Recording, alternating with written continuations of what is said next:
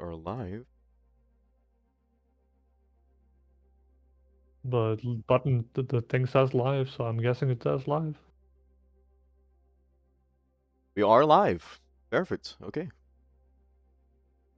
Like 4-second delay. Not bad.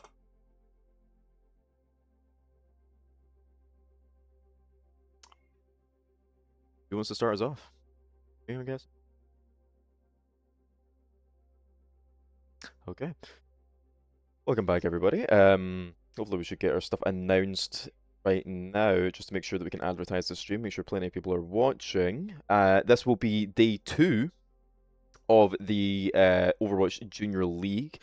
We're going to be taking our first pop into the lower brackets of the EMEA regional playoffs. And unfortunately for our first match, which um, would have been Snowballs versus Junebugs, unfortunately, just due to scheduling conflicts, they will be having to do their match later today and most likely off stream unless we can fit them in at the end. So we will have the results and stuff of that posted out once their match is completed to its finality, and that will determine whether Snowballs or Junebugs will be moving into lower bracket 3 against our first upper bracket match, which will be the Kusunis versus Strikes later today.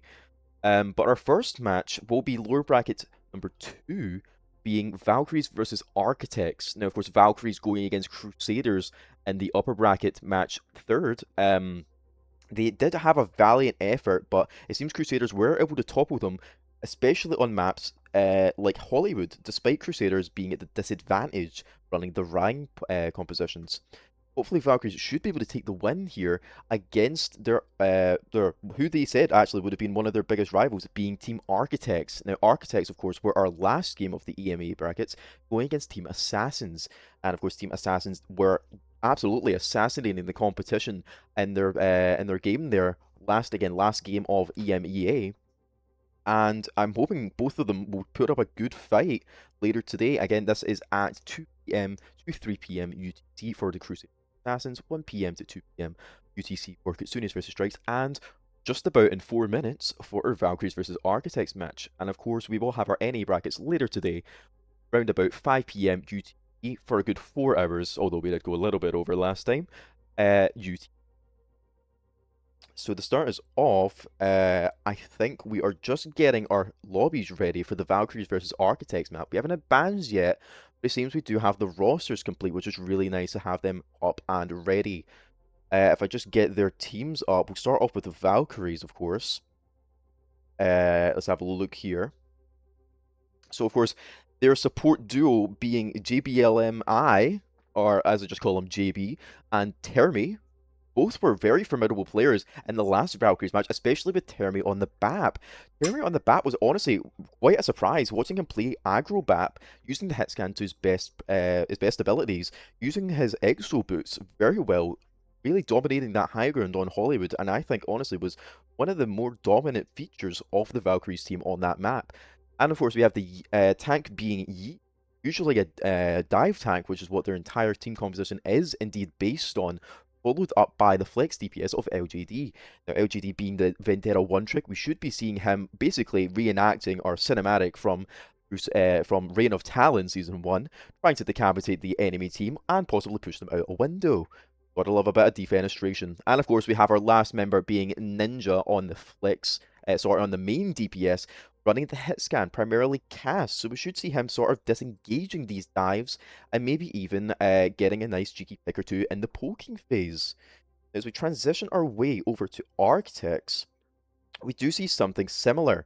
Of course, we see the same sort of base comp of the highly aggressive dive, starting off with Warpaint and Zac being a really good hit scan DPS duo, although we did see Warpaint playing primarily flex DPS, running with Junkrat and sometimes Pharah.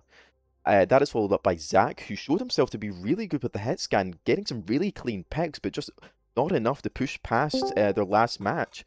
And followed up by Orpheus, whose hazard gameplay on Lijiang really surprised me, really able to disrupt their enemies when it came to their match against Assassins. And I'm hoping to see a little bit more of that, but their bulk gameplay, especially on Eichenwald, was definitely nothing to scoff at. Of course, their support duo being Femsic and Costas. Femsic seems to be running mainly main DPS, main support, obviously being the co-captain, with the captain being Orpheus, and their flex support being Costas. Costas has also shown to be very aggro with their Akiri gameplay, and really getting the best of that utility coming from both the Suzu, not just using it for the cleanses, but using it for engages and using the best of their kunai damage ability. So we are just getting things Er, set up here. Lizzie, you're getting Can a you hear? little bit of struggle getting in. Yes. Give me a second. Sorry, I was organizing stuff. All right. Can you invite me and Tiger to the lobby? Yep, I can invite you. Yeah. I should probably join the game for that. Probably join the game for that. Let's Yes. see. All right. Last minute edition, new co-caster, say hi to Taigu. Yes, welcome, Hello, Tiger. everyone. Very welcome to the stream.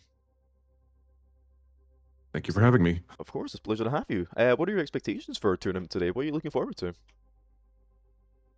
I'm looking for some high-octane games, to be honest. Those always excite me the most. Of course. Were you managed to catching our match? Well, I think it was our last match last night against Monks and was it Vortex? I did catch a bit of it, though I was kind of distracted, so I couldn't catch the whole thing. That's very valid. Honestly, they were one of more of our high octane games. A lot of the team fights happening within the matter of seconds, so hopefully we should surprise you a little bit with our NA bracket there. But that does not mean that EMEA is anything to scoff at, as we should have a couple of our more promising teams coming, obviously, from the EMEA upper bracket, with Sunnis and Strikes being our first match, followed by the Crusaders and Assassins, both sweeping their teams. Really nice. Strikes had a little bit of pushback from Junebugs, but Junebugs being such a dominant team, even though they dropped to the lower bracket, seems like they might be able to crawl themselves out, and we might even see lower bracket finals. What matchup are you really most excited to see coming from EMEA, knowing that all of our teams are pretty much fierce competitors?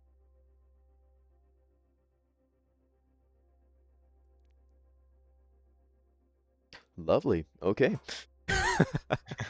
We do have notes on this stuff. I think the teams that have performed the best so far have definitely been Monks from the NA side, and yeah. on the EMEA side, I think Assassins put up a really great game Oh, yesterday. definitely.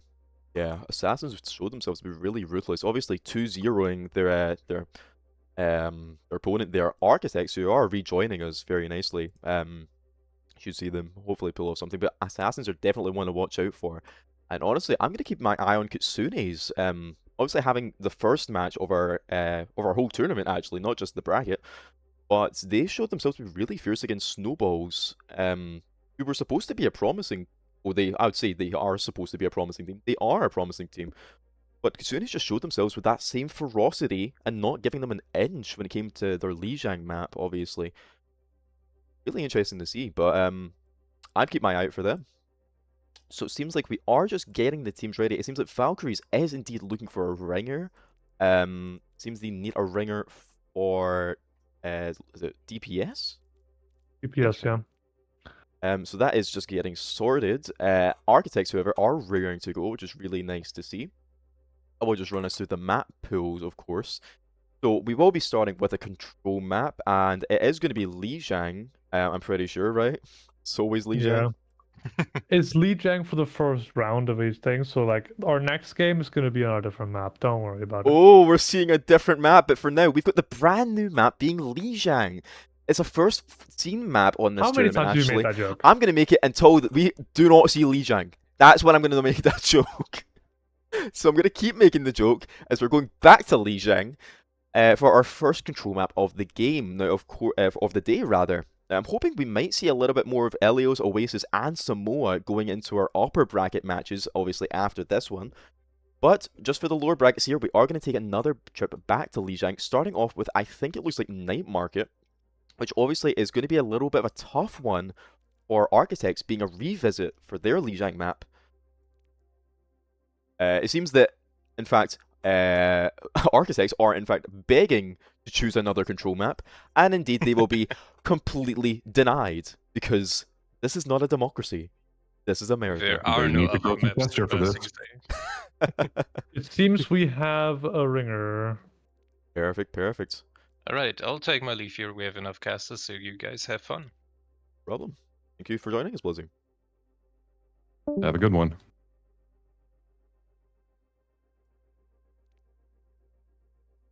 Oh, well, it seems we are having a bit of a revolt here against the Lijiang map. Honestly, I don't blame them, having seen it 8 times yesterday. It was an interesting one. times? 8 times, yep. 4 matches each bracket, and each of them started with Lijiang. God, Todd Howard would be proud. 16 times the detail? No, 8 times the detail.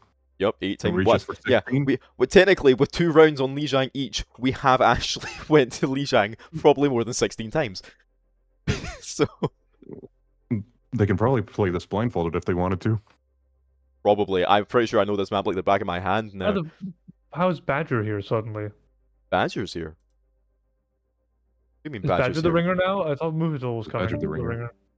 We have our ringer being Badger. Badger being an absolute Chad. Always chatting in the chat. Loving to see a bit of that team aura coming from them. Obviously, we'd love to see a bit of projection when it comes to the energy. Loving that energy that the community tournament can bring people together. Obviously, this is completely a community tournament. We're drafted in an auction-like roster grab earlier, actually 6 weeks earlier than the start of our tournament. See a little bit of a reworking of that system going into our Season 3, date not confirmed, and as you can see, we are running a little more of that OB magic. If I just take a little look at there's POV, you've got a lovely little overlay there from both the Valkyries and Architects in the bottom, designed by our one and only art team, I think primarily Morgan, as you did see them in the Crusaders game the other day, being the Tracer extraordinaire. So just take a look at our little schedule there. Of course, we are starting with the Valkyries and Architects match for everyone who's just joining, as I did see a little group of people join just there. So we're starting with our Valkyries and Architects match here. Just in a moment, as soon as they can get their ringer in, and then we're transitioning over to our upper bracket, hopefully visiting some other map than Lijiang, and going into our Kitsunes versus Shrikes match. Then after that, we're taking a little more visit to our Eichenwald Warriors, being Crusaders versus the Stealthy Assassins. And then 2 hours after that, about 5 PM UTC, we are visiting NA brackets, starting off with the lower NA brackets, which is to kick off with a Team Martians versus Team Samurais match, and then going into a Team Hunters versus Vortex, Team Ribbits versus Stealths, and Team Lupas versus Monks. Got a couple of really good, exciting, burning games today. I do think we are just getting the rest of the team in here, and I think we have just managed to get the ringer. Obviously, Badger filling there, really nice of him. It seems we are just getting our bans through now, as we just resort the team. I am new here, but I kind of expect Walter White to cook, if you know what I mean. Oh yeah, he'll be cooking that blue stuff, and that blue stuff being Architects, okay? Tight. I need that as a soundboard. Yeah! Okay, so it seems like the roster's art is being locked in. We keep making this stuff. Say my name. Oh, alright, we're Don't definitely boss making that Salamanca. name known. God, he will be cooking all that blue stuff being on the blue team of Valkyries, and he will be cooking the blue stuff as the theme of Architects. You see our little name there and our Be Right Back, as they are running the very nice Team Blue, being stand-in for Symmetra. And of course, if anyone is knowledgeable in Overwatch, they will know that Valkyries come from the Ultimate of Mirror. So if you can guess where some of our other team names come from, be sure to shout them out in chat, as we do like to see a bit of acknowledgement for our art team and our design team.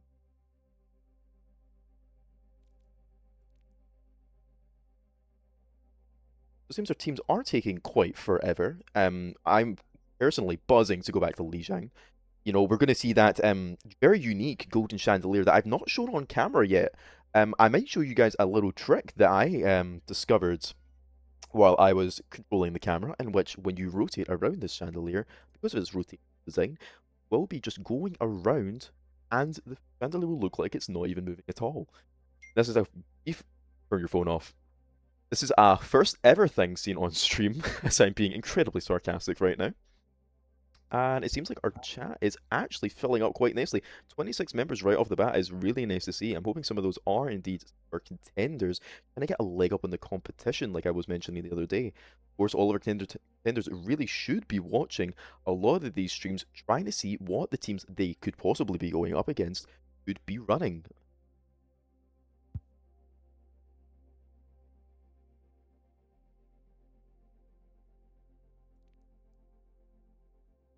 Seems that with the coin flip obviously being deciding the first bans, it seems that it's going to be going to Valkyries getting the first ban. It was a really nice steal for them.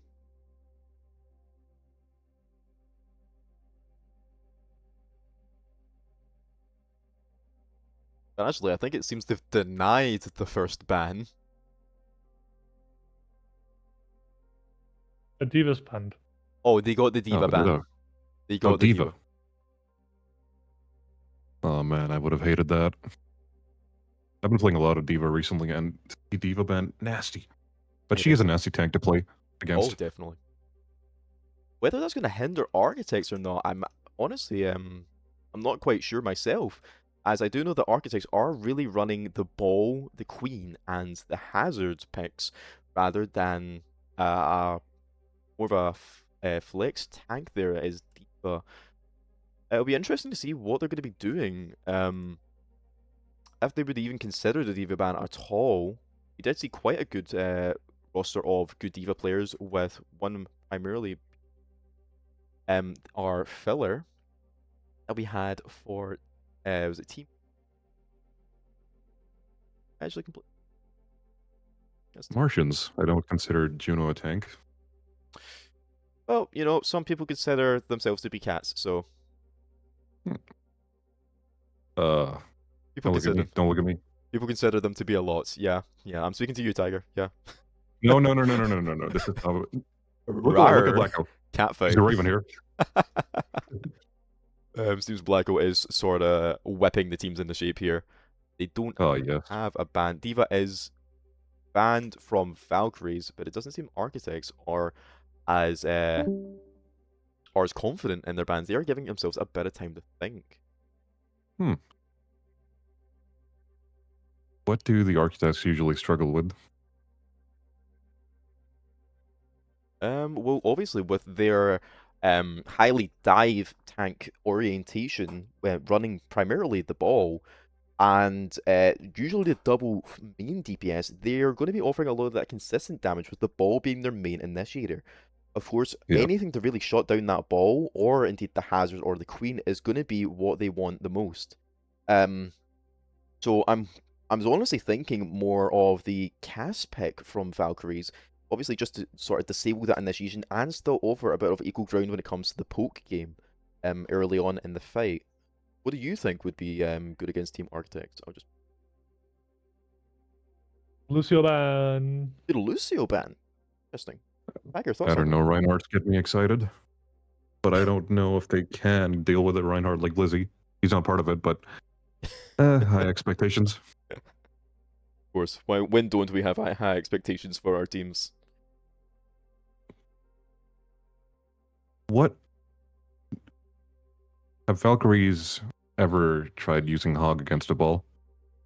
It seems odd, but Yeah, but it can't. me, it I has don't think it's worked a too lot. odd. I have heard that Hog does We're damage in going tier 3. in. Guess we're about to find out. Here we are. So we're Lijiang again. onto Lijiang. Look at that. First before scene. Little chandelier. Now, as you can see, as I turn, it's completely stand still. But if it starts moving. How interesting. Ooh. How does this technology work? Who knows? Who knows? But as we go on into our first map, it seems that K-Pro and JB are going to be taking this swift route before on the skirmish, just jumping off the map for a little bit of that kill credit. May only see them being the only kills they get this game. Obviously, playing on the Brig, you're not going to be a primary initiator, but I would like to see a lot more of that aggressive comp coming from JB. I mean, the Mizuki main myself, I am loving his playstyle. Obviously, having that swift exit with his TP and a really good defensive ult and his Kikai Sanctuary, really mixing up the meta right now, especially into the Lucio Kiriko bans. Lucio Kiriko picks that we've been seeing raging in the meta for the past couple years now. Zarya Obviously, against Maga is going to be interesting. yeah, the Zarya pick is interesting and just in its entirety, because we haven't seen Zarya quite often. We've seen a lot of Zarya getting threatened Maga. in the tournament, but and a couple bans, I have a but never feeling played. that Zarya might struggle against Amalga, but, well, I have been known to get surprised a lot. This is going to be interesting to see.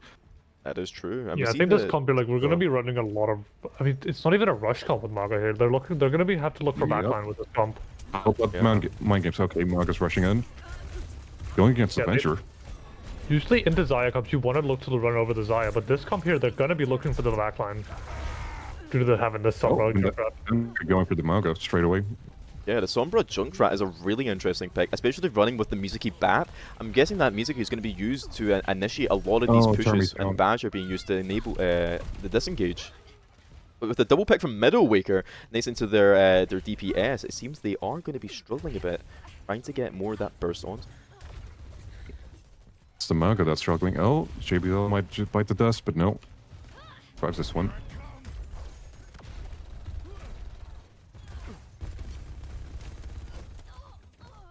Zaki falling early Oh. to this Mizuki here, pulling out the rain play and just killing someone pretty fine. Stomp onto Maker, but Walter White is gonna fall. Oh, damn. That's a tough fall. Obviously, his cardio overdrive Oh, getting my created God. nullified by that bubble. But it's still very much winnable by 4 Valkyries as they trade their tanks. They have the picks to make it work. Go down. Full trade right now. Might make a change Oh, here. we see a nice Kikai nullifying a lot of that override is a damage. good- It's just not enough. Obviously, he just I rolled go- into the It ult. was not enough. One Killed them completely. really good ult layer on top. Realized that we're gonna need this Kitsu and just absolutely rolling after we pop that. Grav is gonna be like absolutely massive if they can catch people before, because if they can force the lamp then Grav, it's gonna be absolutely massive. They have no defensive ults for it. They also have EMP is the There's the biggest Grav. thing they have. EMP incoming. There's the Grav. Lamp is still available. That lamp misses. But it does No kills, offer the though. sustain. With no picks being seen from the grab, but we do see JB getting picked off in the fray from Zaki. And here we go. Unfortunate for him.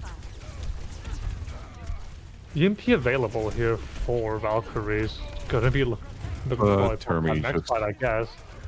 Recon is gonna be really tough here without that EMP now. We would have liked to pop it in. We would have liked to pop it now. But we There's a can't. rally, trying to Runner's counter the gonna- Malga.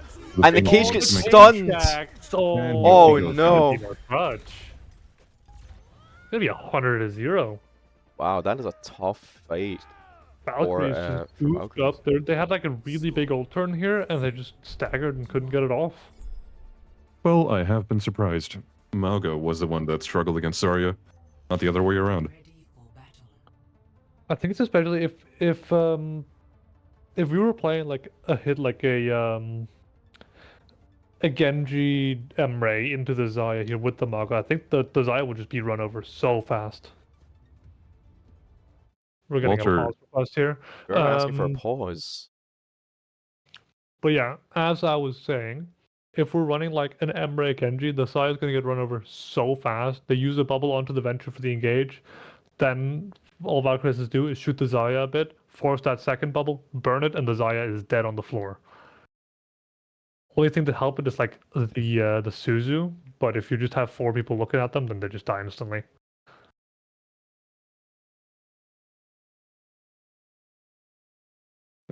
Seems we have a disconnect.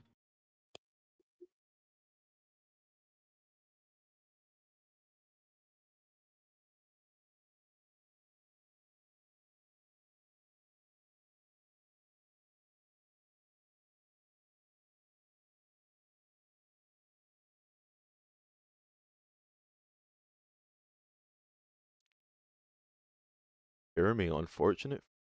Valkyrie. Obviously, again, one of their star players, as I was pointing out, their Hollywood gameplay was really important for the plan, and we did see, unfortunately, a missed Emil field onto the Grav there, but with a bit of Termi sustain there, just coming from his output. They were able to sustain the grab, and were nearly able to counter push it if it wasn't for the cage jacks that's there at the end. An unfortunate play from Walter White, but I think we should Termi back next couple. It's just restarting his PC. I've got new that, so guess we'll just have to wait. Fingers crossed.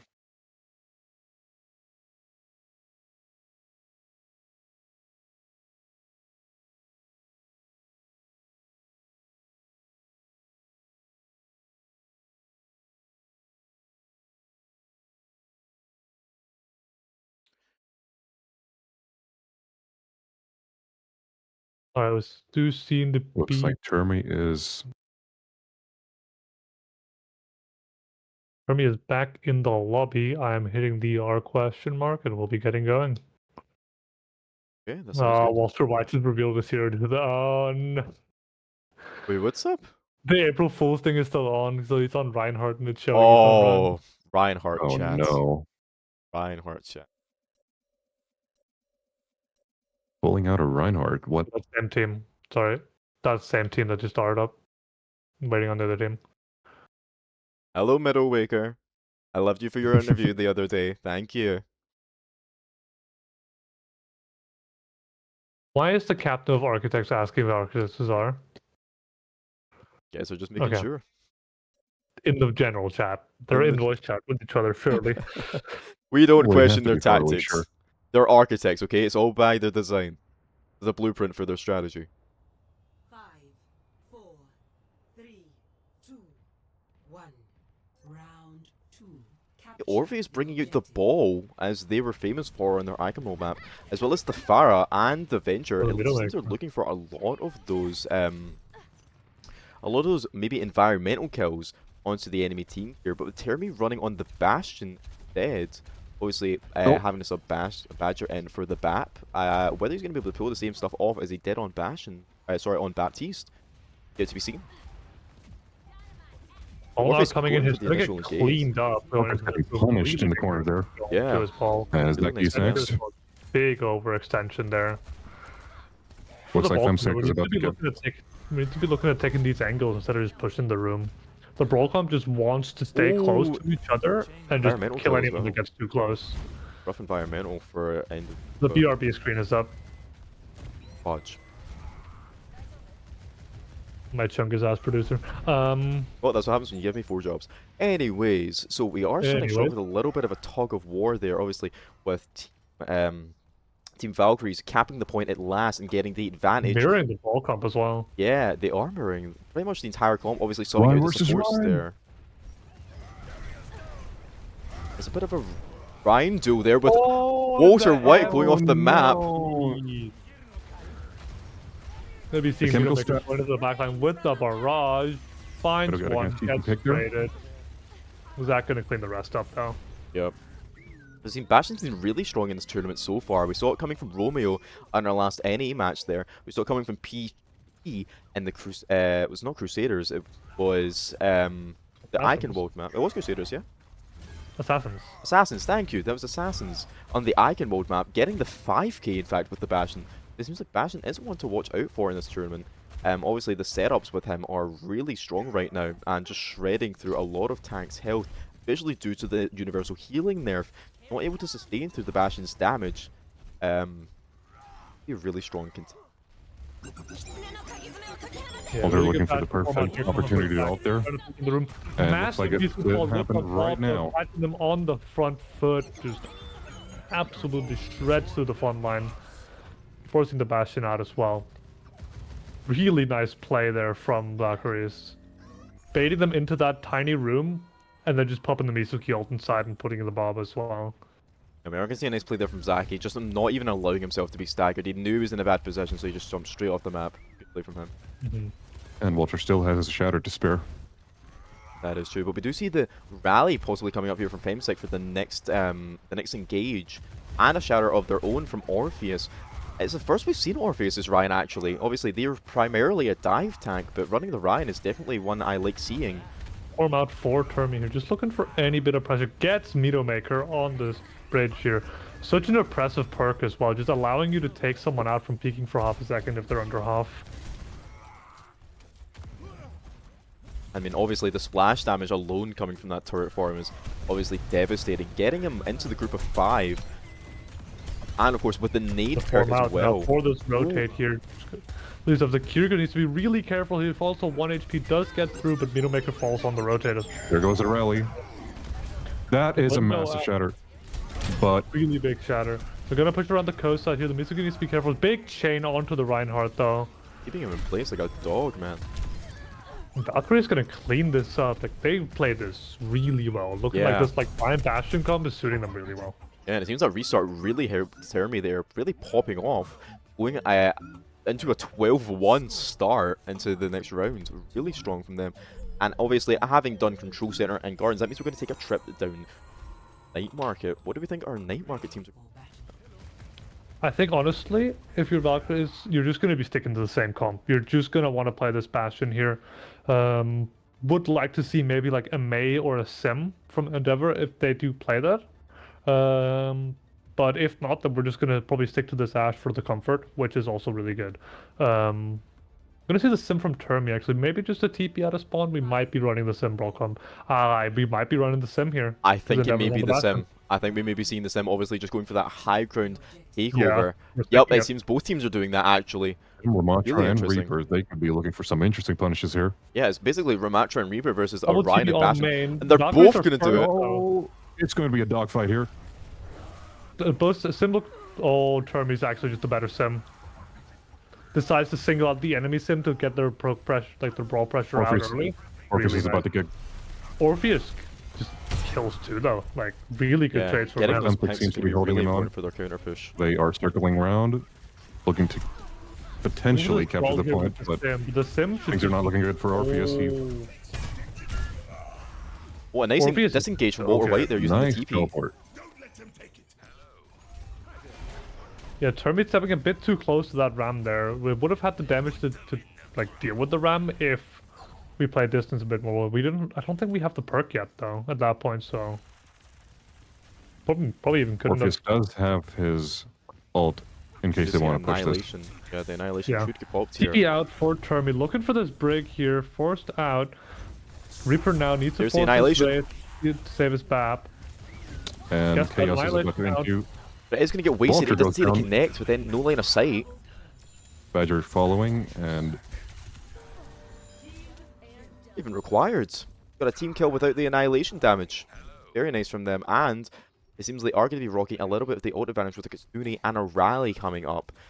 And what we've got from Valkyries is actually we see a Bastion ult, maybe trying to get some of that early pick and the Sim Wall for the initial engagement. We are going to see another TP onto point That here, can just get going right over. around. Here goes the white space actually. They're going to look to wrap back onto Orpheus. He was completely isolated. The rest of the team rotated. Orpheus goes down. A The really point nice play. pick. Oh, we see the Shatter that coming out is late. massive. That is going to be a clean sweep. 4-man Shatter. See the chain onto Kitsu Zaki. comes That's out going to here, be rough. Trying to make it work right as well. Perfect time. Oh, and Walter White was off the map. Badger just takes a dive. Committing a lot of ults here, just really trying to make it work. Really well done here. Realize from Arctic realizing that this fight is actually winnable if we pop our ults. Wow, that was impressive holdback from oh my god, I'm stuttering. Team Architects, Jesus. They burned through the factory though. Big ult swing coming for Valkyries right now, as we're looking at a 3-for-1 ult trade. Yeah, it was This really Annihilation unfortunate for them could be not to be huge as able well to, though. be able to follow up Gonna on play that this 4-man wide Shatter. angle again. Just gonna look to spam onto point for Endeavor here. Looking to get any damage. Window comes out. Bastion on the coast. Maybe finds the sim here. Lamp goes out for it though. Zaki got punished.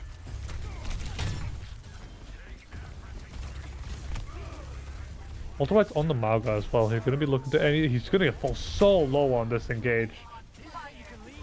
We're going to see when the a- Annihilation pop here. Yep, there it is.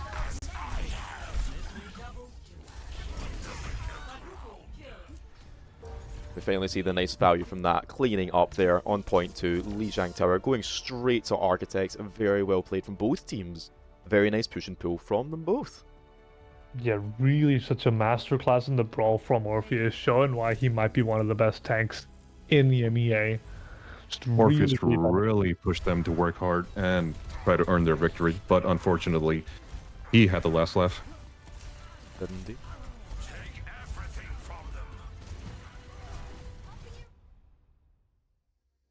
That is going to Architects are leading in the first match there.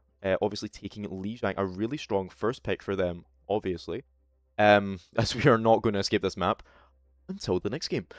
Now, of course, the next map pick will be going to our Valkyries as a result, and I think they're going to be more inclined to do more of that brawl close quarters map that will hopefully counter a bit more of that Architect's diving push. And obviously, they weren't running too much of that dive there, but of course, they were running the sim, so they were running a lot more of that diving aspect without actually having to commit the dive tank.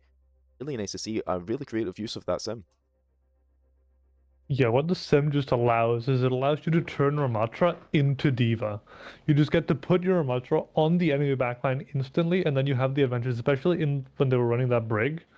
Like it wasn't the sort of Valkyries that were running the brig, right? But if you're running into a brig in this Lucio ban situation, it's just so easy to close gap with a ram. Like once the gap is closed, it's so easy to kill the brig with ram compared to a Diva, because you don't have to worry about the shield on ram. Absolutely. Completely agree.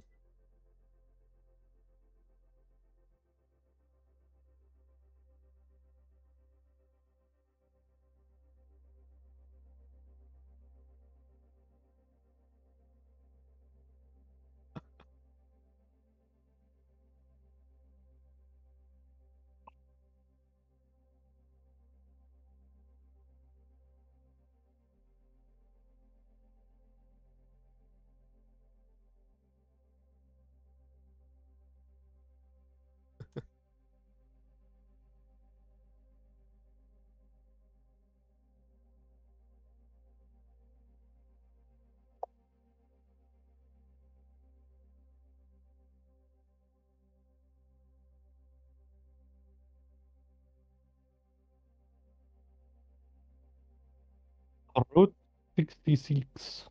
Route 66. I think this is the first time we've seen Route 66. Obviously, Escort's not being really a fan favorite from our teams here. I think the only Escorts we've seen quite a lot of Circuit now that I bite my tongue.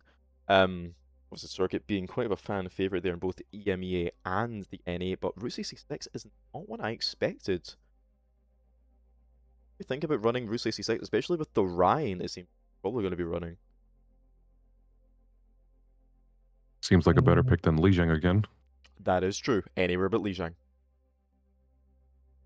Shall we do Lijiang again? No, we cannot. Dear Lord, no, we cannot. Too many Lijiangs at home. We have to shift it up. Exactly, man. Our next maps will be starting on Helios. Oh, we're going to be starting on Elios next map. Sorry, next match. Mhm. That'll be nice. Mainly seeing some other control map. I'm hoping for Lighthouse first, personally. Love me a bit of Lighthouse. And I of love course, me a bit of Lijiang. no, you don't. Now, of course, we're going to start with Valkyries having the first ban, obviously losing the last fight very narrowly, might I add. So, maybe a ban of the Bastion? Try and counter that the Rhine pressure that we see. Obviously, Walter White having a lot of struggle against that pressure that the Bastion providing, railing down his. But we may also see an unorthodox ban, maybe like the music. Obviously, will be strong on Route 66 purely for the dive that the high ground can provide for them on that second point. And of course, the disengages that he's able to do, meaning that he can get the extra clip in. But we do see the Curie ban coming out. Honestly, a strong staple with a lot of esports that I've watched personally, trying to get that cleanse out and shake up the comps a bit. What do we think of the Curie ban? I think it's valid. I think we're about to see some Maga gameplay. Could be, actually, now that I think about it. Why, for our viewers, why ban the Curie over the Ana? because the cleanse just like, especially once you get to the major perk of Naga, having that burn applied constantly to everything you're doing is so important, and a cleanse will like mess up your entire engage much more than an anti-nade. An anti-nade, you force it out early, you just play to bait it, and as soon as it's out, you can just go in. Suzu's a lot harder to bait out than nade is, because people want to use nade aggressively. So you just walk up, and then they're gonna want to use it on you, and then you just if you can staple and live that, then you can win the fight. Whereas Considering Suzu is going to be used defensively always at like the perfect time, which is going to be right before the Maga stomps, like to like make sure the stomp never happens. And there's not Considering the really much Suzu you also can has a do. lower cooltime, I believe. Yeah, I think it has lower cooldown as well.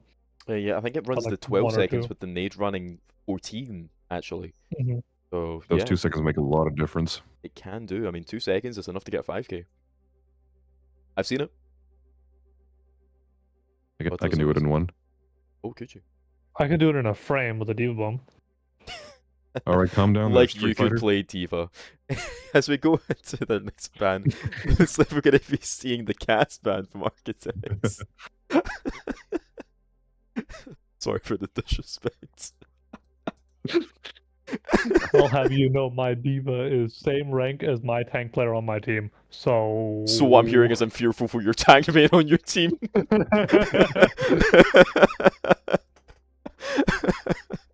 Oh god, right. So obviously we have the cast ban coming up from Team Architects. I think that will really assist them. Obviously getting rid of the counter to the dive that they're trying to run. I blamed. Okay, good note for our art team. We are actually missing the oh, never mind. I'm not. I'm a liar. Never mind. We're We are completely going fine. to Route 66. Rain had some issues. Rain always has issues. High five. It's not something to celebrate, pal. Hey, at least life isn't that boring then. That is It's true. always that is true. interesting. I'm always interesting. Initiating match. There's rain, there's thunder. Just hit me with a voice line from Orphan Rifles. Oh, Jesus. Oh, God, it's too early in the morning for this. Anyways, we're taking a dip into What do Route you mean 66. morning? It's it's 3:30. It's. I believe you are wrong. Well, I mean, Blacko, not to quote our cast ban and his homeland, but it is high noon somewhere in It's the always world. high noon.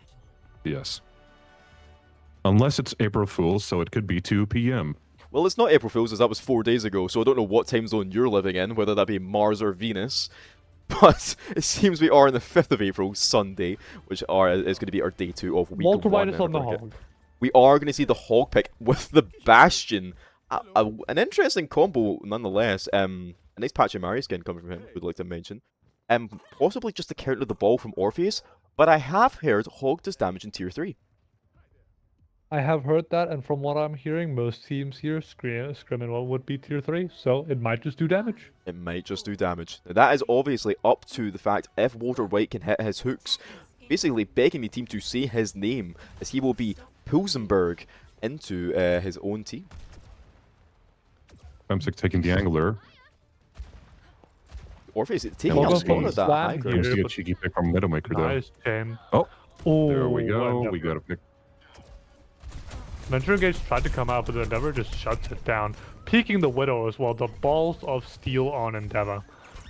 The bowling game was really tough And there, their especially Diva with is Badger. what their name running Badger away. nearly avoids a haircut.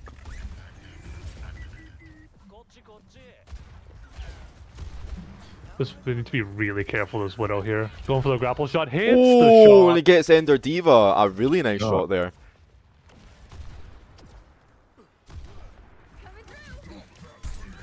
Oh, and a nice hook from Walter White there with the nade combo there from Maybe Ala's the Termi. next one to go. shot. Termi just Or not. actually in their spawn right now with the Bastion looking for more. Got the Widow already. Ana's first half. Looking for the form onto the Ana. Gets slapped though. This should be him falling down. Actually, he just gets pocketed out of it. Never mind. Well, and the Bastion ult coming out early, maybe getting a kill on their Iriari, but he does fall short, obviously spreading it out for the Zach damage might instead. go down here. He narrowly avoids it. I'm here. Keep fighting. I don't even gonna look to like. Oh, he Ooh. venture on the disengage. Really nice play. Done. Termy swinging happened on really both wide tonight. here. Has the Bastion for him to commit as well, but we'll just actually overstep this time. No lamp to save him.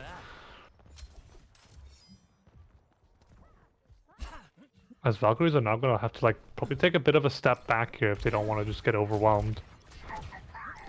Respawn advantage does favor the attackers a lot here. We will see them moving back a bit.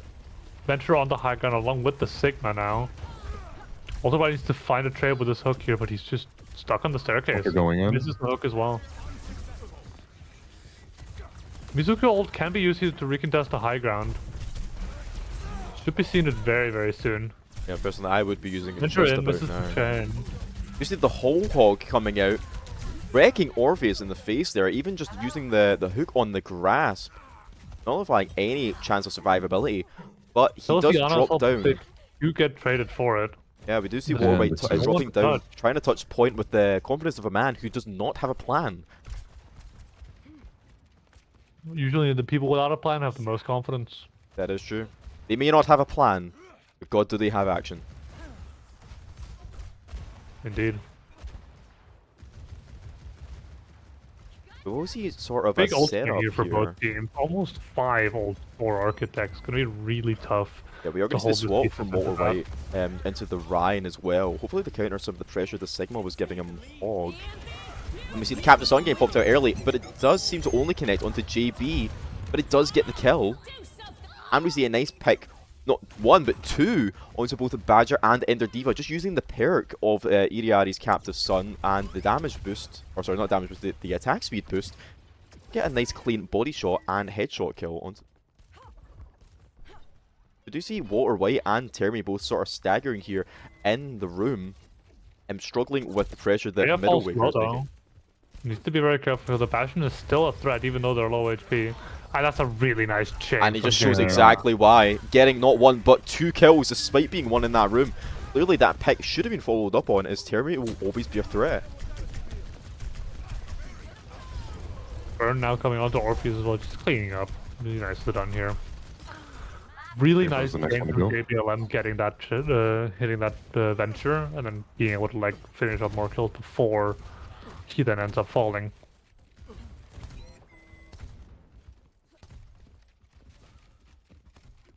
Gonna be looking to like Lisa. Oh, that's another really nice chain. Stalls the engage a bit. Can't quite get the kill.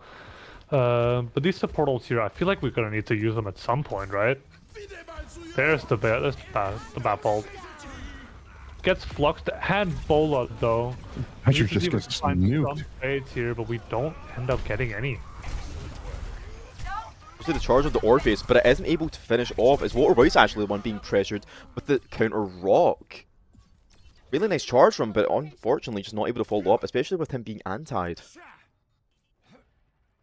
Feel we could have set up for that window a lot better though. We should have had our Bastion with the bat being able to. We would have been able to shred that that Sigma out of the sky if he tried to go for that. There's not going to be a touch here. No, honestly, if they tried to touch there, I think it would have been futile. Obviously, just the pressure from the Freya and the Sigma alone probably would have been too much for that Bastion to handle. Yeah. You're a stagger. Chain coming out onto the venture who catches a mid ult. But Really gets A nice. denied. nice Ace the chain onto brain. Zaki there from JB. Shatter has been Ajax though. Oh, it did. You're right. Didn't even hear the voice line. Form out for Termy. Bounces it onto the Sigma here. It doesn't matter though. No matter how much of your LeBron you are, Orpheus is dangerous though. He might. You're not swinging 3 and living. We see Zaki getting an early pick onto JB. Hopefully for that frontal assault that will be coming from Orpheus as soon as they respawn. Running the Reaper instead of the Venture here. Zaki is playing a very dangerous game there. Yes, indeed, with the charge coming up Rust behind them. He does beat the charge from the Rhine, however, and he is going to go straight back into the backlines. Solidifying the kill on Ender, it looks like. The Mino Maker has killed 4. Wow. 3. I counted 1 too early. Not a good 3. combo there from Zaki with the first engage, and Middlewaker able to pick off a lot of the team in that late engage. Really good combo from the both of them. Nice DPS duo. We should see the Kikai Sanctuary getting popped just about now with the Bob. I do see the with the window. I honestly don't think it's required. We need to clear this Frey out from this high ground. She's just sitting up here.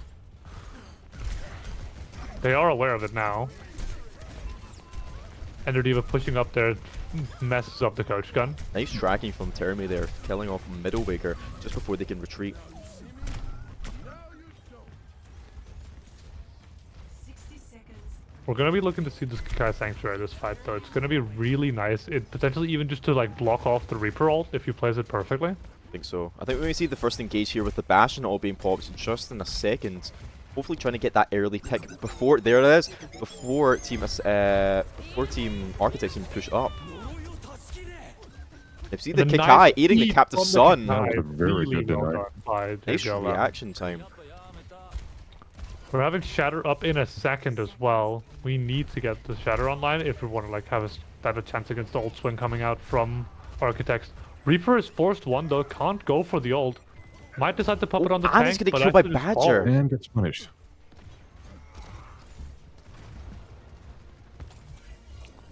Shatter available here, we're just gonna be going in their spawn with us, surely.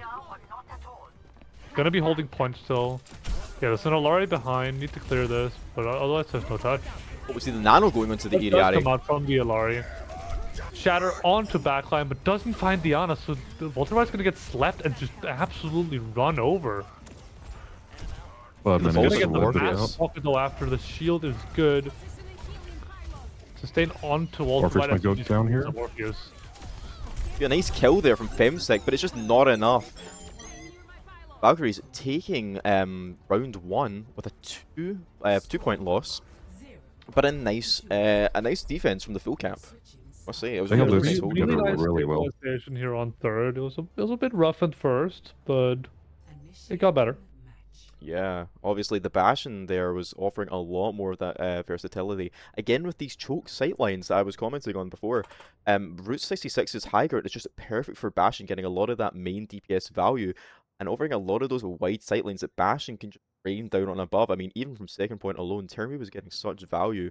And of course JB with a nice couple of cheeky chains. JBLM has been getting such good chains on this Mizuki. They're gonna be on the Lucio now. Yeah, though. they don't care. They're going to swap it. Alright, I let's do not like good the enough for Lucio JB. attack, though. It is going to be nice with the Bastion and the Malga engage. We might possibly see a nice beat amp engage with the both of them, speed boosting right in, and hopefully getting a couple of those early picks into Team Architect.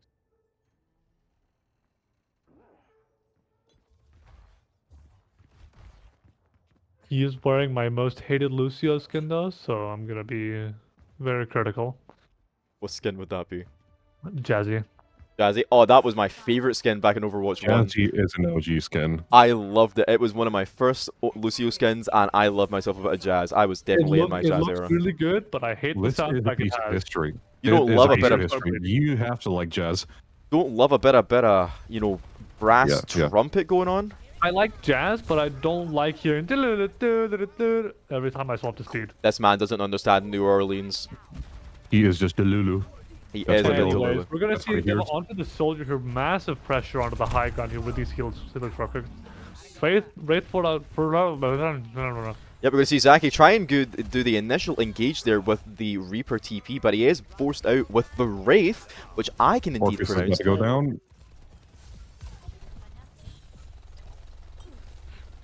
Consistent damage from the soldier onto anyone he looks at is so oppressive to have. Like, you need to play really good cover into these soldiers, otherwise you're just gonna take constant spam damage. Yeah, and I am Termi not a fan of switching. Harissa, but Walker really cooked there. Honestly, I'm surprised with the Termi switching from the Bastion, which again was so effective, to the more aggressive Sombra here. They are getting value here from their hacks, getting not one but 2 kills there, so they can stagger a little bit of the team. And it looks like without the D.Va touching, with the defense from the Orisa, they are just going to full cap first point really easily with a 5-minute lead. 5 minutes. 5 minutes is a long time in Overwatch terms. Yep, Overwatch definitely pities their wife.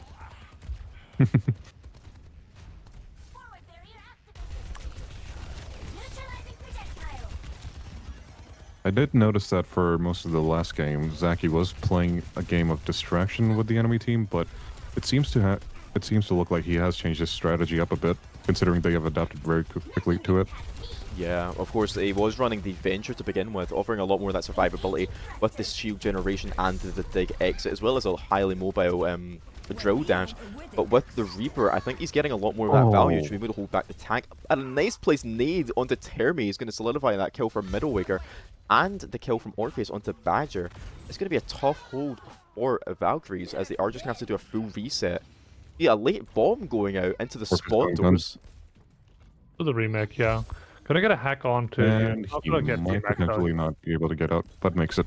He's But gonna get out. we are seeing a full ult engage here coming from Valkyries, though, so I'll be interested to see if they're going to be using the EMP to engage or whether they're going to be using the beat.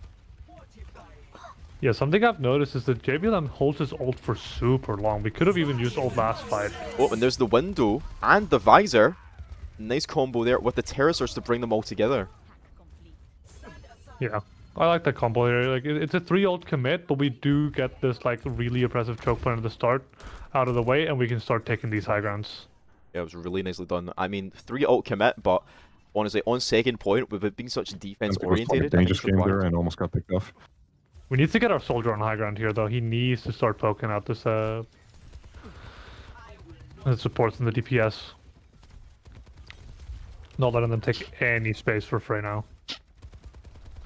Midowmaker is gonna have this battle bot here, though. If he can get out of this choke point, he's gonna have a really nice angle. You see for the it. early death blossom, but he Zaki does with the fall! death blossom. He does fall and leaves them all one. Orpheus is able to pick up the slack, getting the 2 kills onto both Waterwhite and Termi. Unfortunately for Zaki, not able to get that triple kill with the Death Blossom, but it seems that Team Architects are able to push it back fairly well with that nice engage. Yeah, now that 3 ult commit's suddenly looking like a really bad mistake because they were not able to capitalize off the high grounds. Now the ult swing is gonna be very much in favor of Architects in a second, as they're gonna have 4 ults online. And Walter did pick Zarya just now. And we are just going for the counter pick into the D.Va, which honestly I think is a worthwhile swap, as Orpheus has been doing wonders with the D.Va pick. We see the early EMP. But there's no follow-up for it. We weren't set up for it. Sun and Nano committed though, so I would honestly call this a good ult trade. For just looking to go next fight with Beat. Oh, we see the boot with the They are Zarya back awesome. into the The bomb. boot was Really nice from Femsec. incredible. What a play from them. Very nice. I hope they're getting praise for that one. Hope so too. Yep, I think I That saw was an typing there. execution order. God, they saw the escape route and they just shut the door on that Zarya. Denied. We should be seeing a Beat engage here coming out of this tunnel here just to like clear this high ground and get like some kills, force out the battle bot as well. Of course. It's going to be a tough engage Anti here comes for out. Valkyries with the pylon there, just keeping up everyone with a sustain heal. They're going to need that entry, which I just don't think the 2 main DPS are going to be able to provide. With the overdrive coming out, There's the battle bot. or override, not overdrive. But it is going to be nullified a lot by the bubble, despite all the close range damage he was getting with it.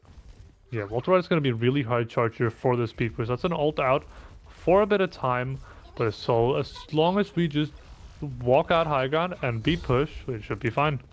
Oh, we may even see the window get popped. We do see them popped in tandem There's a the lot. Beat. There's the beat for The the initial beat. engage. Some of the beat was impeccable.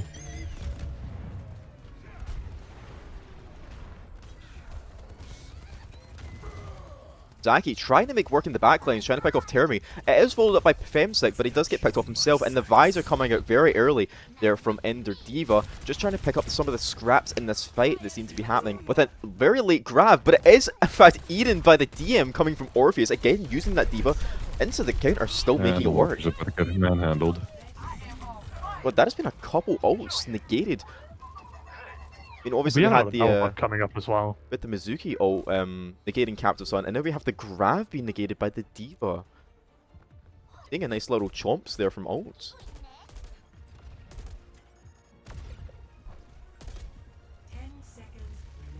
When we see a Death Blossom here for the entry, just sort of holding them back, and there it is with the double kill, triple kill, There it quad is. kill, Quadruple kill with the Death Quadruple. Blossom. and that will link to a team kill, which is going to solidify the Architect's win for map 2 and solidifying their win into the engage for the next place in the tournament, which sadly means we're going to be saying goodbye to our Valkyries, as they will not be progressing in the tournament.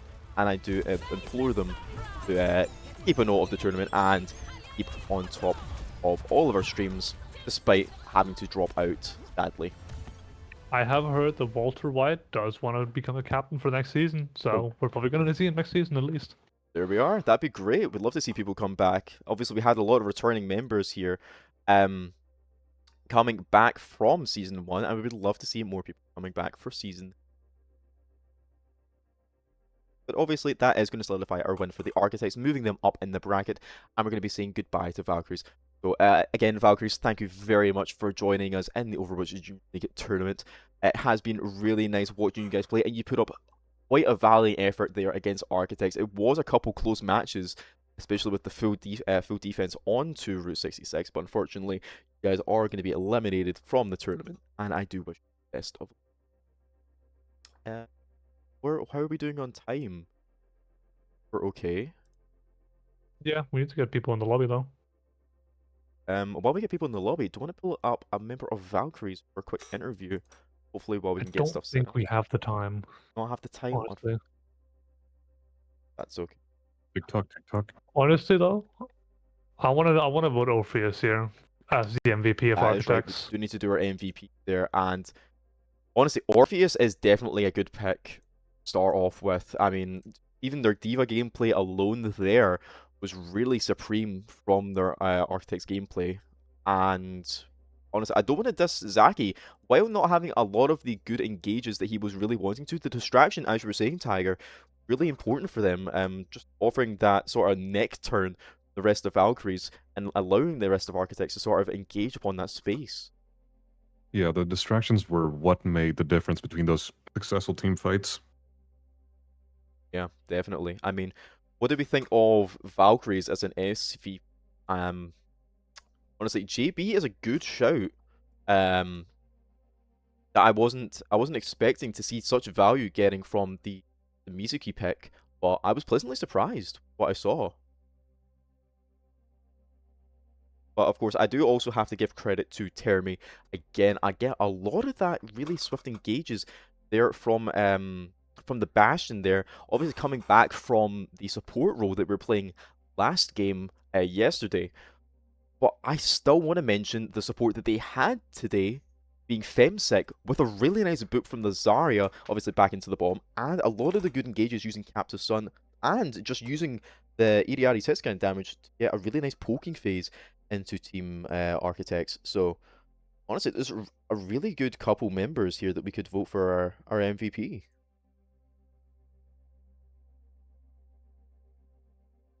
I think Femsic was on Alari, right?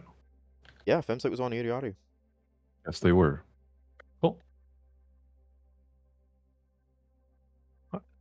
This is it. Let me get Yard in here.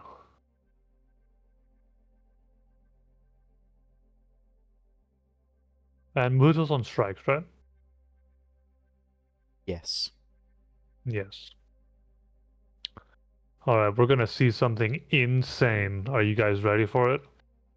Oh, that map. Oh my god, we are not going to Lijiang. We are seeing Ilios, ladies and gentlemen. I'm actually just going to swap right to the map pool. My caster POV. Just to look at Ilios. How gorgeous is that? I don't know. That kind of looks like Lijiang. Don't gaslight me, Mary. Don't do it. Please. Let me have this. I'm only trying to summon Todd Howard here. We need 16 times the Lijiangs. Oh, no more Lijiang. Actually, we're not doing Lijiang next season. No Lijiang at all. I did hear that the developers were adding a new map this year. Was that Tokyo? Yeah, it was indeed Tokyo. And we also saw word of the more ocean-oriented map. I forgot the name of it. Yeah, it was the one with I believe that was delayed to next year. That was the one with Vishkar, I believe, right? That's right. It was from Lifeweaver's origin. Yes. I'm excited for that one. Apparently, it's supposed to have a lot more lore implications. Obviously, apparently, the captive holding bracket for the God AI from the initial null sector uprising. So I'll be interested to see what they do with that map. I had a feeling that the AI was actually inside of Emre, but that is just completely different in the lore. I guess he's just another one of the god AI. There's so many gods in there. It's polytheism. India would love this. No offense to India.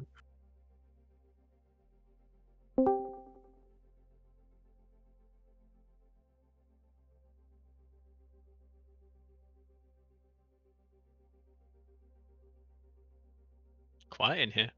It is indeed. Hello. Hello. Hello there. Hello there. Hey, fellas. Looking up me.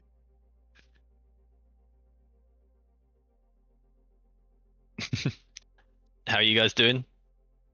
We're doing alright, you know, it's the start of the day 2. We just had our first match there, obviously, with Valkyrie vs Architects. Did you catch it? I caught the start of it. I didn't catch the end. How did it go? It was Who a won? really close Route 66 map. Architects held the... Sorry, no, Valkyries held the first defense and were able to hold against Architects' initial push, only losing 2 points, and they did were able to defend the third one. Obviously, a lot of that high ground being utilized. But unfortunately, they just were not able to push past Architect's nice defense there. They were running the Diva with the Reaper, the BAP, and a nice hit scan from Iriari, Femsic, and there was a couple of nice ult utilization there.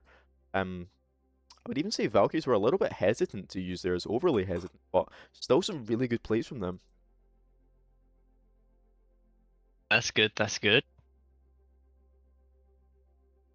Are you broadcasting or are you muted? We are broadcasting.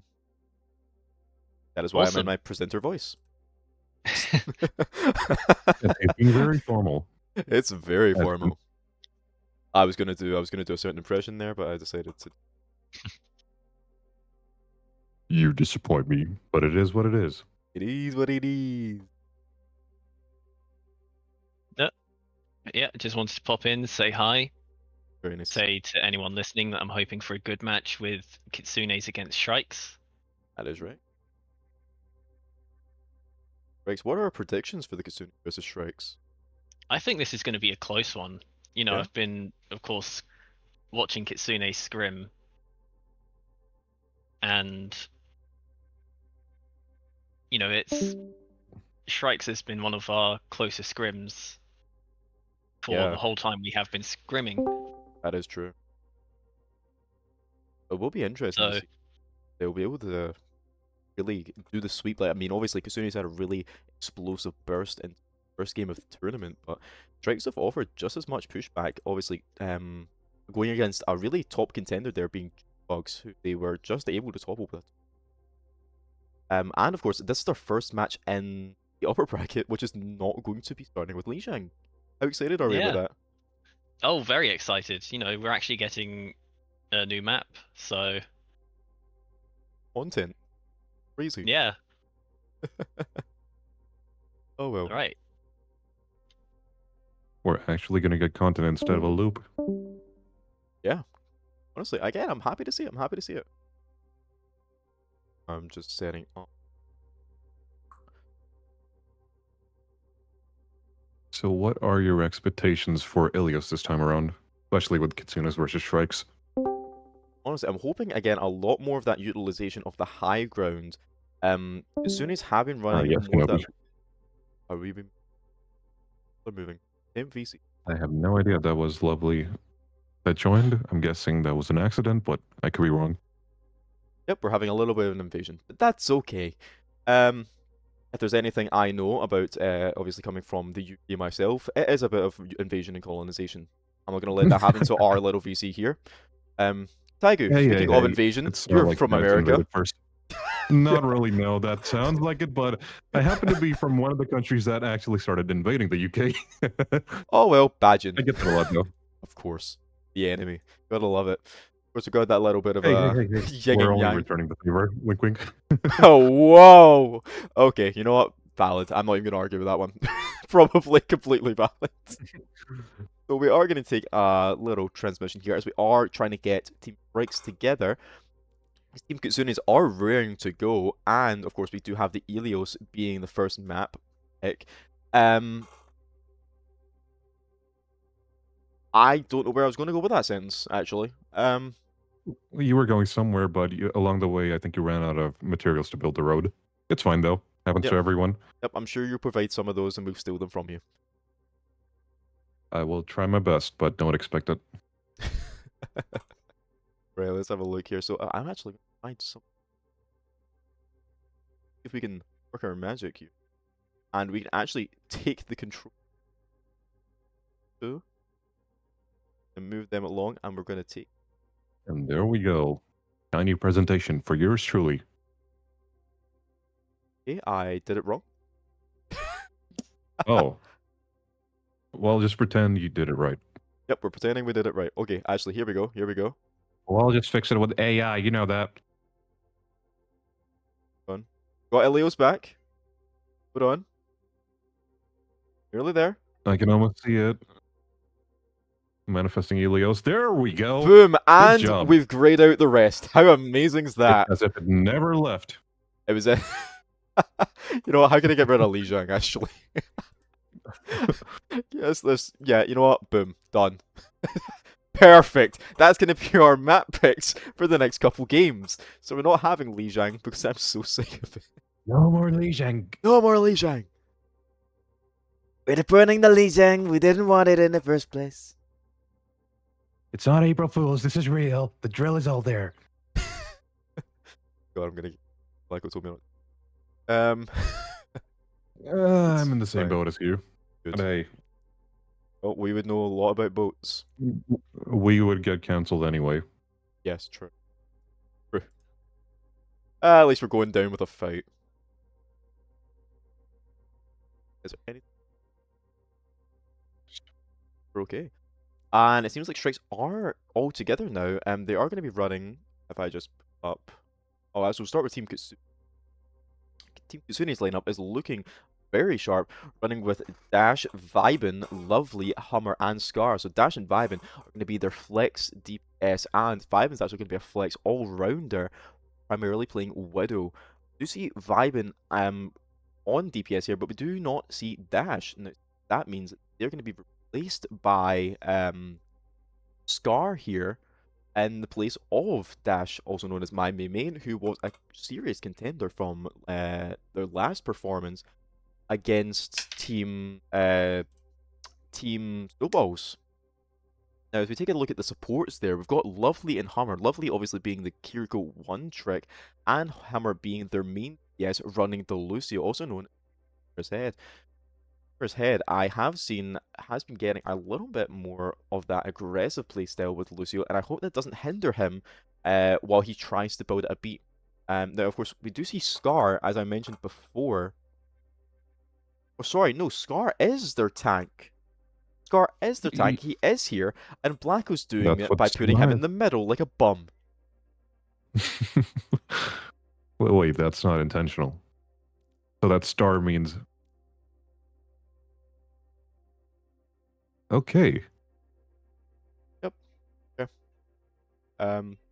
yeah, so it seems we are going to be running with Scar on tank, and in fact, it's not going to be Scar on DPS, but in fact, Embler replacing Dash here. Embler being another flex DPS from what I gathered, primarily running the Vendetta. Hopefully see a little bit more of that dive composition coming here from Kitsune's, while still running a bit of the poke tank, so we should see a little more of the chip damage for the engage. Now, if we take a look at Team Shrikes instead,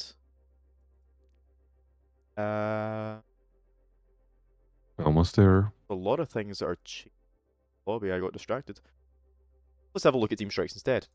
Team Shrikes should be running with the tank being Wale, support duos Haley and Mojito, they'll being team captain, and a DPS duo being Toffee and Fjord, and Toffee being the co-captain for Team Shrikes.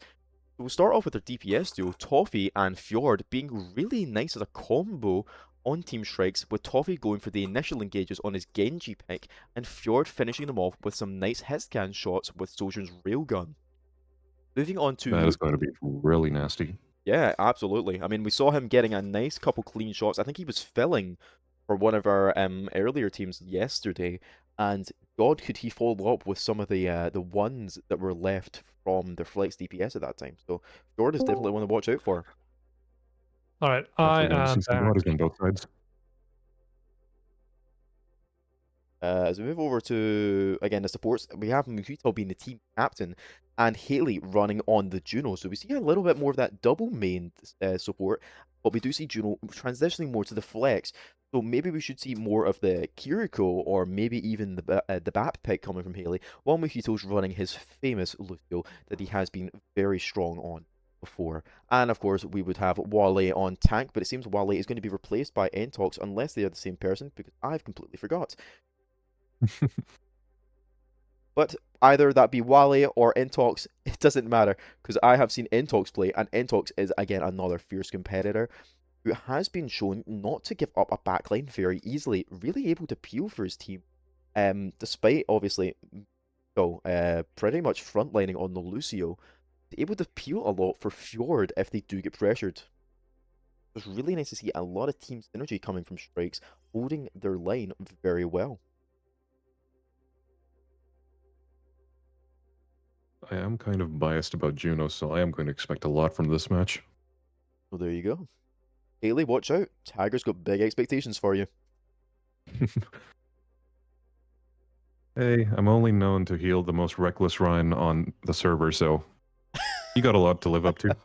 like your namesake, you do run in like a wild tiger, hoping to rip flesh off the enemy, but unfortunately, it Well, just does someone's not got play to keep off. the idiots alive. That is true. You're not diving into the back lanes. You are merely let's call it natural selectioning from the team. Yep. Survival of the fittest when it comes to going against Tiger. Nature is me.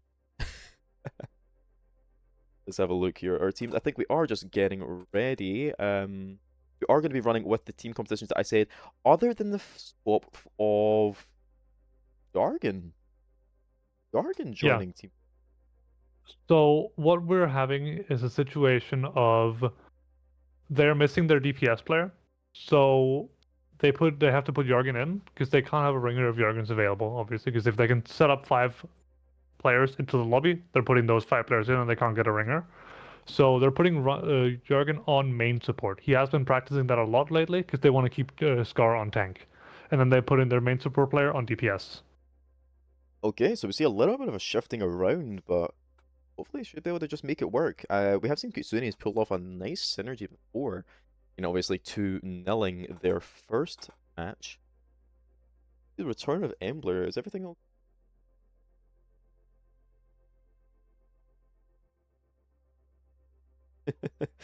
Lord, I love the toxicity. Try and reel it in, man. Why is Embler back in the lobby?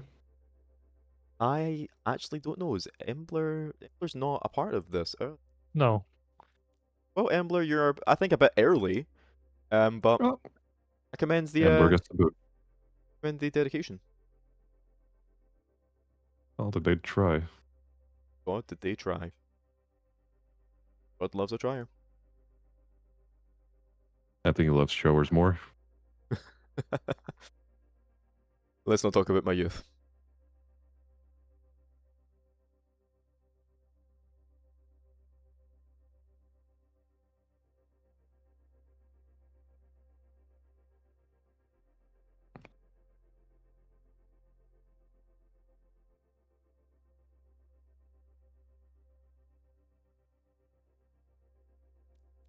Embler is not part of a team. How is Embler in here already again? He is a ringer, so he shouldn't be here unless needed. It is nice to see him, of course. We do like a bit of participation, but simply not required. Do again commend your dedication to the tournament, Embler. So thank you for appearing, but again, sadly not allowed in lobby. Just balancing. Embler is going to keep trying, of course. Oh, It is on invite only. Someone in the lobby is inviting him. must be. So we have a Trojan horse among our. I was going to say a snake, but Thanks. Trojan horse seems a bit more polite. Snakes can be nice. We're gonna have an echo ban from Team Kitsune's. Echo's an There you go. interesting band. Yeah.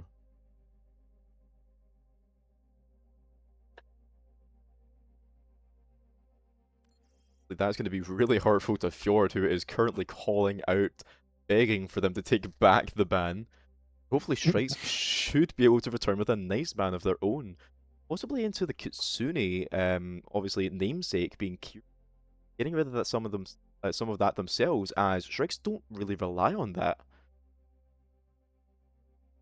What do we think we're going to see from a ban from Strikes? Considering that Lovely does play, well, they are a one-trick Kiriko, what else could they possibly pull off? They're going to ban interest. D.Va. D.Va is strong on Elios, but Scar actually does. This will. Well, we can't see this map, but we may see the D.Va pick being picked at another time. We're going in. We might see another Orpheus situation, but let's see.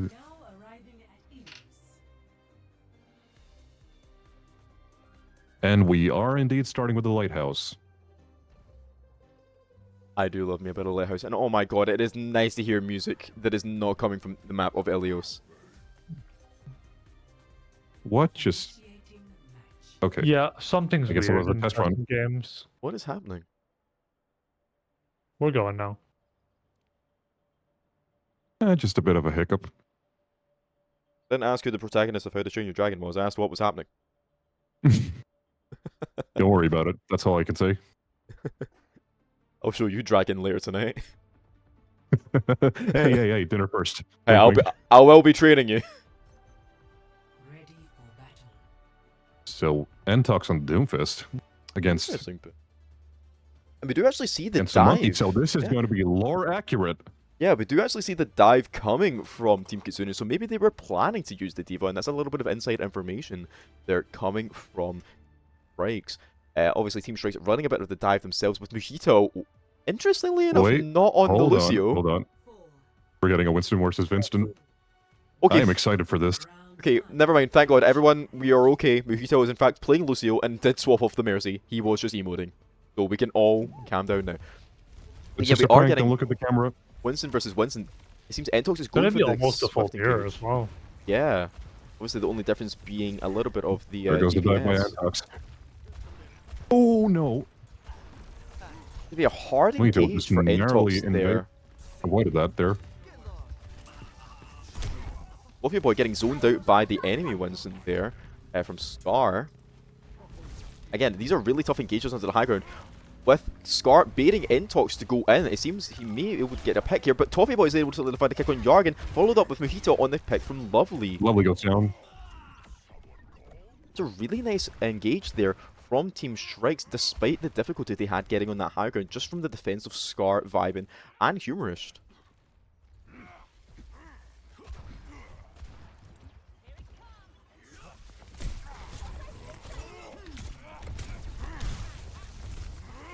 Unfortunately for Entox, he wasn't able to solidify the kill there on Humorist on the Genji. Obviously, Winston's primary fire going through the blocking. We do see Fjordshow win the Ash duel onto Lovely Vibin. is about to face some trouble, but Gar gets back to help her out. And we do actually see the kill on Humorist eventually by Entox there. Really nice clean up there. And from Toffee And Boy onto Jargon goes Jargon. down. Yeah. It's looking tough for Kitsune's right now. Obviously, getting rid of They are pushing towards their spawn. Seems like getting rid of the Echo is not going to hold Fjord back as much as he thought as the screams of anguish Not at once all. Echo got banned, but he's running the hit scan with strides. He is collecting those souls. What do you think he was There we go with Reyna? another dive. Lovely might face some danger. We see eventually we tried to get the dive onto Fjordtroll from Scar there, but he is booked away by both Mojito and the coach gun coming from Fjordtroll himself. And he is going to be Or is in too a bad deep position there in. and is going to get He's taken not down. able to disengage. Entox popping the Primal to solidify the kill on Vibin and Fjordtroll. Interestingly enough, killing himself in the backlines Humor rushed. after he Is gets he his gonna get one. out? Entox is now looking to chase. It's going to be a tough touch for Team Kitsune's. They are going to have to pop the, ironically, Kitsune probably for this touch. The orbital coming from Team Strikes first. That is a very interesting orbital. And the follow-up with both beats. And a blade coming from Toffee Boy. It is going to connect with 2 kills. Here comes the Primal. Can he make a difference here? Oh, we nearly see a knockback onto Entox there, but is able to get himself back onto point. But he's going to be knocked off farther He's not by going to make Entox. it. Oh, by Scar, rather. Nice, clean Star offense. C9 for the Yeah. kill. That was a Unfortunately, C9. they're not able to go for the retouch. Ready for battle.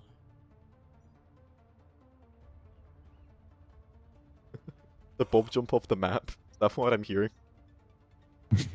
What? That'll probably be why I saw the Ash use Bob and I didn't see Bob. Wait, there was a Bob? Oh, Yeah, sorry. yeah. Apparently there was a Bob used by Vibin, I think. Or sorry, I guess I was in by the same boat. Fjordtro, and Bob just didn't exist. Oh no, he's taken out of pasture. Clearly, Bob couldn't take the pressure of Overwatch Junior League and decided to take the Bob let's call couldn't it the do something. unfortunate way by out. Humans. We're going to see Scar running the Rhine here instead. Oh, and a nice That pick onto Mojito from was a Vibin. nasty pick.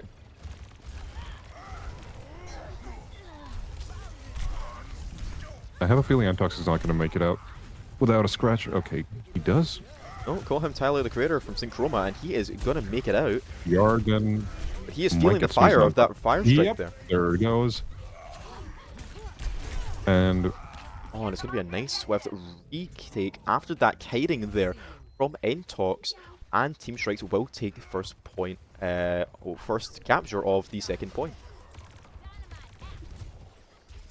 You see Humor's switch from the Flex he was playing to the May pick, which is going to be interesting. Hopefully they can see a bit more of that value. But I'm not sure exactly who they're going to try and get the value on, whether it's just the beam for Toffee Boy or whether they're going to try and wall off Entox when he engages. Got a couple options here. Yard goes down. Scar with a very deep engage is able to get Fjordtro, but it is followed up by Entox picking off Scar, leaving Kitsune's without a tank. And Humor is in a very nasty position. Vibin Can is they make hitting it out? nasty No, they shots don't. No, here. they won't. Holy.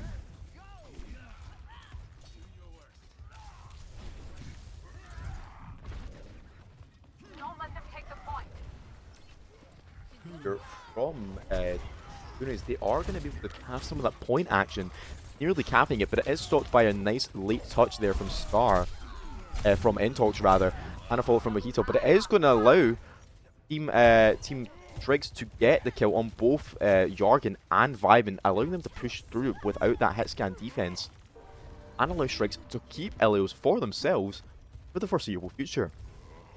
Honestly, I They think are they've held this point for cleaning so this long, up. it might start appreciating in value.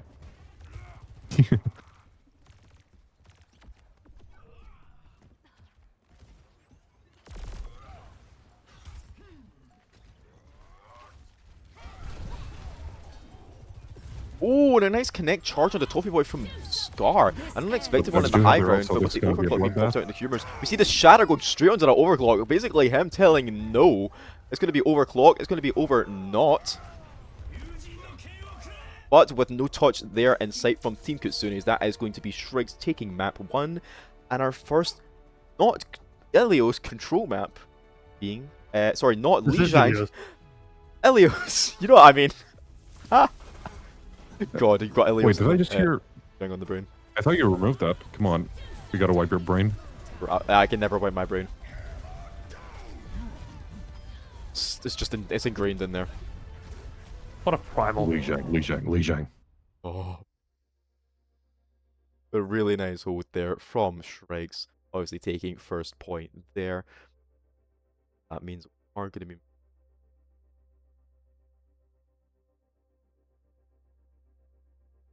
Are.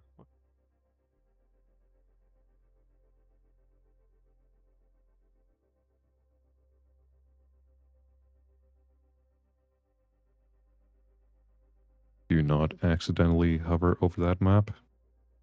I repeat. Don't want to reveal anything I don't want to be seeing.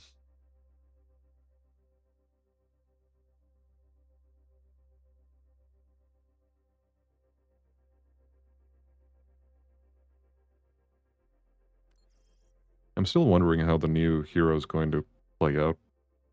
Well, they did say it was going to be a long-range skill shot. Obviously, the design from the character does give off very sniper-esque vibes with the sort of assault rifle. Not to mention the drone. Yeah, and of course, not So to they mention the could be a drone.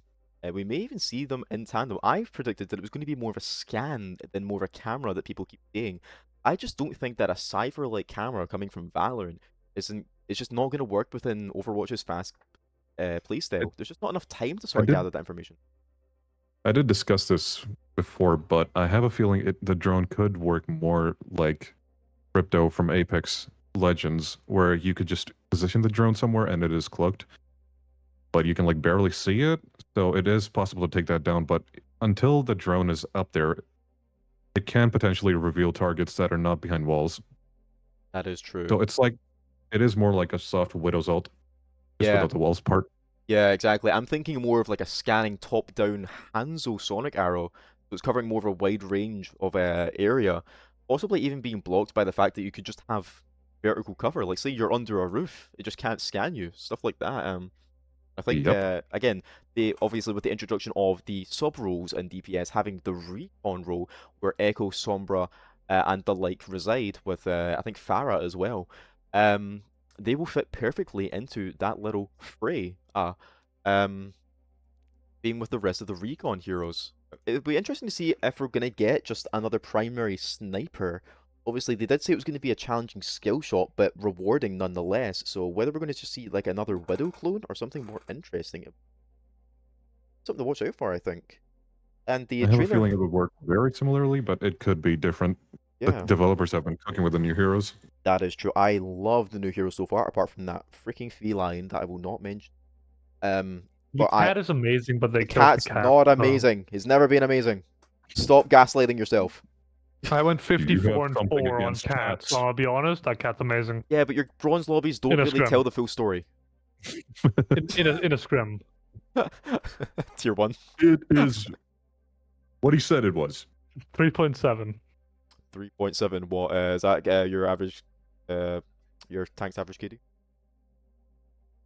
That took you a while and you stuttered. That's all you got. Hit me I'm with doing the bad. he stuttered. I'm quaking in my Yeah. boots. Unfortunately for you, Rain, stuttered, I however, win, you get stuttered. It's the Sure. guy playing That's cat. the equivalent of 9 win, dude.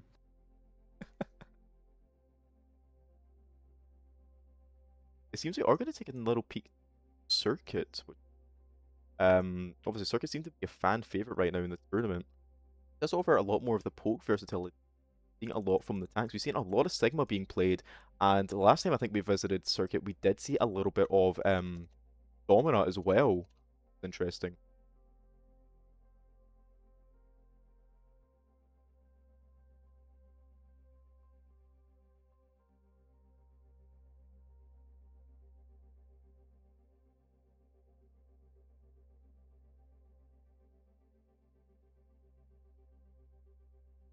So, what are our expectations for Circuit Royale? Honestly, Royal. not yeah, Circuit Royal. Instead of, I don't know why people call it Circuit Royale. Where I did don't that know. come It just sounds more natural. It does. It really does. But honestly, I'm expecting the exact same sort of playstyles that we've been accustomed to from the other matches. We're going to be looking for primarily that poke playstyle that's going to be strong on Circuit. Again, maybe with that Sigma pick that in fact Scar is adapted to. But we are going to see a Strikes ban coming first, obviously. Oh no, sorry, not a Strikes ban coming first. Kitsune's ban coming first because they did lose the last map and they did pick the map of Circuit Royal, and they are going to be using the Juno ban as their first. I was not Juno expecting that. bang.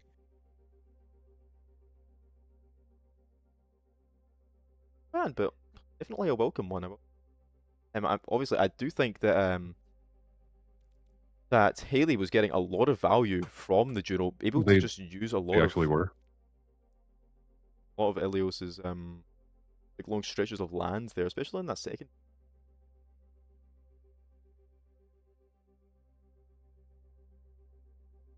are.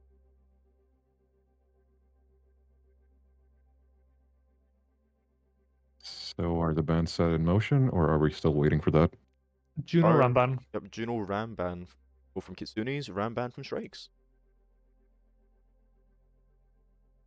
Juno and Ram. Strikes are loving their tank bans right now, obviously banning D.Va in the last one. Definitely. As long as they adapt, I think they can still manage to scrape this together. I think they have.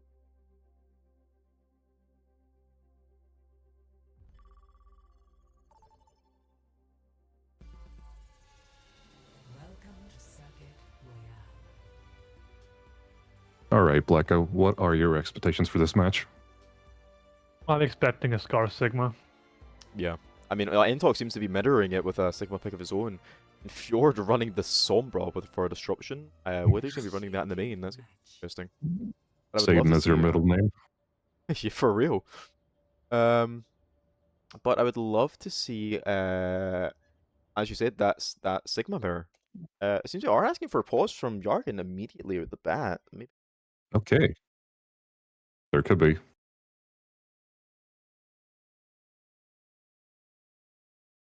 And apparently What they've got are the 130 ping.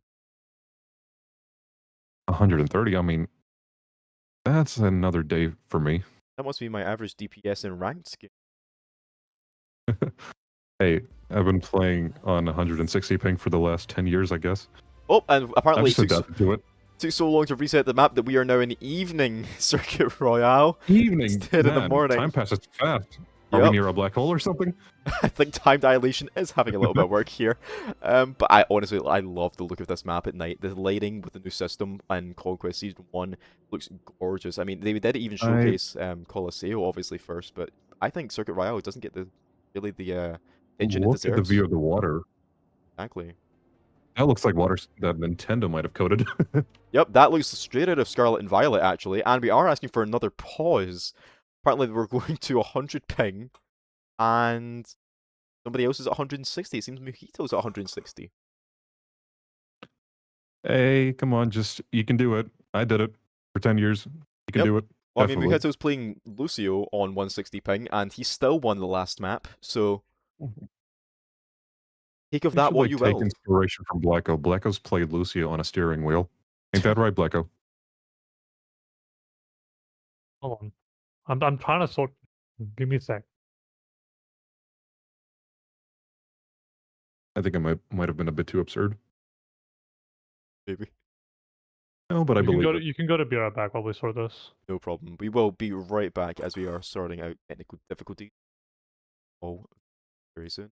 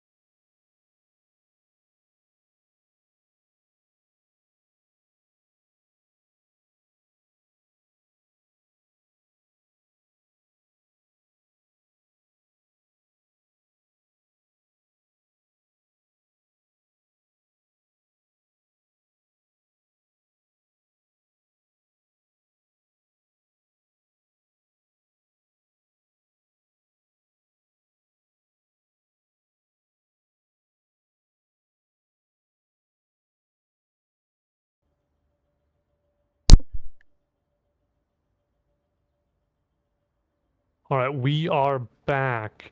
Some server settings, whack stuff. It's all sorted now. We're going into the game on circuit here. And we are about to see a Sigma versus Sigma matchup. Yep, I was gonna say Scar on the Sigma here is gonna do some damage. You know how Rain was saying Hog does damage in the last game? Sigma does even more of it, Scar. I have a feeling that Antox might surprise us this time around. I believe. I don't think Entox is gonna be bad on the Sigma at all either. Like I think he's I bet he's Wait. gonna lock. We will see Lovely and Jared still in spawn. Wait, was the Curie banned? I'm kind of a smooth brain. No, Lee's just Okay, slow. okay. The Lovely is not going to struggle for this because... Sorry, just Rain was... I see this Widow Okay, peek here from Coffee both Boy seems sides. to be waiting for some kind of a chance. Both Widows just trying to find each other right now, looking for a bit of a Fjord peek. looking for a pick here. He almost gets Humor. Widow comes And out. Humor goes down by the planet Rocking Rock. And we will be to retreat here if we are Kitsunes. As the picks just keep coming from Viben. No, not from Viben, from Fjord. And we get another pick by Fjord. Oh! Coffee goes down, punished by the rock there.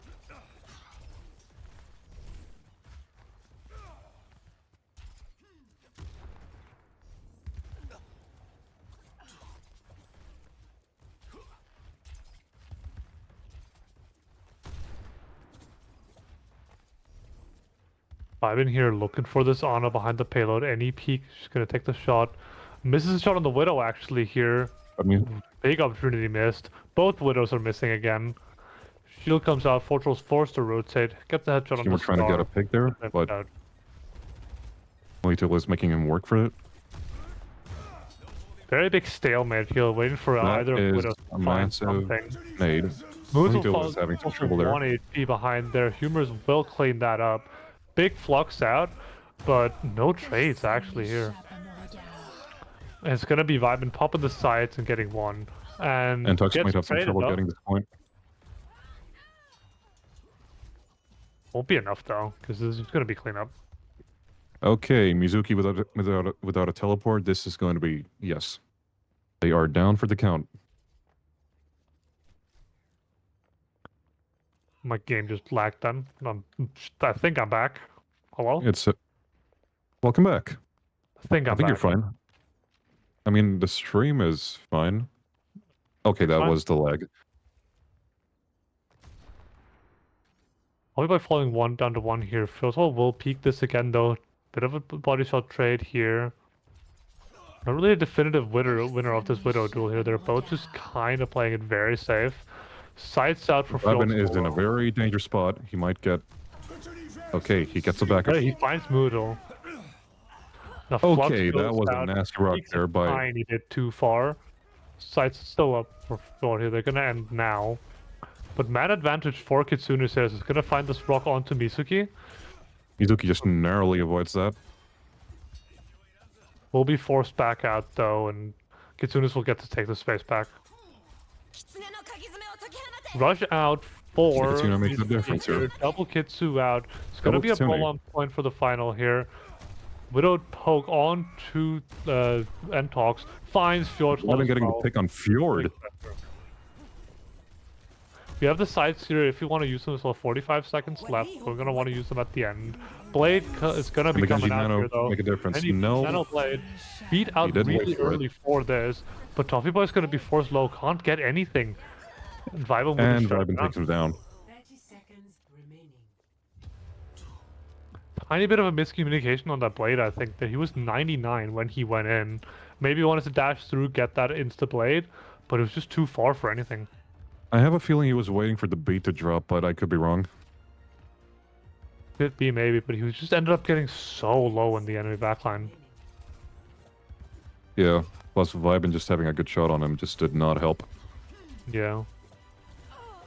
Filto finds Okay, the pick onto Fjord getting the pick on Viben. Vibin this Really time. nice pick And get here. another Gonna one. look for more Lovely, now. narrowly avoiding a haircut there. free range over everything. Entox with the flux, misses it. Blade out from Humor Shed. Lethal goes down. Entox is still trying to defend the point. We're looking for a nice This engage. is here looking from like a Nick, and struggle. He has all cooldowns. Okay, Lovely goes down. Lovely falls down. Jargon Though goes down. But I on think the Bastion is they are going to lock in. The payload has reached the check. almost had that full hold there, but the Toffee Boy Bastion swap, I don't think they expected it.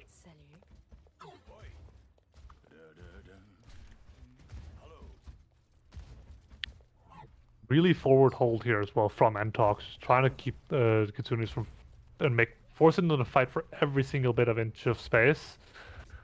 Just poking out the backline here. Shield all gone from Scar. He's going to be looking for a flux here though. Going to try to bait out this rock. Vibing with a pick though. Allows him to walk out even further. Jump shot Just from came out of nowhere. Fjord tried, but he's... shots. And Entox might go down here. And Entox is down. Perhaps a bit of an overcommit on that flux, but it will secure them the point and allow them to hold this forward position. That's what matters. Really nice pixel angle here from Vibin. Looking for like anything. Looking for the Kiri currently. Fjotl as well, looking for the other Widow. They found each other. Vibin pushed out though with the sights now. Finds the pick You're getting on picked the off. forward. Muzel in the backline, going for the red and Lucio play, but will just be taken out. And Vibin Vibin just got does sacrificed. fall in the meantime though. And Jargon And as we're well. just getting a lot of picks here. Humbershed should win this Bastion duel though, if they're able to. Ooh, should be able to get this Mega here. 60 seconds remaining. Toffee Boy doesn't not get good because it's But what he needs. Entox is making him earn that. Good shots from Misuki there to keep his Bastion safe. Moodle falls though. Short with the grapple shots, find nothing. Grapple shot now in turn for Vibin. Gonna try to find Misuki here, but no. No pick yet.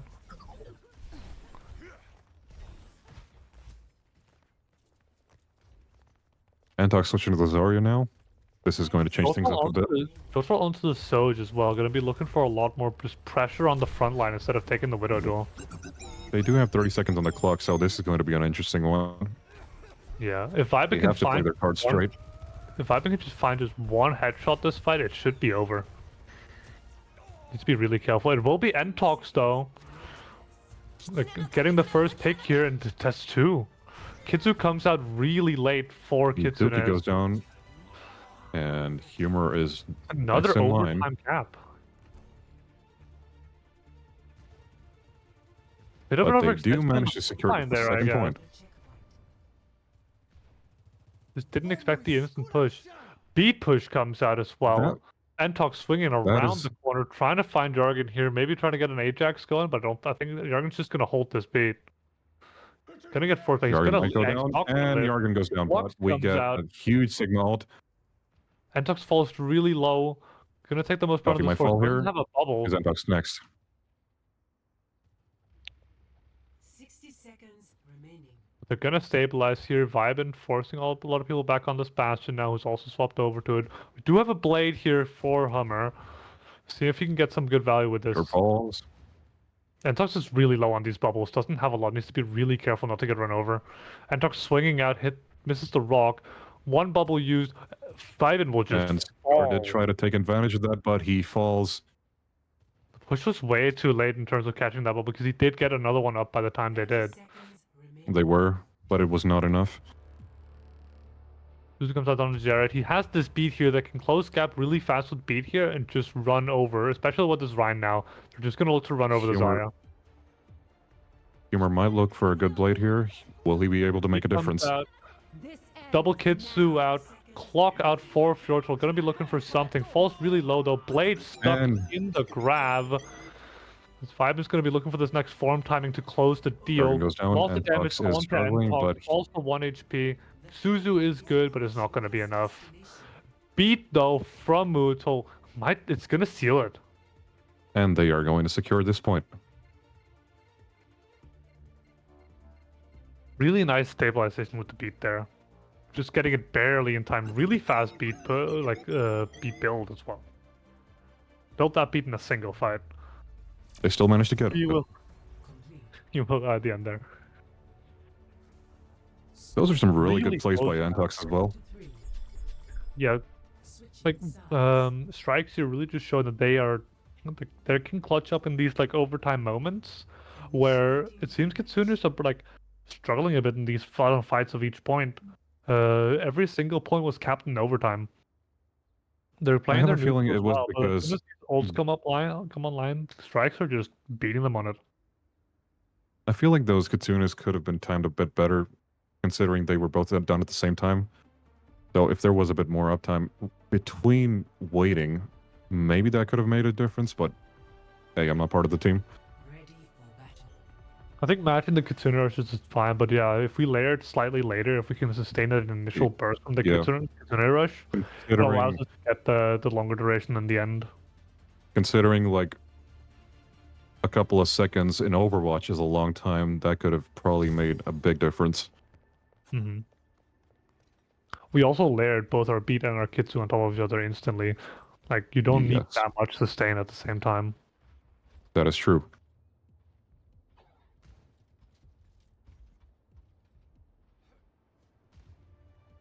Scar with the Orisa this time. 5, 4. Interesting pick here. I wonder if he's gonna stick it. He will stick it, it seems. Attackers incoming. Stop the payload.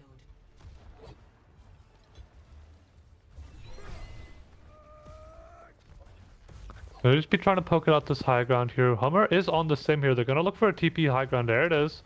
Put in their There it Orisa is. on top.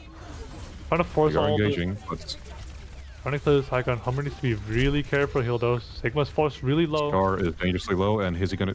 No, Toffee Boy gets taken down by the greed. Vibing on this Widow here, still just taking this nice angle. Gonna be looking for Mutal here, misses the shot. Oh, and Fjordal peeks around the corner and takes him out. Fjordal has some free range at this It's entire gone. point here.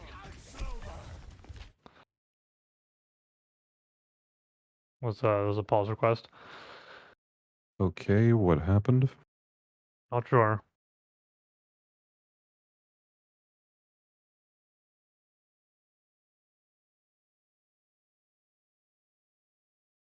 There's the DC. Seems like Toffee had a DC. Should be solved in a couple of seconds there.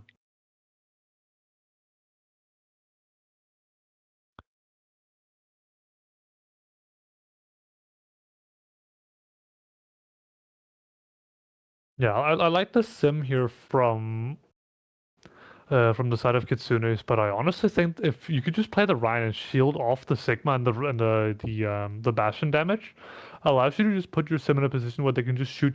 Where we saw Hummer having to like duck behind the stairs a lot, where he could have maybe gotten the Sigma kill if he was able to like full beam him the entire time.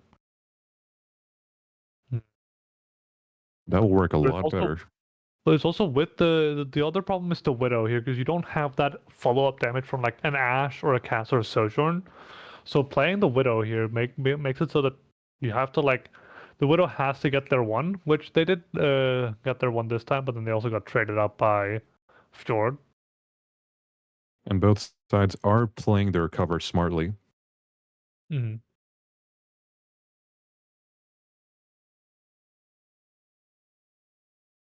And it seems Toffee Boy is back in the lobby.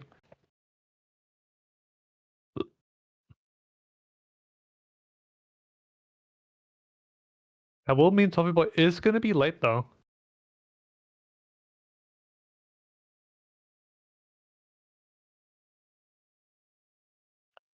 I wish I could recommend some elevator music, but I feel like we are about to begin. There we go, the timer. 2, Timer is 1. ticking. You mean business. To stop the payload. EP goes back up to the high ground here. Gonna be looking for some pressure out onto the left side here. Scar is on this Reinhardt that I was talking about. Maybe you heard me in the comms. Or like, Vibin is trying to look for... I'm with you. could look for a similar TP here, yeah. We're just gonna look to take the high ground. Clear off all this with the Rhine shield. Scar actually falls down and is forced to make this rotate again, or just force the card. It's just gonna allow Toffee Boy to just clean house.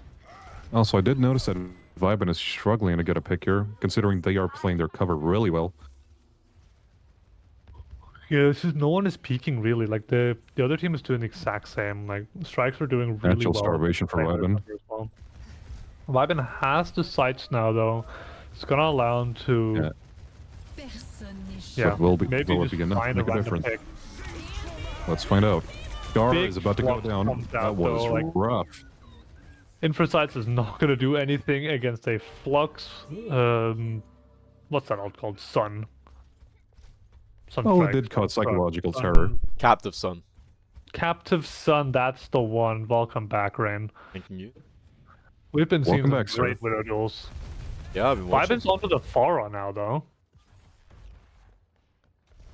Gotta be see if they can just poke and prod this high ground instead of just trying to take it directly then. Terror might work, but considering that Fjord is on Widow, this might go rough for him.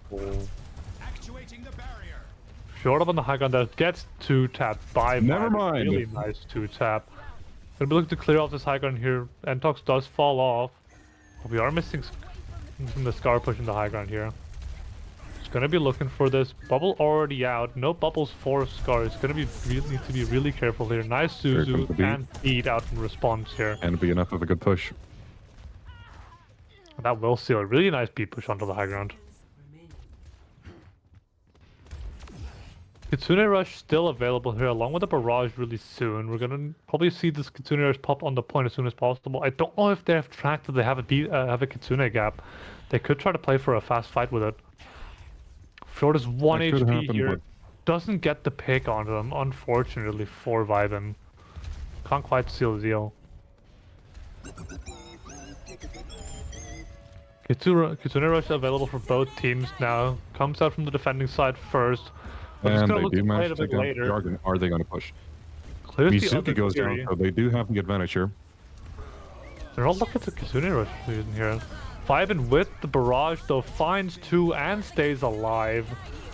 Kitsu comes out at the end. Even an overuse here from Lovely. What a play from Vibin And there. they Getting do the two manage with the to go take and this. getting the pull up in the other two. Really well done. Especially against Also the worth Bastion pointing out and that Green. bubble onto Vibin at the start there from Scar. Yeah, Bring our really coordinates solidified to those see. two goals and barrage.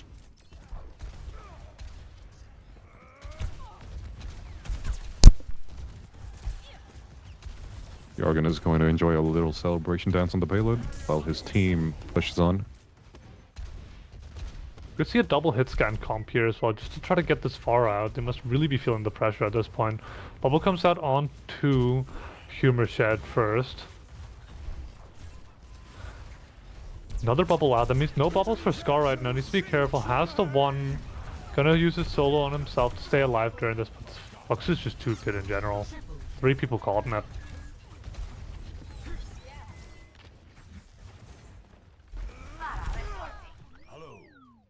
And a stagger onto Vibin. Grab available for Scar though. Could try to grab one of the other Pharah now, or even just like grab the Bastion after the Suzu's been forced and insta kill him. Could also look for a nice grab Reaper play to just get him maybe just a fantastic 5k. Bubble out early on to Vibin just to get that little bit of charge. Doesn't actually You do find have a any. Reaper ult incoming. Could this make a difference? They're gonna be looking for a grab Reaper combo in some form or another. 60 seconds remaining. And Toxfire is really low to this forest battle. That's the Suzu out. We can look for the grab now. Pharah duel in the sky here. Fjord will not win that. But the trade will come And here out. comes the Blocks the grab successful onto the grab. as he gets full pocket with Nano, and that's just gonna be Scar is alone. He's not going to make it out of that. yeah. The grab did miss the backline, did not pull them into it. If that had happened, we could have seen a Hummer Shed. Take the Reaper roll down on it. Vibin falls really low here, needs to chill for a sec. Filtro spamming it on his Pharah as well. Both these hit scan players who are now on Pharah, really putting in work. It is a battle of honor. We're gonna be seeing if they can get that play And here again. comes the Going for first it now. Mizuki being a bit late. This could make the difference. Second barrage There we comes go. out, it's just as big. And here comes the Flux beat. out. Beat is good though, and that will be Entox falling. Another overtime cap, it seems. Mizuki trying their best, but they do manage to take the second point. And Muhito Background has smooth, been but caught Lovely in will a very fall bad to it? corner. The stagger is good, but Well, he still Makes managed me die to there. pick off a body. another more die without a DPS fight, as they coming say. here. Reaper Tracer now. Ivan's gonna be looking for the backline really heavily here. As we're gonna see the walk onto high ground cleared with a rock. They heard her in beforehand. Bubble out to save Vibin just Ivan though. narrowly avoided that. Mer still has this this Death Blossom to put maybe just on this high ground. Could look for an aggressive play here if we swing around the left side. Just gonna force Carve for now though. Having this Reaper on the point though is gonna force. Oh, that's a And nice Humor combo. gets taken down, so there is no chance for the Death Blossom taking place. I was gonna say if you can live their initial drop from the high ground, it's a really nice just forcing them to close the gap on you by staying on the card. That was unfortunate.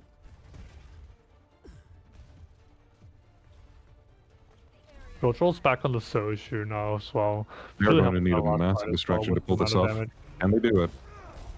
Oh, what a Ivan nice trying to make it to the way payload. play. He does make it. And he's getting chased down by Fjord. Yeah, it's gonna be a stall on payload here. Most likely it's gonna look like a clear here. It's 4 kills already. 4 strikes. They're gonna take the second map as well.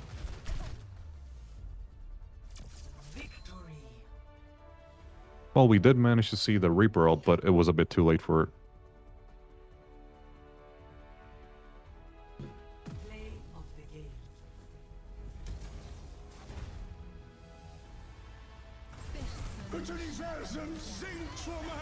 Yeah, this Flux was really good. You see as well, the Captain Stone was actually a bit of an overcommit there. Was that a 5k? Yeah, it was team wipe.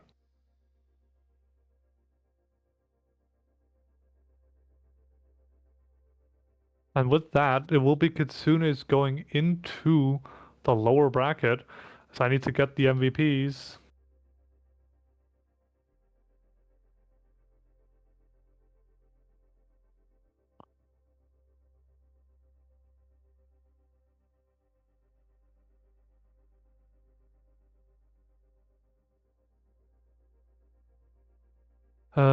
In my opinion, I Let's think hear it. Fjord Troll. I think Fjord Troll's flexibility here really showed. I think Vibin did a really good job of keeping up, even beating him in a lot of these situations. But I want to just point out how good Fjord Troll's flexibility was here to be able to flex between all these different players. And It was just a letting matter the- of a lot of mind games there. yeah. I want to give the caster MVP to Fjord Troll.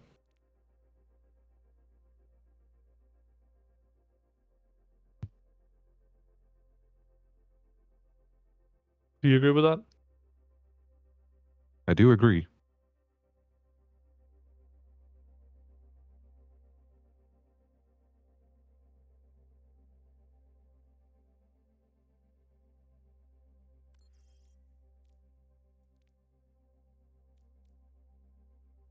Okay, I'm going back into the back to myself. Welcome That back to looks- Rain. That looks like a 2-0 win, 2 strikes. Not something I was expecting, if I'm being honest. I thought Kitsune really had this one in the bag, but it was a close couple maps. It seems like they were just really out-pressured by, as you were saying, our caster VP Fjordtro there on a really dominable hit scan. And of course, it was able to put up a good fight against the dominance that Vibin was even bringing with the Farah pick there on Circuit Royale. So we've all seen strikes moving on forward in our upper bracket, going against our winner of the next game, which will be Crusaders versus Assassins. And unfortunately for Kitsunes, they will be moving into the lower bracket Group 3, going up against the winner of the Snowballs versus Junebugs match later today, which unfortunately will not be unless we can fit them in at the end. But other than that, not much to say. Have our team submitted MVPs? I'm trying to get it right now, but Muhit thought that I said that he got MVP when I'm saying he needs to pick MVP.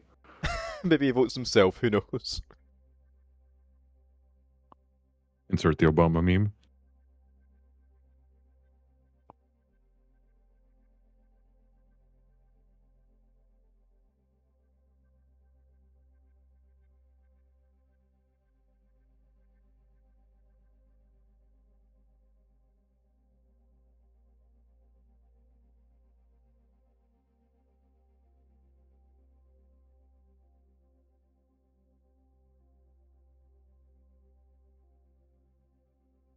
Vibe and MVP Honestly, is I what can see they're that. saying here. I can see that. Even just Muhit, holding back a lot of the team Muhit with wasn't the one that submitted it though, so I'm gonna take that with a grain of salt. Vibin The made tank. a lot of good The picks, tank. especially on Star. circuit with the punishes.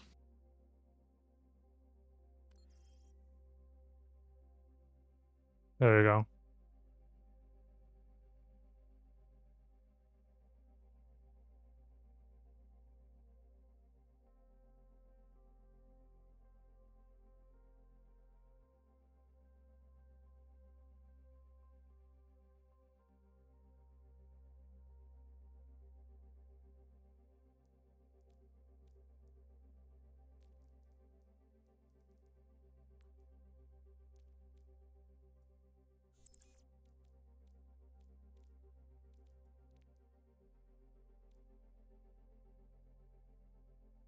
As we just sort through things here, I think we're just getting our next game set up, which should be Haters and Assassins. You do that. So gotta do some stuff. Oh, problem. Actually, Tiger, do you mind picking up the lobby while I change my OBS stuff? What do you want me to do? Just sort out the teams and stuff. Make sure that their bands go through. Make sure the map picks what it is. That's it. I'll look at it. You got it, buddy. I believe in you. I have no idea. What I'm doing, but I'll try. So Set map Elios. Get everyone in the lobby, then I'll be there when you need to do other wait. stuff. So map is Ilios, right? Oh, we're going for Elios again. That is Ilios. And what do I need to change? Nothing with the just the team names. Obviously, it's going to be Crusaders versus Assassins. Right back, so we right back, ladies.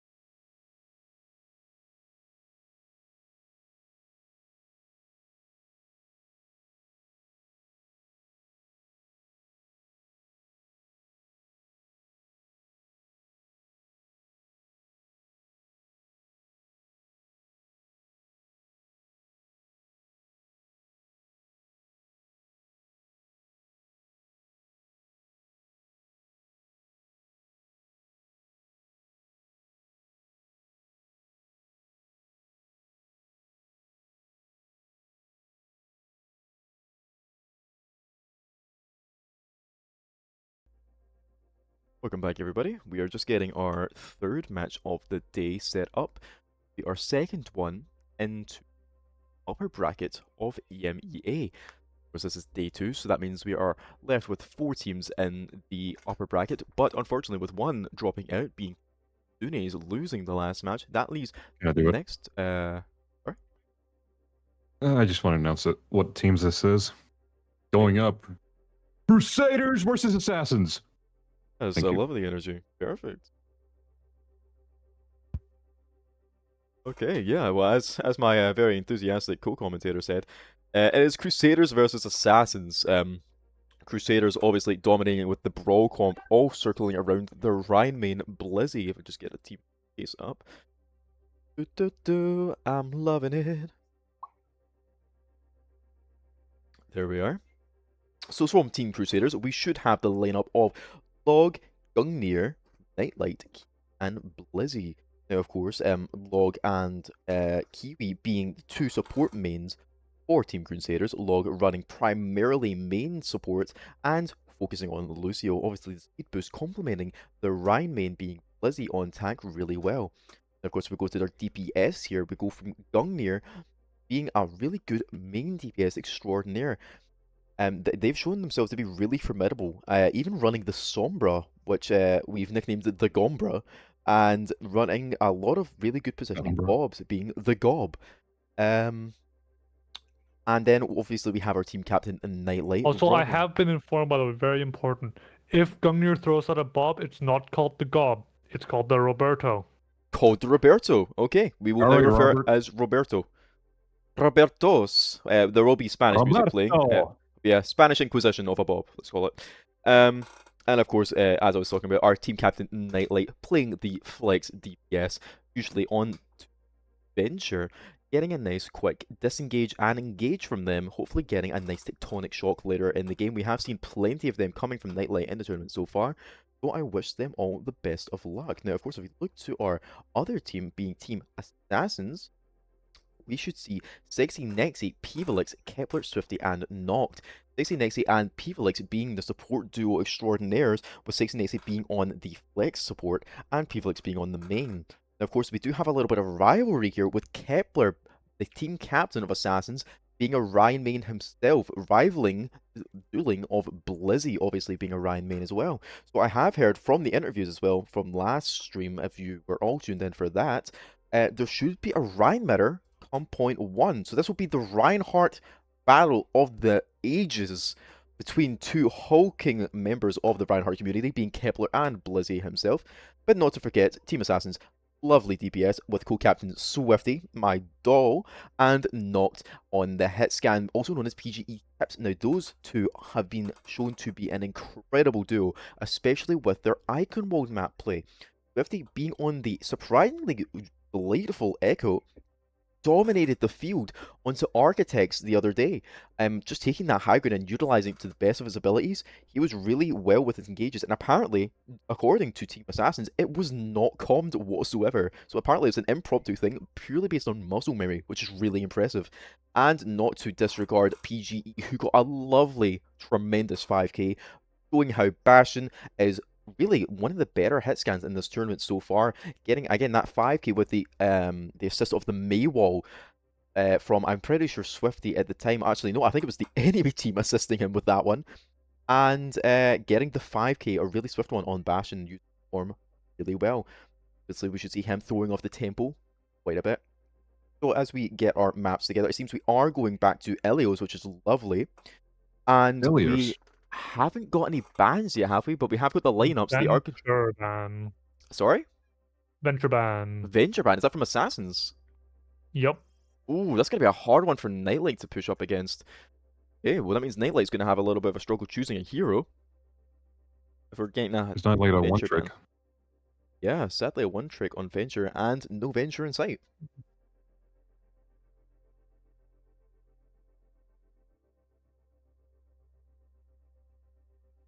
Don't have a ban yet from Crusaders, but they do seem to be running the primary lineup that was predicted with. Obviously, they have a couple subs with Morrigan being another one of their flex DPS.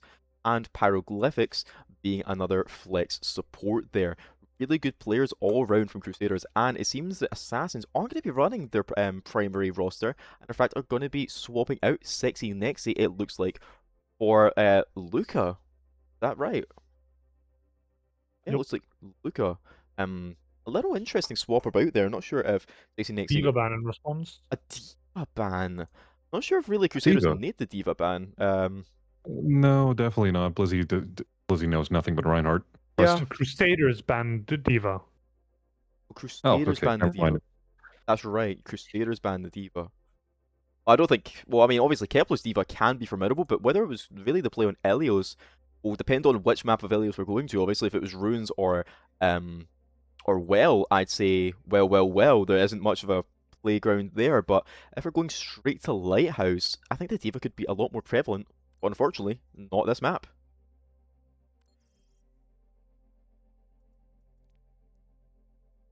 New gen rhythm.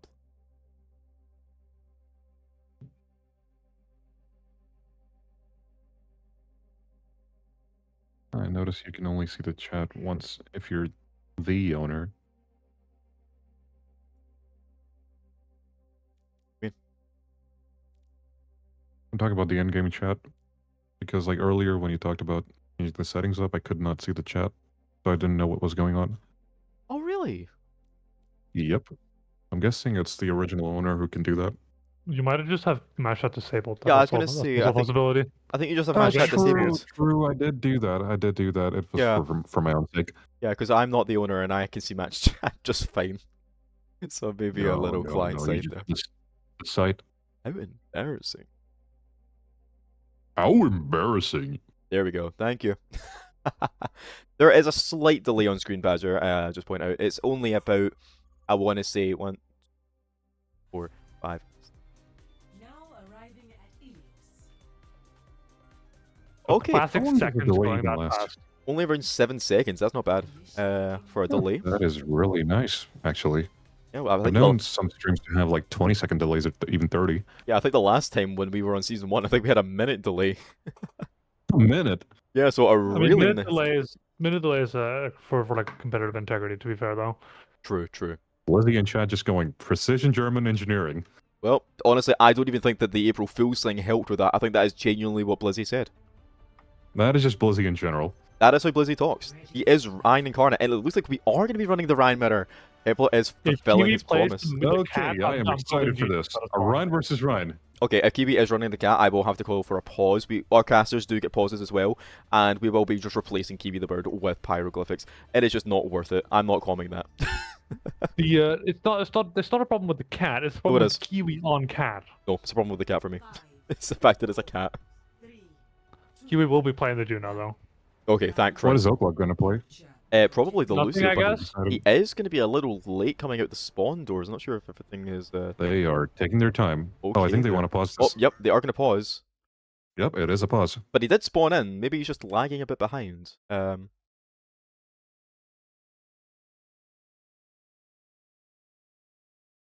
Okay, apparently he just was not here.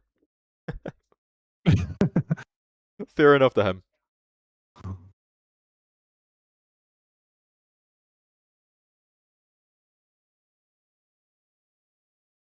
Oh, My Oaklog's parents. Oh no, not the parents. That's Just weird. 10 more minutes, please. Alright. Complaining about his waiting on- parents, but he called me daddy. Waiting on R from Assassins. From Assassins. Waiting from R from Assassins. Oh, right, just the R. That's fine then. Oaklog is ready. That's a good confirmation that he's eventually leaving the spawn doors. Eventually. Pivalix has confirmed. There we I go. think they are ready, so let's get right I'm, back I'm in into a group chat with the captains and the vices, and we're One. doing stuff there. Ah, okay. And here we are, ladies and gentlemen. Gonna see the Gungnir here. I don't have the crosshair on this time. Actually, might Going need to straight in for Kepler. Crosshair. Kepler manages to get out. Oh, we Can do he see make it? Kepler. No, not. Nearly getting tossed off the F by Blizzy Blizzy, manages just to barely block. holding on. And Blizzy's going to be the first to fall into the Rhine duel. He nearly won it if it wasn't for the help of Pivalix getting a Blizzy nice soul revealing have shot. been claimed this time. 50 absolutely executed Gungnir. As well. Then really You nice. should get out engage. while you still can.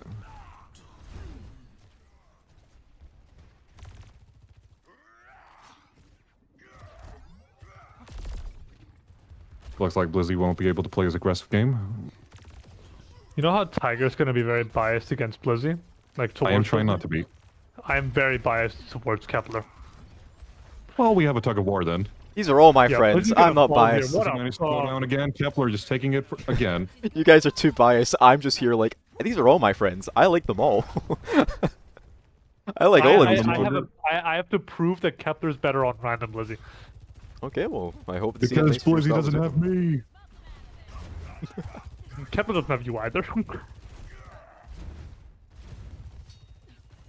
We're seeing a bit of a Oh, but let's chokehold see. here. Yeah, Peeve has his OC already. Oh, so- Blizzy doesn't know. Shatter Kepler's there. coming out. Shatter out from Kepler is going to Kepler. take the sneaking Shatter. One nice Chaos push is That back. is what we is call an Oaklog gonna make out of it. MVP. No, it was not Gungnir possible. will He just find- got a haircut right at the last second. Gungnir will get one trade though. It's on the Lucio though, so same respawn.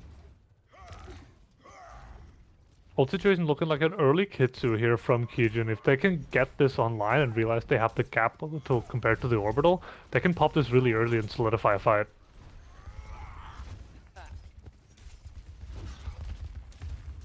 Junior trying to get a pick here.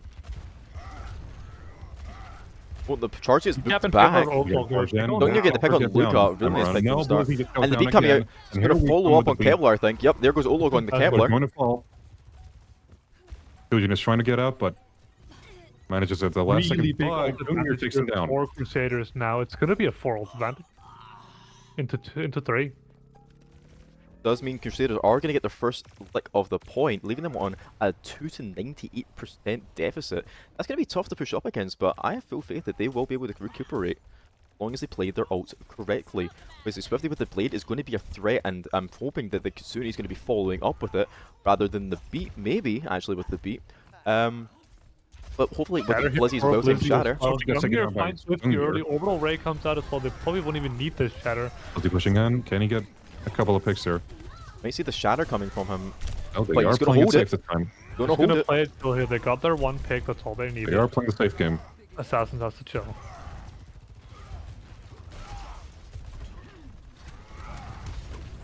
We do have the Okay, with the Roberto though Blade. available on the side We of do the have- gun as well. Dynamite Gung's out. Luca needs to chill back here. Kitsune Rush comes out. Bob There in we go with the response. mob. Swifty in with Blade here now though. All that Dragon Falls Blade, really but low. Swifty manages Massive to shatter. Oaklog. But it's just. But Blizzy's dead for it. He manages I'd to let take it throws down the with Blizzard Diogo. outside. Absolutely no one. We'll get And maybe a pick Kepler, of Kepler here. Nightlight be trying to Dragon avoid it, Blade. but he is going to get downed. Recharging.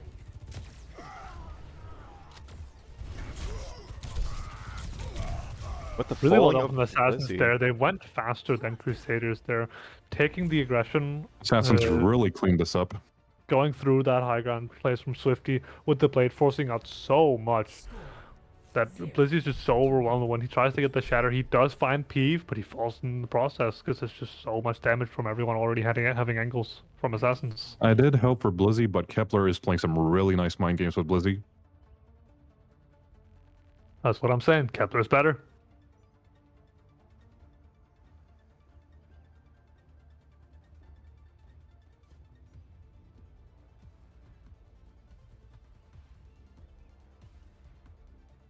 Nightlight switching to the Pharah. And Swifty going on the offensive with Symmetra this time around. It's mostly just for TP out of spawn. Capture. Yep. I doubt they're going to stick it. Swifty's probably going to go over to the Echo. Actually, never mind. Actually, they are sticking going to this. stick with it.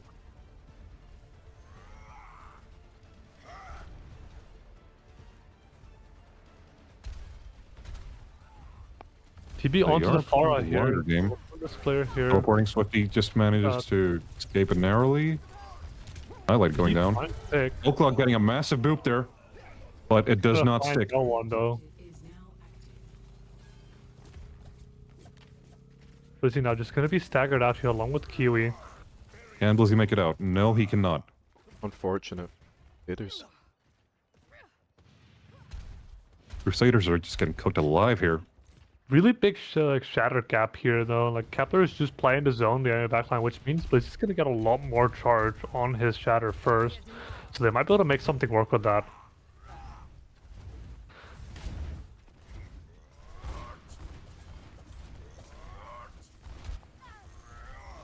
Nightlight Evil down Ma- 2 P really early. Nice shot from him as well. Starting to Does nuke he get another 5 million. pick? They still trade it. Is This is a Kepler going to very get nice down pick, here? though. This is going to be a struggle to get out of. He still managed to do it. Can he make it? No, he cannot.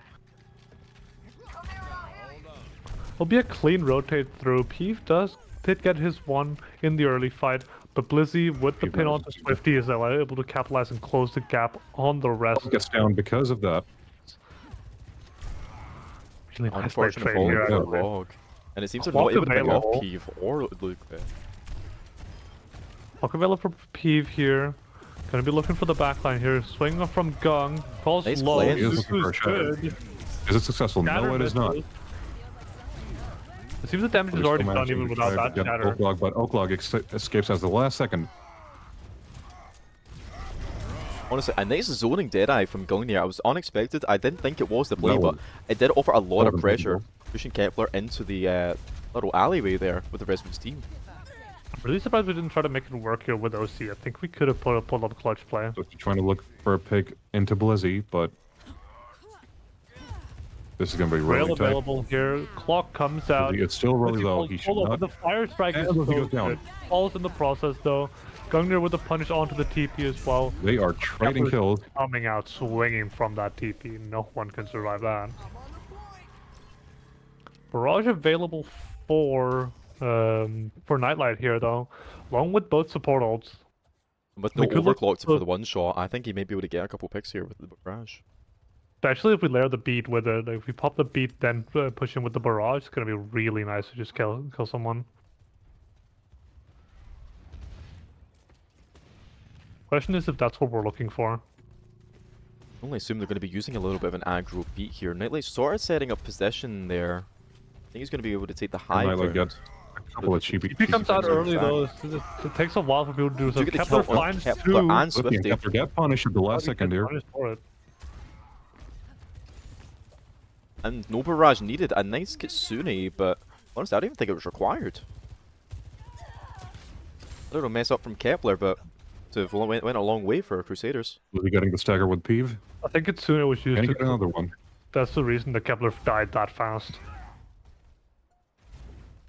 Swifty is in a very dangerous spot. With, again, Barrage, we've got Deadeye, we've got Beat, even a Shatter being built by Crusaders, and there goes the Lucio early beat. down. Junior takes down Lucio. We're going for the barrage. We are going for the barrage. It's not going to. It's only going to get a Kepler down. solidified kill on Kepler due He to the was trying sim to get it. shield, but I think it's going to be He's on enough. the point. Peeve on point here, just trying He's to do doing a stuff. 2v1, but manages to not win that one. Luca does go for a final hit, but with a Deadeye on going there, it is a solidified 0.2 win for And Crusaders. Crusaders. Really Take nice the next pitch back one. and forth. I think putting Swifty on this sim here, especially into the far is just really tough. They need to find connections onto the backline with these TPs to close the gap, but they're just not able to. And in that case, I think it's just a lot more valuable to have Swifty play something like the Genji or the Echo. Yeah, I was only expecting the Echo, just utilizing that high ground to its fullest potential, but we may see it here, obviously, just due to the fact of all of these big, long ledges we see on Lighthouse, but honestly, I can also see the sim working here, just purely for the fact of crossing these high grounds and getting the advantage of taking Crusader's side. Well, Sim Swifty wants to definitely play. work here, but it depends on how they play it. They need to close the gap on Oaklog and Gungnir. It seems they are going to be running the sim still. An interesting play Still in from the Swifty. run for Kepler.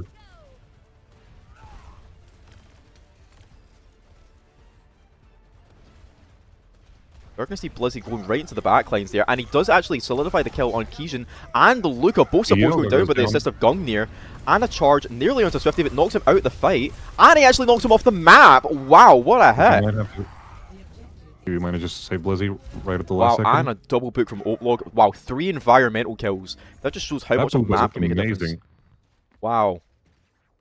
And it's going to be a lot of ult charge for Oaklog, obviously already being at 40%, on par with his Ryan Shatter, for a really nice beat later on in the fight.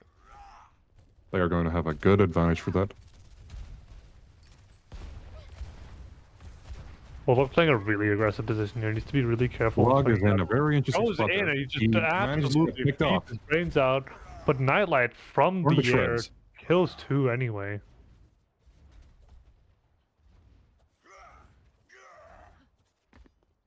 You see, Assassins actually switching it up a little, putting the Swifty on the Genji rather than the Sim they were trying to work with, and swapping obviously Luca from the Lucio onto the Juno again, trying to utilize those high grounds as I said before, but it's not going to matter as he gets charged immediately, and he's going to get the knockback kill on Pvelix. Blizzy with a really good charge, again getting another environmental, not from the slam, but from knockback. Nightlight looking for a cheeky pick there, PC but might have too good of a gaming chair. These pins are not adding up.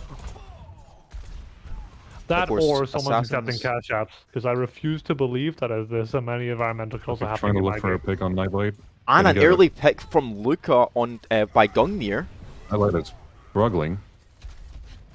I mean, that's Luca Nightlight got is Royal. out first in 3 fights now. Kiwi returned, but with Kepler falling Blizzy, it looks like it might be a point cap for Assassins, unless Kepler can keep up, but he's not able to, as Nightlight's putting constant pressure on him from above using the Farah pick. A With really the nice pick. low while getting chased down.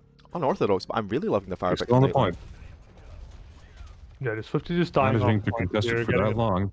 Yep, getting Yeah, up to but- 41%. Honestly, a really good performance from Swifty there. This clock here needs to be big though. Definitely, but with the beat still up, it's a question of whether it's actually going to get the pick or not. Blizier is going to look for a shatter here. Like trying to get that early pick again, hopefully onto Luca or onto Peeve, but he doesn't seem to be able to. Blizzy going a bit far in, baiting in Swifty. Swifty is in a very dangerous spot. Yeah, he's going to exit with the deflect, however, which is really nice for him. We see an overclock popped here on the high grounds. There it is, but with the beat following up and the barrage from Nightlight. What a slamming barrage. That's rough Diogo for trying to Team get up, but Assassins. Nightlight gets the kill. God, That has clearly. really been showing up in this match here. Yeah, clearly Nightlight's not letting that venture ban really hold him back at all. And utilizing the Farah. Wow, that was, what, a 4K from And him? Swifty gets claimed. Yep. Really nicely done. Wow. And the Shatter seals the deal There's the from shatter. Blizzy onto Kepler, meaning that Ilios point 1 and 3 are going to go to Crusaders takes the win. Wow, really good from Crusaders there. Oh, interesting spectator nonsense there. And Oaklog, Yeah. honestly, he might get it for the double boop here. And honestly, I honestly think it's deserved. Getting that point 1 really early with the boop on Kepler. Oh my That was a god. majestic move there. Yep, Oaklog celebrating that Happiness one. here. And I don't blame him at all. What a pick, specifically on the Kepler tank there. I really think that while Kepler may have won the Rhine duel, I just think his team was being let down, obviously with Luca getting picked off quite fast in the early stages, and obviously being one down, they were just at a disadvantage for a lot of those team fights. Yeah, I think credit really goes to the Crusaders DPS here. They did so well. Definitely. I mean, Nightlight being the absolute star of the show there, getting the 4K and the double with the barrage. His barrages have actually been pretty consistent, getting obviously the kill on Kepler with the last one on Well, and the double kill with Kepler and an overdrive, the overclock coming from Peeve there on the last point. It's really impressive gameplay from all of them all round.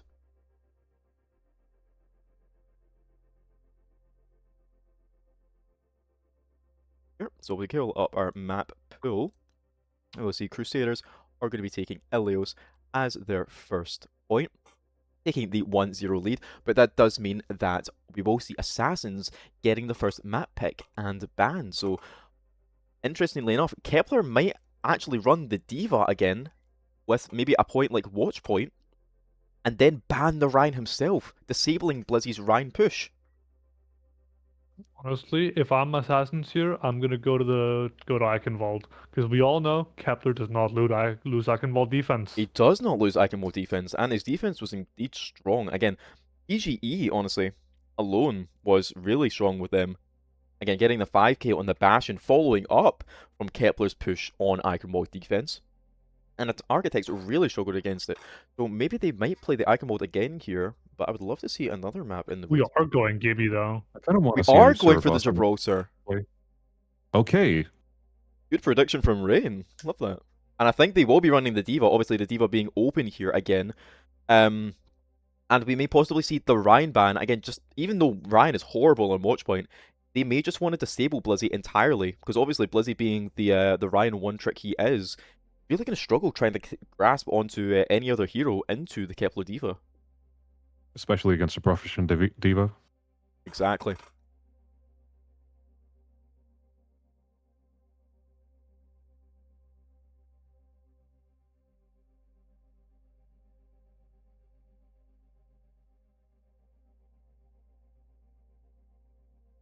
Hello, Rosie. My dog making an appearance, sitting in the sunlight. Wipe your nose, hen. Ah, who cares?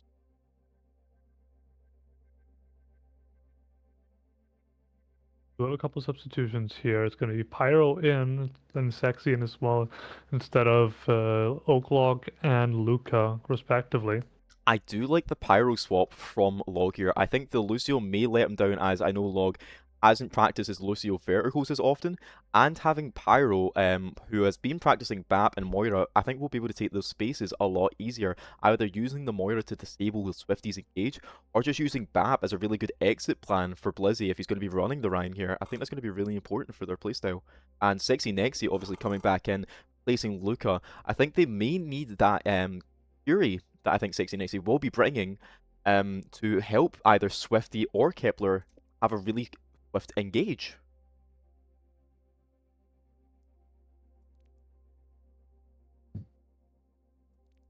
Seems we haven't had any bans yet. We should have some shortly. I think Assassins are just discussing it. So they have a couple options. Personally, honestly, they may want to get rid of the Pharah, knowing Nightlight's game plan last round, and showing his dominance. Ban. A who? I agree with that. Why we? Banning the Ashe on this map here for Gungnir. Oh, for Gungnir. Honestly, not a bad shout either.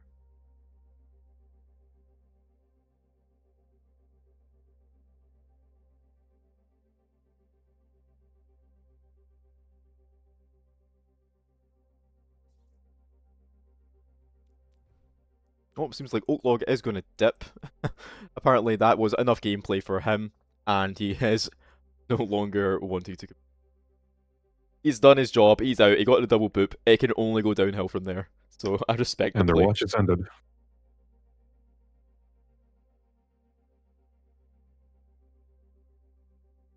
Oh, he just got disconnected. Oh, he just got disconnected? Oh, never mind then. He shall return. His watch is not ended. Nope, we may see And another a double Curie boop. ban. The Curie ban. Oh, okay, interesting. Because that's from Oh. Crusader side, right? That's some Crusaders, yeah. Interesting they're banning the Curie while still running the QE. I wonder if they're going to be running the Mercy here instead, or maybe they're going to be running the Juno. Obviously, Kiwi has been practicing their Juno gameplay, but it'll be interesting to see what they do here. I think the Curie ban is really going to disable Assassin's push. As I said, I thought that's what Sexy Nexy was coming in to provide, but I guess not this round. And welcome back, Log.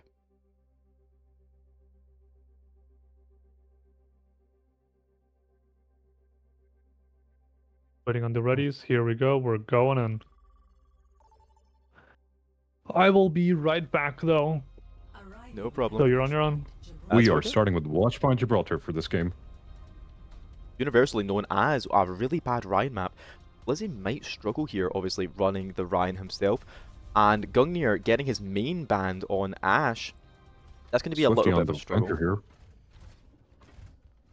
Yeah, Swifty on the Venture is an interesting play, honestly. I don't see Swifty play Venture too much, but he has been practicing a lot of those flex DPS we have been seeing. And we're asking for a pause as Peeve has disconnected. We have a pause. We have not Start even game made mode. it to the start of the game.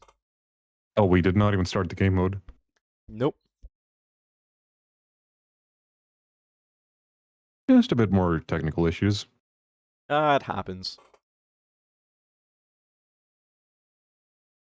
I just blame the guy with the cute profile picture. Oh, me? Yeah. Oh, wait, don't... No. You're an easy target since Yeah, Black was not here. That's fair. I'm back. Why are we paused? Alright, Peeve gang up on disconnected. Blacko. Gang up on Blacko, 3, 2, 1. Count me in. I'm in.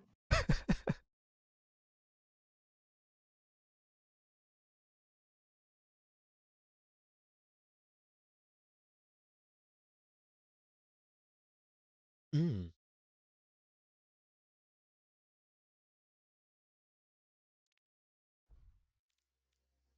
Brought back shortly. S- Nightlight is screaming to let him in, but he's already in the team leaders. You can't be replacing an assassins. That's what I'm trying to imply. We may see a little shifting around. Maybe Keith into DPS if Peeve cannot come back, but filling in for again. But hopefully we should see Peeve return very shortly.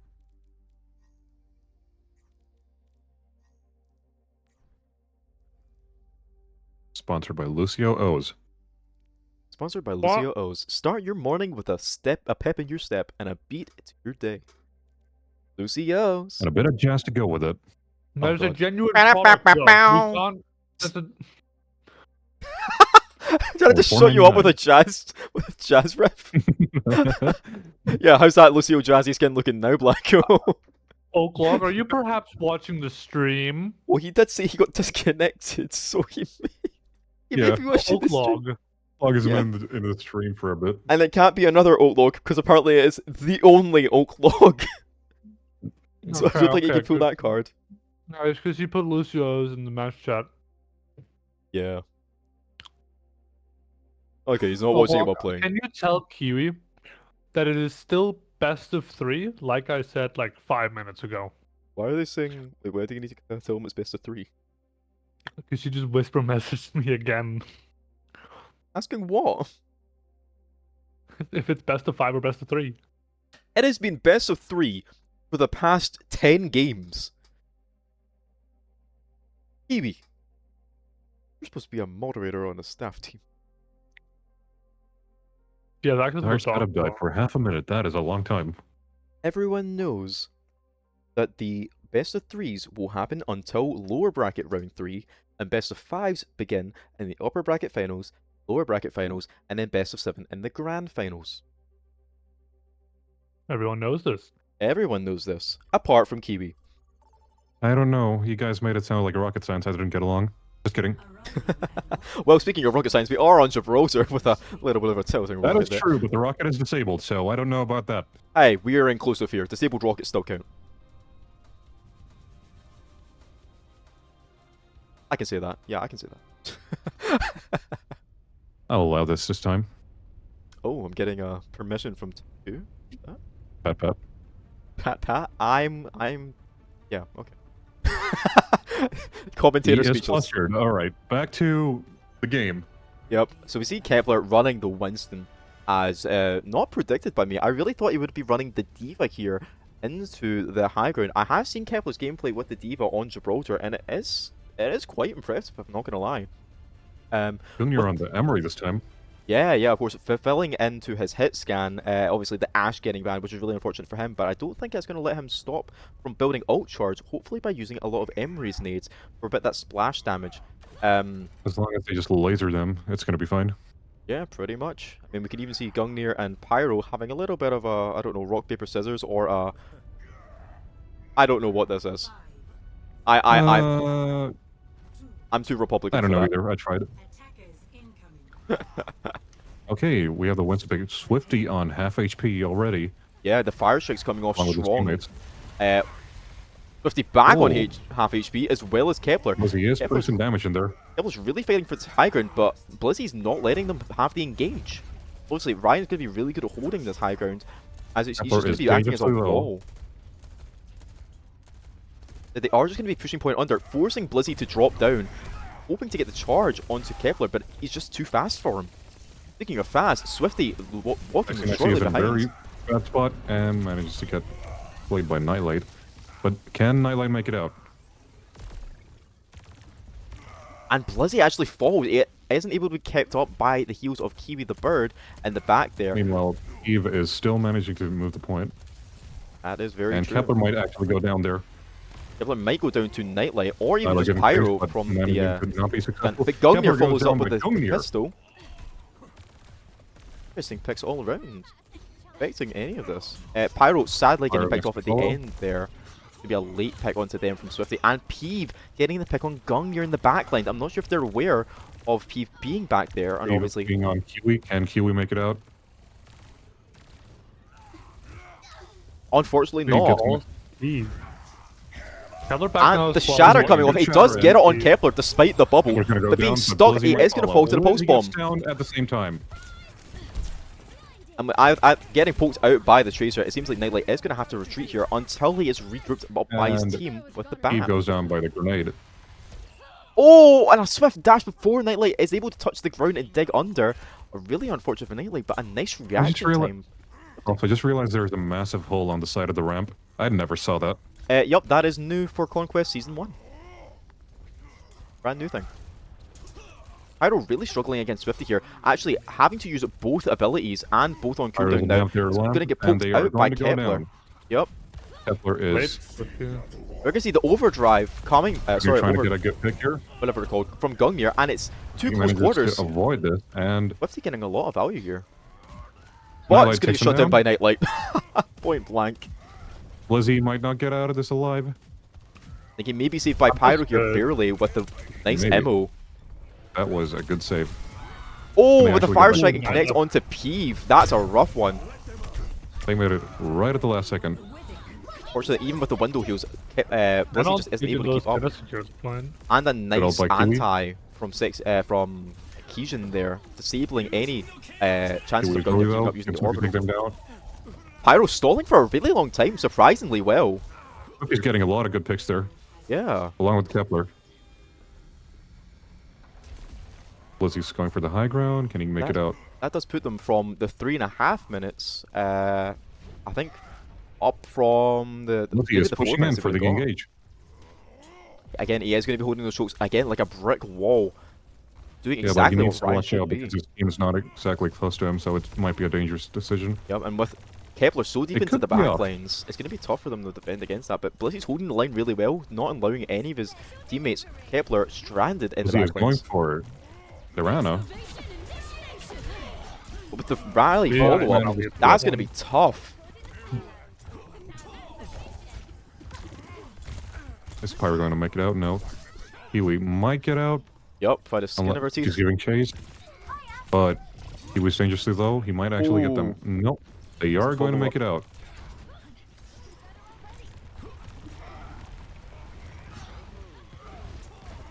They need to touch. Okay. They do get Can the touch. Blizzy live long enough to get a shatter And we in? do see the Deadeye into the Emerald field, kept up by Pyro and We got- Kiwi. And we do see this connect onto Peeve. And followed up by a 60 Nexi pick. Not bad at all. It's only Swifty's still Swifty holding in the and back though. Kepler. They need to get that Swifty pick. He's causing too much danger. They do get Need the to pick get on back on Kepler, point. and they barely touch with 0.81 meters left. Are they Swifty going to trying get Swifty get pick? They Blizzy, but fails finally that. get the Swifty pick. And the Anna fire strike goes in. Nice long range from Blizzy there. But honestly, I'm really surprised with how Swifty's performing here. Really well. Despite his team falling, he's surviving for a shockingly long amount of time. I mean, we even saw And on he's putting in Elios. a great amount of pressure as well. Like it all. to go with it. So the guy might be good at the game. Swifty just might be him. He might be a white boy goaded with the sauce. Indeed. Nightlight barely punch managing Nightlight to there scrape for by. him. It's going to be a tough escape for Nightlight, obviously going up against the Brig and the Tracer. Nexi But he's can going to go get the down. pick on That 60 might be Nexi, no problem. And on Goes Kepler. down by Nightlight.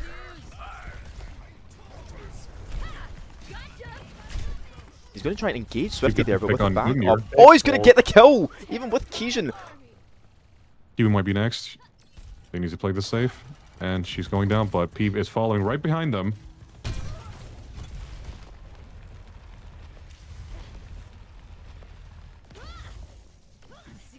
Nightlight being as slippery as ever. Escaping Kepler with Kiwi getting a nice pick on Peeve at the end there.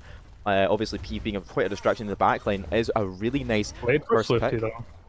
We do have Blade for Swifty coming up. We We're may see being another on the one of those highest big Swifty ground. plays. Maybe even a Nano Blade coming from Kijin. It looks like they are setting up for the Nano Blade. Swifty is waiting for that. There it comes. There we go. And it's going to go straight onto Kiwi. And that is a good lamp. But Then it it's a was not Pyro. enough to make a difference. You got a 3k by Swifty. And there's going to be a followed up kill onto the Blizzy. Getting a nice swift team kill. Other than Nightlight, who slipped in the back. And they managed to Team secure Crusaders. the next point. Yep, with no touch from Nightlight, they are going to get next point on Gibraltar. My A really life. nice well play from Dagger Swift. here Tyler's as trying well to be for like, it. have to shit him out. A game-changing play from Swifty. Very well played. Blizzy is going to go for the high ground play on Ryan, an interesting one, but he doesn't have the teammates, it seems, to hold it together. Gungnir obviously holding down the main, and the rest Maybe. holding up the bridge. I'm Pyro's off going to be Kepler. poked out. It does offer a nice distraction, but it won't last long. Nightlight Swifty getting a gets down nearly by kill on Swifty, Nightlight. and the Shatter following up onto the Primaling Kepler. It's going to time Kepler out the manages rest of that. to narrowly get out of it. Sexy Nexy might be able to take Blizzy down. No, he gets the health back at the last second. Oh, actually. That is a was really Oh my god! That 60 Nixie kills Blizzy in the duel! Crazy! was insane. Well played from 60 Nixie, using their distance to their Nightlight best advantage. might have some trouble here. I trust in him. He can get out. Oh no, not with Keishan on the field. God, call that man Chris Kyle. Gungnir on this high ground though with You the might high actually get Oh, a couple of picks here. the early pick on Pyro and Kiwi, that's going to be They have rough. to remember that they have a shield. Oh, they managed. He's also down to 1 HP. Gets Shield him won't down. even matter. Wouldn't even matter. Nightlight, can you get out? No, they cannot. I think that's 3 times Nightlight's been staggered now. That's really unfortunate for them. We They do are going to have have to go for the final touch a here. window incoming as well as Nightlight Salt. Can that make a Yep. difference? I don't. Well, there goes Valley the just thrown window. onto the window there. No With the value. blade coming Yeah, out, it's going to be tough. Nightlight just stopped it. But it's not enough. Not enough. They go down, and And the team the call on to third point Crusaders is again. theirs. Unfortunate for Crusaders, but very well played by Assassins. Again, using that dive to their advantage. And Kepler using a really good use of space. Not to mention Sexy Nexy 1v1ing Blizzy on Ryan. What an I upset. have a feeling if Crusaders had a Symmetra to go along with the Ryan pick, that would work out much better for them. It was just a Maybe. bit sad to see Blizzy struggle with that. Maybe, honestly. Especially with this first high ground on attack, they might consider running the sim, but I don't think anyone's practiced the sim particularly on their team. So it will be just a decision on whether Well, they want to play with comfortability or whether they want to play with what's effective. Well, something to think about for, team practice. That is true. That is true. They are in the upper brackets, so they always have the option to come back up from the lower brackets, even if we see a dropout from Crusaders or Assassins.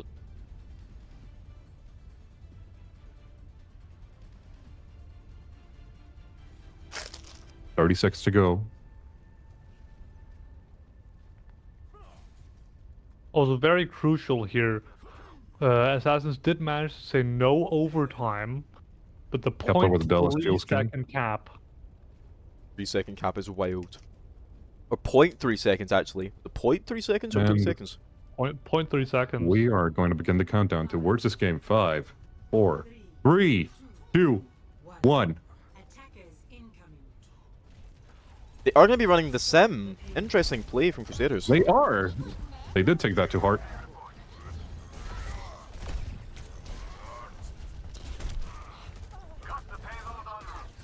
Blizzy's caught in a very interesting spot. It might be bad for the Moira if the Diva pushes. Yep, Pyro might go down here, but Blizzy manages to make a last-minute save. And Kepler is going to go down here. Really unfortunate. Along with death for Swifty. Kepler. He may be able to regroup with his team though and get a remake, but he Yep. isn't being I picked kind up of in the baby expect diva form. Kepler to get away. Kepler not to get away, but Oh, and it's not a pin from Blizzy. He's going to put Kepler in the room. Kepler Very is low just behind. circling them around. Blizzy's just playing tag with Kepler. Oh, and he does and get the that was a bit of remake. damage. Wow, really well played from Kepler, being very slippery, not allowing Blizzy to catch him, Finally, and a Sexy makes it down. very narrow dodge on the charge. Also, that you see that fire strike just not land on Peeve at the last minute because Kepler just made a really nice save. It really was. It was a really nice DM.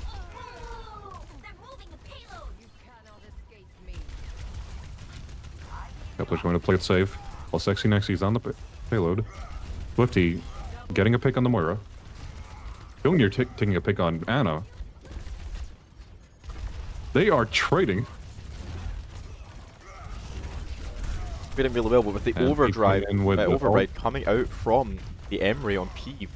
be tough for Blizzy to hold, but he is But- building Shatter if he can keep up a little longer. The bomb being popped off by Kepler. No Result. shield. Shield broken. And it seems they are going to They do be able to manage cap to first take it. point. 4.5 minutes to spare is nothing to scoff at, especially running a brawl comp into that high ground against a diva. That's a tough one to cap. If they've been able to make it work.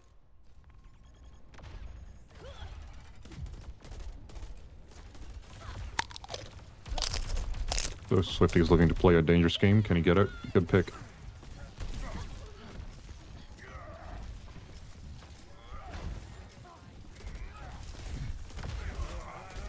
Junior might be in trouble here. Managed to go down. Blizzy is getting slept.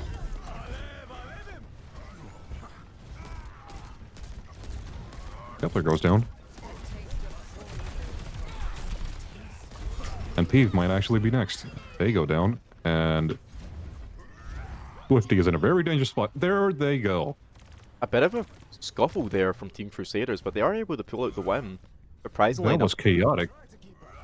They were like scattered like fries like everywhere, but scattered like moths. That's just, yeah. Yeah, exactly that. I mean, speaking of moths, we might see a little bit of a fly swatter coming out here from Swifty soon. We do see the engage with Nightlight popping the Tectonic Shock in the counter to the Nano Monkey, and it is able to get Swifty Nightlight before the is blade. ending that. So there was that fly swatter you were talking about. No fly swatter here. It seems the flies are going to revolt, and they're going to pick off the Swifty before he can even get the blade out. It is going to cost Team Assassins the And Nano, they however. have a 4-minute lead so far. And they make it Crazy count. plays. Swifty on the high ground.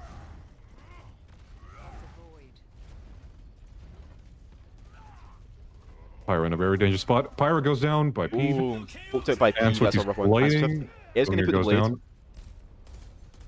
Swifty only manages to get one pick. Okay, Kiwi goes down next. That leaves Blizzy alone, but And Blizzy honestly, is trapped. with a 4-minute lead, cornered. I don't think they have to worry Yeah. right now. Did you see that boop on the charge? That was Swifty rough. narrowly avoided that. Yeah.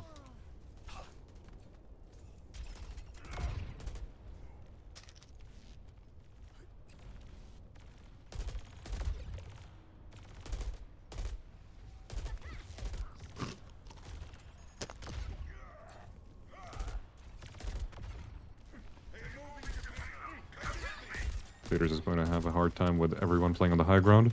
Blizzy's going to take the high ground. Can he get a good pick? Steve goes in for the ult. Kepler is in a good spot. Blizzy is chasing, but Oh, and That's nearly not gonna picked work. from Gungnir. Swifty Nearly getting a got pick it from onto Gungnir. Keith, but he's just not able to. Nightlight trying to take on Swifty. Swifty might actually go down. They are playing a very dangerous 1v1. Very nice duel of the Flex DPS here. Although Swifty is going to Swifty regroup with his disengages. team to engage on Blizzy, who will actually fall to Kepler, getting his primary fire through his shield. And it seems they are going to go all in on Nightlight. I don't think getting the pick, as it is going to be a little bit slippery, going and regrouping with his on. That is another minute down for Crusaders. Obviously, they did have the 4 minutes to start with going into this third point. But now they are nearly halfway done the time they have remaining. They're going to have to focus up here and push on that high ground. Blizzy might actually go down here. Blizzy And dropping that again. was an unfortunate pick. Junior might be next. But we have an ult by Kepler. Yeah, primarying in the spawn, trying to get some late picks. He is going to get And stunned, getting scattered right at the last second when he could have escaped that. Kepler and goes he's going down. to fall. But not They without might some picks from actually have a fighting Assassins. chance here. Bear in mind, Swifty is close to another ult, so this could change a lot. That is true. We also see Swifty's Gungnir known to with get the good overdrive. Next getting it, going in. And there it Taking is. Reinhardt Kepler's place. Going to see one. Right Going to see here. two on And Swifty. manages to go down. And he's getting melee killed by Kepler, but 16S is going to fall in the backlines to Nightlight, who's still got Kepler's in a bad Tectonic spot, Shock. but he might- With Kepler the only one remaining, I think this is going to be a really bad stagger if they keep it up. He was trying to go in, keeping Kepler at bay. We're going to Nightlight see a goes kill on down. Keishan, but Keishan's going to take It Nightlight is a with him. trade-off. Kepler going in. This is looking complete. Is the overdrive going to help? No, it is not. And they secured the next point. With 2 minutes and 19 to spare on top of the, was it 0.3 seconds Assassins were leading with. That's a big Assassins difference. still managed to make them really work for it. Initiating match.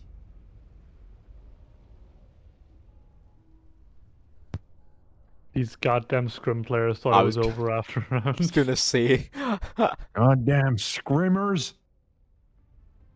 catchphrase. Oh, Reinhardt. Same though, catchphrase. God, I don't think that that's the April Fools. I think that is purely just Blizzy talking. yeah, I believe they removed from the game actually. Just Blizzy's typing that out every single time. Yeah, exactly. Catchphrase. He is sponsored by Reinhardt, so we never know. Sponsored by Reinhardt. Reinhardt is a sponsorship. Have we you seen him ever play anything else? I think even if it was a ban, he would just force the Reinhardt pick. Yeah, very true. And obviously, Assassins will have to have a really strong push here. Being on the attacker side first really will determine if they can get past this first point, whether they can win or not. The first point obviously being notorious for full holds, especially on the overtime personally. It's going to be really important to see whether they're able to push through Blizzy's defense here with the backing of Pyro on the BAP and Kiwi on the Juno. Hopefully using that speed for a swift disengage. But of course, it will all come up to, again, this attack. Blizzy licked their spawn doors. What the hell? See a really early engage there from Kepler, diving in onto Pyro. It's going to force the Immo and the regen burst out. Blizzy going into the backlines of his own. Yeah, Swifty. Face to face with the bashing coming from Peeve. That's Going going to be after rough. Blizzy. That's Blizzy sort of might flipped actually the not get map. out of this alive. He is getting pocketed. Anna managed to go down. It was a nice Kepler, map the flip only from one on the point, Assassins, but it's unless just not enough. Eve and Ooh, nice pick from Genji Gung can on support Gung him. here. That was a pick by on Pyro. Oh, yeah. Oh, 1, 2, 3, 4. Going down. They are still standing.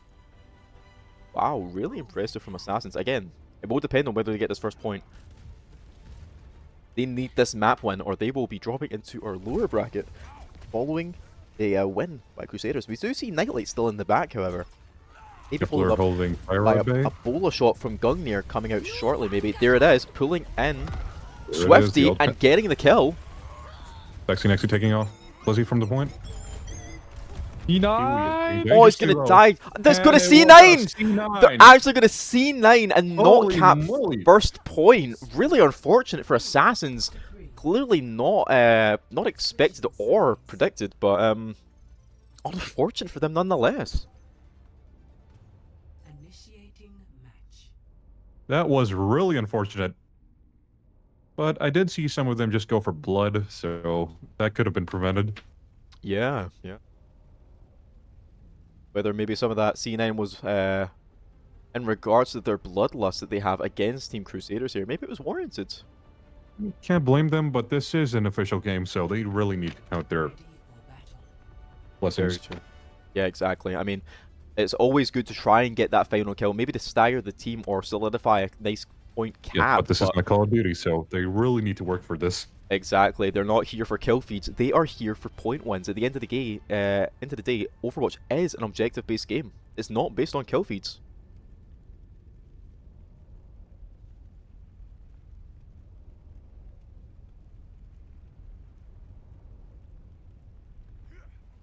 You see a little switch up here. It seems Kepler's going to be running the Sigma, and they're going to go going for full poke here.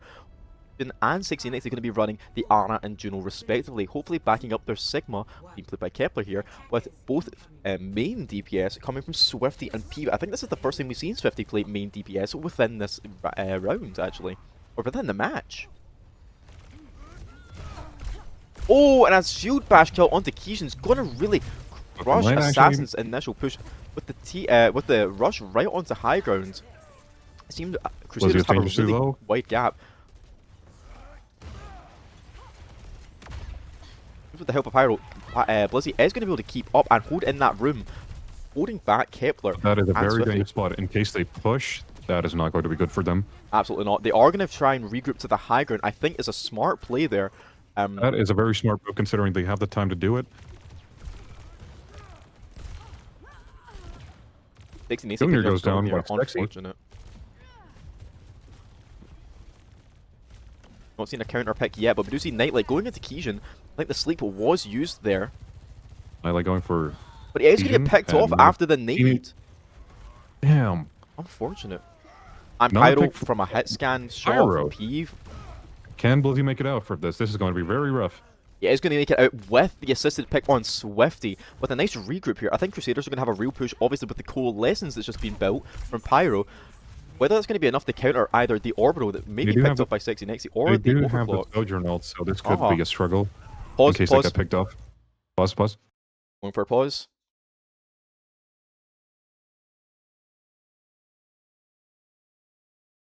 Apparently we have a ping issue.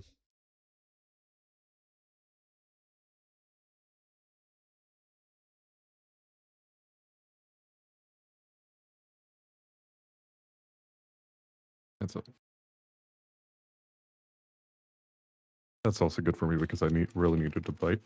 I don't want to pass out. Yep, I don't want to the sip of Contemplating all coffee. this. Going for that cup of Joe. Well, I had to start putting it in big flasks because I'm not able to drink it fast enough because I'm That is quarantined. actually a lot better. Yeah. I had to put it in something I could keep it warm with. That's what I call efficiency. Of course.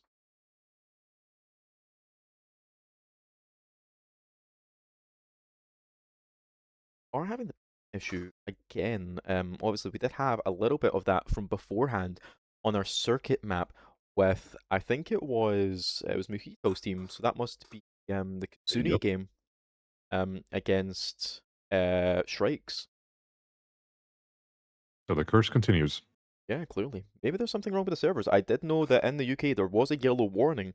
Just previously, I would know I walked through it to get to the gym. Oh. It was raining sideways. There was hail, and I may have been struck by lightning. Wait, how long ago was this? Last night.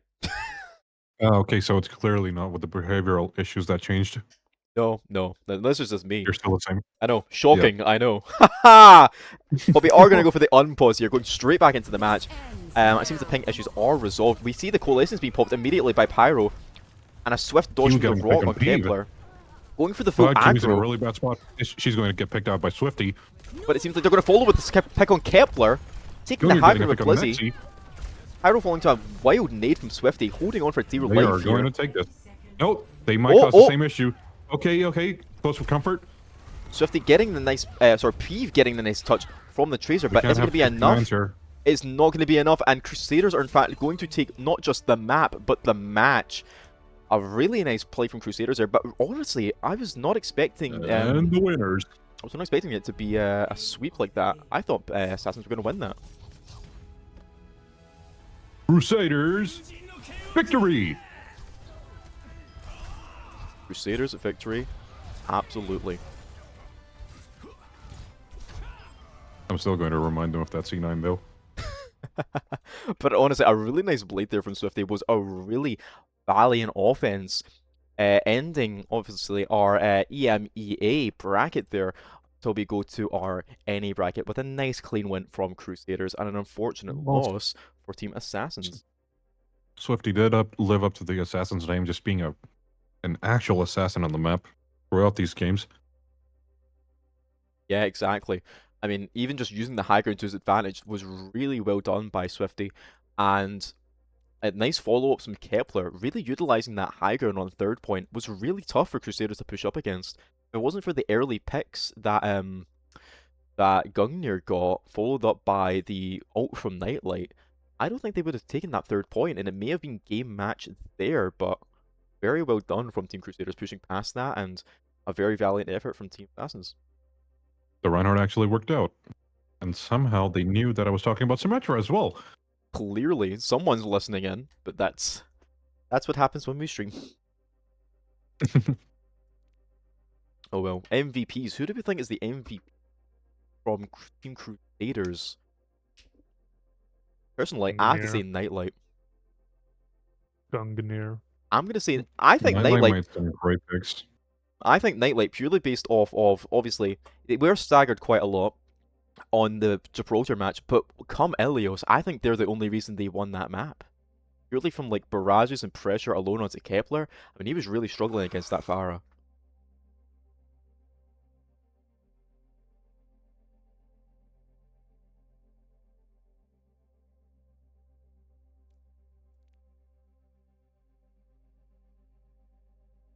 It looks like Swifty voted, I think, for MVP.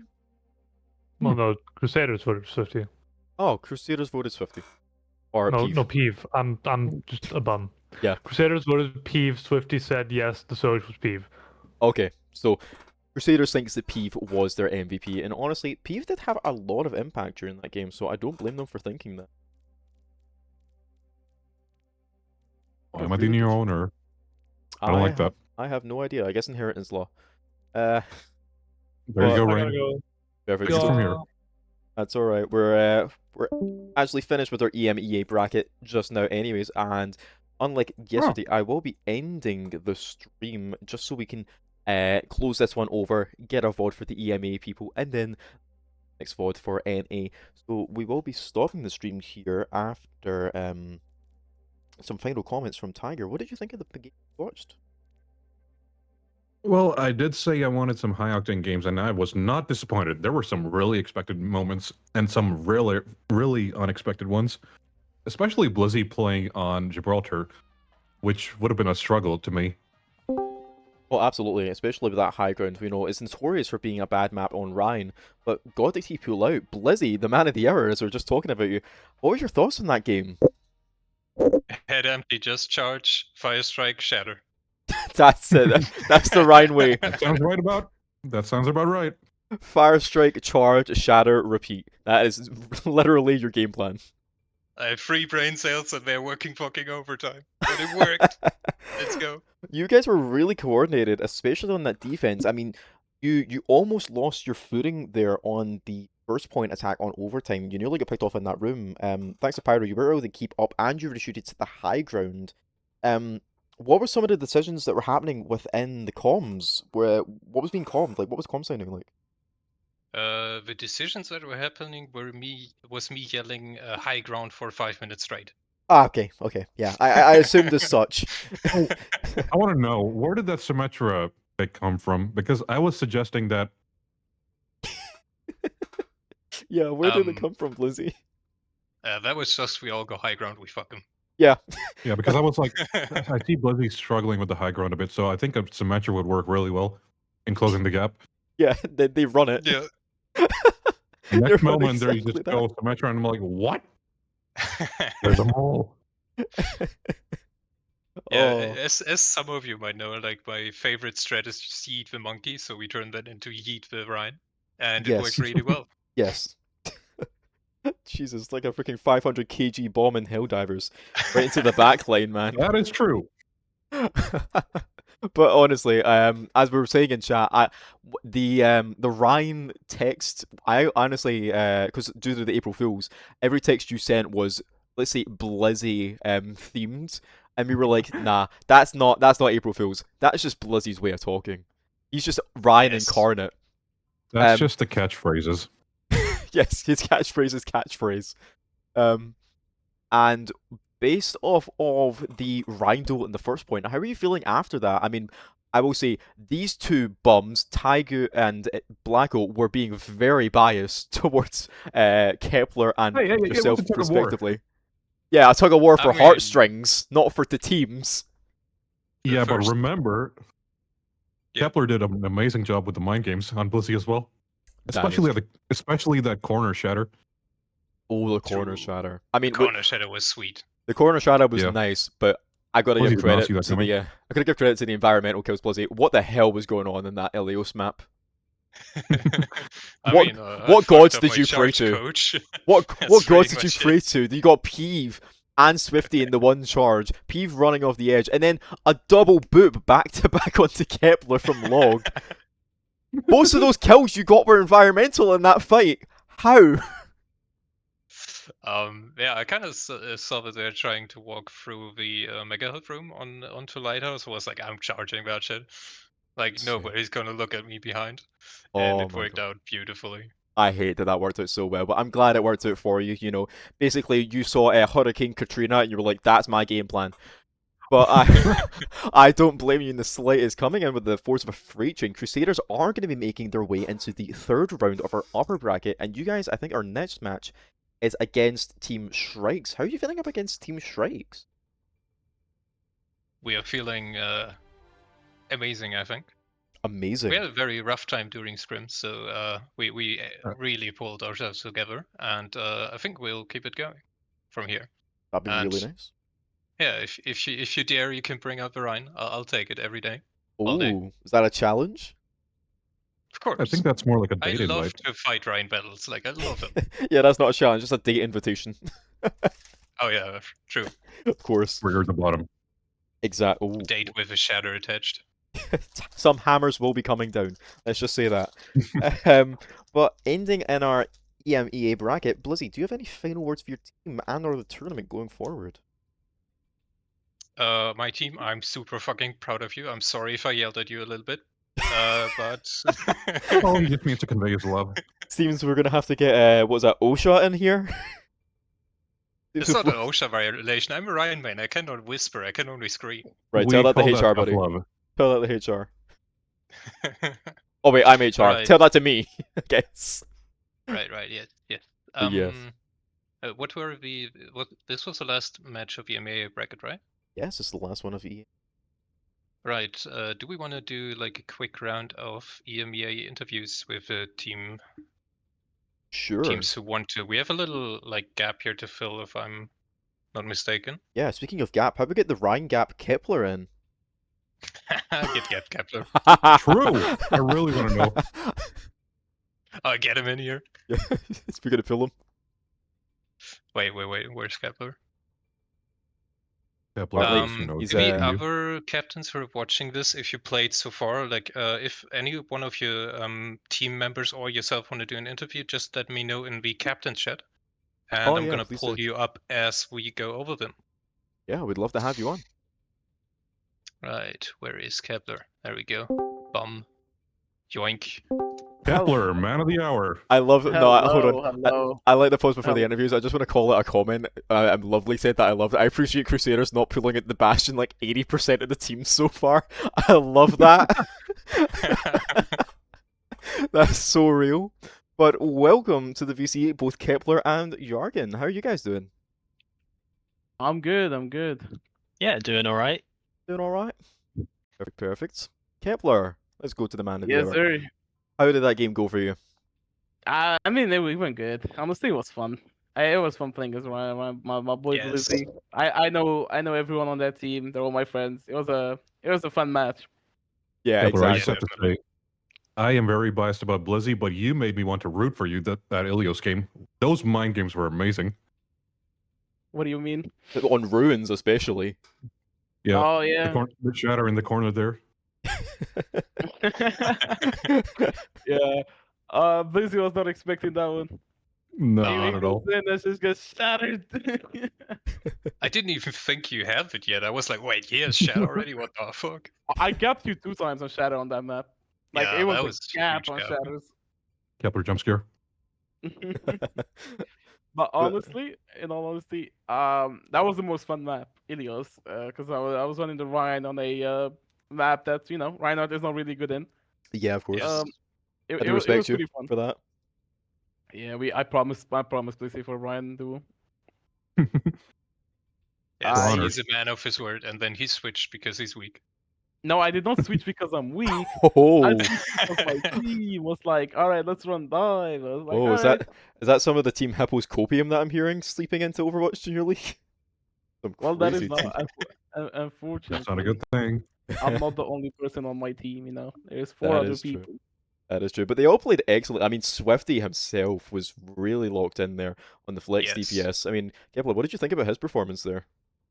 Swifty did really, really well. I gotta give it to Swifty for especially on the Ilios game, first point ruins. He genuinely carried. Yeah, he got And so then much of the early picks there. yeah, and also in attack, Watchpoint Gibraltar did really well. Peeve as well, you know, Yes. switching from the main support slot to hit scan to fill for Noctival. Really good player as well. He did really Exactly. well on Gibraltar. Rubens as well. It's like I have a good team. I have a good team. Dude, they're all well balanced. And honestly, shout out to your supports as well for obviously a nice couple of combo ults, and keeping up the backline short. I mean, I'm pretty sure it was Kijin that actually 1v1 Nightlight in the high ground of that last offense there. Shout out to them for being able to take out Nightlight as a flex DPS. Yeah. Obviously, he's a one trick, and you just beat a one trick and his one trick. Keaton is really good at the game. Yeah, shout out to Sexy and Luca as well. They did Yeah. really well. Yes, exactly. All of you did really well that game. I'm really surprised with your turnout. Unfortunately, it wasn't enough for the win, but honestly, I could see you guys dominating in the lower bracket. Now we will meet again. If Blizzy keeps his word, he gets to the finals. We will meet again. I am Yes. expecting this to happen. And it better be a Ryan v1. Ryan v Ryan. If it's the finals, I promise you now. Well, hey, it All will right, be. bet. I think it will be best of 7. So we do have 5 rounds, maximum of 7. So we may see like if you win 3, he wins 3. We just bust out the Ryan 1v1. No, we bust in the Ryan 1v1 in every map if we get to the finals. together. Every map. Can I get that? Every Can I map. get that in writing? Like, Get that in writing. Is that a problem? Sign it. We need that signed and notarized. Signed. Yep. thank If God this Team- is on Team- stream. If Team Assassin meet Team Crusaders in the finals, it's gonna be a Ryan 1v1 every single map, regardless of the map. Oh, you heard it here first. Again, this is being recorded, so thank Christ for that. If we do see Team Crusaders versus Team Assassins rematch in the finals, 1v1 Ryan all the way. Yes, hell yeah. I'm so fucking down. Let's go. I need to get ready for Kitsunes Yes, and Architects, and of it's course. a pretty tough bracket down there. So I need to lock in to make it to the finals. Yeah, you've got a couple So- tough games ahead of you, but honestly, I think you can pull it out. You're a very solid team. Really good synergies between you. You, wish you the you best of probably luck. won't see you probably And you won't guys see the adapted Ryan. really well. Yeah, you probably won't see the Ryan getting pulled out again though. 'cause we need to win them games. Not until the finals. Not until the finals. Not until the Nah, finals. give in. Play Varine. Okay, calm down, Green Goblin. Ryan, grow some chest here. I need Really in the Mark. back like a Green Goblin mask. Yeah, exactly. need Freaking Noctival. Palpatine in the corner over here with his hammer. I need Noctival to heal, bro. He removed his what's it called? Wisdom tooth. Oh, I did need him he? to yeah, so I need him to heal up. I need him to heal up soon so he can diff the enemy DPS. Exactly. You need your carry back. We need PGE back. I need PGE back, my glorious king. Exactly. I was just looking at the stream, saw Noct was on DPS. I was like, why do you need him to heal? No. I need him to heal from his surgery, no. It's not even, he wasn't even playing. What do you mean he was on DPS? Yeah, He wasn't even That's playing. Peeve, that's Peeve. Peeve I is was so our, confused for a second there. Yeah. Yeah, we do wish him the best recovery. I mean, hopefully we should see him for a couple of the lower bracket games next Hopefully. week. Yeah, next week Saturday. Yeah. Interesting. You won't see us out. You won't see us out. That's what I'm gonna say. Yep, not anytime soon, I hope. Not anytime soon. Are we playing Kitsunes, right? Next time? No, I think it's Bugs or Snowballs, depending on who wins. It Oh, would be Bugs or Snowballs. Kitsune's next match is up against Architects. Architects. Yeah. all right. The winner between those teams is gonna be a pretty tough match, and hopefully I beat whatever the winner between Snowballs and Junebugs is. So we may meet again, Jargon. We You may sound meet very again. confident. I love it. Oh, I'm always confident. I'm always confident. I'm always gonna be confident. Even when I lose, I know that we can just do slightly better, have a slightly better fight plan on one fight, and you win the whole game. It was just a I minor am mistake. going to root for you. You better Thank make you. We will. Yeah, got I this. want the round 1v1s in the finals, so I'm not gonna lie, I'm gonna Me be too, rooting I for you want it too. so bad. But We yeah, need We to thank need to you. do that. Busy as well. He has a tough match against Shrikes. You guys need to remember True. Crusaders are not sealed into the finals yet, so we do have to see Crusaders push their way through with their what's that final game actually? Their final game. next against Strikes. So once you guys win the finals, that's you into the grand finals, Blizzy. How's that feel? Would feel amazing. Ryan 1v1, yes. Ryan the- 1v1. ooh, All the way best of 7. that'd be spicy. But yeah, thank you, Kepler and Blizzy, for your input there. I will just hop over to Jargon, coming from Team Kitsune's. What did you think of your performance there against Team Me- Strikes? You played against Strikes, was it right? Yes, we played Strikes today. I think our performance was good for what it was. Obviously, as you know, we had a couple of internet issues where our tank was getting about 200 ping no matter what server we were on. Yeah, lovely. Hiccups do happen. But alongside that, we hadn't really prepared for the fact that I would be on the team. Oh, really? Yeah, the plan from essentially the second week of scrims was that I was not going to play with the team as I am just the weakest player. Oh. That's gotta So- suck. So we hadn't, even in our practice games that we were just playing, I was not playing the role that I was put on there, and Okay. nor was Humorous Head. Okay. So you're more of like a filler, even though you're captain, just to allow your team to sort of thrive. Yeah, exactly. It was essentially I was just going to watch and, you know, cheer them on, Hello? but not be active in the team.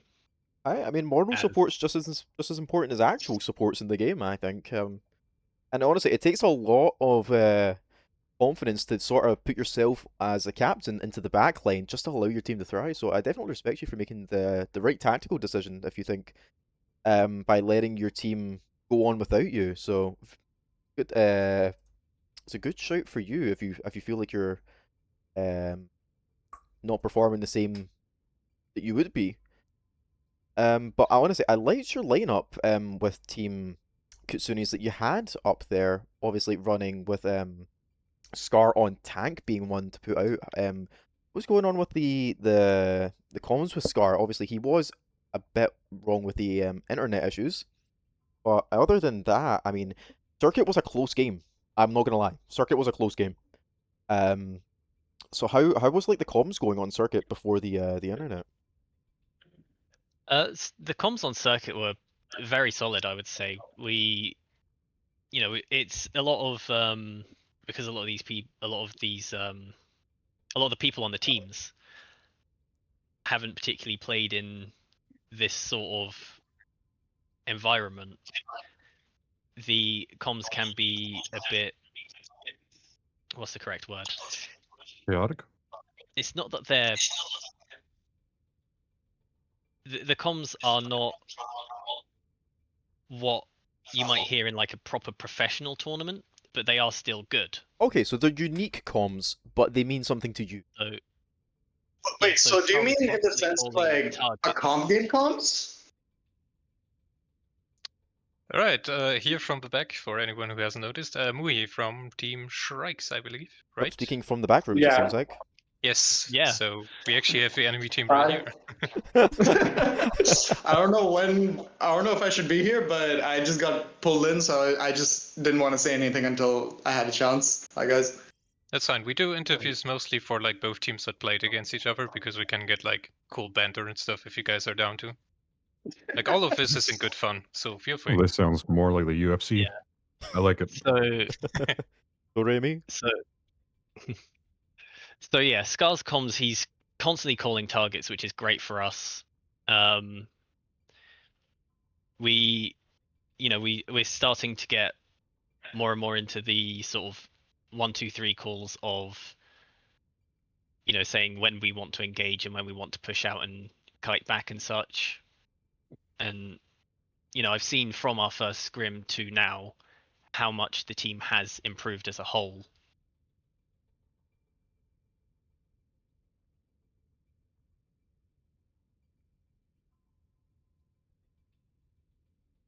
Okay, my sound is working. We're all just really quiet now. I guess I'll pick up. But yeah, no, I completely agree. Your synergy on Circuit specifically was really well played. Obviously the first point defense was something to watch out for. If it wasn't for a little bit of the crack showing, I feel like you guys might have full health there. it was just unfortunately due to the prowess of obviously Team Strike's combo of I think it was Vibin on the Pharah and the Zarya pick. Obviously, the bubbles initiating a lot of that early push. It's really unfortunate you guys weren't able to full hold that, and even the bans that you suffered were a bit interesting. I mean, obviously, Team Kitsune's did have the first. No, you didn't have the first ban, but you had the first ban applied, and that was the Diva ban. I mean, what really went through the team's head when there was a Diva ban coming through the gates? So, Well, I mean, Scar we and banned Diva, no? Yeah, you guys banned yeah, Diva. Strikes banned Yeah. Diva. Yeah, so, okay.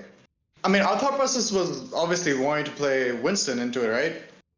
And the only other way that they'd be able to counteract high ground would be, like, as a tank, would be Hazard or anything else with vertical movement. So playing a Winston into Winston, we're comfortable into that. Like, again, our backline was Lucio Kiri for most of that.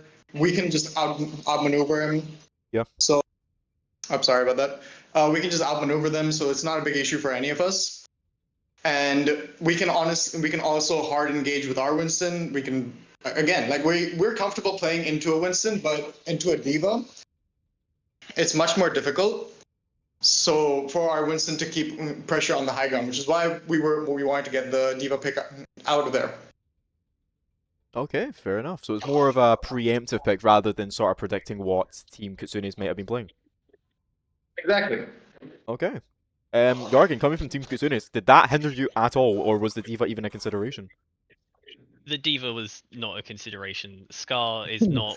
You know, when we saw the ban, we did ask Scar, "Are you a Diva player at all?" And he just said he hasn't played her since, I think it was like season 15 or something like Oh, that. jeez. Okay. He's That is not a played long her time. in a long time. I don't think Well, Bo's ever heard of perks for Diva. I mean, we didn't know that, and honestly, it didn't make much of a difference either. It was just more of the factor of like, since we don't know what they're gonna play, we might as well ban what we feel is better for us, right? I mean, we did the same thing on Circuit Royale, right? We banned Ram because we wanted to force the Sigma. Then clearly that worked out well enough until we all just had to switch to Brawl comps, and we were just like, okay, let's turn Circuit Royale into a heavy Brawl map, and we just somehow managed that, which was really funny. I mean, yeah, you pulled it off quite fast, I'm not gonna lie. Using Brawl on Circuit is definitely an interesting pick, but it's one that you made work, surprisingly enough. Even on Elios, there was a little bit of pushback there from Kitsune's, obviously. I think it was a 2-1 cap, was it? The 2-1? I think it was 2-0. The 2-0. Oh, it's because one of the on points was Helios, 99. It was 2-0. It was a 99-99 push, wasn't it? I believe it was, yes. I believe it was, yeah. That'll be why I was thinking that. Okay. But yeah, it was honestly a tough hold for both teams. And there was a lot of fast engages there on let's talk about Lijiang. Sorry, Lijiang. Yeah, it was Lijiang. God. Don't want to come back. But Lijiang, control center, especially on the coast side, taking the high ground onto that circular point, was a really good move from Kitsune, as I saw. You were really making great use of your space. And unfortunately, Shriggs just saw that and took advantage of it. I mean, what was the plan when you're setting up on Elios, Jorgen? Well, the plan for sort of setting up on Ilios was Lijiang. essentially to. Was it Lijiang? Lijiang or Ilios? It was Ilios. It was Elios. Okay, right. I keep mixing them up because I've got freaking Lijiang on the brain. Elios. What was the plan of Elios? Well, it was going to be sort of Greenfield? like we stuck together and we saw what the enemy team was running and how they were going to play.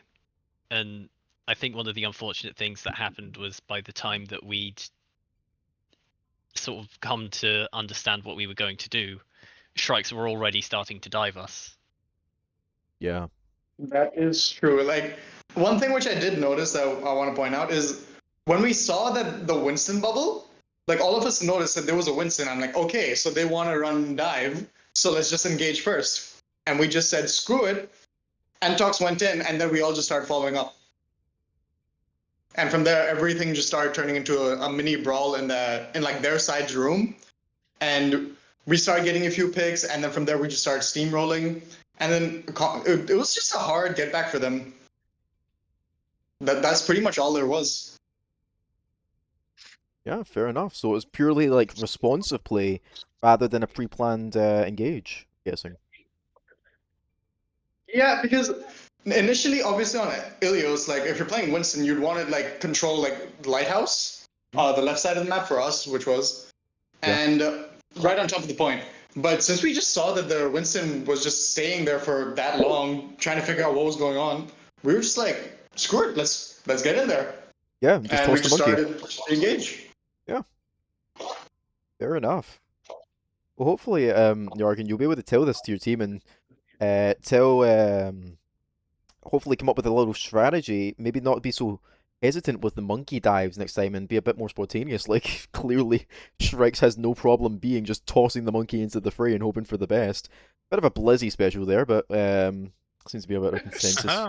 A consensus with the winning teams just tossing people in and hoping for the best. I mean, I wouldn't say tossing people in because, again, we threw the monkey in shore, yeah. There's no doubt about that. But we also have like a good Genji, and like again, I was on Lucio, so we had a really good like backline to like come follow up on the dive, which worked out really well in our favor. Yeah. And the only difference I saw in the lineups was we had an Ashe and they had a Cass, and even then they started mirroring everything. They went on Ashe as well. That's right, so they did. Yeah. So I guess you could just say that tossing in members of your team was more of a tactical sacrifice then, yeah? Yeah, pretty much. Yeah, okay. Sacrifice to the Overwatch gods and hope for the best. You heard it here first, folks. Sacrifice your teammates and you might win. I'm not even gonna lie. That's how you start snowballing in the first place. As soon as picks started getting out, that's when the actual game really starts. The fight really starts.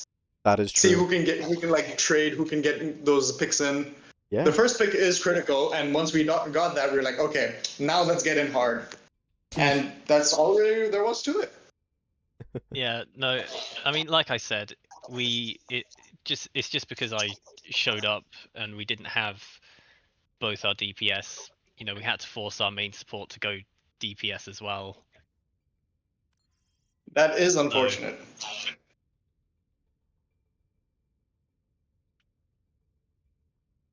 You know, a lot of what we had to do was very improvised and in the moment.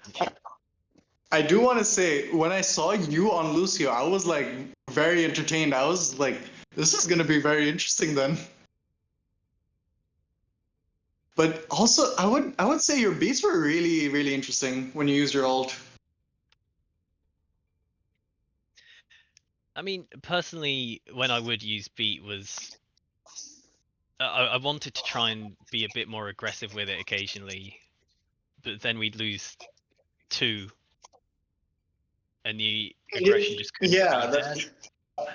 Because honestly, the thing is, we were constantly engaging first, so using beat defensively, trying to pin it around, like let's say my Winston just like jumps in and then you use beat. That's a good point. Trying to like punish the dive rather than engage with beat, because if you engage with beat, we still have our cooldowns. We can just kite, we can run away again. Highly mobile team. The only person we're really leaving behind was Ashe, and Ashe was just chilling on Lighthouse. At like, we really didn't have anything over there. We were playing a 4-up. Ashe, like our Fjord troll on the Ashe was just sitting there like joking around half the time. We were just having fun.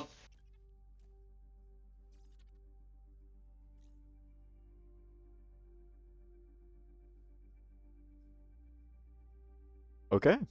That was Elio's discussion of Kasunes versus Shrikes there. I heard a couple of interesting tactics there, sort of leaving the Ashe there behind and hitting ults and tossing in monkeys. Interesting strategies there, but it did solidify them to win, so has to be right. So thank you to both Muhi and Jorgen for appearing on our little stream. Thanks for having us. Thank you. Of course, and Thank you of for course, this amazing game. exactly. And I think you two obviously have appeared as commentators before, So hopefully we should have you and your lovely voices back again. Maybe. Hopefully we will. I am a little busy right now, but I will come back as a commentator soon enough. No problem. Okay. Again, thank you very much. All right. Thank you for having us. Of course. Thank you for having us. Of course, Jorgen. Have a lovely day. You too. All right. We have our next interview partner lined up. I'm trying to get someone from Valkyries if we can. One. Jenna's Valkyries and Architects. I have lost. It is. Yeah, where's Valkyries? Valkyries. It's Captain. Well, Vice Captain Param is on. I know Yeet is on. Yeet is their captain. Okay, I don't see their team chats at all. I'm just blind, I guess. All right, I'm gonna drag up architects first. Alrighty. Let's go. Hello, Orpheus. Hello, Orpheus. Hello, hello. Orpheus. I was not prepared. Give me a second. None of us are prepared. We're all here on the whim. Again. Yep. Right. Right. You played against Valkyries today. First of all, very good match. What was your team's strategy going into this? I could say we had a good strategy and learned a lot, but we didn't have one. We didn't think too much about it. We were just kind of winging it around. I was also trying to make it as entertaining as possible for the audience and just picked, tanks that were asked about or that I deemed funny. Yeah. And I think most of us were just winging it as well. That's pretty much it. So, I mean, you did pretty well with your mantra. Yeah. I usually do not play any brawl tank except Zarya, but yeah, it had to be done. Gotta get the job done.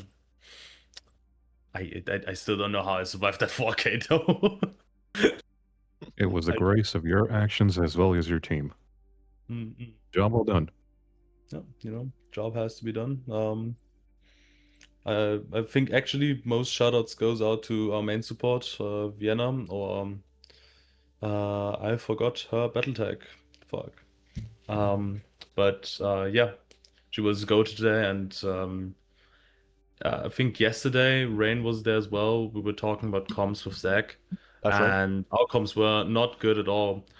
But having a second, having someone who also comms a lot and just all tracks takes a lot of pressure off me, and it just stabilized everything. Yeah, I'm glad to hear that. I'm glad to hear that you improved after the last game. Yeah, it's Informed. that was our first time playing together, so I didn't expect much, but gotta bounce back, even though we're now in the lower bracket, but we will continue to go till grand finals. Exactly. I mean, hey, faith. our last champions came from the lower bracket, and they crawled their way hands and knees all the way up to the finals. So, hey, who knows? We could have a repeat. Exactly, we could have a repeat there, just the same as we did last season. Gotta have these teams as well. No problem. Yeah, and I think that your next match will be up against Kitsune's. How are we feeling up against Kitsune? On Kitsune's, I did not see that as of right now. No, wait, I knew that because we're playing against Lovely. Yeah, true. Yeah, and I'm gonna be honest. I have not watched a single game of them. But I know somewhat where Lee plays, so I'm hyped to play against a friend of mine and just show who's the boss of this tournament. Ooh, okay, Yeah. I like it. I like the confidence. Yeah, obviously, Of course. Is there any other final words that you want to put into the stream while you're here? Anything else you want to say about your team? Like, obviously, you guys were a little uncoordinated. Debut really put it together this day. I would say that I only have 3 tanks that I actually can play, and if you lose to me on any other tank, I am allowed to be cocky as fuck. Gotta put it out for the other ones, you know? As a Ryan one trick, I approve of his message. If people lose against me when I play Ram, Sigma, or what was the other tank? Mauga, then I will be as hilariously funny as I can be. Oh no. Alright. We actually did manage to find someone from Berkers here. Hello, Yeet. Hello. Alright, going Welcome, over the Yeet. match between how was your team like? What is your team strat going into this? For this match, I wasn't even present. JB, bring JB here. He was present. Alright, I'll yeet JB and I yeet you out. One sec. Alright, JB in. Yeet. There is. Right, we got the man, and I'm gonna. Hello. You can stay if you want. JBL, hello there. Hello. Alright, yeah, we're talking about your match right now. What was your team strat going into it? We wanted. So this was the match for today, right? Yes. It was against Architects. We wanted to shut them down to the best of our ability. Like that's why we had to keep swapping originally at first. While we had to get it bring it in, it was definitely a little bit tough at the start because of that. And sorry for the delays. Can you just remind me of the comps that they played?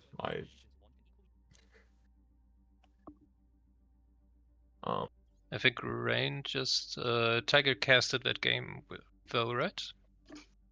Yeah, so this was the team against Architects, right? Yes. Yeah, so Accurate. Architects, obviously led by Orpheus, was running primarily the dive comp.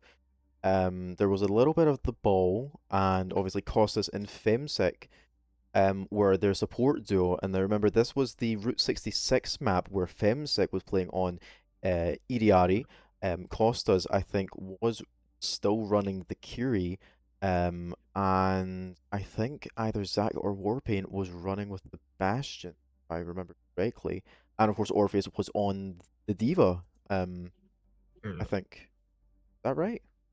Right. Ball at one point. Yeah, and Zach was on the Reaper. That's what it was. Yeah. Zach was on the Reaper. Yeah. So, I went Mizuki, and so my usual Lucio pick to shut down any dive to the best of my ability. That was our goal, is just to hold off their diving capabilities in that match. Because I did have a little look at the team playstyle before the match, and figured out they specialize in dive. So that was our original plan going into Route 66. We did manage to hold them off from third point with that. Thanks to a good hold at the last point. But we couldn't quite get there on the attack. Their Alari is actually really good. I think that Alari was single-handedly shutting me down as a support. Yeah, I was really surprised I with do Femsec's performance. Yeah, I do want to give my congrats to the enemy team when necessary. It was really impressive. Yeah, Mizuki is best DPS. Oh, for real. As a music main myself, I agree. Oh, I love him so much. He's such a great support addition. Exactly. It's such a great addition for the first. Guess we're going to see what their next one is in 3 days with the new DPS coming out. I Yeah. hope it's not a counter. Nah, surely it's a support because of... Oh god. Right. Yeah. Where does Are that we leave us? getting a hero trial? No, it's not. It's not a trial. It's the trailer. Was Ah, that trailer. the match with the Ilari booping people back into the Diva Bomb that was underneath? Yeah, on Route 66. I think it was that, yes. That Yeah, was it a was that brilliant match. play. What a good play from the. Your who was it on tank playing Zarya? That was Haram, I think, no? yeah, Haram. Oh god, poor them. He- Yeah, getting booped back we- into the Diva Bomb. Yeah, we went Zar just to counter the Diva because, you know. Yeah, we tried last hard and ditch everything effort today. into the counter. Yeah. Yeah. Sadly didn't quite work out.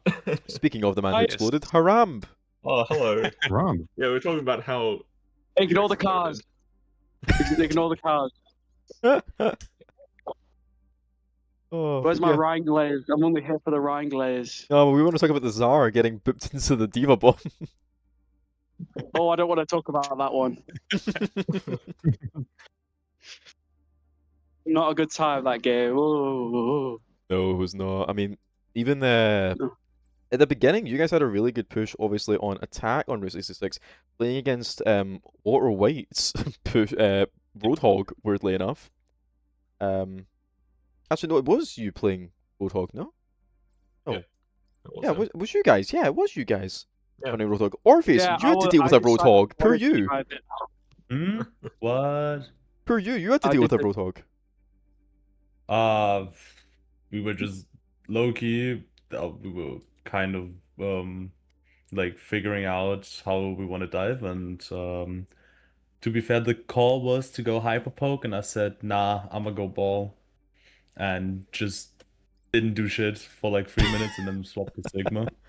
Yeah, I hate ball. That's why I play Mizuki. But... I figured, dude, the first time Understandable. I got eat by you, I was like, this might happen again. Yeah. And you know, at one point I was like, okay, you know what? I had enough. I'm going Sig. Yeah, that Sig pick really did mess us up, I will say. That was well played. Yeah, I don't blame the ball swap either. I mean, you had a first couple dives onto the high ground on Route 66 first point, and it just kept getting, like, pretty much ignored, for a better word. Especially with the Iriari's pylon basically keeping up anyone you tried to dive up. And I think you got booped off a couple times as well, either from the Ash or from the Iriari at the time. And who was it I wanted to talk about? The Sombra. What was with the Sombra? BB. Discuss the Sombra. I did that was my idea. I'll have to discuss it. I'll let him we, speak. we were thinking, because obviously they ran the ball on attack, maybe they run the ball on defense. Who knows? So we were going to go for a dive comp, so I was going to play Hazard. So you were And you then- were concerned about the ball on defense, and you decided you need to counter a ball on defense. Yes. Yeah, that was an amazing idea. That was a good call. I was gonna go ball on defense, but I was like, maybe not. But then we decided to go with the, I think it was a Reinhardt in the end. Reinhardt! Let's go. Calm it down, Pokemon. The objectively best tank in the game. Ever heard of Evil? No. Yeah. I went Lucio You're to coping. help him get in. Feels like a good Lucio would be for a good Ryan player. The classic duo. I think after that first point on attack for us, when you guys really did shut us down on that second point on attack for Route 66.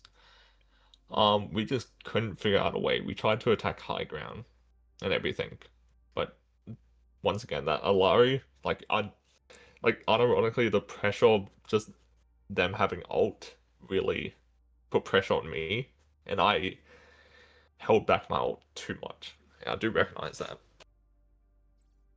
No, I mean, you guys could have swapped Monkey and just ran over.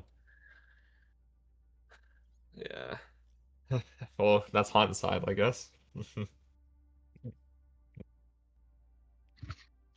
All right. Any questions? Perfect. I think that was pretty much it. Anything else you wanna let it be known before you leave? One day we'll get a win, please. I want us to win. I'm just begging for one. You have them. You have the makings of a champion. You got this. Yes, go dream the underdog dream. You can do it.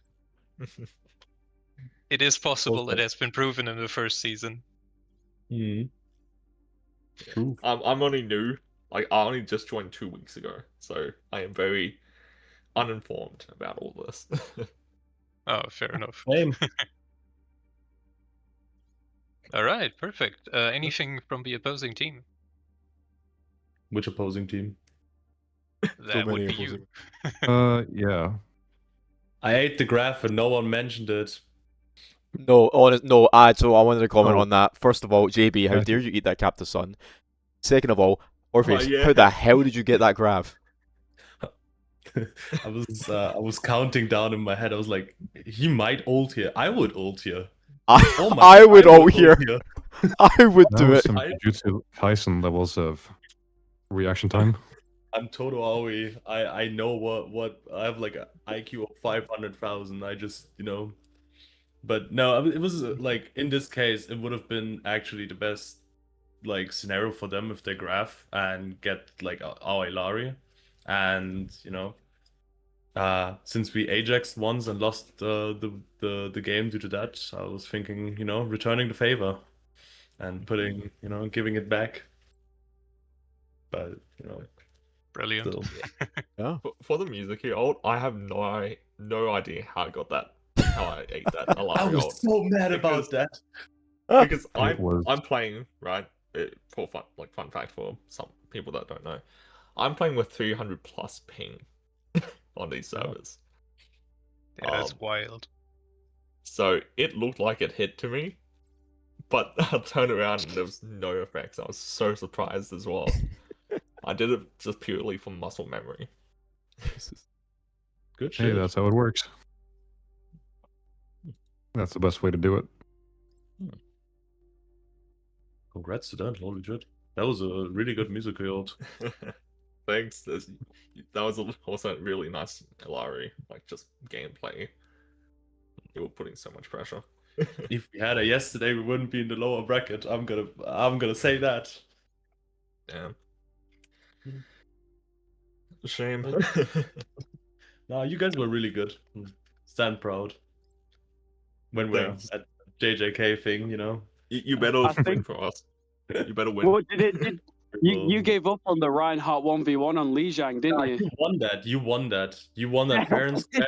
Even though I Hey, charged I'm- you off the map, but I'll give you credit for.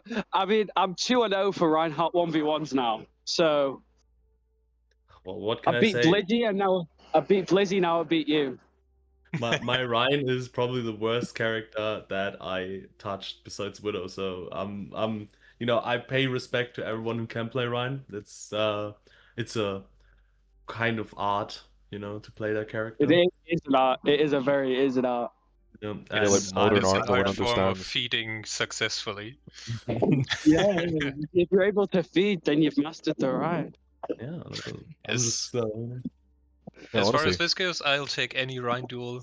Whoever wants to, I'm absolutely down. I'll never back down. I'll never switch. I'll never He surrender. is always itching for those. I know Yeah.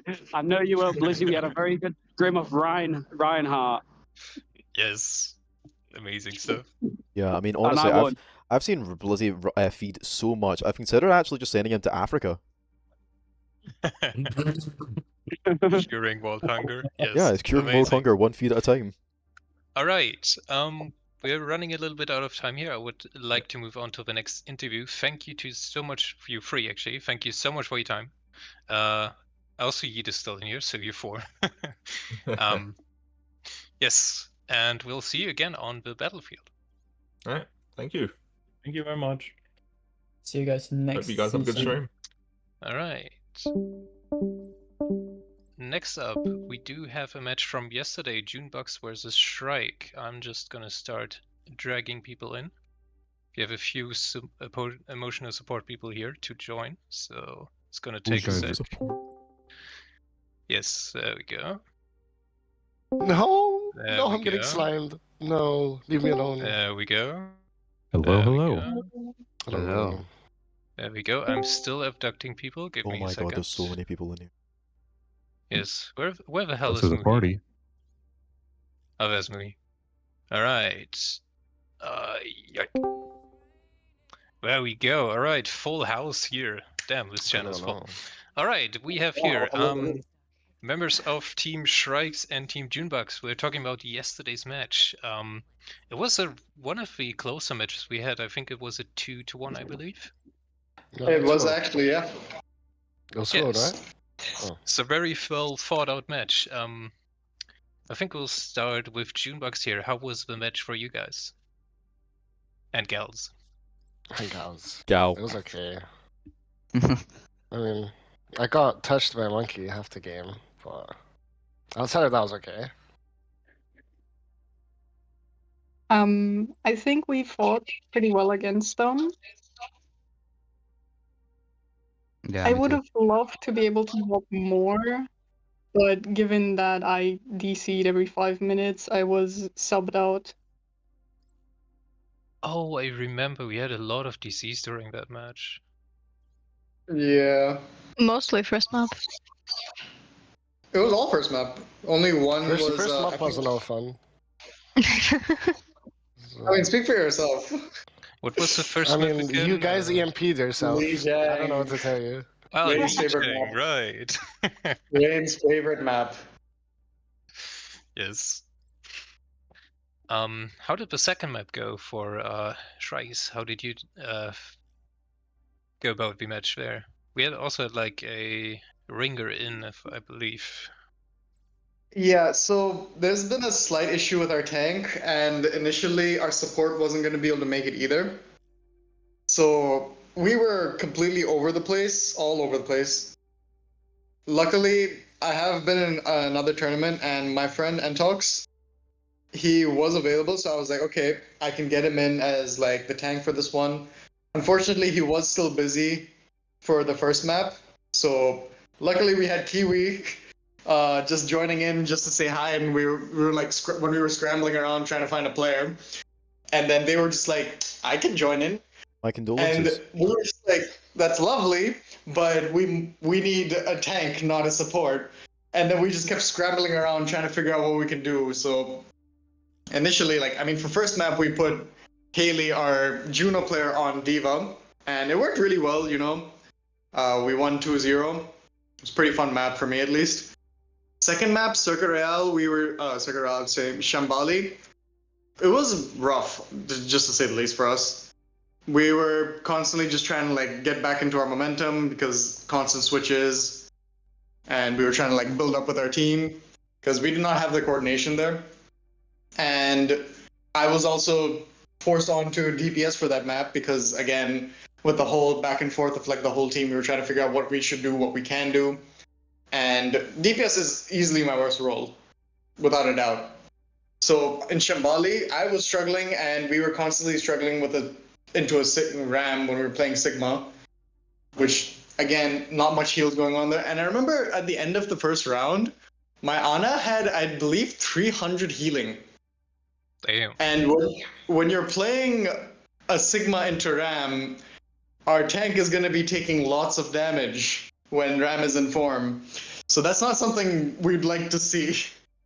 But again, like we were struggling, so we couldn't do much. Shambali is also a very like enclosed map, which isn't something we wanted to do in a Sigma comp. We wanted to like push in with like the long sidelines, and constantly we were stuck in like the close quarters, which we were not comfortable in. So again, we were just struggling on second map. Yes, how did the second map go for Junebugs? I mean, it went pretty easily. I'm not gonna lie, but like we were missing our support player. He just never showed up. He overslept, so that was kind of annoying. But it worked out. So,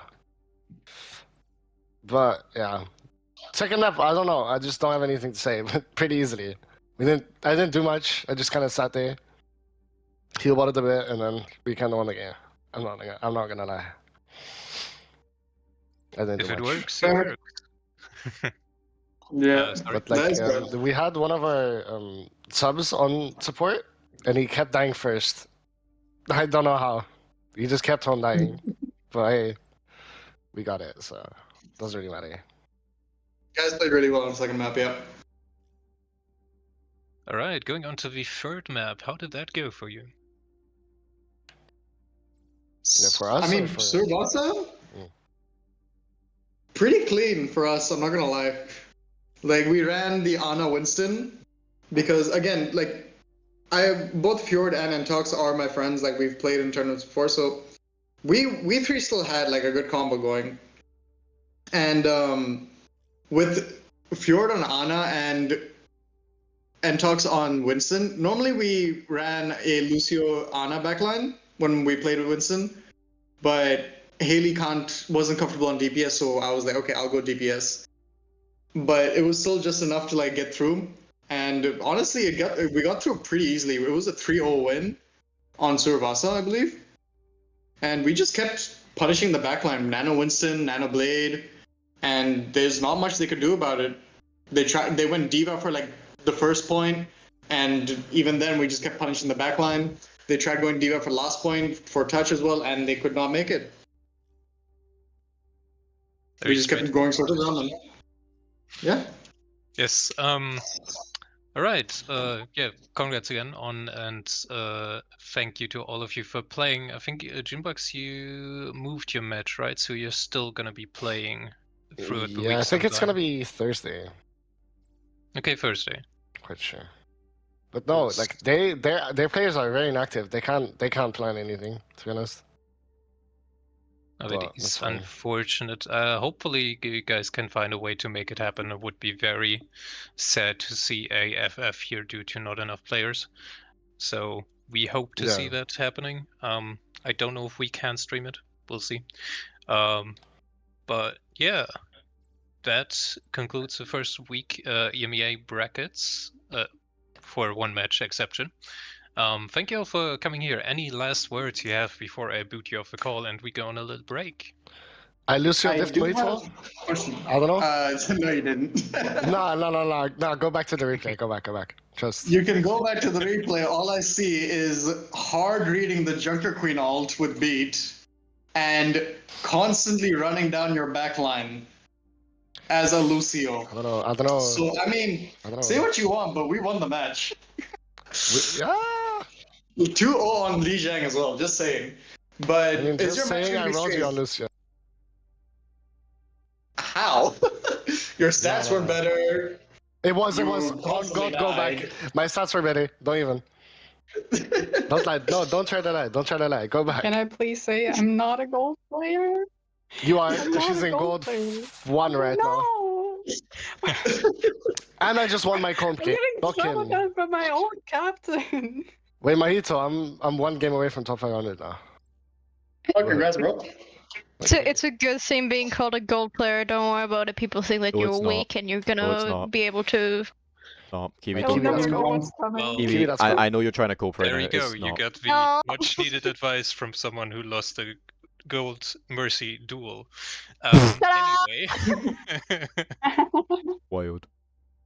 Don't talk about that. That wasn't the best. Okay. Is Junebug's match going to be streamed this Thursday? I we can don't- stream it myself if no one else can. So Yes, we'll see about that. Like, we don't, as far as I'm aware, we don't have the dates and times yet, but we'll try if we can. Okay, and I have one last question as well. For the grand finals, like hypothetically, if Crusaders or Shrikes win, will there be a bracket reset for the higher seeded team? That is a good question. Unfortunately, I don't know the rules. That would be a question for Blacko. Okay. I don't know if he's active here somewhere in some chat. I don't think look, so, only due to the fact that we have a colliding bracket. So when the EMEA and the NA finals are played out, it will be the NA top seeded against the EMEA second seed, and then the EMEA top seeded versus the NA second seed, going into their bracket colliding semi-finals, and then whoever wins that goes into the grand finals of the idea. cross regionals.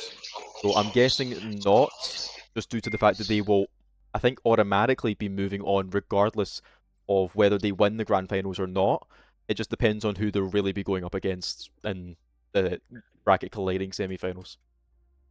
Okay, that's fair. So technically, by that logic, the loser of grand finals, or sorry, the loser of the upper bracket finals, technically has 2 eliminations on their belt. Yeah. Is that right here? Oh, that's fair. That's And fair. of course, yeah, and of course the grand finals of the regions are best of 7, and the colliding brackets will go to best of 5, and then the grand finals of the colliding brackets are also best of 7. So they've got a couple long matches to go ahead.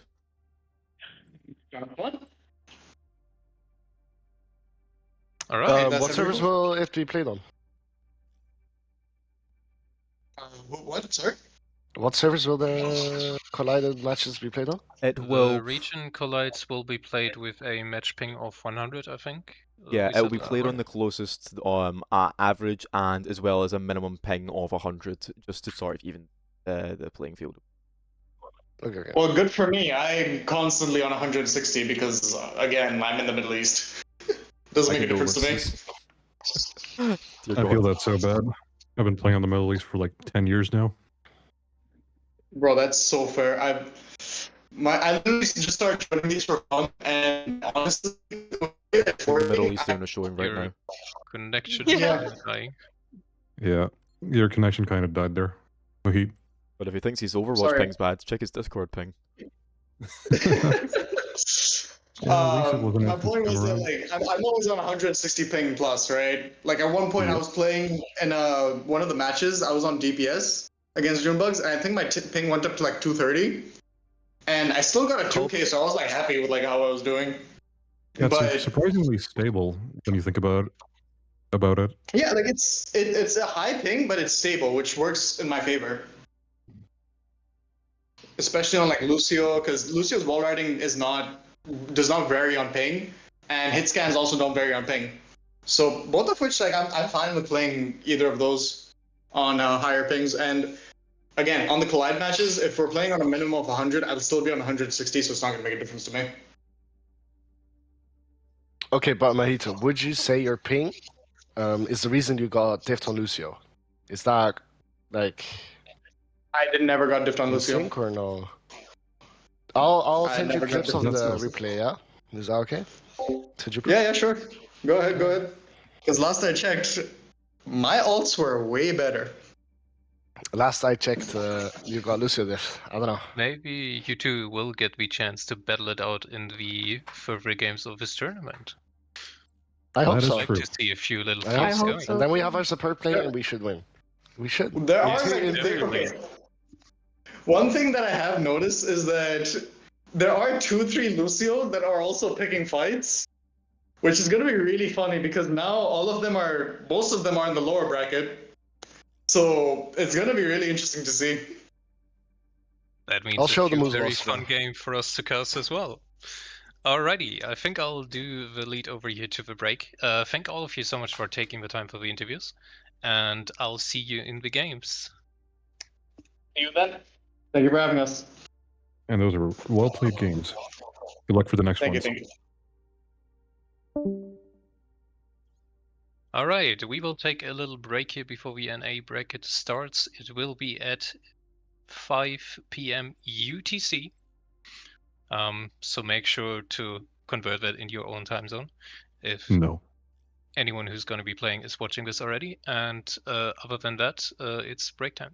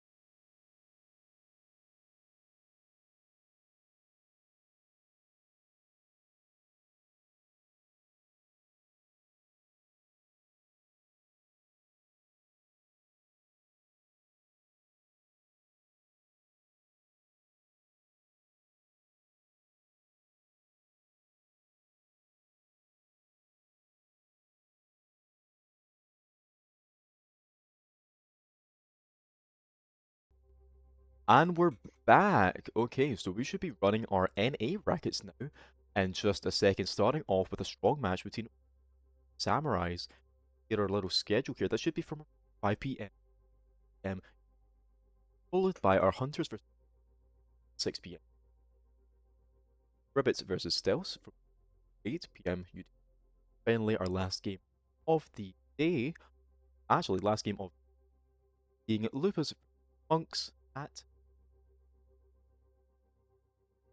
Starting off, of course, as mentioned, we are starting with the Martians versus Samurais. Martians coming from a unfortunate loss against Ribbits in the first NA match of yesterday. Unfortunately suffered a 2-0 loss. They're hoping to sort of get a bit of traction here against Team Samurais. Samurais are in a similar position, having lost to Team Stealth in our second match of the NA bracket. So both teams here are fighting for their final spot in bracket 3. We are just getting things set up. It seems are just a map as well, as we have got a coin flip on the way. I'm hoping it will be something other than Lijiang, as aforementioned. Personally, I'm hoping for a Samoa. What are you guys hoping for? Oh, Samoa would be grand. Like, I'm down for anything that is not Lijiang at this point. I had too True. much Lijiang the last day. Too much Lijiangs. What was it? 8 Lijiangs? 9 Lijiangs? It was 10 because we had 2 extra ones. 10! Damn, I was Right. underestimating it. Ozone. Hello. You are cutting out just a little bit on stream. I'm noticing. Okay, I'll just move my mic closer. That's fine. But yeah, that's it. Okay. Thank you, buddy. I can fix my sensitivity as well. Oh, I'm making it so much more sensitive. And I'm getting banned for that one. Great. Nice. You're gonna get the whole tournament banned for that one. Great. Black Hole's gonna come on me like a ton of bricks. Okay. Whoa. No, whoa. Okay, there. Calm down there, buddy boy. Whoa. You know I don't mean that kind of like. There's no point. That is meant to be under the sheets, not over here. What, like a morgue? Alright, we got some butter for the Sure, road here. that works. Joining. We should I'm getting banned with you. They want Let to us swap be Road less Butter for guy. Tag. We have actually got the full Samurai's roster, it seems, but are making it. Which... Can we throw up our beautiful team giraffics here? Graphics. Our little infographics. So obviously our team Samurais are going to be starting off Butter and Giggity, both of their DPS extraordinaires. Wait, who just left? Couldn't tell you. I think we had some switch ups there. I think Noodle is on DPS if I'm correct. Yes, Noodle should be on DP. Are we making sure that the tanks are at the top, please? Because the way Black Hole does it makes absolutely zero. But yeah, I hate it as well. Yeah. So as before mentioned, we are going to be starting off with Team Samurais versus Martians. Samurais here, starting off with Butter and Giggity, their DPS, also known as Giggity Def. They will be playing mainly 2 flex DPS, which is honestly quite interesting. But with a name like Team Samurais, you got to expect the double flex coming in. Followed by their tank and team captain, our lovely old Noodle from Season 1. Of course, Noodle being a legend and let's call him an alumni coming from Season 1 and the Overwatch Junior League, being one of our main pillars and ringers of the entire tournament. Unfortunately for him in Season 1, his team was a no-show, so they had to forfeit, but he is returning with his own team, Samurais, also supported by his co-captain being Merciless and other support being Rage. We are seeing this entire roster actually coming in Samurais, starting off with Noodle on tank, Rage and Merciless on the support, and Gigadif and Road Butter here for the DPS. We weren't sure if Road Butter was going to make it, maybe getting swapped out for Tag You're It, but fortunately he is able to make it, which is great. Moving our way over to Martians, just very quickly. Martians are honestly quite similar, except they're going to be... Apparently you're still cutting out a bit. Still dear, okay. I think if I move my mic a little closer. On Discord either. I don't. Interesting. I don't hear the cut in the stream, at least. You don't hear the cut in the stream. Okay, well. It seems fine to me so far. Yeah, I can't test it myself because it will just replay the stream through the stream, weirdly enough. But Lizzie, can you like check in the stream as well? I can't be the only one. I will keep my mic closer to my mouth and just hopefully that solves the issue. I'll just keep talking. If there's still audio issues, I'll try and rectify them as quick as possible. We'll talk about Team Martians. So Team Martians obviously are running something quite similar, but they are going for more of that brawl-heavy team composition rather than the full heavy dive with Noodle on ball. We see Wumble chilling coming in with the Queen pick. The Queen is obviously a hero that we have not seen too much, but we have seen great success coming from players like Poe playing it against the Diva, and the sustain from the bleed being enough to honestly sustain himself throughout the entirety of the fight. And of course, that is what Brawl is all about, constant sustain. Then we are followed by both of the supports being both N and Ray-Bans, N also being known as Jesus Christ, Damako Saba, and they are both looking to be playing flex DPS, but obviously depending on how you see Juno, I consider them as a main DPS, main supports. They're being both supports, and obviously that Juno is going to be playing around the Queen's shout, hopefully trying to speed boost them either in for the further engage or a nice disengage with that. And Ray-Bans should be hopefully cleansing a lot of the maybe antis that are going against Wumbo chilling if they're going to be playing that Queen. Now moving on to their DPS really quickly, we do have Glare and Red, also known as Love. Now those two have been quite interesting coming from Team Martians. They were star players coming from the last match, and I remember Glare himself was actually a really good hit scan, getting a lot of those early picks, so I'm hoping they'll be able to pull some of that before the dive coming from Team Samurais. But honestly, it's going to be quite an even match from what I've gathered so far. Obviously the Brawl probably will outlast the dive, so it'll be interesting to see how Samurais are going to end up coping with this mismatched rock paper scissors. It's going to be a very interesting match indeed. We're And starting as to always, get I'll be expecting ready. a lot from the Juno players. I just want to make sure we can't start with Circuit because it's not a control map. Nope. Must be a control map first. Interesting. Yep. Similar rules to Even control Kaizen. map to start. Nice try there. Yep. I do just want to check the rules, make sure absolutely that it is for control. Don't want to end up Not Li Jiang. giving team substitute. Please don't do Li. Please no leading, please. None of us here in the commentators box really like Li Jiang anymore after saying the word Li Jiang far too often. Yeah, I think we should set it out enough times. Yep. Even I have Elio started trauma somewhere from Li the Jiang. towers.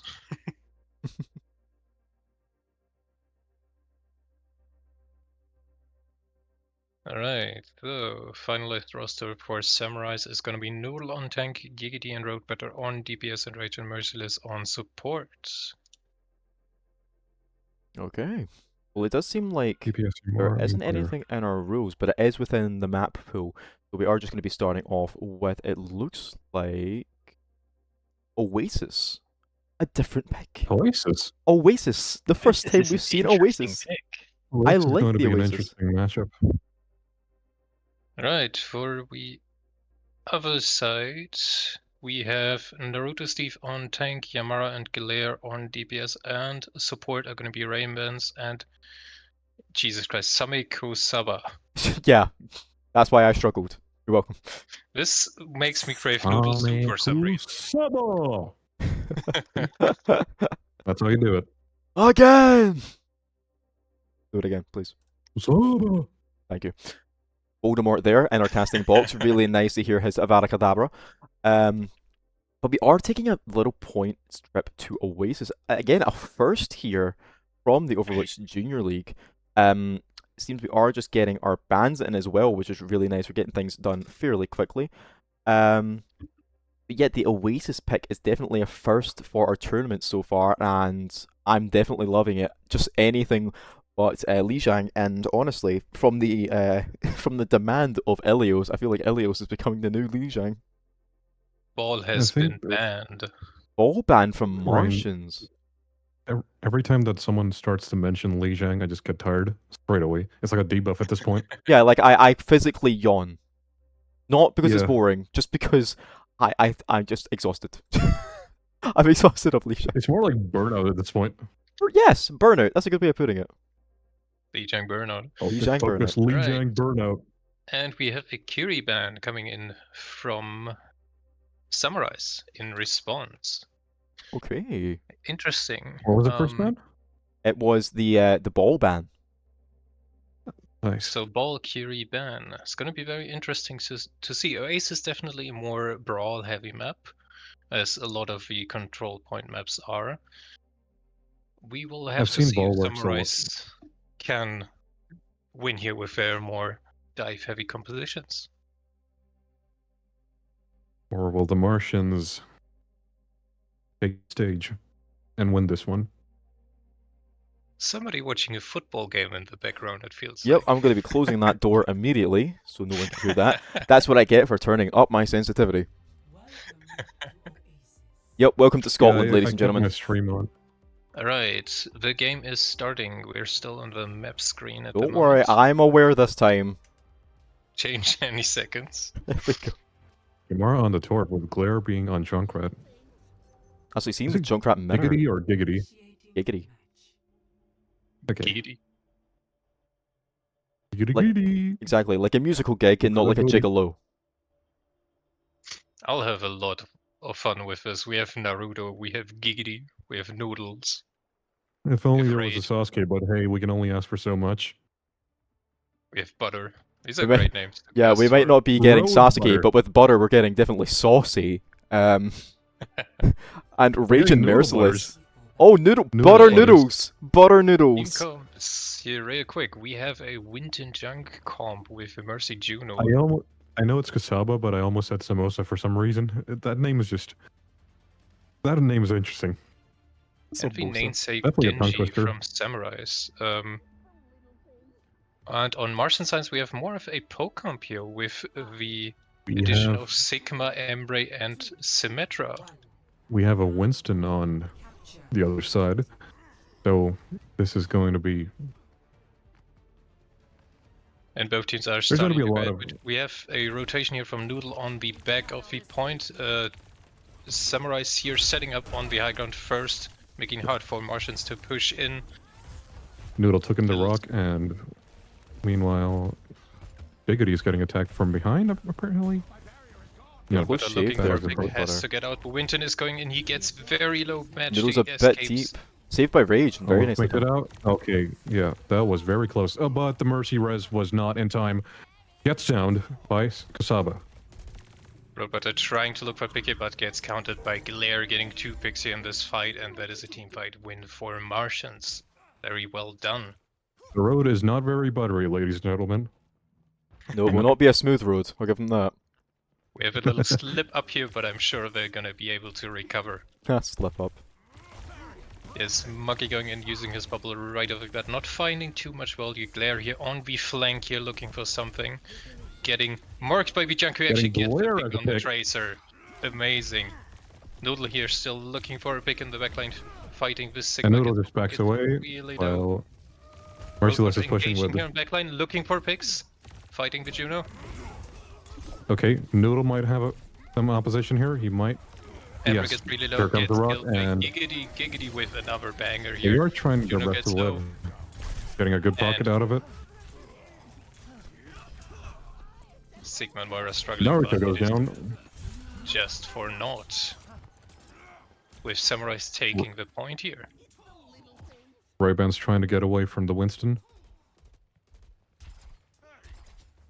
Some early setup skirt Fafel here. Yes, really well played. They've starting to find their footing again. Good picks from the junk here throughout, marking the Tracer like very valiantly. She's not getting to set up on any angles here. And we are going to start potentially seeing some ults now. Oh, There it comes, the overdrive. First. And Sigma ult is getting... As well as the Sigma ult. Is he going to get a few picks? There is like 3 picks already. The Mercy might go down. She is struggling a bit. Emery tracking her down, but she managed to get away. Ooh, Noodle here escaping like very... No, he's not gonna make it, He unfortunately. is not going to make it out of it alive. Looking at the ult economy, we have another ult fight coming up. We have Tyre and Blade here. also Juno ult, and for Martians we have Bomb and Juno ult. Here comes the The Junker. tire gets popped early. Are they going to get a good pick over here? No, they are going to get blocked.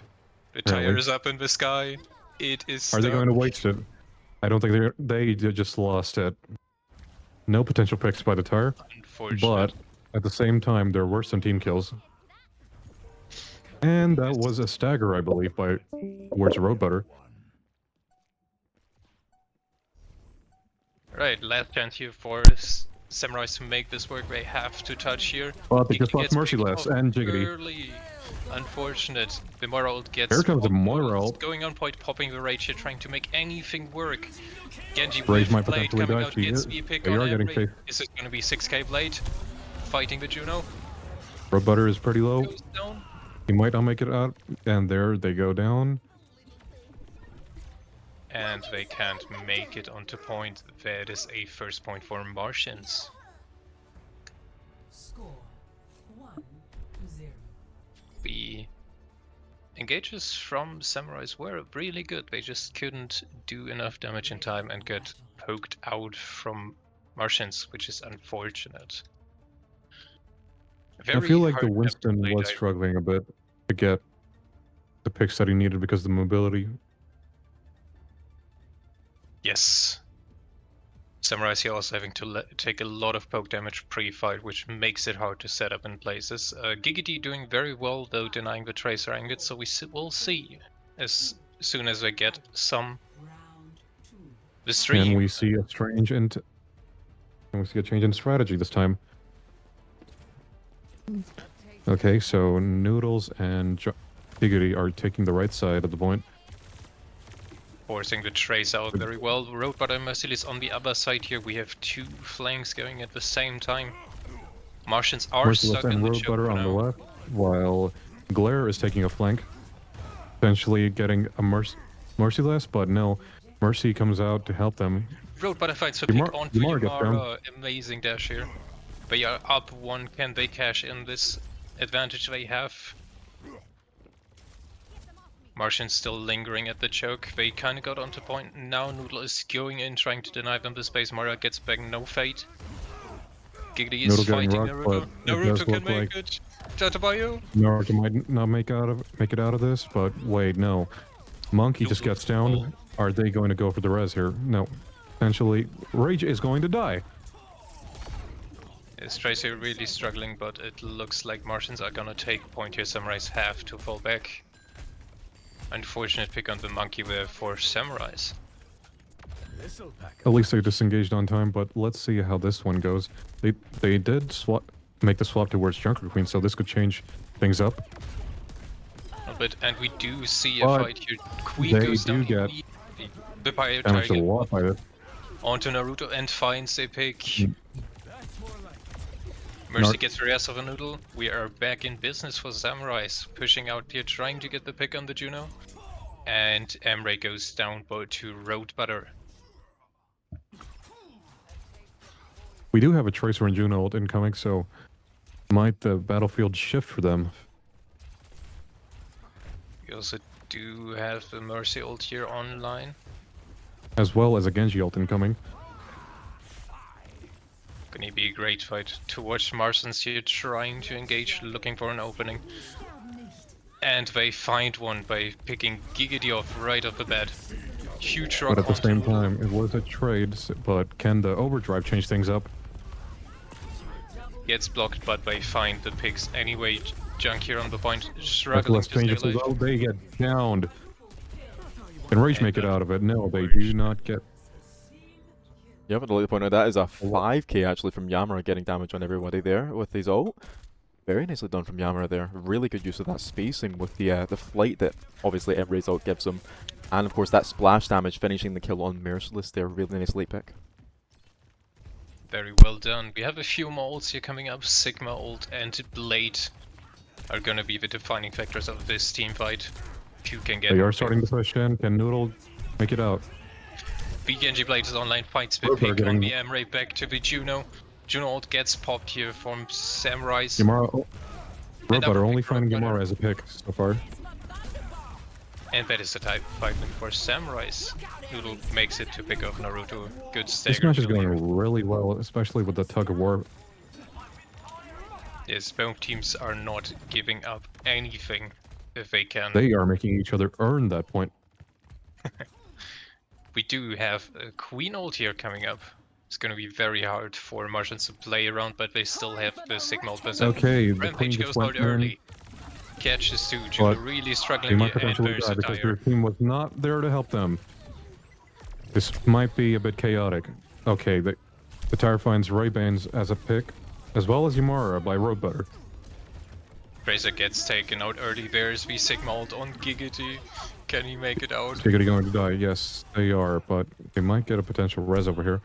But it would not be needed, considering it's only them. Trying to fight here valiantly. Moira getting on point, popping her ult. And where make Can she the difference here? No. Drops down. That is... Oh, we have Tracer on point. Emery trying to touch, but it is in vain. Unfortunate. And the second point goes to... Score 1-1. Martian. Seems Samurai. Samurai. The other way around. I was waiting. That works.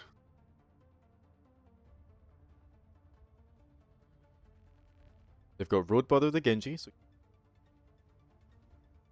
True. Their namesake.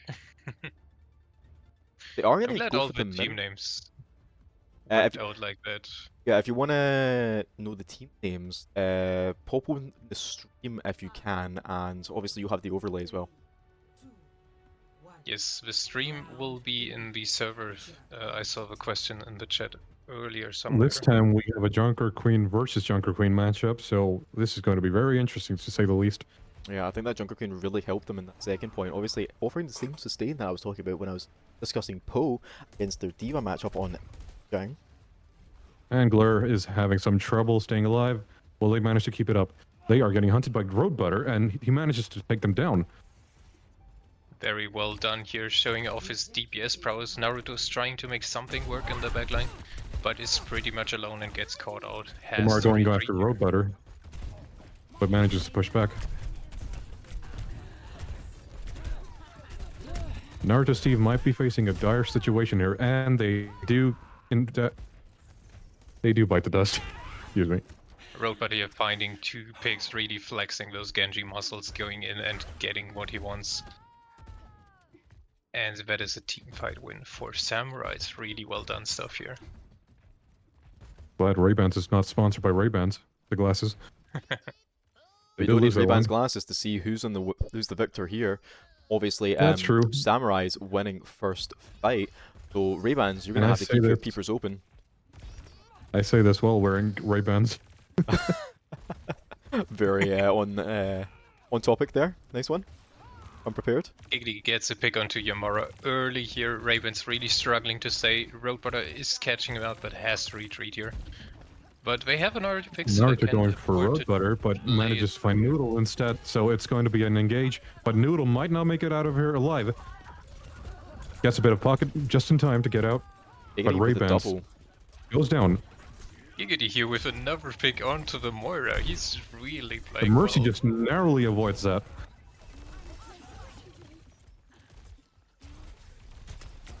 We do have the first ults here coming up online. We have Blade and we have Tire. We'll receive another Sky Tire here. There's a Blade, also got an Tire, overdrive Valk, and Rampage. Noodles might die here. They're getting chased.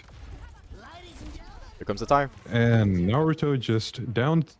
I was going to say Sasuke, but that's not true. There goes the overdrive. Sasuke. There it Overdrive goes. coming out. How many The picks is this counter gonna blade find? is up, Mercy and he is- actually gets the Emery pick with the Blade. What a crazy That play. was Finds beautiful. Mijuno.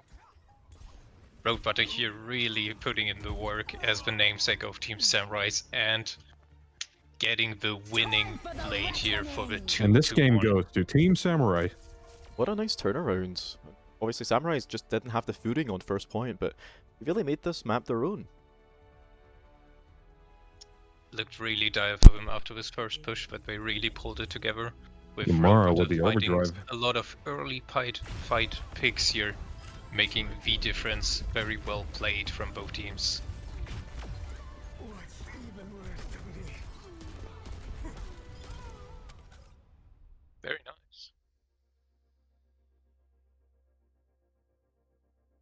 Alright, what are we thinking so far of this match? I would say that it was very evenly matched out especially after the first point was won. The Winston pick did struggle at the start, but they did manage to adapt towards that pretty quick the second round. The Junker Queen pick here definitely was the right choice, but Winton a little too fragile on the dives here against very poke heavy comp.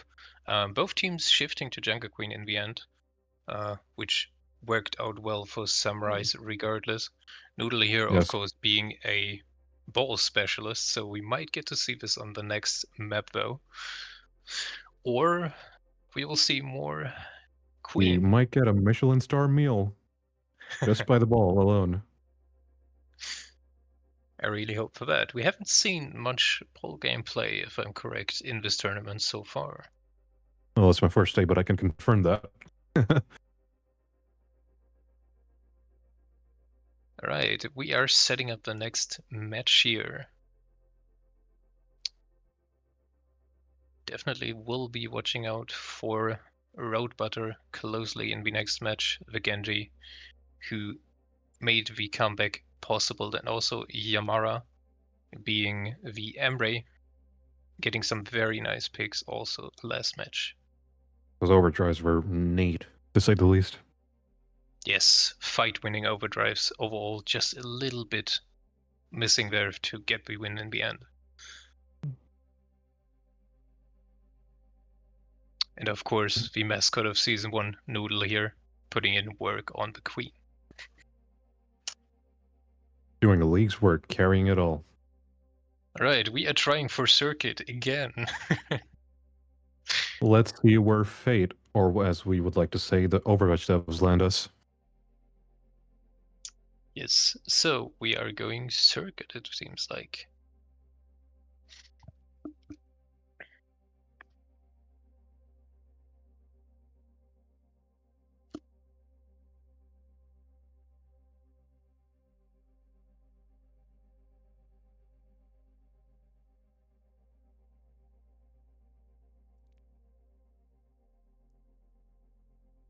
Hold it here.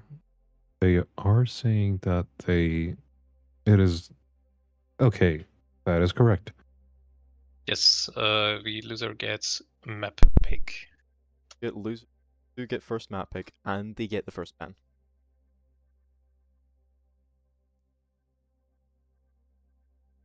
Unless all three of us are getting it wrong, which would be embarrassing, but no.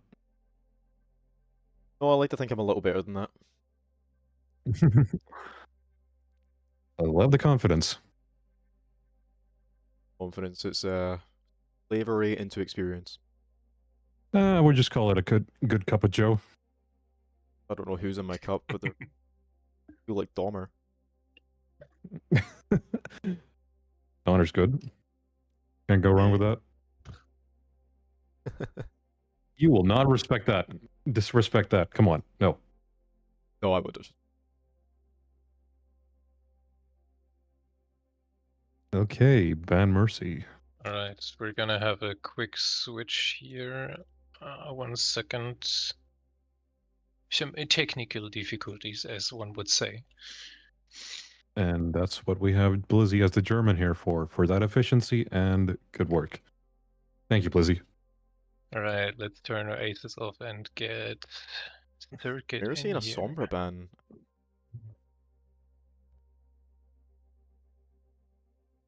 I can't see how the Mercy would have been a little issue there. Obviously the sustain stopping a lot of that follow-up potential that we saw from Martians in the beginning.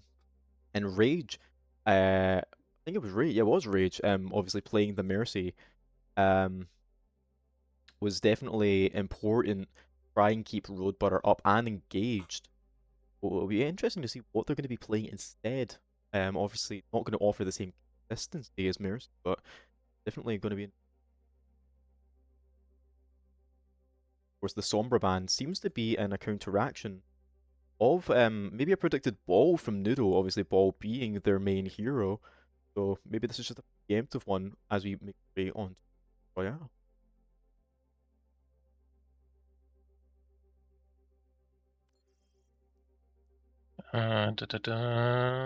So. Okay, Glare here with the Mercy ban. We got a Sombra ban in response, so Mercy and Sombra ban here. Those are some interesting bans. And I'm guessing the map is Circuit, I believe? Looks like it. They are trying for the circuit. Nighttime Circuit with those Nintendo-looking waters.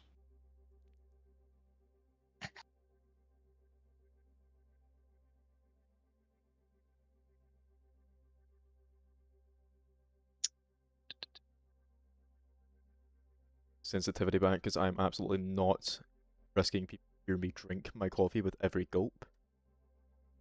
Just not what's happening. Yeah, I this thought is you the would. Overwatch Junior League, not the ASMR League. Yeah, the Junior Watch ASMR League. I can smell the type of people that would attend that. You can smell. Okay. Yeah, no, you know exactly what I'm talking about.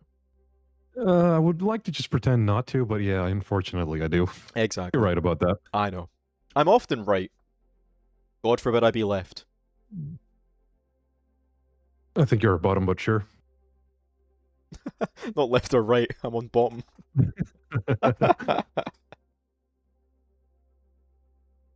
For real, why vote left and right when you can just vote the closest bottom to you? Both teams are ready. We are starting I'll the let you be the judge of match. that. We are going to Circuit Royale this time, ladies and gentlemen. It's going to be the evening. The cars go fast and the high grounds are roads. Merciless I don't know on where I the- wanted to go with that. No. Time to assemble our heroes now.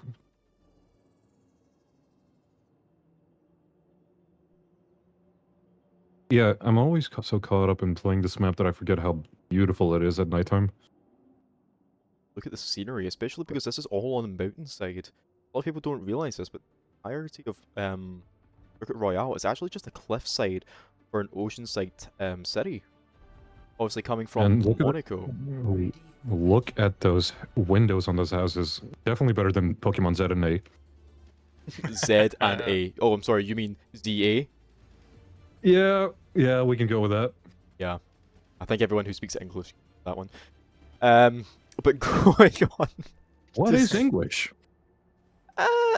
Wait, what is this? I think it's sort of butter, is it? Well, we do have some roster changes here. Bringing the Mizuki out on Team Martians and Merciless Love to with see the it. Kiriko Love to see a the music. Kiri pick here. Yes. going up against a Sigma is Noodle on Junker Queen. So this is going to be interesting, and let's see how they are going to handle this never one. mind, they're going straight to the is ball. coming out. They decide to go straight for high ground. Okay, yeah, I was kind of looking for that. Yep, and obviously because of the Mercy ban, it seems Rage is being forced to play the Moira instead, and they are going They right over are- this building here. Tomorrow might Going right get into the picked off high here, ground. but no, Giggity being Giggity first goes of all. down. Road Butter looking like a potential pick, as well as Noodle. Well, but they do decide to go for two of those. Even if it's a failed team fight here for Samurais, just getting those two picks will really enable their next push. Specifically because obviously Martians are on defense here, so it's going to take them a little bit longer for them to get back. And it seems we may even get a Sigma Dark Mind stagger. back, We and do. About really needs to push it back, which they successfully managed to do, but they are going to get chased by Road Butter. Oh, but the chain is going to stop that halt though. Nice chain there. That was a good chain. Definitely managed to save them from getting staggered. Yes, Martians here setting up on the high ground, looking to prevent them from pushing any further. Noodle gets really low here, trying to engage, but can make it out. And there Merciless gets we picked have off by it. Yamara. The Hawk pick, there it is. There heard- it is. The Hawk. I've heard Hog does damage in Ro- tier 3. Is the all Well, reliable we might get against proven a wrong. wrecking ball. So is And the their other hooks have turns managed to out. fail. Will they be able to get out? Nice. A nice ult by Mizuki ult. Very nice pivot point.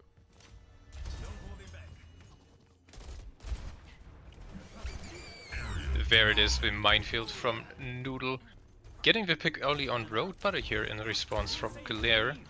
A nice chain there, and it is going to allow the solidified kill from Glare there on Giggity.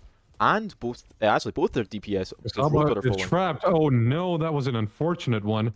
That's unfortunate for Kusaba. The random junk trap, we have all experienced it.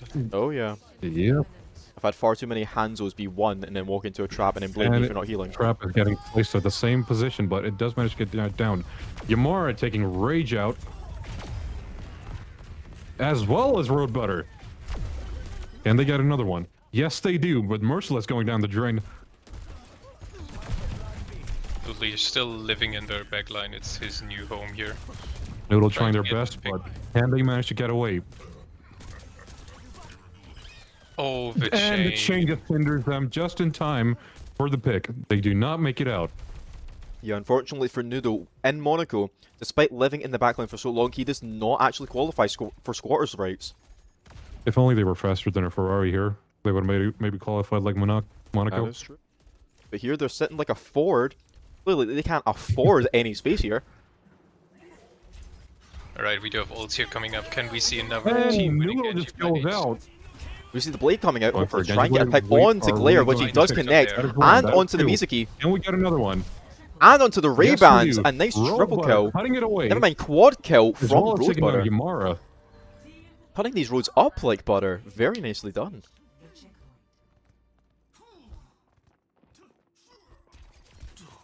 It has indeed started to get slippery. Will the Martians here recover here? They have a lot of ults to do. Is so Glare their going to go gold down? economy That is a potential clearly thing in that their might favor. happen. But And there and it is. here we the go with an overdrive by Yamara. Quite an early override, I might say. Yes, Roadbutter gets taken down in the backline. Noodle is struggling against the chain. It is really a nightmare to play Yamara against this does as a get some dive team. close calls, but their supports are just better at keeping their team alive.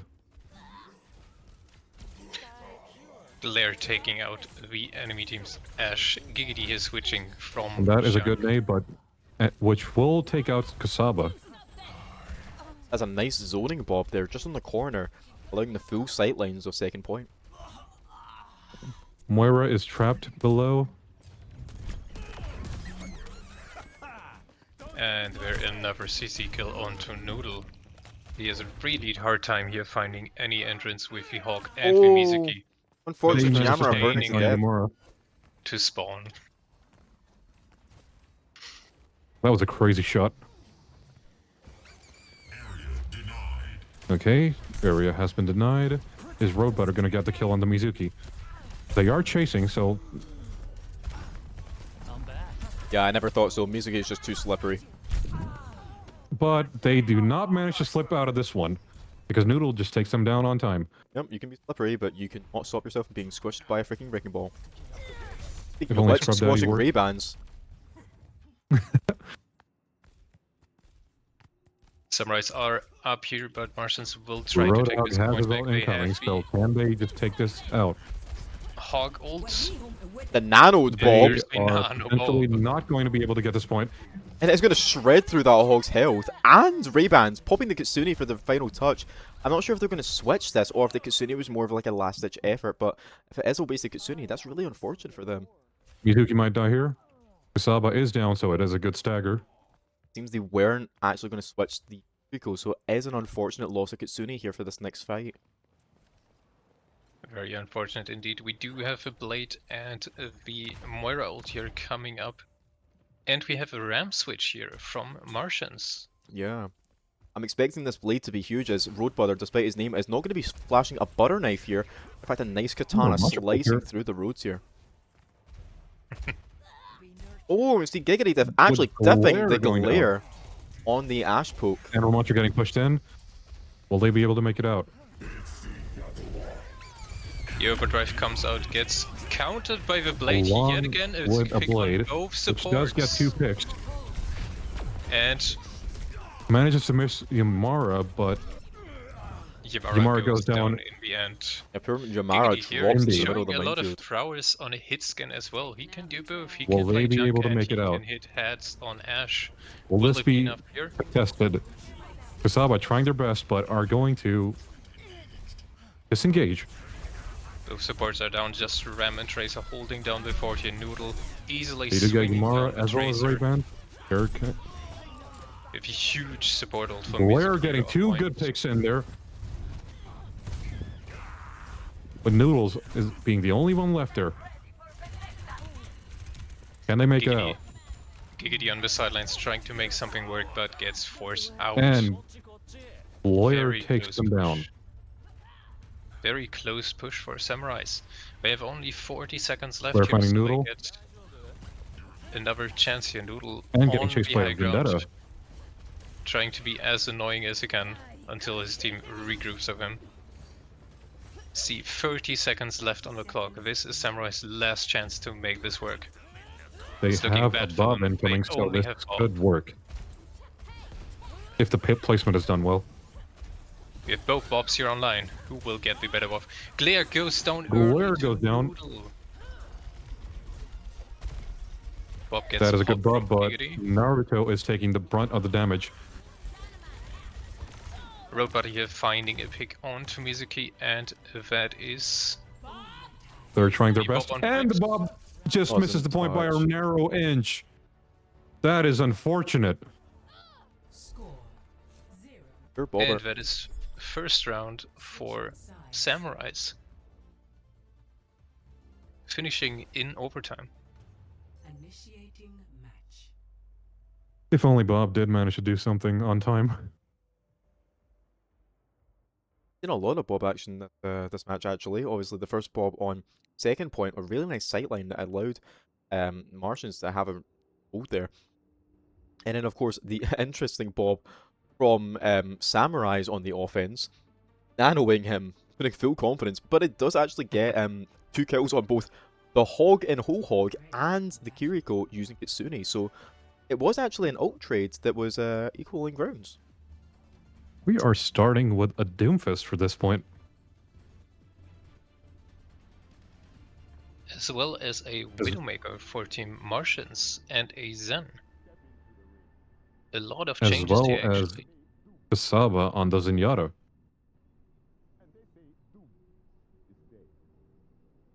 Basically a whole team switch up. It doesn't change too much for Team Samurai, still running the Genji Junk ball here, which they were very successful on the attack. Can they pull off the same here on defense? 3, 2, 1. Attackers incoming. Okay, they managed to The payload. just revert to a Ramantra for this point. Noodle trying to look for a good pick here, but just manages to scout the point. Are they going to get out Hard deep in the successfully? back. Gonna fall really low though. Looks like he is They going are to escape. dangerously low. Nope, never mind. And Yamara managed said to no. not-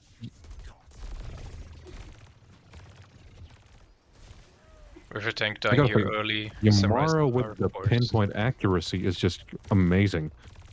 Yeah, he's very good as a DPS here, winning a lot of the hit scan battles. Both Roadbutter, Giggity and Yamara are not giving each other any breaks here. And Noodle seems to be having trouble and goes down, and his team is going to be left to fend for the... Seems the ball on defense is a little bit of a struggle, as it seems that Martians have taken the initiative and just all turned around, sort of shred Noodle's health as immediately as he initiates. Yeah, like clockwork, they all just gun it to him, neck snapping to Noodle. Noodle is looking dangerously low. He needs some support here to make it out, but that does not happen. Yamara being low as well, but Roadbutter is in a spot where they just... Saba taking Merciless Juno down. finding 2 picks here. Roadbutter getting a pick on this way out, but can't make it. Noodle trying to Noodle fight making just for the back in point here. time, but is it going to be enough? No, it is not. The disengage was necessary, and Glare just lands a kill shot on Rage. Oof, nasty. The jump shot. And there comes out an early overdrive onto Noodle, who barely makes it out. Well, Yamara just pushing them back by his own deadly force of nature. We do have a lot of ults coming up here. The blade and tire is close. All engaging. Not sure if anyone noticed We that, also but we have a did see remote I saw a horizontal, it was not horizontal, a vertical speed ring coming from Saba onto your Mara in the air. I thought that was a really interesting play there. Obviously That is boosting true. the override. Oh, Player I didn't manages to go catch down, that. getting chased by Giri. I really like that. Giggity finding 3 picks here. Yeah, nice As follow-up well on as my tire. inability to pronounce their name. I'm sorry. Samako Saba? Samako Saba? Samako Something. Samekaba. Samosa? Saba. Saba, Saba, Saba. Yamara getting... Might see Noodle here going in for the initiation dive, popping the minefields. There it is. They're looking for a good ult. Is it me or was there a delay between the bombs? Just... That was due to the perk, obviously, that Ball just Ah. received, and that he gets to spread more minefields just a That little is bit later on. scary. It is. It's And a sounds really good way very of zoning effective. out. Obviously, narrow maps like Circuit here can cover pretty much the entirety of main. It's honestly Yeah. quite terrifying. He denied them like an entire section of the map they needed to cover. Yeah, that's a good quarter of maybe 0.2. Now to going in for Noodles. Trying to Is get Noodle going to be able to make it out? They are going to narrowly avoid this, but no. Yamara, as always, gets another precision pick on time. See another Here tire comes coming out from Giggity. Tire. Oh, and it's a triple! It's huge! Huge. That was massive. Followed by Roadbutter getting a kill on Ray-Bans. And the last Naruto- annihilation being popped. Interesting play here from Naruto Rage Steve. will He go is going to get the down. 2, however. I didn't think he was going But to it get was not one. enough. These are 2 good picks for Martians here. If they can follow up on it, Kiri just gets booped off a map. That is unfortunate. That is unfortunate. Very well played by Noodle here. Goes for another. Nearly gets the But- Emery as well. But manages to get us a few scratches in. Samurai has fully are- regrouped the 2 they picks are from still looking for Mira a pick, and but didn't make a difference in Noodle- the end, unfortunately. Yamara going for another overdrive. Can he find another pick? There's that Getting the speed jump ring I like grab. to see. Look how fast that travels. Really interesting play. I love that. It really is. And he's going to get the 3, it looks like. Rage going down. Unfortunately for them, they got blocked by the corner. Yeah, and it just gunned down by the splash damage of the Siphon Pistol.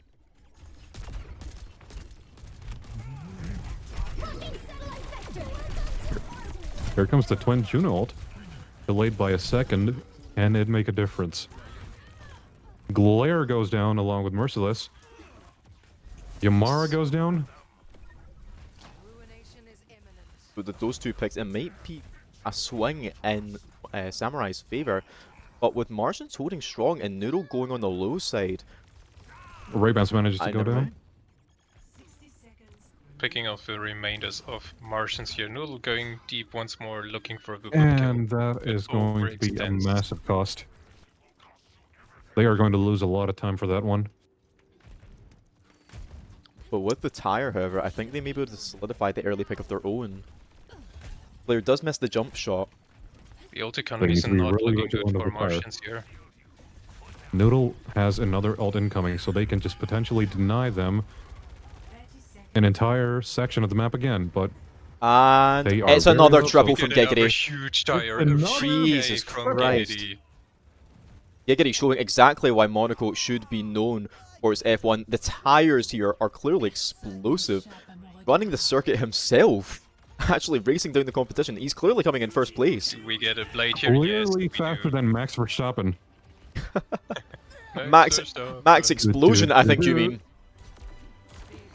That is true. And Same. Kasaba trying to get something in, but unfortunately just gets... If Naruto being too slow to make it to the payload, that is Samurais takes the win for off Team circuit. Samurais. And since we are doing lower brackets, that is a win for Samurais. That is right. And wow, what a tire. Giggity with those insane triples, but not once, but twice. Yep. As you're saying, there's no Max Verstappen, that guy. Clearly not. The first time we had a junk right here at display, and what a display it was. Giggity and his team taking the lead here. Roadbutter very valiantly fighting on the Genji as well. Martians really trying their best, but got short a little bit here. But started off really strong. Very well played by both teams. Torn apart just because of a Red Bull's sponsor. I wish I had a Red Bull right now. Please sponsor us. Red Bull, if you're seeing this, please sponsor us. We are crazy. Can I get a coffee Or well, we instead? try to be. You can get a Red Bull mixed coffee. Ew. Ew. That sounds horrible. The hell? Thankfully, we just muted that so Red Bull doesn't hear it. Oh, yeah. No, Red Bull, we love you. So yeah, as we're moving into our map finish there, it will be the match win for Samurais, which means unfortunately we are going to be staying by Team Martians that were honestly looking very promising, but unfortunately they just were not able to topple the Giants that are Samurais. We are just getting our MVPs here as from Team Samurais, it seems they're going to be voting Yamara from Team Martians, and honestly, I gotta completely agree with them. Yamara was really holding their team together with a lot of the early picks and huge ults coming Override.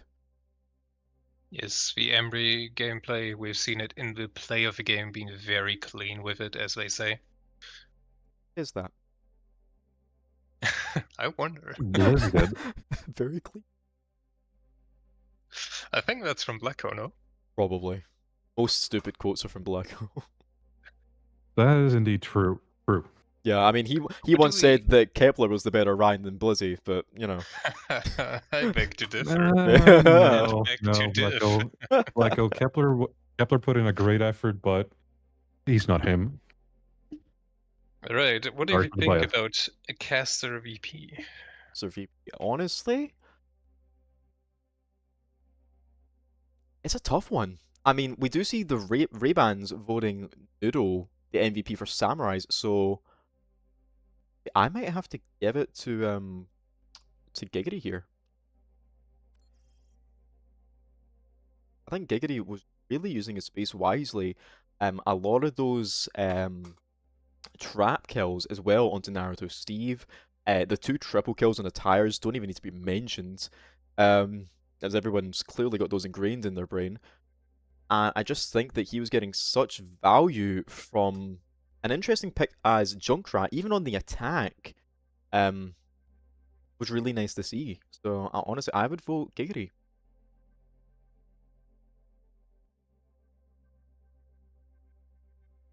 Alright, we are going to take a short break here until the next match. We'll see you in a few minutes. We shall be right back.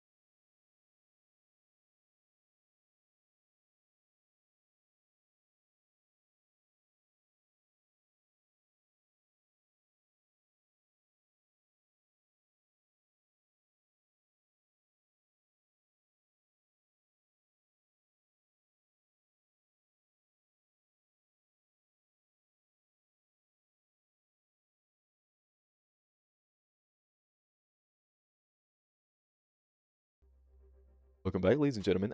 We are hopping in straight into our next game, just on time, which is really nice, keeping time, with our Hunters versus Vortex game. Sadly, with the last game, we did have to say goodbye to Mars, but we will be seeing Samurai in the next lower bracket map. I think they against whoever will be the loser of our Ribbits versus Stealth map after this. But right now, let's focus on the present. Hunters versus Vortex, which is a really interesting matchup. Hunters having lost against Lupas in the 3rd round bracket, and Vortex having lost against Monks in the 4th round bracket. Now, Vortex and Monks have seen some of the most high-octane gameplay that we have had yet, especially in the NA bracket, and whether Vortex are going to be able to pull the same sort of stuff they did up against Hunters, is yet to be seen. We will see the return of both the Glare and Yamara, it looks like, on Team Vortex. And we are going to see more of Kryrina, Leo, Rush With Me Please, Elos, and Shaggy back returning on Hunters. Of course, the rest of Vortex is here, including Phantom Slurk, Barabra, and Supernova, their team captains. Welcome all back to the tournament. We'll just go through their lineup really quickly. Let's just go through Hunters first, because it's the first one I found. So obviously, it should be Lord of Tank, Leo, Revan, Kryrina, and Shaggy running in as their first starting lineup. Now, it seems that Lord of Tank here, who should be playing a deceptive DPS, isn't actually available, but it seems that we are going to be replacing that with Rush With Me filling in for Lord of Tank here. Now, they have kept their main DPS being Leo, so we should see a lot more of the gameplay from them. That is not their name. Their name is not ArtQPaste. That is Asuna. It's not part of this. Ah, so that's ArtQPaste. That should be replaced at some point. Rosters are finished. Yep, so we seem to have Revan as well on their tank, being their team captain, also known as Imperator. Seems to be replaced here by Kryrina, actually, the support player being put on tank instead.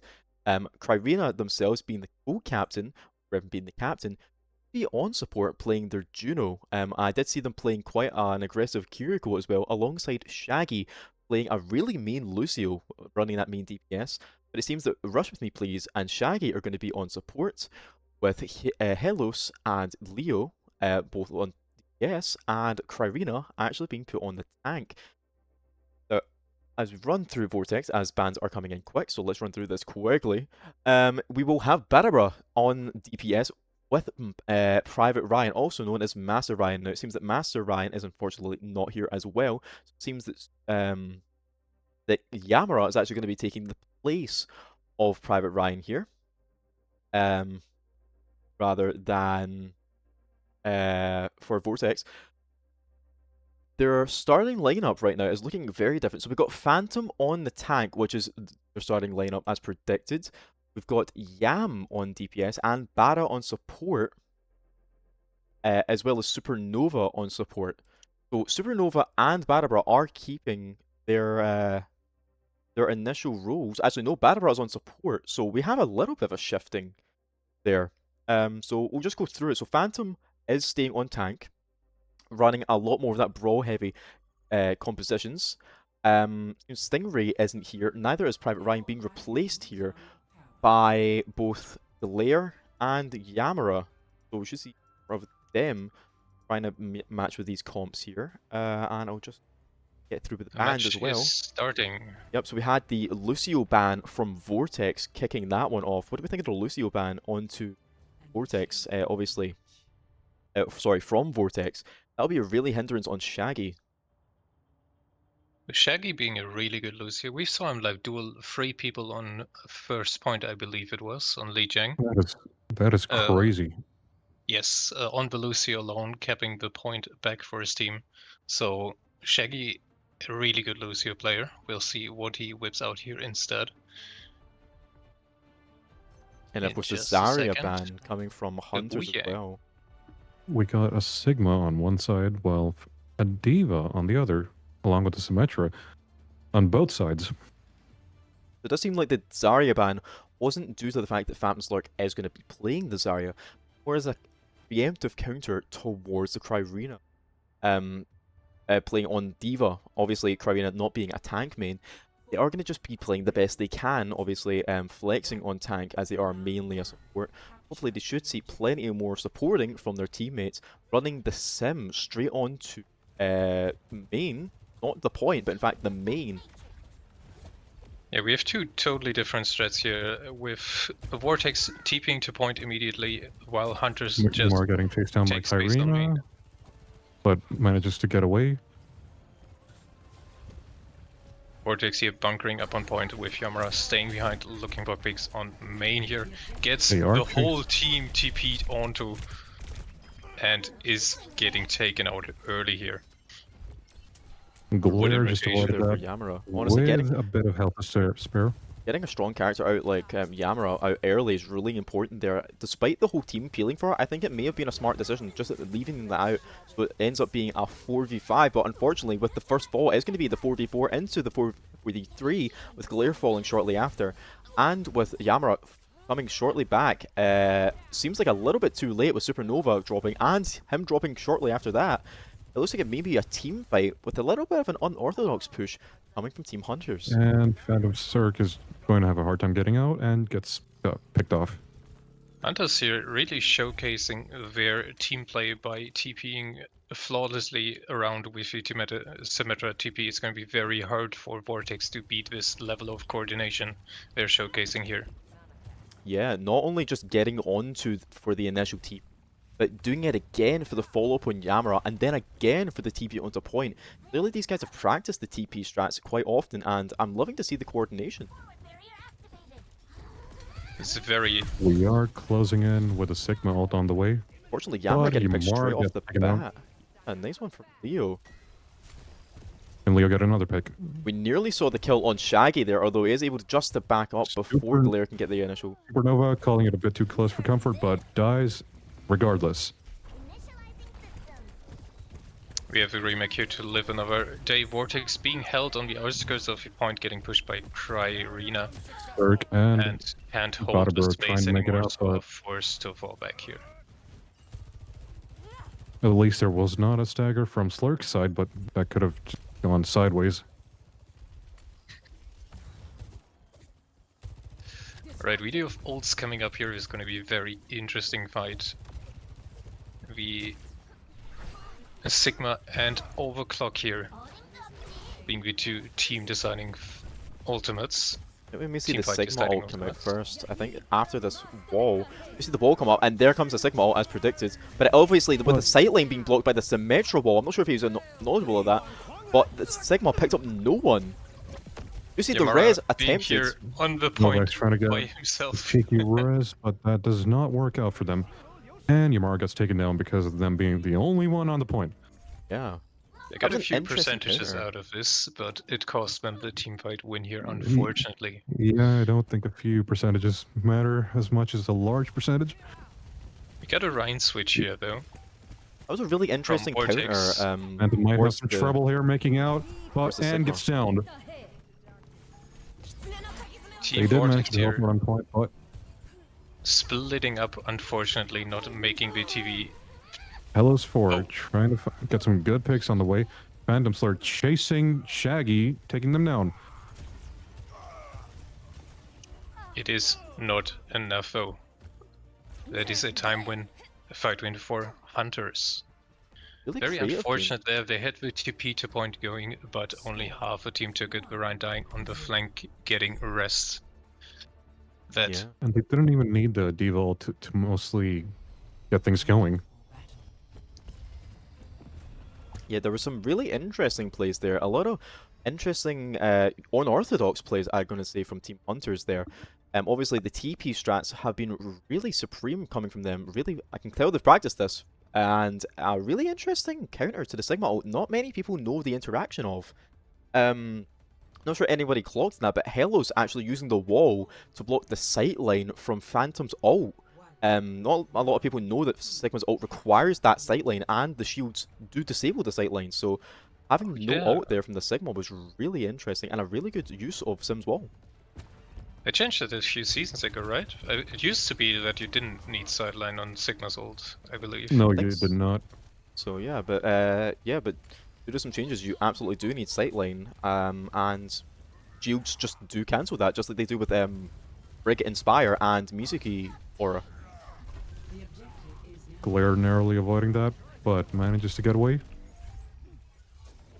Yamara going a bit farther in there, trying to get the pick, falling fairly low, but thanks to Supernova is able to keep up. I thought that was going to be a bait TP, but Hellos actually did commit and unfortunately did suffer the Wrath of Phantom being up close. Yamara closing in on Shaggy, but Shaggy manages to make it out regardless. With Glare getting taken out. The Ryan pick is working here in Team Vortex favor. Phantom holding a lot of space very consistently. Mercy's getting the Fort rest might of have some there. trouble though. It is He a does not have the support he 5v4, needs. but gets taken down unfortunately. And Hunters do get Glare the point. trying to get something on his own, but he is separated by his entire team and is going to get gunned down. But still manages to live this for this long, surprisingly. The override popping And out we have very the early. overdrive incoming. Countered by the Wu Yang ult, Tidal Blast, stunning him out his ult, and it's going to disable it That entirely, following up with a kill from Krivina. That was nasty. I would say a really valiant effort, clearly filling for tank Krivina, but clearly not pure support main. Really making some interesting D.Va plays. I think they're holding their space really well. We do see Vortex here rotating all the way left side, trying to make it to server room. Hunters playing more on point for now. A lot And of Hunters people adapt coming up now. quick Can enough. we see like a sick shatter here, please? I think we We may are see itching the big for that. shatter. Obviously no shield to protect them. We see the bomb going in early. Will it secure a kill? It doesn't. They all do hide in time. And this might be the thing for a counter shatter. Around the corner. They do have a Glare on top, but only manages to find Leo. Phantom here being in the backline, killing the Symmetra. Glare does We get are rest still though. waiting for a shatter, but I Can I don't get think the that will be charge needed go? just yet. With Nope, both not tanks here requirements. trading backlines, but D.Va unfortunately cannot make the difference here.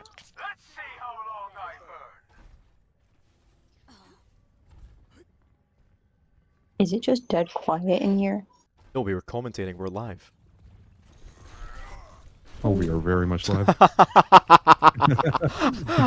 Not sure she realized that one, but I mean, we are not in the cast of EC, so fair enough. Yeah, game on that them. is true. I just got an apology message. Hellas seems to be in a very tight spot. Can they make it out? No, they can't. Yamara gunning them down. And Yamara Yamara here with a huge overdrive chasing them all the way to spawn. The Oh! shatter is And getting another pick on Shaggy. Nice little 180 there. I'm not sure if that was Nice shot. expected or if it was just for the splash damage, but it was a connect with the heavy shot on Shaggy.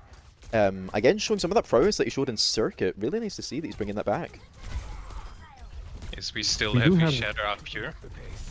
We do have a Kitsune incoming with Rushme, followed by Symmetra and Leo. If they can manage to get a few good picks over here, this could turn things for them very well. Phantom's Loki still looking for the massive shatter. With the title And going off. Glare is And about it's going to get the kill on taken Glare. down. Is out. Oh, the Captive Sun being That eaten by was- Krivina. And That was followed an up with a insane- kill by Leo. Slurk's trying to hold the point, but gets There a it good is. shatter in. Shaggy manages to get out of it. But he is left alone on point, unfortunately, and Hunters gets a Unfortunate. backup here. It was a hard Glare hold for that is shatter. on the way. The touch with Oh, and they barely don't touch with the Mercy. Unfortunate. by a Renova smidge. tried, Vortex. but they got a haircut to the face. And honestly, I think that was a little too much of a hold for that shatter, which could have been used a bit earlier, but it was a really valiant effort from both teams there, with Krivina, again, filling in from support on tank. I'm very impressed. Not gonna lie.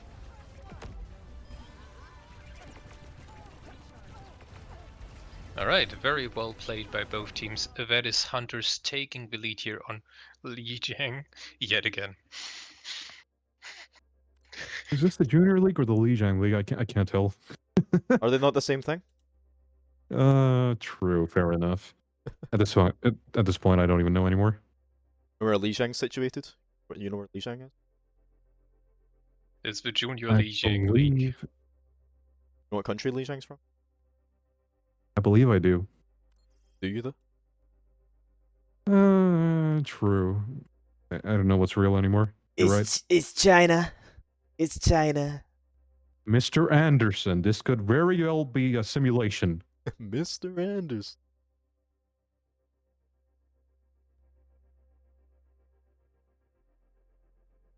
Alright, we are getting stuff sorted here in the meantime. I don't think they have any fill-ins for their rosters. Nope, both have 5 people online. That makes it very easy to set up the game, so. Thankfully. Without any problems.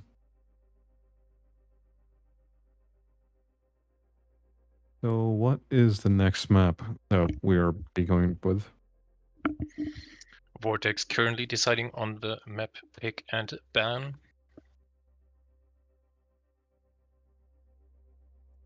What do we think of Hunter's performance here with the very well executed TP strats? I'm really loving the coordination. It honestly shows that they've practiced this quite a lot. I'm really impressed. I mean, best thing I love seeing from teams is coordination, and that's exactly what they're showing here. Pure unbridled coordination. And it worked like a well-oiled machine, I would say. Absolutely, it was flawless, quite frankly. Like a BMW getting its maintenance. On time. Except this one didn't cost me That's true. Gibraltar it is, and a Diva ban coming out already. The ban onto Kryrina is going to be a tough one. Clearly they're feeling threatened by the support main, but honestly, I don't blame them. I really don't blame them. I did not know Kryrina had that in her, but fair enough.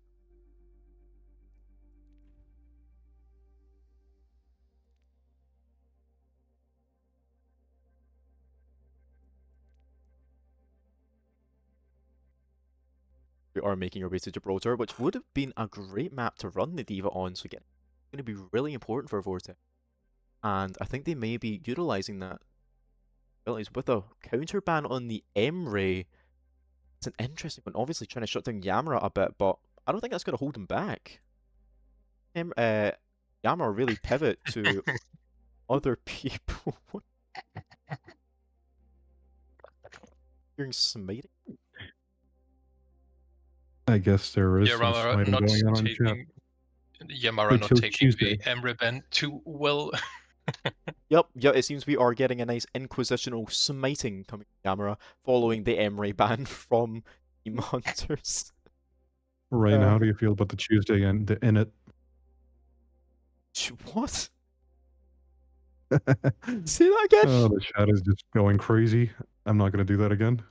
Alright, we are starting the match. Aren't we? Arriving at Watchpoint Gibraltar. With how well Hunters pulled off the TP strat on Li Zhang, I'm hoping we get to see a lot of coordinated Symmetra shenanigans here as well.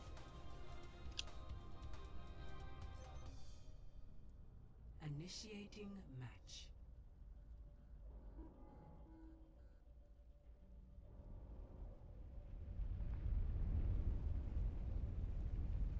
Oh, I just zoned back in. My bad. You're That's cool. fine. You missed nothing. Are you sure about that? I'm pretty no, sure about nothing. Nothing important. Blizzy. You suck, Blizzy.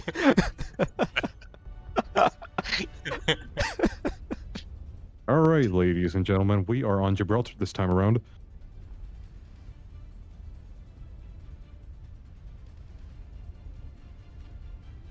Okay, looks like we get another addition to casting here in a bit. Irina with the beautiful Blanca skin from Street Fighter. Oh, do we have the black? Yep. I like that I skin. am guilty of buying the bundle. I was tempted to buy the Widow skin for Yeah. The research We purposes. we all know why I wanted to buy the Widow skin.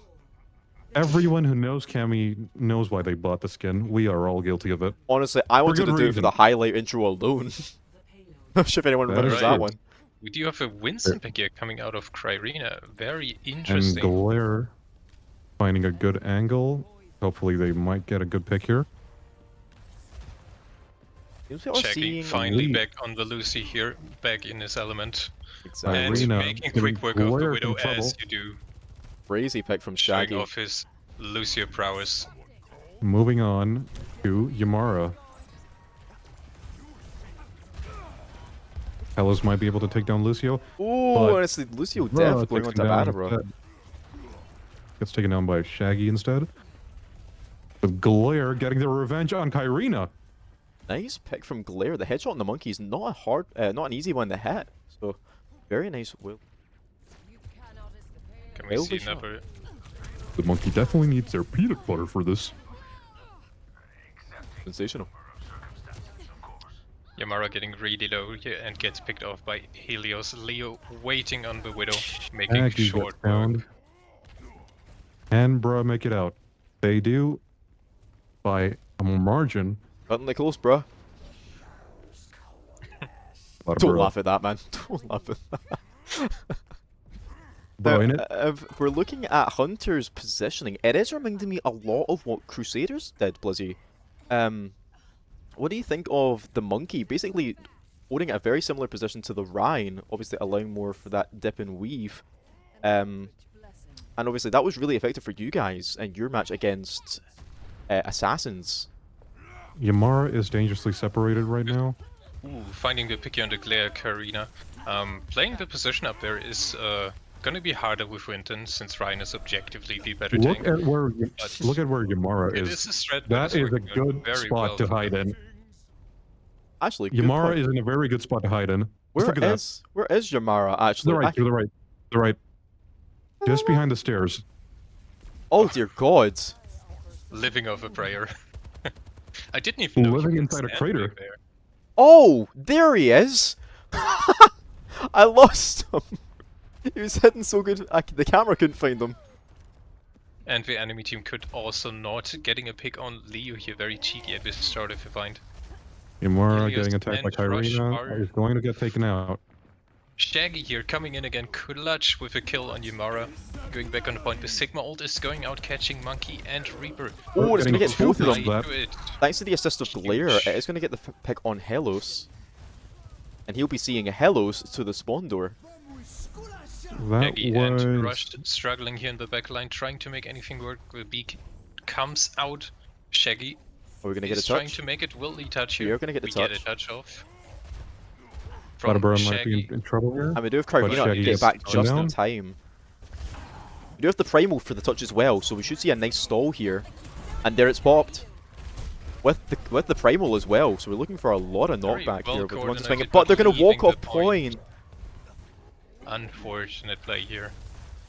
First point is a winner. Just because of that timing. Of watching Monk die. Very well played from Montes here so far, but messing up Hellos on always the on the point Reaper? presence. Bebop goes out Hellos super was early, on the finding, Reaper. not finding Leo in the back line. He makes it out. And Bob they able to make doing nothing they as do per get usual. out. A nice shiny Bob with the Talon skill. Oh, that is pretty. Bob is blushing.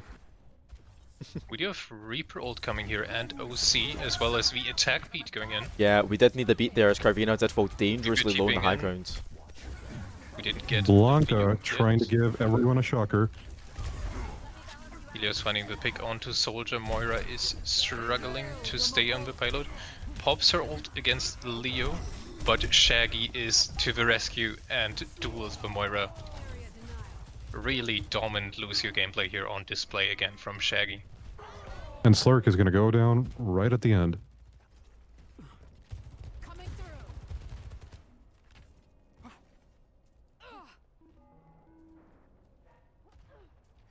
Hunters Rene gaining ground here. We're looking pretty similar on the old economy. Badabra being closer to his beat though, which might Glare. be the defining factor here.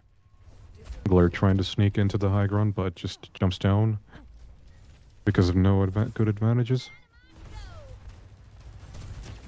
You see the Vortex Sigma Grass coming out trying- first, trying to take the high ground. Yamara Huge getting headshot taken out by from Leo. Leo. Getting a gauge here from Cryer, trying to hold the payload. Moira is trying to get a flank off to high ground, but gets denied by Shaggy and Cryrina.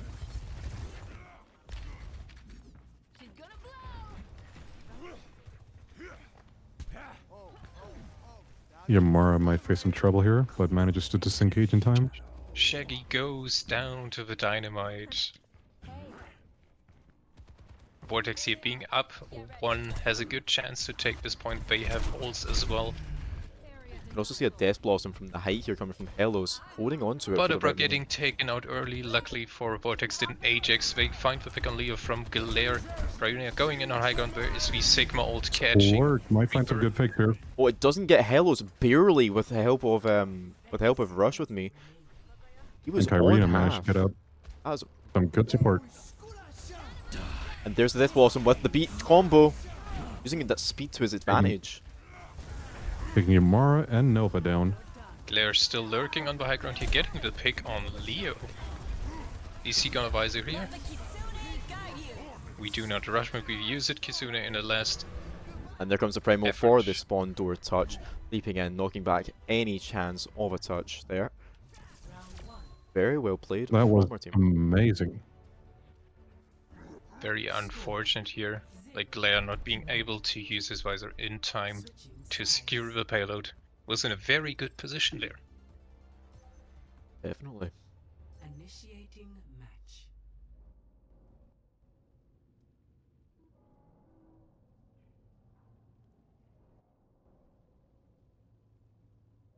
With that not capping... Yes, they did not cap second point.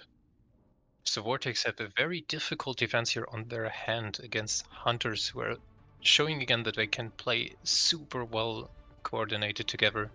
Diving in with the Lucio Monkey here, very consistently, very well played. Great follow-up from Leo and healers as well. Will be very hard for Vortex here to stop them.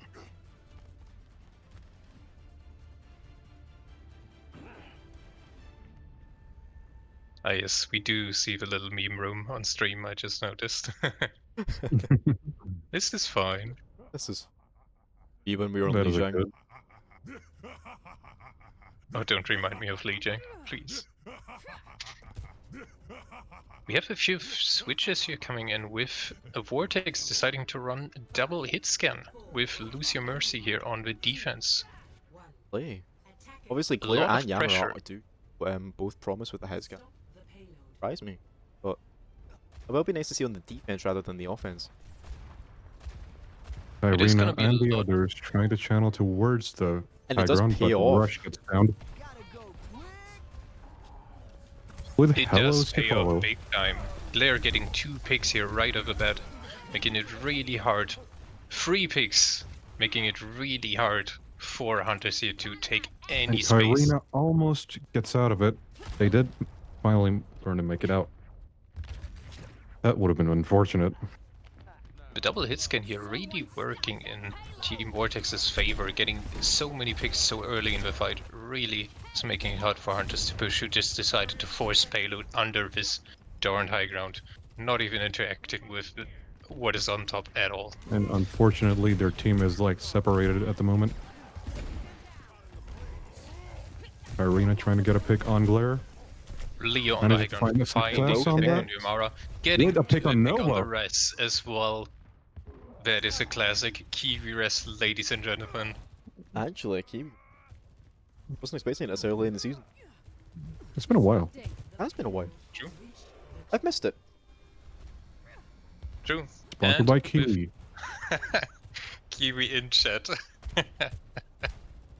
Seethe. Then we get some Kiwis in chat. Can we get some hashtag Kiwi reses? Yes. Hashtag Hunters here taking a second point. It's just a few meters off from them winning the match here. With Vortex being kind of close to Sigma ult, but not a lot to Where- work for them here. Maybe they get a bob We're in trying time to find a good pick. to defend the payload. playing really aggressive here, trying to get any picks. Shaggy is getting off scot-free. Yamara is popping the zoning high noon. With the damage boost, so it will be a fast lock on there. How long is it going to help them, considering they have 4 minutes on this? Which is a lot. It's a lot of And time. Blair manages to go down.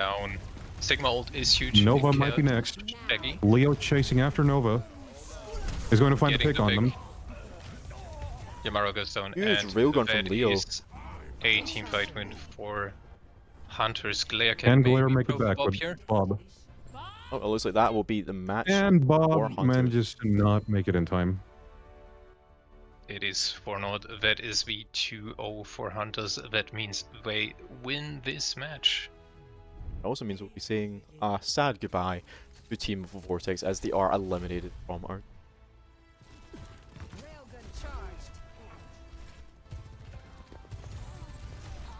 Kiwi res. Oh, that Kiwi res was just Kiwi-tastic.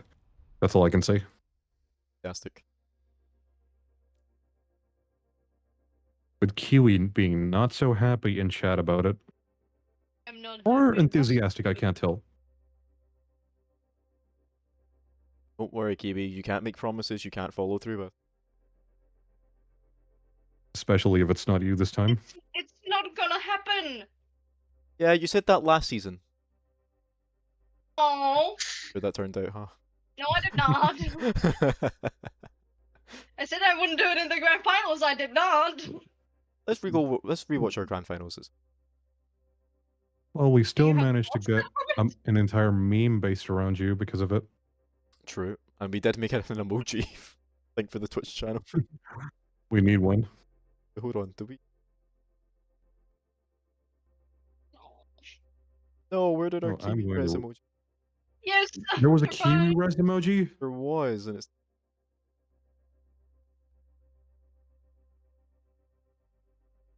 I would have loved to see that. For sure. Okay, we're still waiting while we're waiting on the MVPs from B teams. What do the casters think? What are our MVPs of this game? Yeah, I think it might be Kryrina having to go from the support, the tank role. I'm clearly not as confident, being a whole 5 ranks lower in the competitive scene. But they really were dominating the backlines there with the D.Va. But honestly, I'm also inclined to take Helos up on the CVP, purely based on the sim TPs that they were providing for first person on the Forbidden map.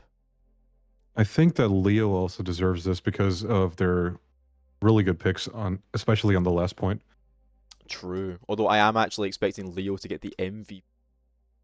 He did get the MVP. In Yep. fact, the Leo MVP coming from Vortex, and Phantom is the MVP vote from Hunters for his That is really solid tank very fair. gameplay. Yep, I completely agree for the Phantom one. They were holding really well on the Sigma, despite obviously the grasp not working on the Monkey. But even just swapping to the Ryan, I think worked really well for Phantom. Unfortunately, just was not enough. Back to Hunters. All right, we have a little bit time left over here. I'll take this as an opportunity for our casters who are doing a lot of work here, especially Rain. Big shout out to take a little bit of a longer break. So we will be back in 20 minutes for the next match. Don't go anywhere, folks. Was he?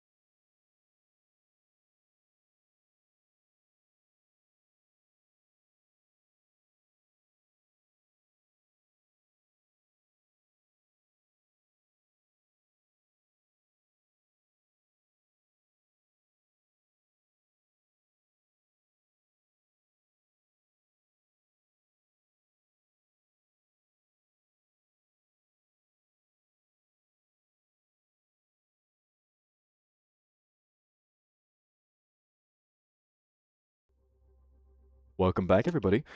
As we kick off our next match within the NA bracket and our last two matches of the week, we'll be going into the Ribbits and Stealth match. Obviously, this is beginning in just a couple minutes. Ribbits and Stealth obviously coming from our upper bracket now as we transition into that. Ribbits obviously winning against Team Martians, who we think sadly lost in the last match. Sorry, not the last match, our first match of the NA bracket. No. I know, poor Martians. But maybe we'll see It's them on Li Mars. Sheng. Oh, it's Lee. That's why you're saying no. Ah, well, hey, we're going to see a brand new map being Li Shang, never played before in the tournament, with Ribbits going up against Stealth. Ribbits, again, beating Martians, and Stealth having beaten Samurais, who were our first winners in the NA bracket today. So we should see a little bit of pushback from these two teams. Whether or not, obviously, with Martians having lost against Samurais, if that means that Stealth beating Samurais is stronger than Ribbits beating Martians, who knows? It could just be complete coincidence, but we have got their nice full rosters in there, and we are taking a detour to a brand new map again. As I said, Lijiang Tower, the first time we've played it in the tournament. I'm hoping to see some of that garden. We've not seen a lot of that garden in the tournament so far. Obviously, never seeing Lijiang first. I will have a little showcase of the teams. We'll start off with Team Ribbits, as they were the first to appear. That is Team Vortex. And that would be Team Hunters I was putting up. There we go. Team Ribbits, there we are. With the adorable icon, I must say. One of my favourites. Thank you to Kiwi for designing that. What is Team... He's so cute. It is so cute in that little sweater. So kicking it off, we've got the two DPS duos being Santicool and Storm running the main and flex respectively. Now we should see Santi playing more of the cast, as you can see in the infographic there, probably shutting down a lot of the dives we'll see from Stealth, specifically Gatsby, who I know will possibly be running that diva. Storm, however, is going to be playing the Venture, hopefully being the initiator, along with Santi. Oh, there's two Santis, that's right. Well, there's Santicool and there's Santi. Santicool is the DPS and Santi is the tank. As I said, Storm should be following up with Santi the tank when they're playing their Hazard as the initiator using Venture's Flex DPS style. Lovely. And we see Koso and Amari on support here, with Sukoso primarily playing the Flex, and Amari playing more of that damage side, coming from the Iriari, obviously playing basically as a second DPS hit scan. Now, it does seem that Amari... Never mind, John is actually Amari's alt account, so I'm not going to say Amari isn't here, because Amari is here, but the person who isn't here seems to be Redstorm, who's being replaced by Ivanix. Unfortunate for Redstorm not to appear. I do remember them from the last Ribbits match, making quite a bit of impact, but honestly, I'm still excited to see what Ivanix is going to be pulling out the gates.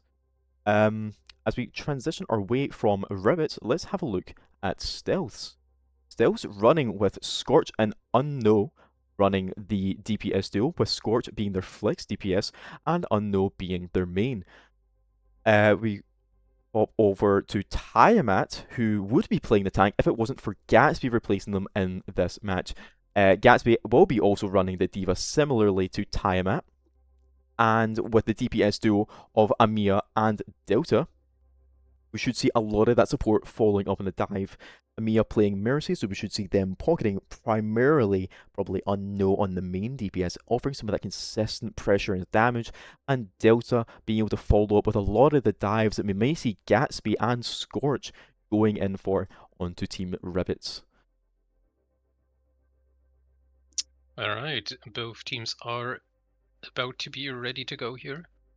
Yeah, so we can start the match off. Yep, so it seems we do have a cast ban, obviously initially coming from Delta from Team Stealth, so that would be implied onto Ribbits there. That's going to be tough for Team Ribbits, obviously having run the cast on Santicool, and it does mean that they will have limited availability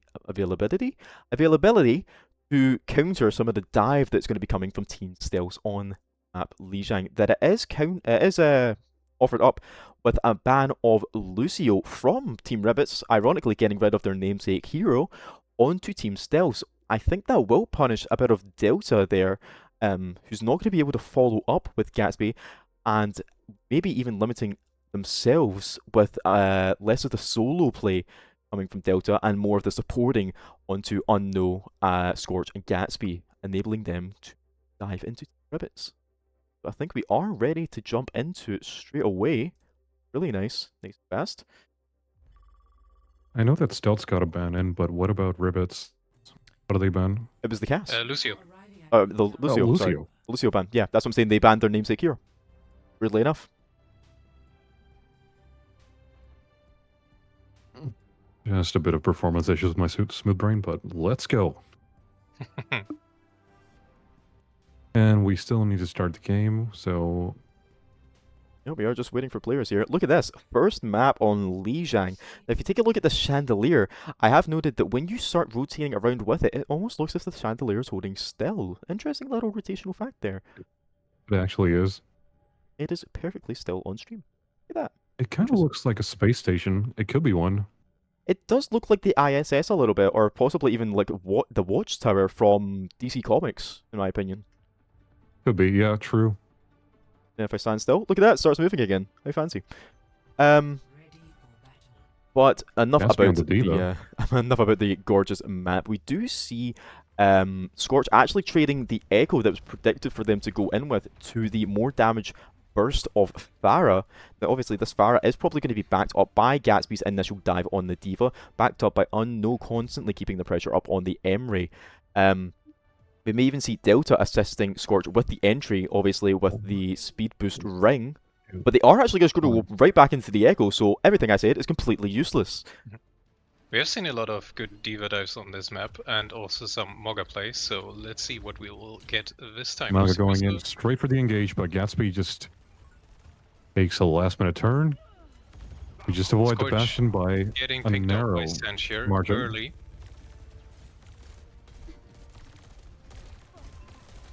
There we go. Now I have the overlay.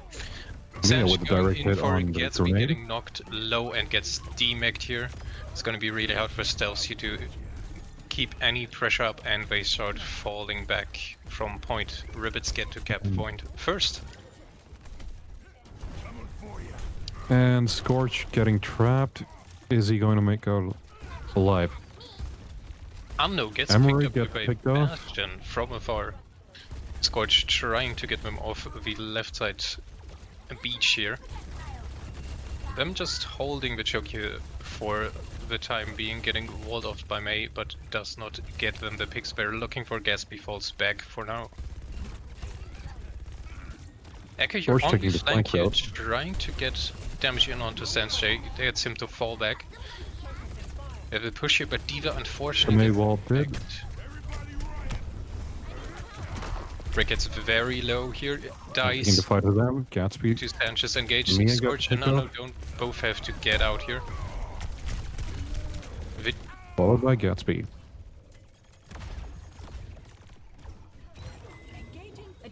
I'm really looking a little dangerously low. Copy comes in on the Mei here. Both Meis dueling each other. And Scorch can And there actually is a Mei decide the grip. duel for himself. The Mei ult gets popped, and that is a clean wipe from Stealth, getting to back up the point here. With 3 ults to spare. It is gonna be rough for Ribbits here to retake. We have Armia switch on the side of Stealth to get some the antis in here for the Mogga, which is very oppressive against this team comp. Yeah, of course we do But have the Ribbits 5 ult do advantage. have 5 ults incoming, so this could shift the tide in their favor. We see Gatsby going in for a very wide dive here, going straight for Zakoso and getting the pick and the bomb pick onto Santikul. Does leave Unfortunately, only 3 to touch. Unfortunately, it does get picked off, but Stealth still have control over the point here, with Ribbits being down 1. Hard for them to push here. Scorch is looking for a pick. Juno gets antied, barely gets away with a smidge of HP here. We engage onto the high ground. Overgride right comes out, gets a lot of damage in onto Morga, who makes it out with the overdrive. Still waiting for a pick on it. The Torch might potentially get downed. And that does happen, but 2 trades from the other side.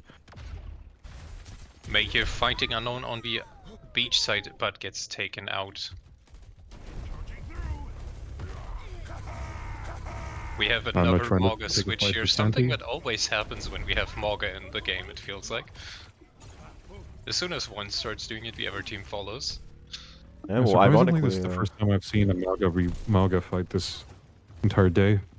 Yeah, I mean, obviously the best counter to Malga really sometimes is just Malga, as the huge hitbox that he is. He's going to get the most healing off of Malga. And talking about that, we've now got 2 Malgas on the field with the Echo going for the duplicate. This is a very messy fight. It is very scrappy, but it looks like it's going to be in Stealth's favor. Do off the And cage the May from is trying their best to get away, but that's not going to happen as they get picked off. Stealth here getting the team wipe off of the Juno ult and the cage from Sans, using it against them. Very well done here. The Rabbits have to touch the nano, gets popped onto the Morga, goes super deep. And with the cage down, it's going to be a hard touch. John taking the fight to them with Santi. The Gatsby is going to fall here. Work for it. John and Santi here on the point. Can they Santi make it work? gets taken up by Emery. Getting the pickers. Koso getting really low. And fights we pick on the Emre. There's going to be a recap for Ribbits. Really nice. Ribbits being able to hold the point down here despite the 99% from Stealth. They're trying their best to get to the point, but it does not happen. Delta. Oh, and the wall rolling off the Malga. That's getting stunned by their Malga. And after a freeze, it's all over. A nice couple 2 shots from Sakoso getting the crit kill on Amiya as well as the kill on Gatsby. Will solidify the win for Ribbits on point 1. Very well played from both teams. A They very tried close their match. They tried their best, but Ribbits got the last laugh.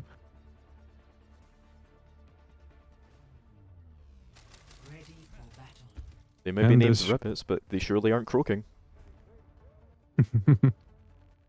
And they changed their fate on this round. Let's find out. We do stick with you. Morga comes here with both teams going quite the different approach. One team running both teams running the Ana. I stand corrected. Both And there teams is are a going for Bastion the now. Ana Morga. One substituting with Bastion, one with a second flex DPS. Yeah, it's really interesting to see them both run the Juno Ana. Obviously, the Ana's going to be used primarily for the antis onto the Malga, but I feel like the Bastion and Echo combo will honestly run down their team a lot faster. Obviously, the large And they're hitbox of circling Malga around. is going to be one of his biggest flaws. Will Stealth here making rotation to point first, so Rabbits are forced to engage on the point here. Both the Juno gets taken out by Gatsby first, and another pick onto Santi here. With Rabbits being 2 down, they are forced to get back here. With Gatsby being trying to anti, so he chase, can't but- quite finish off the May here, unfortunate for him. Oh, we may do see a still pick on happen, San. and Scorch gets the pick. Stealth here nearly forgetting to cap the point, but they do it now. With Oh, them we getting managed the it. cap point first. I'd also like to point out the immediate ult charge that we're getting from Scorch here. Already at 83 in his ult. Really fast gather there for the duplicate. And honestly, the duplicate against the Malga, I think, will be so strong. Just again, as I said, Malga does counter Malga. In fact, we're going to go straight to the duplicate as he does gather right away. And it's going for the Malga. Here we And do. we have 2 Morgas and John 3 getting picked Morgas off, and a followed by Bastion. Ivan. It is just Gatlings galore at this point. At the end of the day, it's not a matter of accuracy, but a matter of who has more bullets. Who has more Malgas? The team that has more brr. And Santi gets down by Gatsby here. Stealth retreating. We're looking pretty good on the ult economy here for Stealth. They have Bastion ult and Nano coming up for the enemy team though, so this could be a team deciding ultimate and also May ult being very close here. Which not as big of a threat to Morga since he can just rush through it. Sans getting onto the Ana here Now in he's the finding a backline. pick on Scorch. Gets the Nano off on Kosa, but dies. Unfortunately, Gatsby is trying to make anything work, and the Juno Saints here with a revive going Gatsby straight is actually to gonna live. Gatsby is and living. they did turn this around. A nice card With out Delta. there. Great job helping Gatsby live, but that is going to be troublesome now as the fight goes on the point. The double cage battle. Fight. Feel like Gatsby a nice here having Venn the upper diagram. hand with the orbital ray, being able to sustain much more and taking out. And Koso getting a last minute stagger. Is May going to make it? Not under that. Not with the Heavy gunfire. sleep. Sleep. Stands Are and they trying John their here best to on make the it out to point, the point? trying to make it work. Nano goes out onto Gatsby and the orbital on point. Very desperate battle here to get any value, but I'm now trying to get John, but missing narrowly.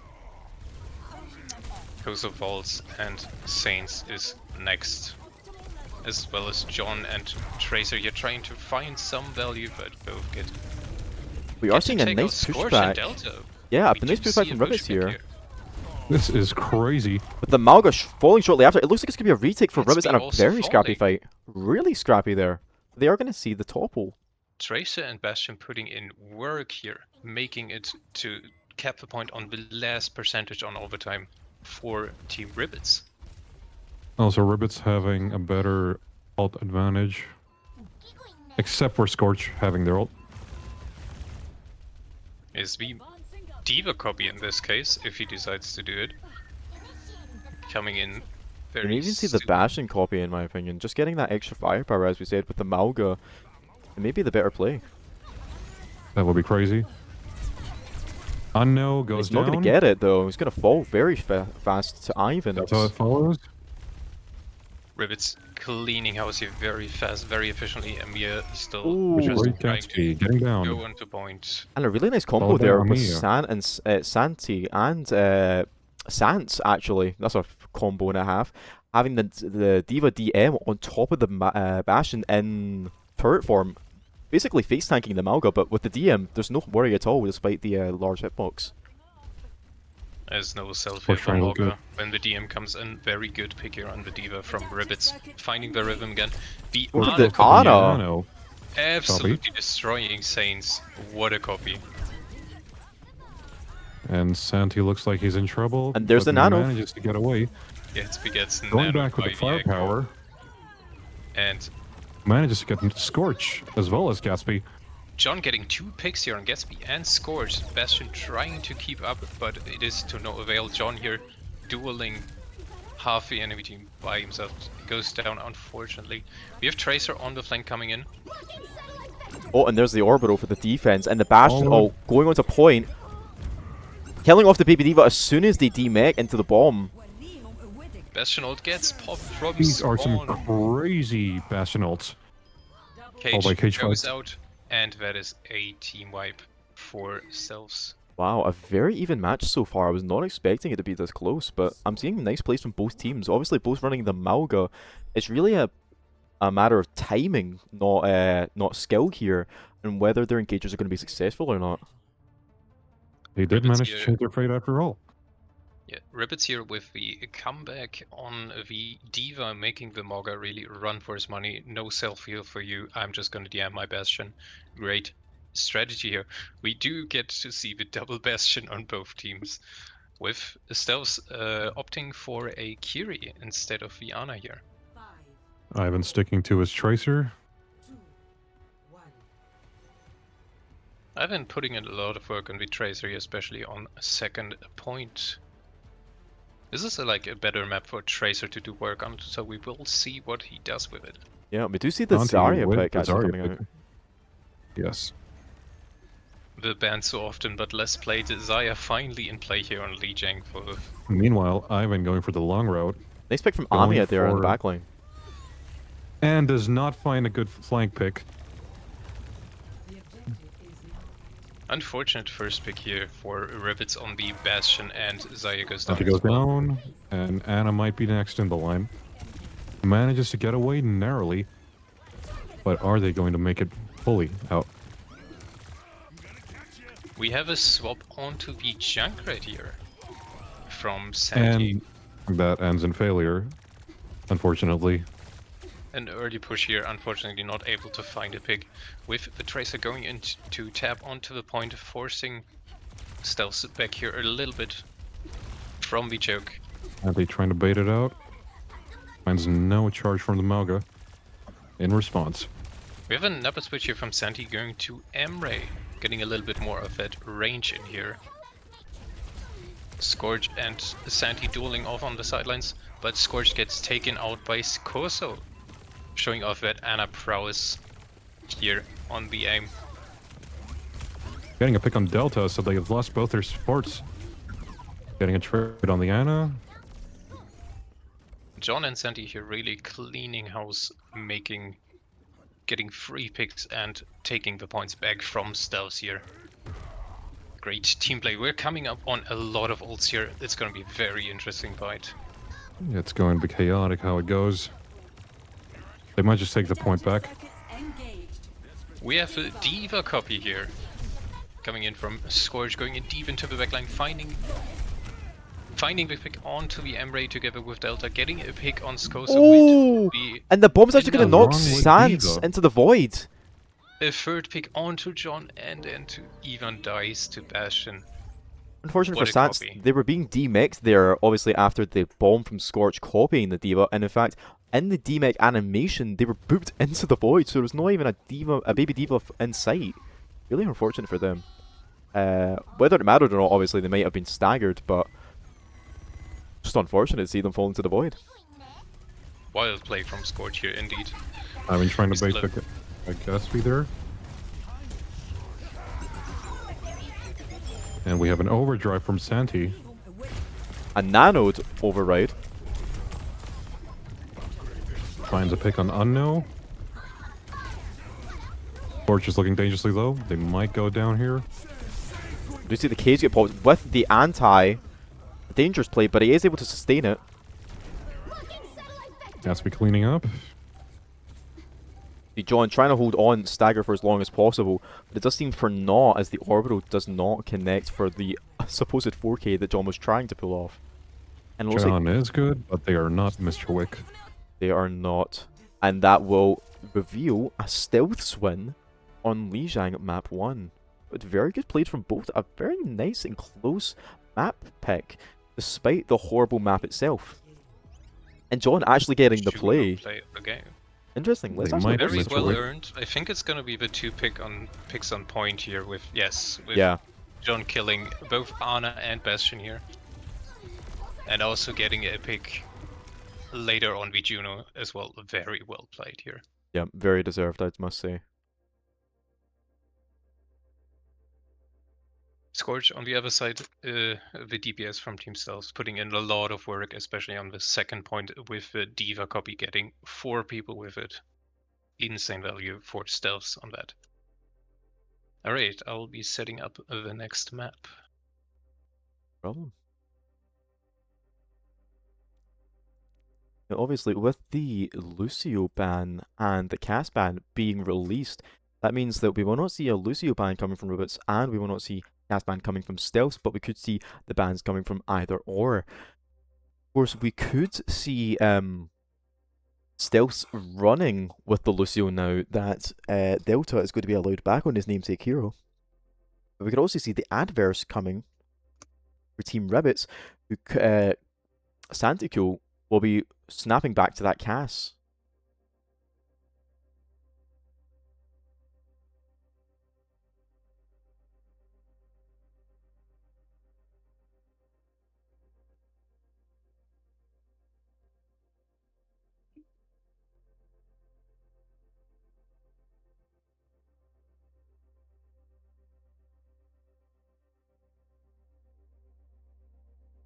Okay, what is our next map pick going to look like? Another Lijiang? More Lijiang? Looks going to be a Lijiang new pick. Trauma sitting deep here. Yep, it's going to I be would not be surprised if it's 4 Lijiangs in a row. Yep. So it does look like we're actually going to get a new map pick going straight back into Lijiang. It's not Sponsored by Lijiang. Oh my god. No more Lijiang. As I said, I think we will be removing Li Jiang from the map roster next season. Just so I can stop saying the freaking I name. am surprised we didn't do that much earlier. How many times has it been? 11, 12? Well, 12 I to think 14. I I can't might remember. have right. I think I might have jinxed it with just yelling Li Jiang 16 times the detail. We might actually get 16 Li Jiangs in this season. Oh, please alone. don't. Although, actually, now that I think about it, next season we will have the return of Antarctic Peninsula with the remake obviously coming this next season in the next coming weeks. So we may actually have the Antarctic returning, which will be interesting. Obviously Come with to the think of it, I have not played that map in forever. yeah, because it was I taken even out the forgot about it. it was taken out the competitive pool. I think it was disabled. Was it 2 seasons ago? No, it was a couple. It's honestly, I think it was longer than that. It's been a long I time. have a I feeling think, it's, yeah. but yeah, it's about right. I I've- haven't seen that map in like forever. I almost forgot about it until you mentioned it. Yeah, a sad day for me. It's a very good Rhine map. At least the old version was. Yeah, it was funny healing you there. A lot of tight corners. Oh, it's been removed since season 20. So actually December, which is interesting. Early December. So yeah, that was the start of season 20. Which means it has been going for like a whole 2 seasons now. Really sad about Antarctic Right. Peninsula, but we should see a rework for that coming very soon. Maybe a new introduction to the control map pool. I am just looking forward towards that Tokyo map. It does look gorgeous, I will say. So Blizzy, what's it I'll looking let, for the game? let you guys guess what the next map will be. Are we going back to let circuit? me- We're going Does back to it start circuit. with an L? Okay. Going back to circuit again, man. Oh, we can't escape Nintendo the Li Watery Jiang Circuit circuit. Royale. Of It course, is a this. very pretty map, though. Yep. Thank Christ, the water looks like Nintendo made it and not EA, or we would be having to pay extra just to see it. Yeah. We also have an Ana ban coming from Stealth and a Sigma ban coming from Ribbits. Lizzie's happy he's not playing support. See that is so the Anaban was from Stealth. Yeah, Anaban was from Stealth. Okay. And the Sig ban coming from Ribbits. Honestly, I don't blame Ribbits for banning the Sigma. We have discussed before how strong Sigma is on circuit, so I don't think we need to sound like a broken record there, but it'll be really interesting to see what they're going to be doing without the Sigma and whether they're going to be running that Diva again. Might be possible. They did quite the number on Diva. A couple options here. I mean, they could also be running with the Domina, being a really good build for Sigma, which I do know that Sans does actually play, now that I think about it. So we could see Sans actually transitioning to the Domina rather than the Sigma. And I think it will be the second time we see Domina coming into circuit, as we did have them in the NE brackets yesterday, or sorry, last night I should say, because it was in the evening. And it looks like we are going to be running with the Domina coming from Gatsby. I'm just gonna go look at the water real quick. Reminds me to like drink some. Always hydrate, boys and girls. Actually, it looks like we're going to Stay be seeing a hydrated. You heard Domina it here mirror. first. Yep. Sponsored by Rain. And Ooh. But yeah, it looks like we're going to be Drink up, seeing the you Domina hearties, mirror. Just from the skirmish alone, both Gatsby and Sans both chose Domina. I'm not sure if it was smart to reveal the tank picks, obviously, straight off the bat, but honestly, with the mirror, I don't think it really matters if they're going to be choosing both the Domina picks. And honestly, I agree with both of them. As I said, they're a really good replacement for Sigma, who's unfortunately banned here. Offering a lot of the same utility, obviously the strong shield, the poking length, and even the close range stun. With both also offering a bit of a sustaining ability with Sigma with his grasp, and Domina with the ability to heal from arm ability damage. also having Unknown on Widow this time around. Yeah, a lot of poke heroes coming out here. Pretty much primarily poke. Both teams also running with the Iri and Kiriko. So it seems we are going for basically highly aggressive poke comps from each team. Obviously, the only difference being Ivanix. Oh, never mind. They're not going to be running the Cass and Widow. They're going to be running the Sojourn and the Widow. So even more aggressive poke. They are switching to Emery, actually. I was kind of hoping for the Widow pick. Yeah, I was going to be interested to see a couple nice skill shots before we see this the is skill almost shot new hero. mirrored. We do see both Dominus here trading shields for now. Not one of them not really making a move for the Dominus time is being. dominating each other. No, they can't really afford to. With Gatsby dropping to double digits in health, that's a rough one. That is a rough one. See, just the prowess of the Almost poke got comp two there picks from the there. high ground is really strong. So it just shows, even if basically the same compositions, positioning matters so much here. Is Unknown going to get a pick or get picked off? They are going to That is the engage. question. To pick or not to pick. But it is going to be the pick onto Delta, the first pick of the map. Unknown trading blows with Ivan. Let's see who is going to be victorious out of You're this still one. on the map screen. Oh. Trust me, nobody missed anything. It's just been a poke shield match. It has already been mentioned in chat. Yeah. Laugh it up, chat. Okay. Thank you for letting us know, Road Butter. It was just technical issues, but thank you for letting us know, Road Butter. You're the real MVP. A technical issue is called rain. Anyway, going back to the. Oh, how fight. dare you! Rain's acting John as a getting producer, picked off commentator, by and a producer, so sword. don't even. Ivan is very low at the moment. Are they going to Stealth get here picked having off? a good opportunity to push in. Gatsby trying to look for Ooh. Delta, Ivan getting getting down- another picked pick down. on the Ember here. Castle comes out but gets shot Followed by down Anya getting a immediately pick on by Santi. Kiri.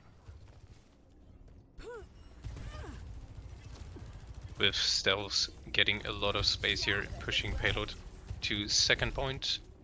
Ribbit's already Also set up, trying to deny what they can. It's going to be a Also very Scorch scuffed team putting fight in for a them. lot of We good have pressure. Symmetra coming out here. TPing. We may see the back Panopticon coming out shortly from Sans. Just as more of a defensive. I'm There going it for a is. massive- There is Panopticon is coming out onto Gatsby, struggling to stay alive. Tries to counter, Sans but J gets getting taken 2 out picks on before. Scorch and Gatsby. That was unfortunate timing here. Gatsby getting taken out by the Panopticon, pressing it a little bit too early while the shield was still active. We do have ults still on both sides. We have OC and we have Wu Yang here. And we have switched to Junker Queen on these on stealths. Gatsby going for the old reliable. Of course, hopefully that sustain should offer them a little bit more Ivan leeway when getting it a comes to pick on taking space. Mia. With the tidal wave coming Going off gets fairly popped. early. Gonna stun Sikoso, but they Catching can't follow up on Koso it. with it. No follow up here. The lamp makes it really hard. Oh, and John getting the taking double. down Unknown. Very nice. Unfortunate for stealths. The lamp here putting in a lot of work, making it very hard to convert any picks into kills. And With now they have 30 30 seconds of the left clock. on the clock. And a Lucio switch coming from stealths here. They do have 3 ults, so they can make this work in their favor. The Diva is back going for the high ground together with Delta. Scorch looking for his OC time to shine. OC gets clocked into the Going override. in with the overdrive. Cannot convert your kill, gets taken out by Ivan. You're getting 2 picks, getting a pick on the Kirby. Counter overdrive is on. Getting a pick onto. Oh, but John with the headshot again. Getting Smooth with the hit picked scan. That What was a clean headshot crazy here. work. Very seen a well lot of played good here from the plays. Ilari denying value here on the support and Ivanix and Unknown. That is the first round done. Yeah, With pretty much a full Stealth defense. Not making it to second point. Yeah, we've seen a lot of Iriari plays actually. Obviously, we saw the ones from Route 66. From I'm forgetting. Who was it? I remember it being 2 words. It was 2 words. Who was it? I'm good. That's gonna annoy me. Someone check that. Route 66. Route It was 66 Route was 66. It was between Vortex on that. No, not Vortex. It wasn't Snowballs. Was June it Bugs. Architects? I think it was with Shrikes. No, it wasn't. It wasn't with Shrikes. It was Architects and Valkyries. Yeah, it was Architects and Valkyries, yeah. Ooh. That's annoying me. Was it the Larry booping the Zaya into the little room? Yes. Scorch I being think back on the Gecko. Femstick. Bemsec, thank you. That's what it was. Oh my god, that would have bugged me so much. Yes, as we saw from Femsic before, the Iriari gameplay has been pretty much sublime, showing that, again, Iriari is not just a support, but basically a hitscan DPS in disguise, offering with a healing pylon. We are seeing Santi switching off the hitscan, going onto the Junkrat pick, but it seems it's going to be short-lived as we're going into the Venture. Hopefully this We'll should be see able to Scorch deliver. back on his signature Venture pick here. Echo. Echo. The Flying Venture. Flying as some Venture. would say. Who's saying that? Blacko. Sans is going to go Blacko. down here, Yeah, potentially. Blacko. Just managed to narrowly avoid it, but Gatsby is pushing in. Finding value here, getting the early pick on the Venture here. Gatsby might be in forces trouble here, Rivet back. and gets Gatsby taken is down. falling Oh, to Gatsby Saints. falling. That's gonna be rough for Ano here trying to hold the high ground, but has to fall back. Ribbits here on the full push, trying to take as much space as they can. Still really on that back foot now, trying to make this work somehow. But And they're going Ribbits in, trying to are get the pick on pressuring them Zenyatta. too much. Gets being Gatsby back in the rejoining. fight with Santi pressuring him out, nearly dying, doing this. They are going to be going into this fight with Fortify on cooldown. It should be off. Scorch by gets picked now. off by Ivanix So we are close to a Zenyatta ult. headshot. And Amia falls as well. Santi putting in a lot of work here on the backline. Gatsby is trying to do his best to hold the A nice fort trans down there, with Delta, saving his Gatsby. trans. Will he be able to Gatsby do it? might get taken down Gatsby here. is falling though, and Delta is Followed by well. Delta. Scorch trying to touch payload, but it is in vain with the Tracer not making it in time here. And Ribbits takes the win. Is a win for Ribbits. We have a 1-1, ladies and gentlemen. We get to see another map. Yes. Being not leeching or circuit. Thank Christ. Please let it be push. I want a push map. Give me a push map. I want to see a push map. Please, for the love of Christ. Please. I don't think That we've had a would push be map a all really series. Nice change of pace. Genuinely don't think we've had a push map all series yet.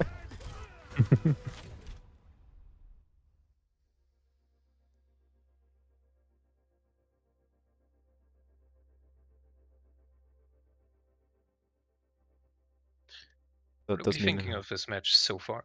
it's honestly really close. I do think John right now is shredding it in the back lines, obviously. As I said, Iriari is that third hit scan there.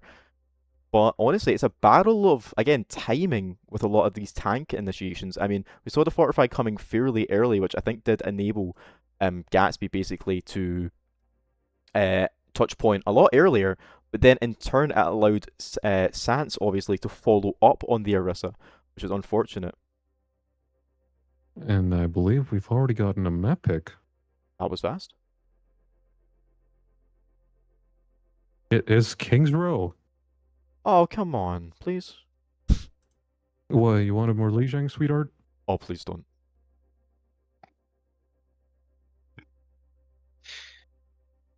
Alright, getting the bands in here real quick.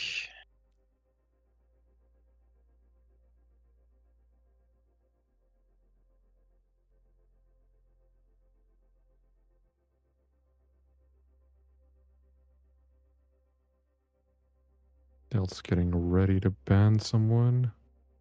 Who is it going to be? Honestly, I have no idea who they're going to ban here. There's kind of exhausted their options to begin with. They really have. Obviously, doing the Sig ban on circuit with the Ana ban It's going to be interesting to see if they're going to be banning more of the Brawl playstyle that King's Row is really good for. So we might see a return of Emolga on both teams here. Could be. I thought the maps had gotten boring until the Moga picks.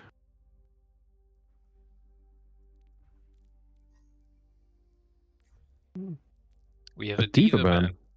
coming in. Interesting. That coming from Team Stealths, who actually were the ones running D.Va. So it'll be interesting to see what was going to be doing. Oh, well, rather, what D.Va's not going to be doing. I think Ribbits were running D.Va mostly, no? Maybe. Well, Gatsby was running D.Va for a little bit. Maybe I'm making that up in my... It's been a long 10.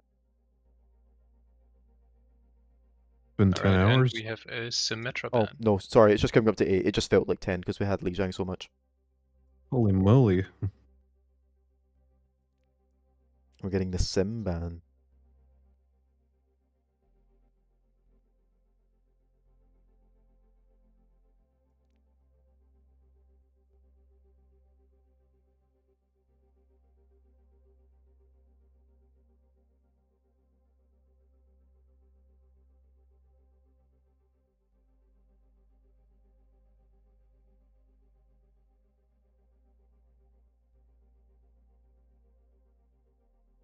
Ribbits is... Alright, going into the deciding match here on the map King's Row. Both Ribbits and Stealths have 1 point. Oh, it's such a nice change of pace from Li Jiang. A welcome sight. With the fresh air of London. We do see some silly picks here at the start. Some moggy air. Initiating match.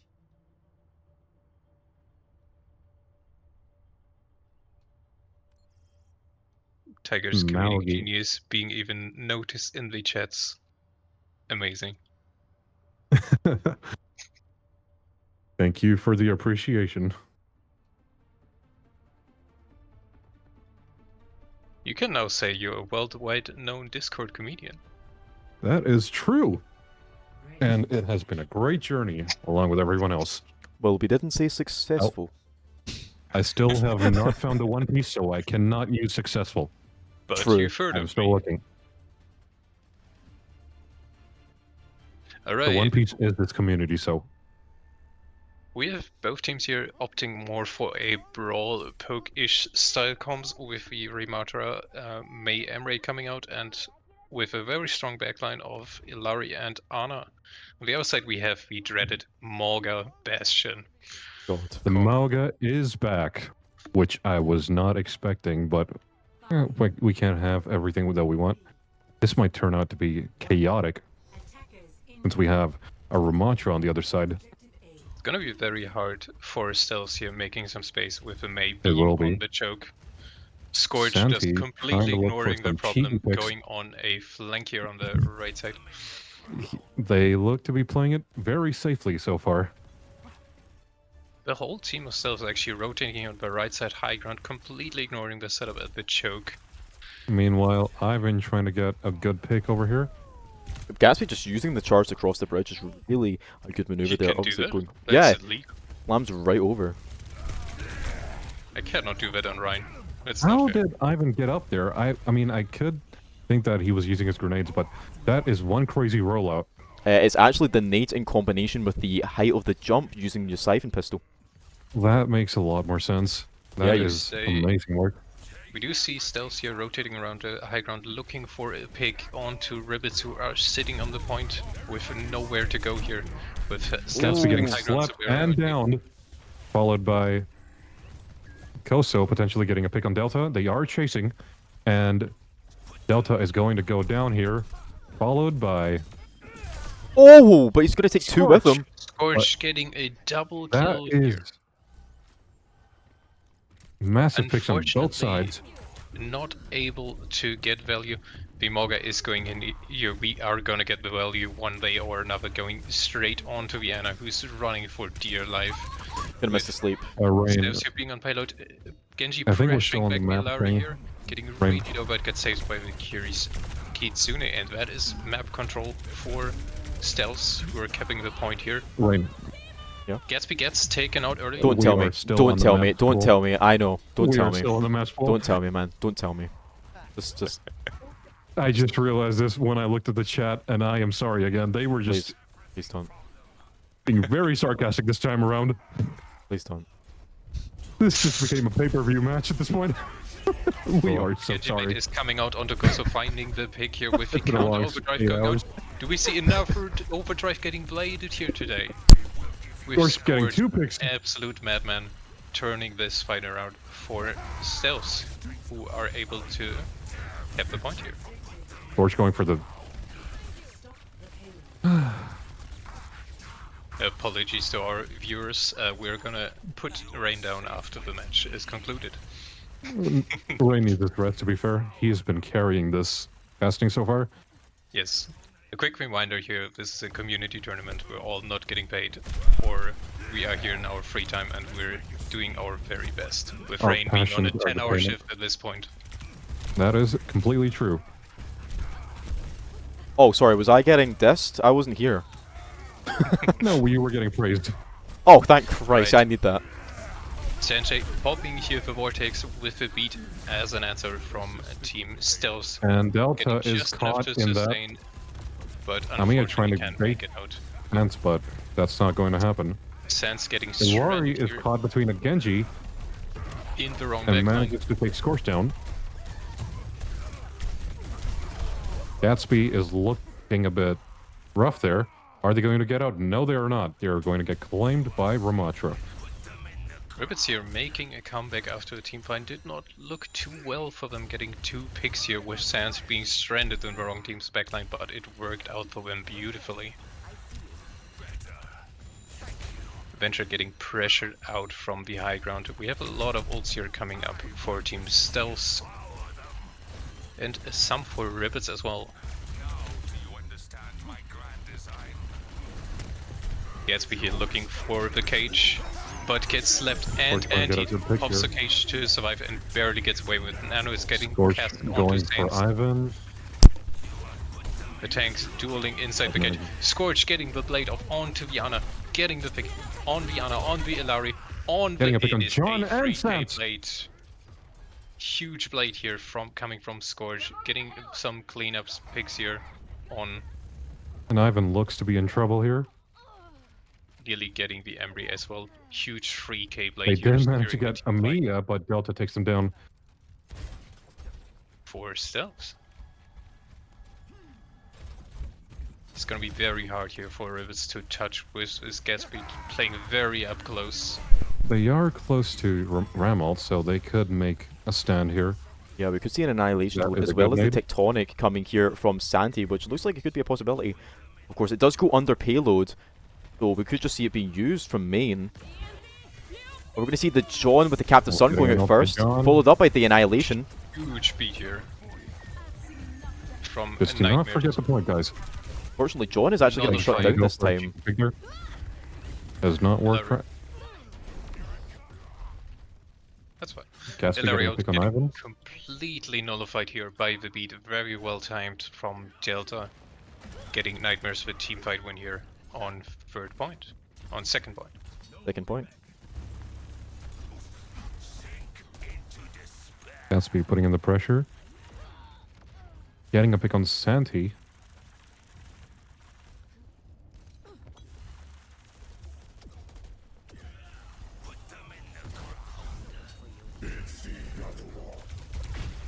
The overdrive comes Oh! out, finding a pick onto Takes Scorch. down What a Scorch. shot. That's a And direct Bastion followed is by going another down an as unknown. well. Getting a pick on Causing- B2 DPS.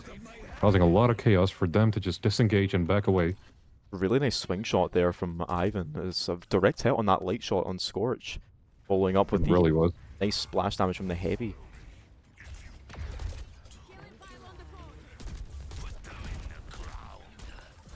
We still have Nano and Venture ulti online, as well as the Blade coming up here for Nightmares. Oh, we have a casino here. Is it going to make a difference? The Blade Scorch is coming with out, ult. going straight onto backline. Also gets Getting taken the down, followed by Santi. Viana. But He's Scorch getting is Viana playing on it safe. her tank, but it is not enough to make a difference here in this team fight. Santi is still on the payload, trying to make it work, but gets taken out by Stealth here. This is the last attempt here for Ribbits They do to have- touch the payload. Tracer gets thrown onto the payload. You might just use Cage touching. Fight to just block it away. Recall gets forced out. Gatsby getting really low here. Caging off with a beat from Delta. The Bastion ult is getting popped. Viana dies, and that is And Team Santi is Ribbits trying their falling best. almost Gets 2 completely. kills.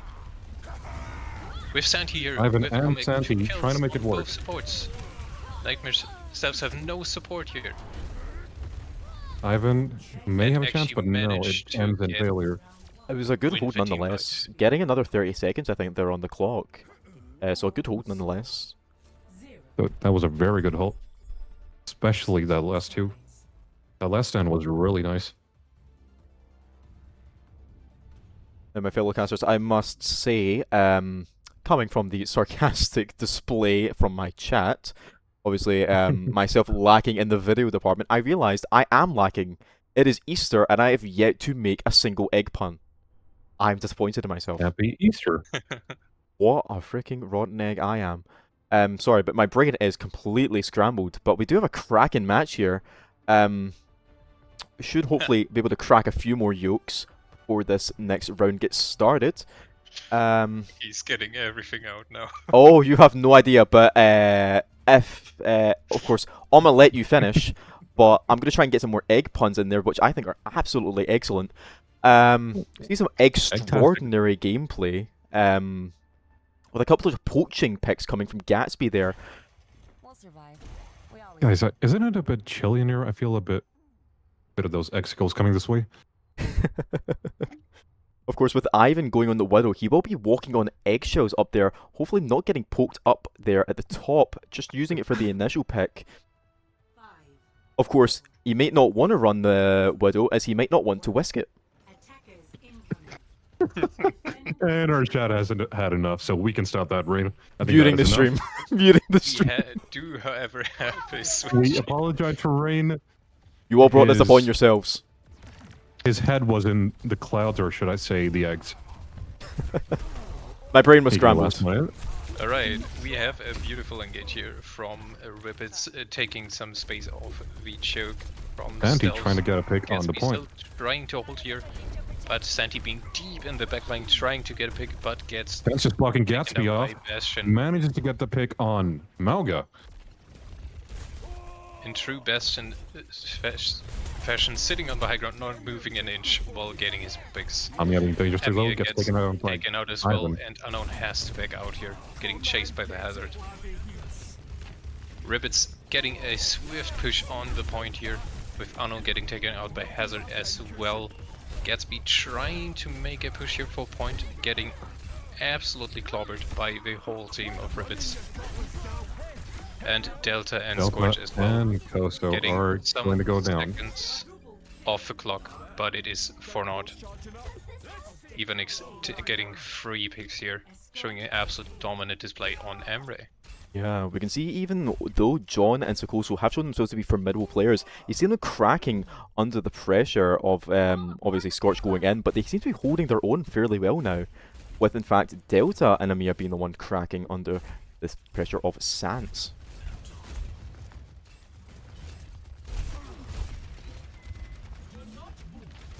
We could see a little bit of a dive here, which is completely negated by a nice push from the Orisa, but it is going to pop both cooldowns. Maybe sparking a nice very engage close to here. Scorch. That is going to be huge. Yeah, so Gatsby getting trapped popped in. behind Delta and Scorch Wow. get taken on Gabby Sans as just well. cleans this up. A huge ult. Ami looks to be trapped out. They are going to go down, and that is a 5k. Yeah, a nice three lock on with the downpour, bringing the rain from Hazard there, pinning them all down, being quite the shell raiser in the backline there. Cracking gameplay. All right, I smell a bunch of rotten eggs. Please stop. Honestly, I'm really glad to see Sans really getting in there, coming out of a shell to sort of engage in that backline a lot more than he was before. Yeah, they have some really thick yoke, so they The would be able to overdrive fight this gets off. clocked, eaten by Rissa. We have a counter beat with a Kitsune coming from Ribbits. Chaotic teamfight ensues. Scorch And is the enemy blading, but it gets break taken the out by yoke of their Overdrive defense. instantly. And the second Kitsune comes out. We have nearly used up all ults, now just the We do Orbital have an ult and by Venture John. left. Is it going But to happen? Venture gets taken out early and It Ribbits is take this cleanup. point. Yeah, unfortunately, They with the did try falling their of best, but it did not Gatsby. happen. Yeah, Gatsby honestly, egg gauging a little too aggressively onto that second point there. I do think we need to break Rain's yoke somehow. His defense is too high for that. you can't crack me. I'm hard boiled, okay? Please, I'm getting tortured. Anyway, Steps here trying to regain some space. Scorch gets taken out early. Anno gets the pick on the Emre though, so it's an even team fight now. Both teams are battling out. There comes We got another good pick on Kiri here from Hazard. Seems taking to be out missing that the fact that his team is not with him. Still manages to get a pick on Unknown. Gets As two well more as picks Scorch. in the backline by himself. Can he get Juno another is one? trying to make him pay for it, and Nope. does actually. His- Saint goes down. And his ragdoll just flies into a wall. Without a chance, Rabbits are forced to play a little bit slower here. Sandy trying to go into point, but they can't make it work, so they have to wait. Hazard, of course, coming back really fast here. So you might see a Venture Orbit here coming from Ribbits. We are also close to 2 Kitsunes. Sandy Fair getting enough. picked off early, There but the orbital goes the comes orbital. out for Team Ribbits. Ash Unknown goes cannot down. make it out. John getting another huge pick here. Very aggressive Juno gameplay. He displayed Hazard trying to lead find a bank pick on already. Anya. Anya looks dangerously low. Goes down. Gatsby deep in the enemy's Gatsby going to backline. follow. Gatsby is dangerously low. Getting some uptime by the orbital. It's a really nice use of the Managed to backwards get a pick orbital. on John. Sort of balancing the push and pull there. I really liked that orbital from Delta That is there. true. It's very unfortunate for Ribbits. They just cannot find the angle to use the Venture ult yet, but they still have 2 free ults online now. Ult economy is looking a little bit better for Ribbits here, but Stealths do have Bob and Copy. And Yeah. Scorch's copies, as we have known, he copies the Hazard. Oh, he's going to goes block off in the override. Huge block here. Trying to get a pick in the backline. Gets his ult out, but unfortunately does not hit anyone with it. And Scorched if their Hazard. No, they cannot. Moving So on. the Hazard will get popped, Another massive and it is ult by going to Sans. exterminate Scorch there right off the bat. And with the Tectonic onto Gatsby, that is going to be an explosion of power right through that choke hold. Ami trying to get away, but that is not successful. With John getting trapped right at the last second. No, that was Delta. I think my brain is starting to crack as well. With a For Stealths, they 2 can't minute touch here with a really well executed push from Ribbits, getting a time bank of double of Stealth's time. They are being here on the back foot, having to fight back to get a win here. Initiating match. Must say it was very Oh yeah, interesting the guy's to. name who's making all the egg jokes is Blacko. Feel free Yeah, it's to Blacko. report him. My name is Blacko Yeah, for the record. they're called Blacko. Yep. But it was really nice to see Ribbits obviously on that offense, sort of hatching that plan on the go. You could see them taking the high ground there, which was really the interesting play. Obviously walling off the override at the last minute, cracking him wide open and wasting a lot of that time. It was extremely unfortunate for him to get blocked off like that. But you know, once the defense looked solid coming from Stealth, but one little crack and the whole thing sort of just scrambled in the backline. Let's see, how many else can I get in before this game starts? Let's see, Delta with the backwards orbital, sometimes looking like an You're egg stepping on some basket. eggshells there. I made that one, I can't do repeats. Looking like a little bit of a chocolate egg basket case going with the backwards orbital. It was actually a good play to have a bit of that exit plan and give a nice retreat. Just kill me already. I think you would give Anyway. Eminem a run for his money with those reps. Spaghetti? No, we got We eggs. see a few switches here going back to the game, stuffs being on the brick. Of course, trying to deny the hazard we've seen before, any space to work with. Army trying to push through in. Hotel, trying to make some space here on the backline. Scorch and Bastion being stuck in the choke for now, with Ivan Conti holding giving down this high ground. Scorch a hard We time. have 20 seconds left to make anything work here. Gatsby being dangerously the low. pick on the Bastion here, which means But they the got Souths a pick are on up John. one. They are pushing. Going deep on the backline, John John tries- can barely escape, but gets taken out by Scorch, who's But they do, already after waiting. finding the Emery, but they do get some support. They actually Managed make to it get one. onto a point here, having to overtime push now. And he's trying to delay this by... And their Kiriko tries taking on Scorch, but that ends in failure.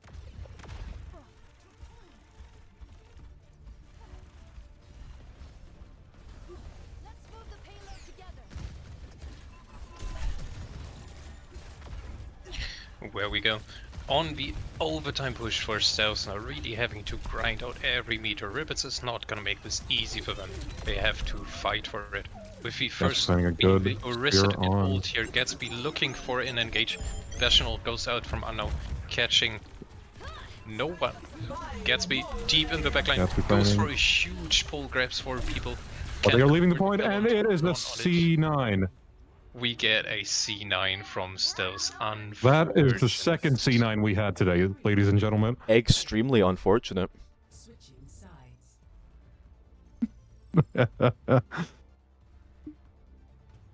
You see a bit of a very unfortunate. C Ribbits knight now have there. 2 minutes to get 1.5 points. It is not looking good for Stealth here.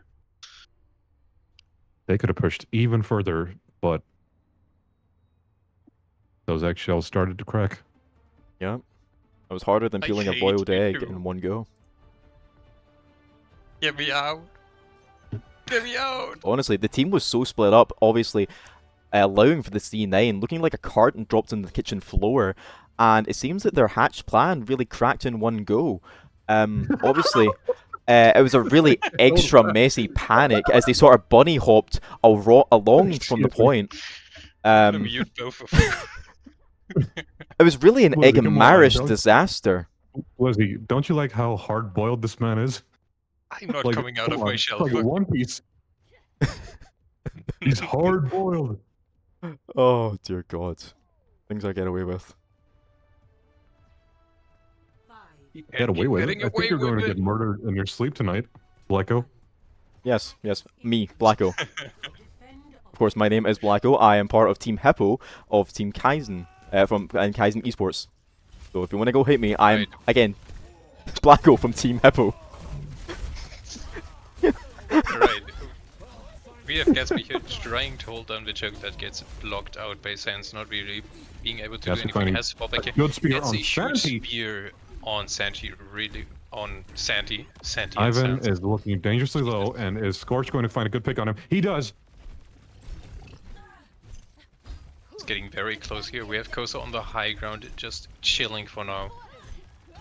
Taking some potshots in. John and the rest are pushing up to help. Genji on the high ground, trying to Rain. deny them this very much needed space. We are for getting some themselves. eggs appreciation in chat.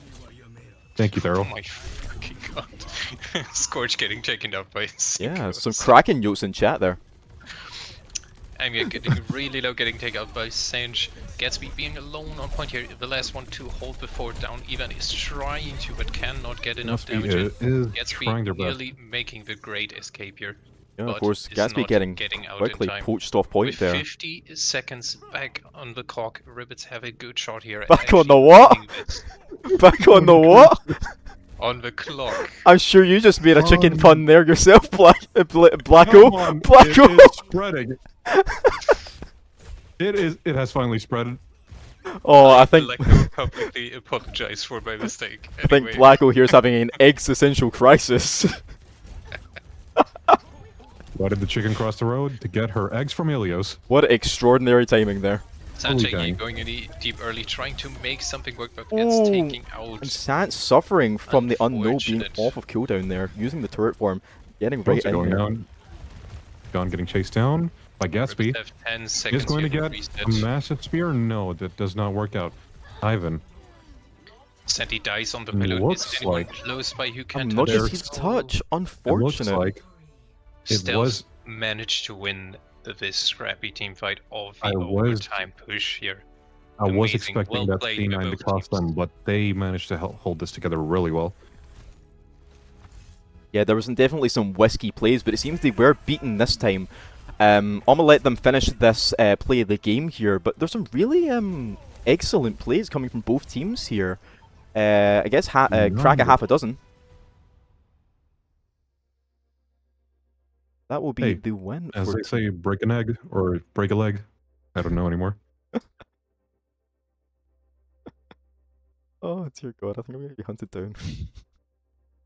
But yeah, that will It's- result in yeah, Blacko. stealth. It was nice knowing you. It was nice knowing you too, Blacko. How dare you, Blacko? We're all Blacko down here. And it was that Scorch well. apparently waking up his neighborhood with a victory stream, very well earned here. Of course. We have MVPs coming from both teams. Delta from Team Stealth announcing Hazard. Sans on the Hazard as the MVP, something we can definitely agree with. Honestly, Very no wonder. Absolutely no wonder. I mean, he left their defense absolutely exhausted, and it's exactly what they needed to sort of push that tension boiling over. I mean, you could say they felt more pressure than an egg in a microwave. God, and I thought that C9 was hard boiled. Yeah, but you know, as I said, the skill level right now is quite extreme. But it was such a cracked game. Really going to anyone's side. It was starting to tip. Rabbits Again, choosing Scorch Blacko here as can their stop it. MVP for the dominant Genji gameplay. Honestly, I have to agree with them. The Genji gameplays coming from Scorch were just so amazing. Again, getting in there, getting out. The disengages were supreme every single time, and he was consistently getting early picks, or even just the stragglers at the end. So I do not blame them in the slightest. I think for Cars's pick, I would like to bring in the honorable mention of John, who has really doing absolutely. a lot of work on Juno, getting Idioti. kill after kill on Li Jiang. Really giving Rabbits a fighting chance, but it was in the end not enough. Since this is I think it's an upper bracket game. This right? is upper bracket, so that means that Ribbits will in fact be going up against Team Samurais. Yes, Samurais. it is. Yes, Team Samurais. I believe. Yes. Team So Samurais. it is not lost yet. They have a good chance to fight their way back. As we know from first season, the losers bracket is sometimes a place that brings the underdog to victory. And It for is Stealth, actually- moving on further in the tournament. It is actually in the trenches where the warriors are born from. That is exactly that, you know. Being under that extreme pressure. Again, they'll be hatching a plan down there for sure. Oh, someone cracked this guy's brain like an egg.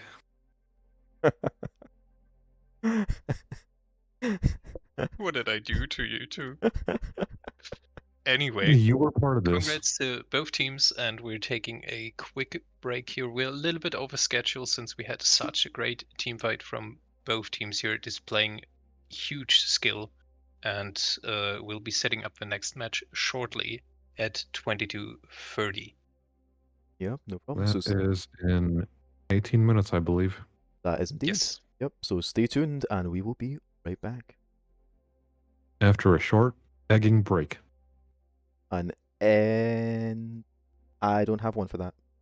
Excelsior. Extremely short intermission. Ta-ta.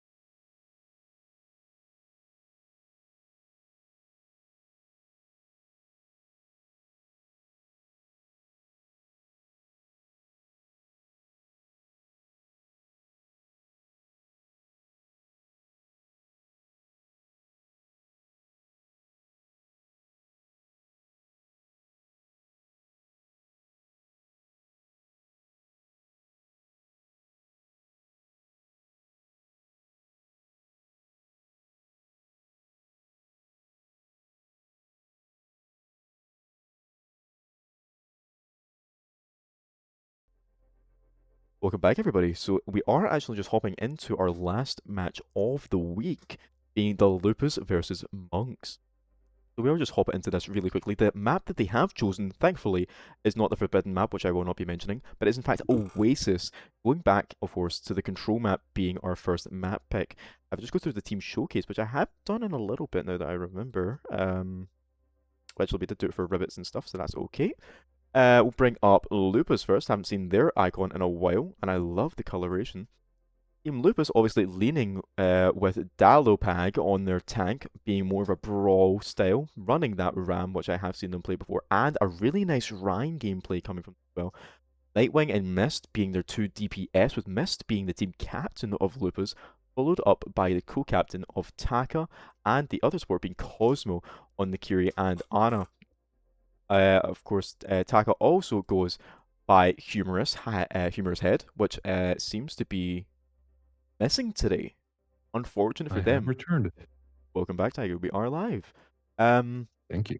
Of course, so Dalopag will probably be running with as Team Lupus, running for the tank. Probably either the Rhine or the Ram pick. And we do have Nightwing and Mist for DPS, but unfortunately Taka, also known as Humorous, is not here, who's being replaced by Mint. So thank you, Mint, for filling there.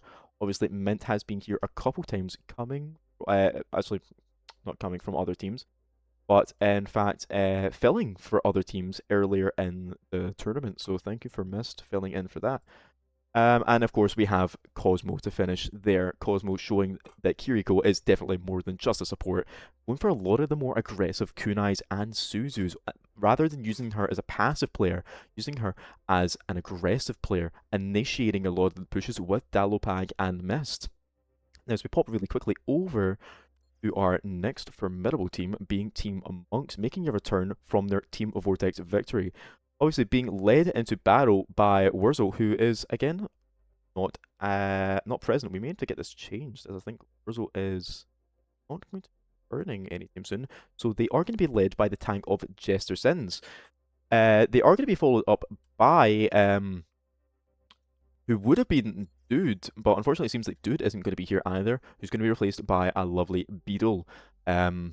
Seems Beetle is going to be filling in for DPS here, from what I have gathered, despite being a support main themselves.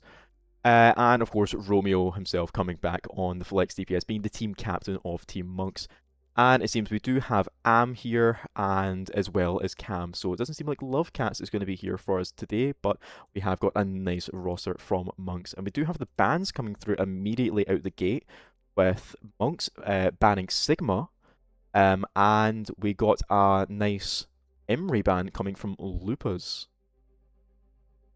1 sec, we have to do a quick roster check here. Okay.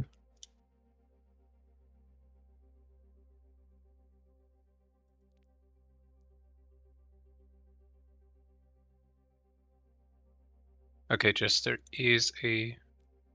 Yes, so they have 2 ringers. This is a valid roster. Alright. Yep. Alright. Just checking. Alright.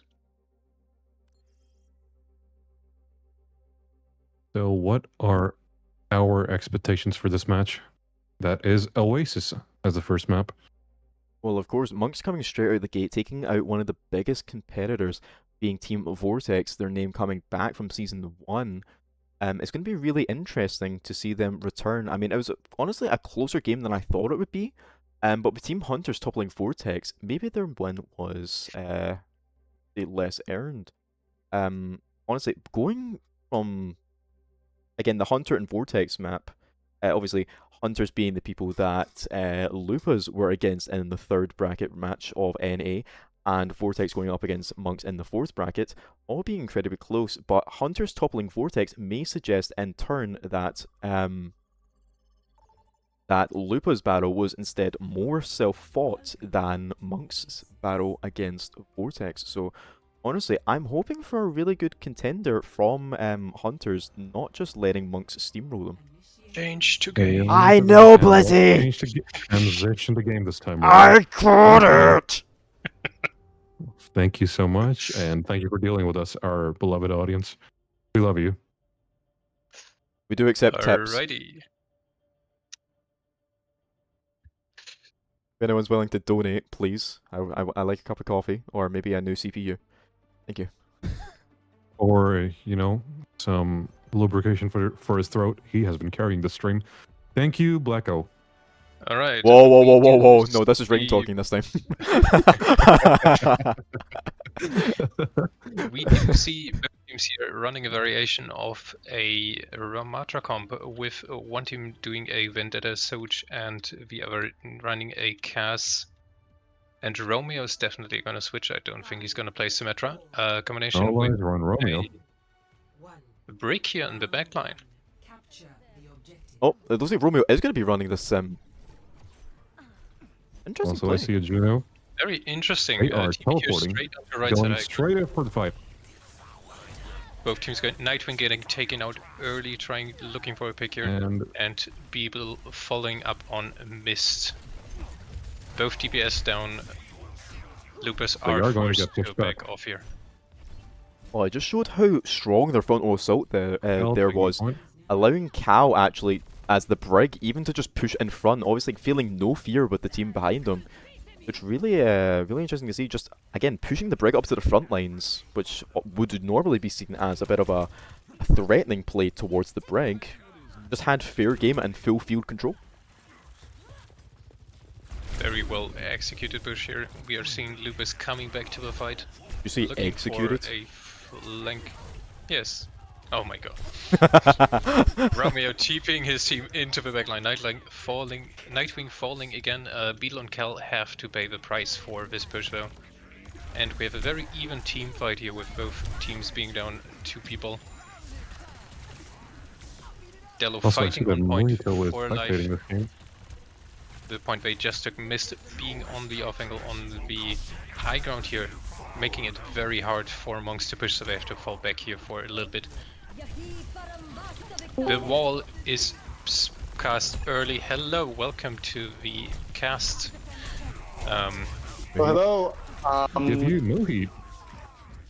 I'm here now. I'm sorry about the delays. You're A lot of okay? things going- You made it for our last match of the day.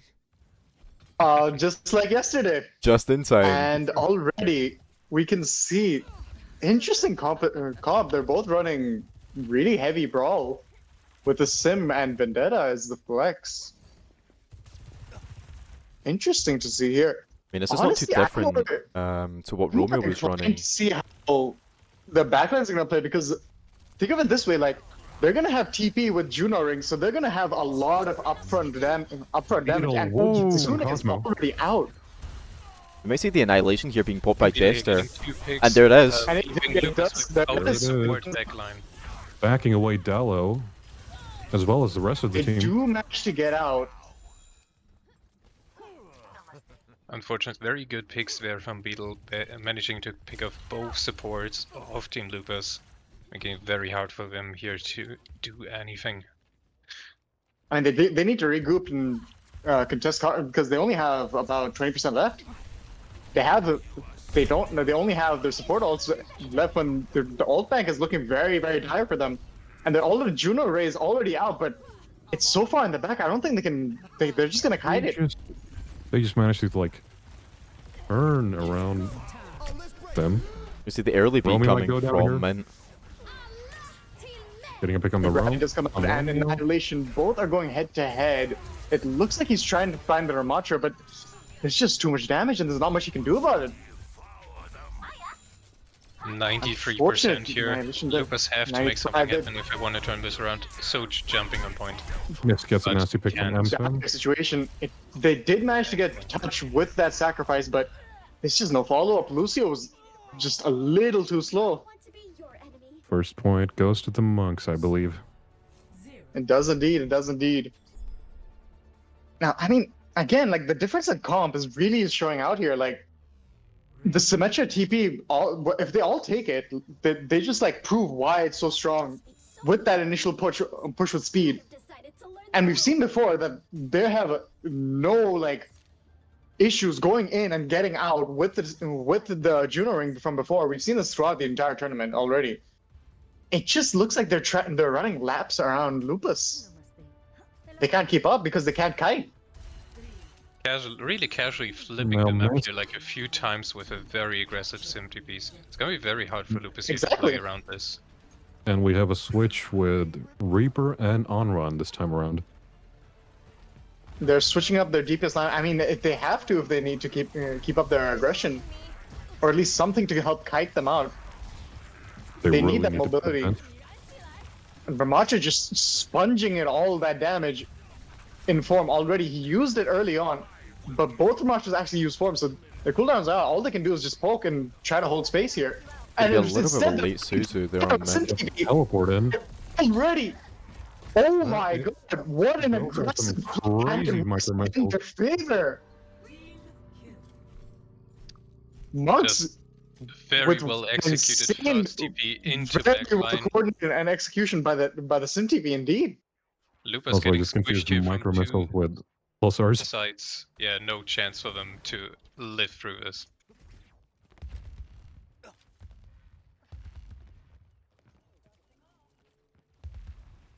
We do have Romeo switching to Echo here, getting tired of his sim for some reason, which worked really well for Monks so far. It was, but it feels like I think they're trying to switch up the Romeo. tempo. Beetle Yep. getting 2 Dominant picks on right off Vendetta the as well. bat again. And And just the The triple. constant having pressure no this cast is shot putting here, out. getting out. Beetle getting a pick on Dello. Especially negating a lot of these guys, obviously using the flashbang, well as a defensive tool, was really strong against Mist, who is swapping from the Anran to the Bastion instead. Bastion trying to get more pressure up in the front lines, indeed. Honestly, I think it is Because required. I mean, they got off the sim, so they don't need to worry about kiting any of the sim TPs or punishing them instead. Because now they're just trying to like hold up some pressure in the front line. They need to help Dalo up in the front there. And Turret does come out, doesn't find a single kill. They do manage to keep space. Unfortunately, it just looks like they're stuck in the corner there. They can't take an angle.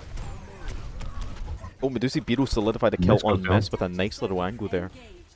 There's a Romeo Followed by coming on Mint. the ram, going straight to And the Echo is out roaming with duplication, and both Rams and just Cosmo. ripping it down, punching down. 2 Rams are always stronger than 1, honestly. And They were Dalo just falls asserting their short. dominance at that point.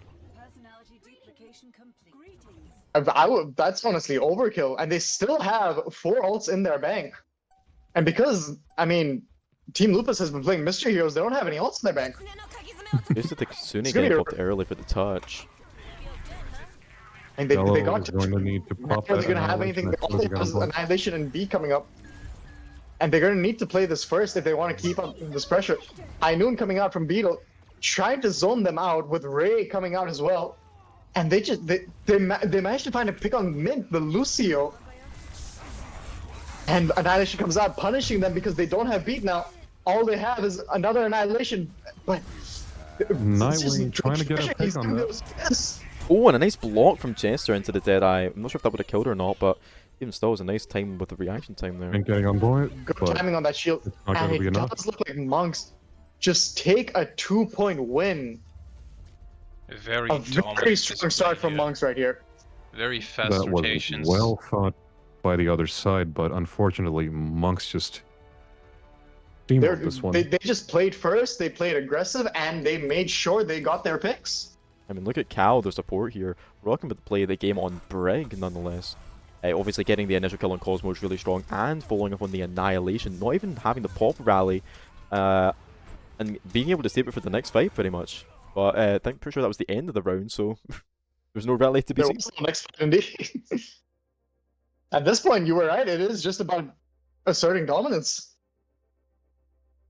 A lot of the alt fights were pretty much overkill because Monks just outplayed them. They had that pressure and they already got their picks. Of course, it's just unrequired at that point.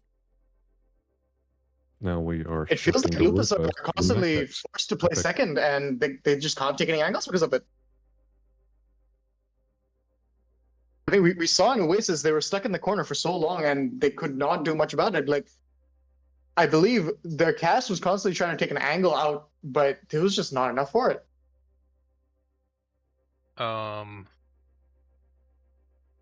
does it say EMEA? Oh, what about EMEA?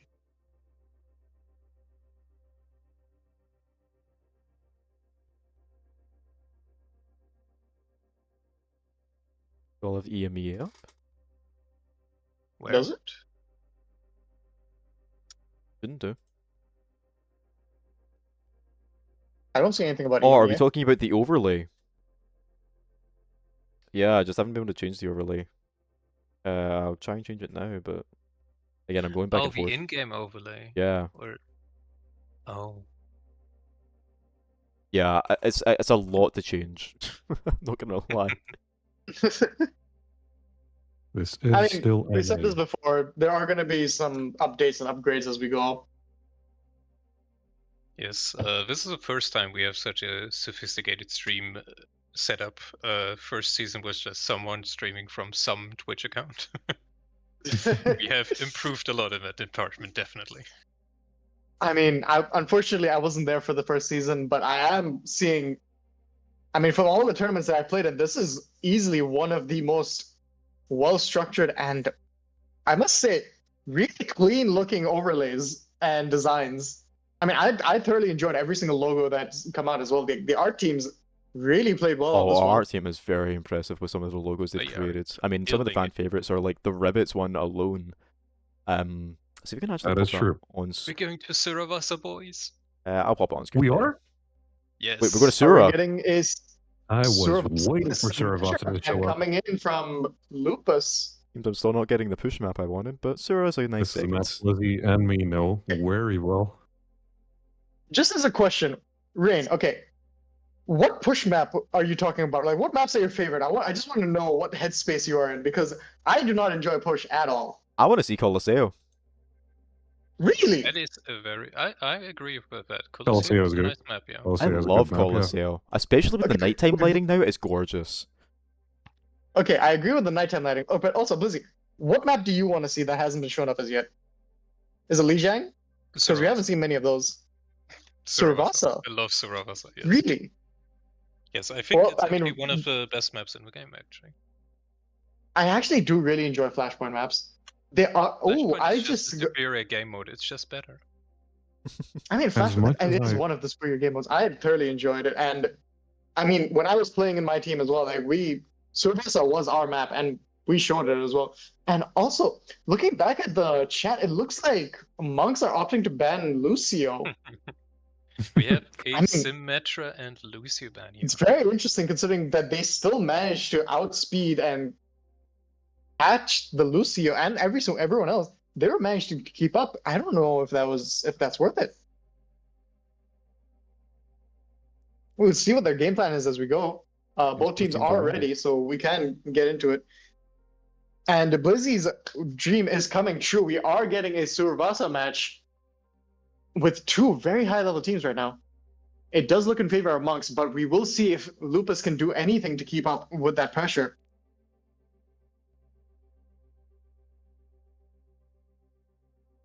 There are no roster changes. Is Rizzy non? I don't know this. Oh, it's the same team.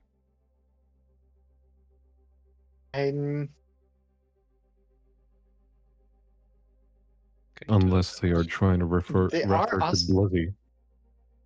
I'm not sure what exactly is going on over there. Are they asking for a sub, or are they calling out for Blizzy? Might be Blizzy, but might be a sub in their own language. It is a gesture after all. I mean, maybe he's That is just true. complimenting his lovely commentating panel, calling us all very rizzy. It could be, could be. I mean, we do have the Blizzy. God, I can't believe I just said the word rizzy on screen. But yeah, old man, you're one of us now. Bro, I'm far too old I for mean, to this. be fair, I'm pretty sure you've said worse and more interesting things Oh, in the last Moogie, stream you as should well. have been Hi. for the stepping on those eggshells. I didn't last say game. that. It was Blacko that said that, okay? Yeah, I mean, you are Blacko. What are you? What I'm are you on Black. about? Yeah, exactly. Whenever I do something bad, I'm Blacko. When I get compliments, I'm Rain. Loving the Alright, loving the starting optimism the over map there. off here, and it is also on stream. Brilliant. Alright. Yes. And we are on beautiful Survasa. Why wouldn't it be on stream, Blizzy? Why wouldn't it be on stream? It's always been on stream. What do you mean? Yeah, Blizzy, come on. I don't know. It just Yeah, has like, to be my what's been going dementia. on? I don't Are know why you I said that. implying slander towards our Lord and Savior Blacko? Right, hold the horses.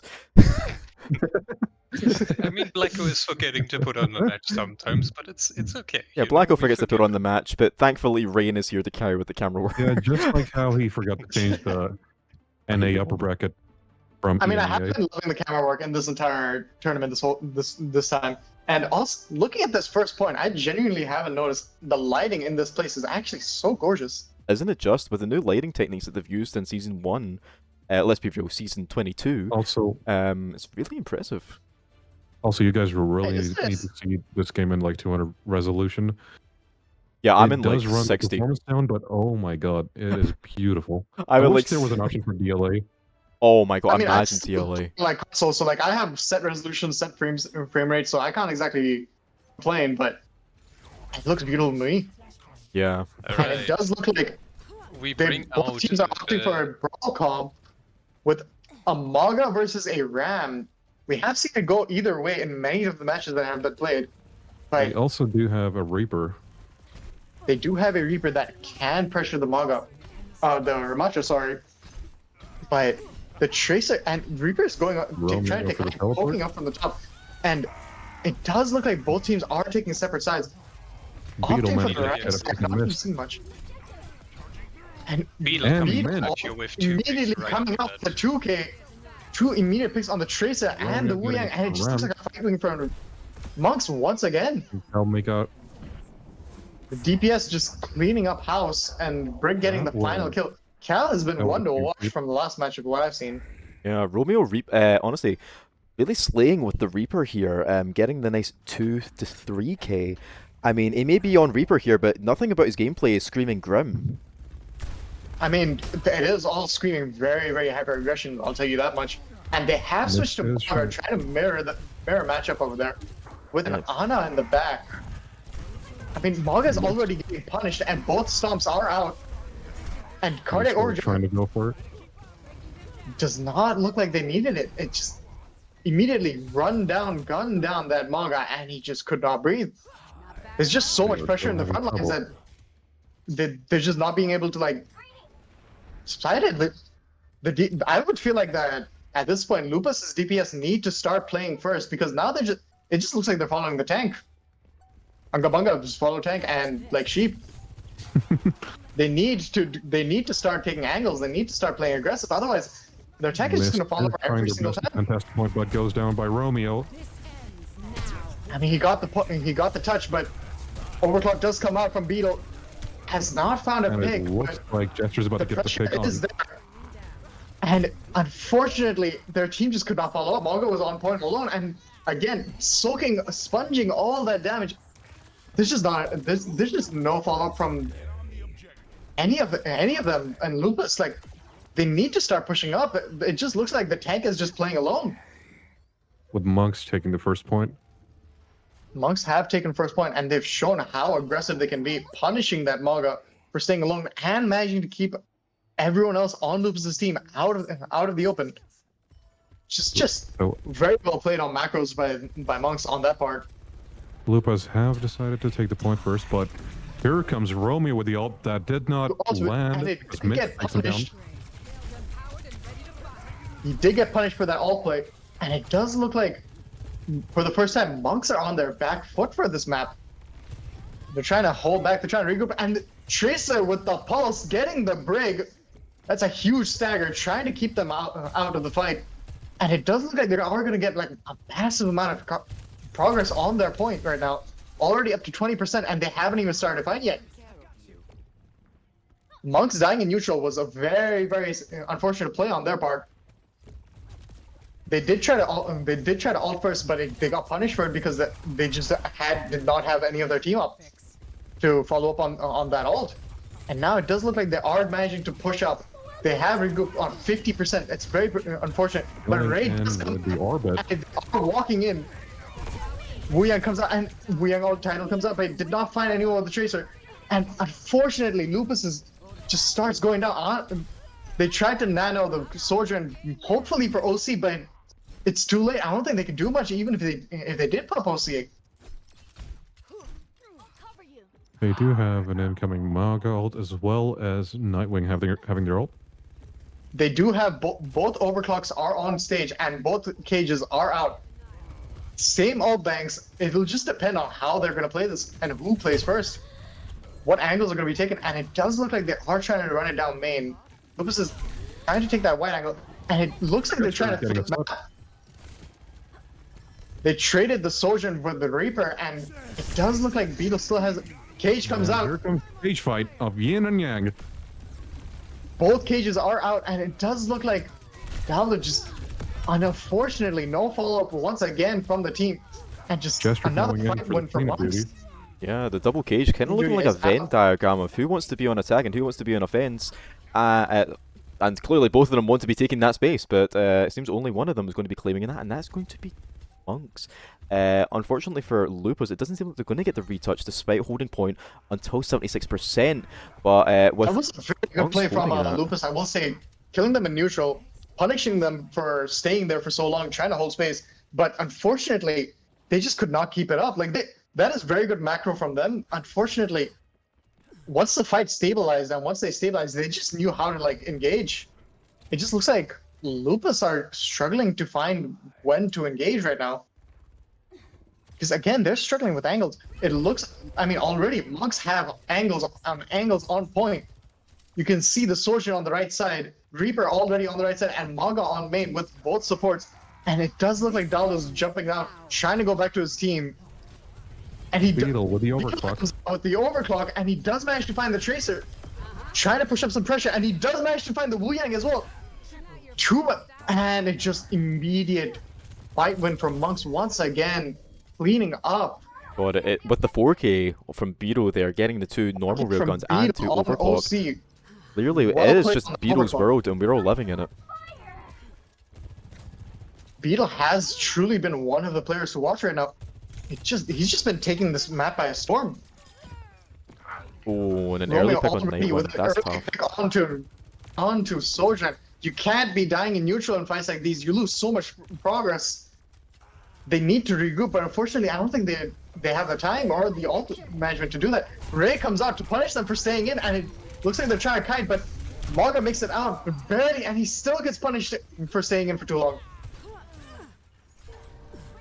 Unfortunate play on Lupus, trying to stay in, trying to keep up that pressure and that space, but when they're down one, they need to back out and regroup.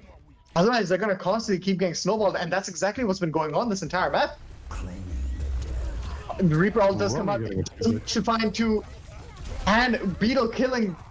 Oh my god, another immediate fight win. It just looks like Monks knowing when to engage and how and which ults to play. And they're just unable to, there's just no way for them to even touch point. It's another point for Monks, proving why they're so strong in this tournament. It's been very well played on Monks' part. I will say their macros have been on point. Lupus did have that early engage on second point, but they just could not find it out. They played really well in neutral, but Monks just knew how to play it around their ults. I mean, in my opinion, it just felt like Lupus kept playing defensively with their ults whenever Monks just ulted first. There's not much else to say about that. And that will be 2-0 for Monks, moving up in the upper bracket, and we will be seeing Lupus in the lower bracket onwards later on in this tournament. Now, to be honest, I do feel like Lupus, they had a good point going, but again, they need to work on their engages.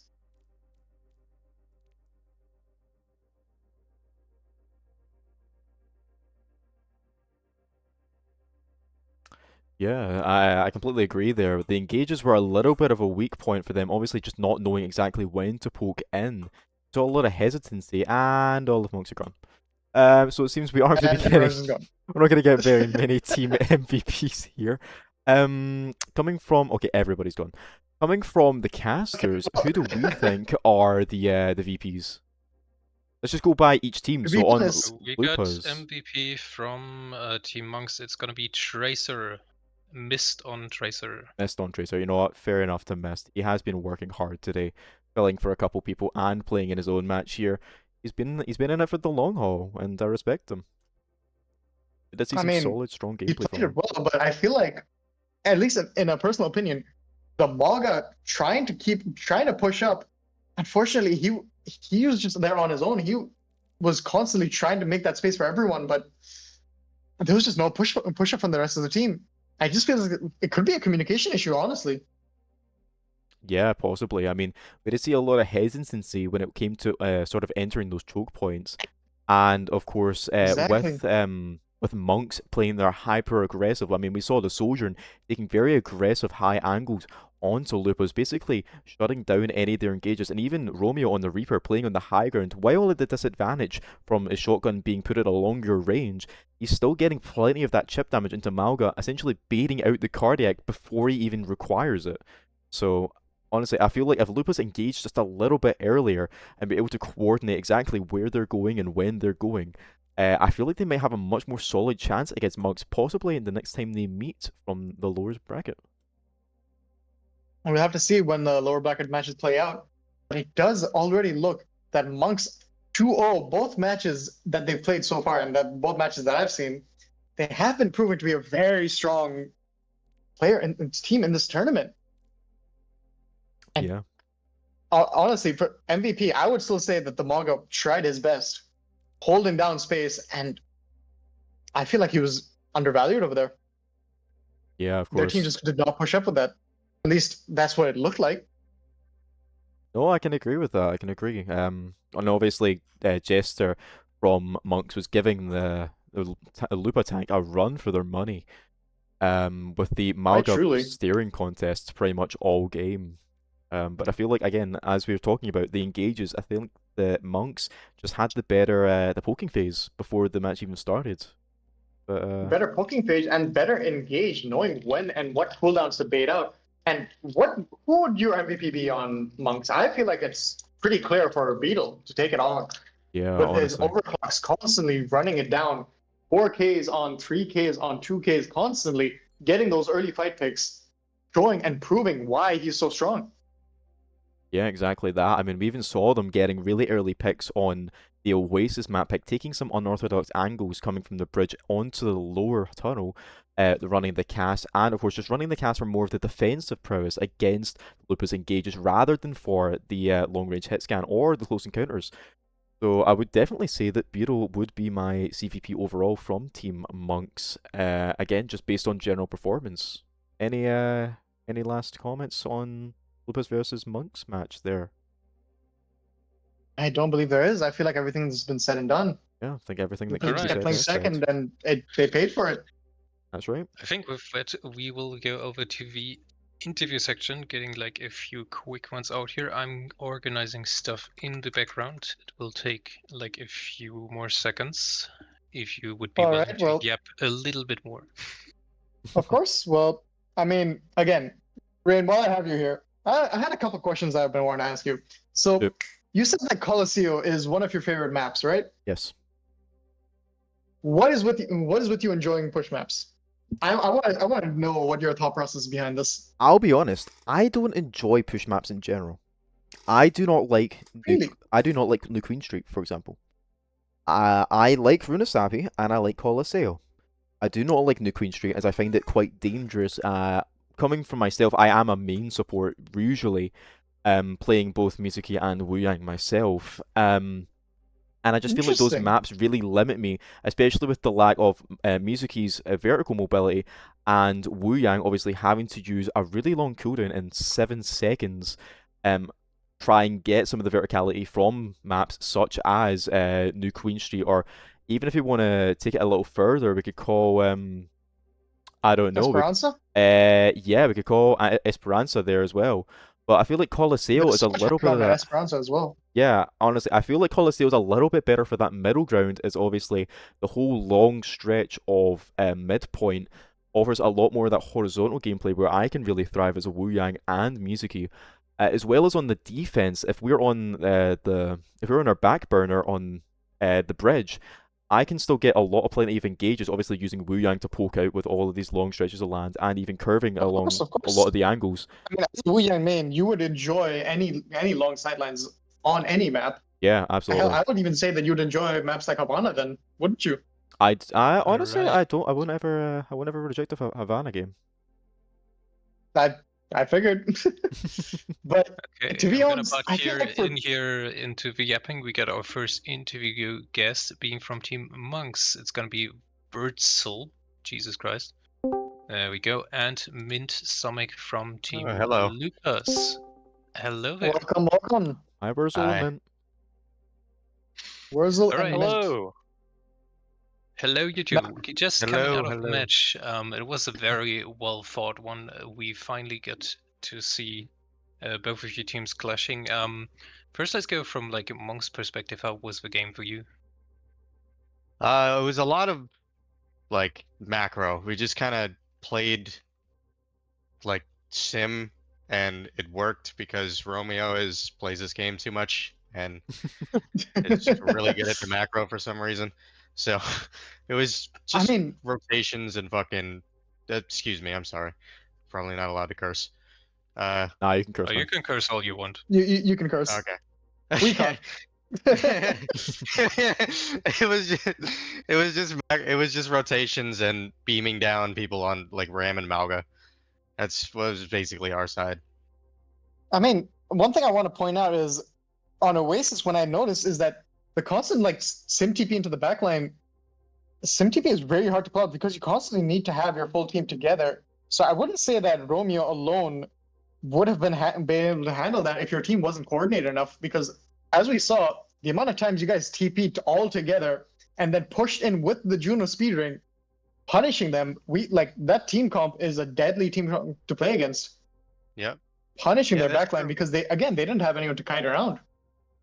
Yep, that's definitely true. My hit scan, I'm so new to this team, I don't know anybody's names yet, but my hit scan was really good with the TP rotations as well as my tank, and all of us when it was the call to go as a 5-man. Usually it was like we send 2 people in and then the rest of us push from main, but like when we went as a 5-man, we just blew people up because if we know how to do the macro, I guess. So, it's just TP strats. I think it's unhonest Overwatch, but I feel like it's pretty honest because it shows the coordination a team needs. I've used TP strats as well in different tournaments, and it's not easy to pull off if you don't have the coordination to do it.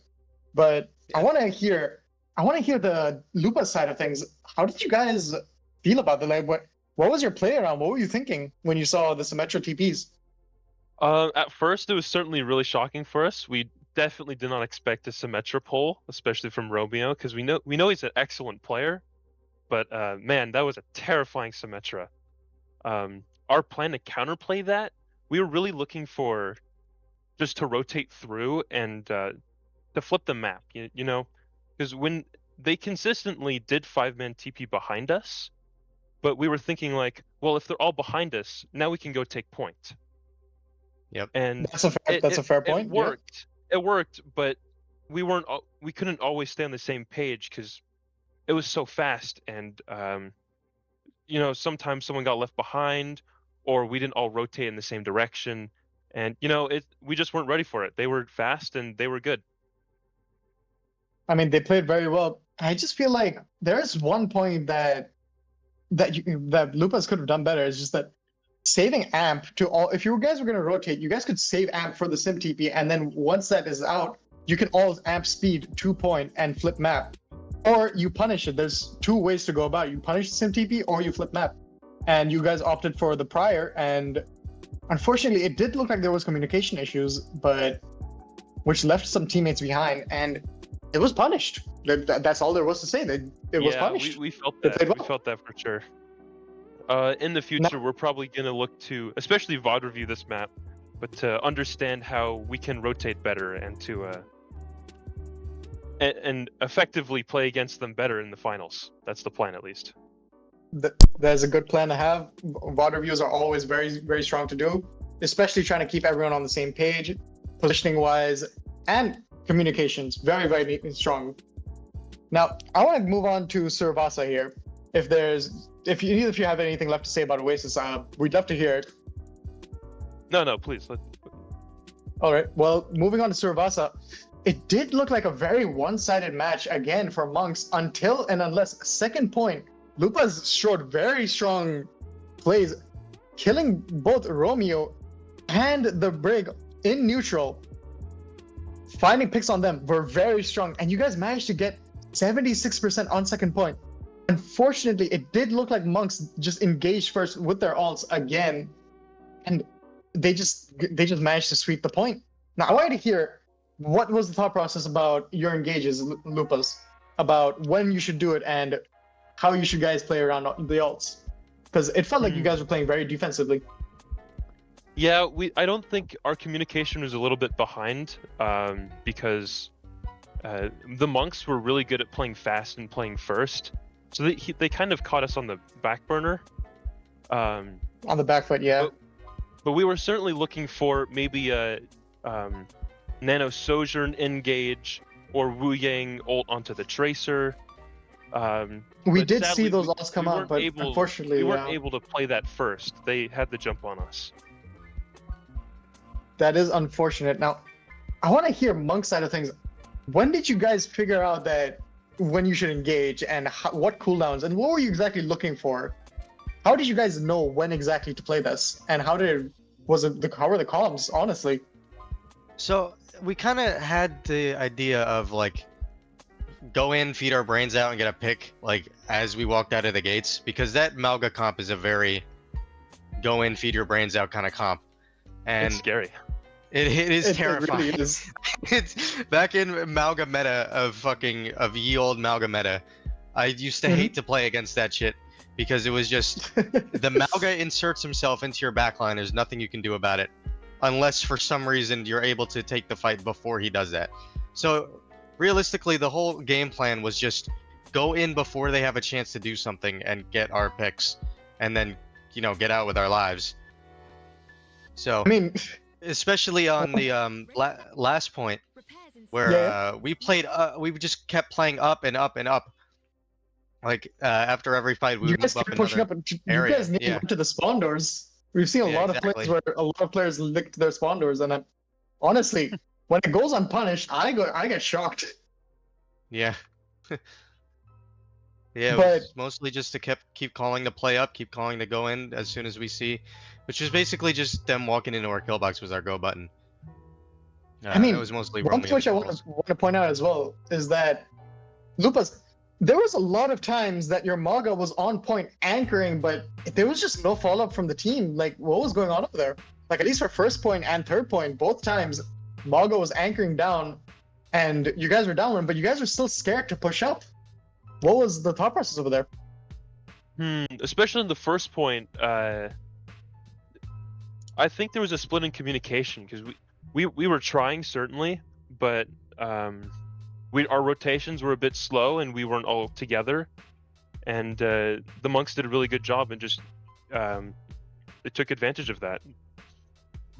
They did have a very, very good off angles on you guys, trying to punish you guys for even pushing in, but I feel like the main points that have been brought up are pathing and communication, which I feel like Lupas could work on learning from this. And as for Monks, it just proved how strong you guys are taking those off angles and taking those early engages. But genuinely well played all around on both teams. I must say, alt usage was very, very well played on both teams. Alt economy was very strong. I enjoyed seeing that. Team Lupas is certainly looking forward to our next match against the Monks, because we really do think we can at least take a map off of them next time. I would feel like you guys should be more optimistic. I feel like you guys can take a win from them. We're certainly looking for it. Well, we'd love to see you in the finals, and we'd love to see you get out of the lower brackets, and we would thoroughly enjoy the matches that we'll come to see. Monks, you have anything to add? Mr. Wurzel? I think we're excited for our next match up against you guys. We'd probably I've only played 2 matches, but this is probably the strongest team that we fought. I know you guys are second in NA, so it's good to. It would be fun to play you guys again. Yes, thank you. Hope All to see right. you in the finals. Well, lovely interview. If there's nothing else to add, we'd love having you. And thank you for coming. Yes, thank you for having me. Have a nice day. Of course, Have a of good day. course. You too. Great, thank you so much. Right, could you pull up the Be Right Back screen real quick? Oh, bye-bye. Ah yes, makes it easier. So we had Ribbits, Martian Samurais. Unfortunately, I wasn't there for their matches, so I don't believe I'll be able to interview much on their part. But I will still want to see what their mindset was going into the games. Yes, we have a potential. Okay, we have. I'll just organize something. Give me a sec. Of course.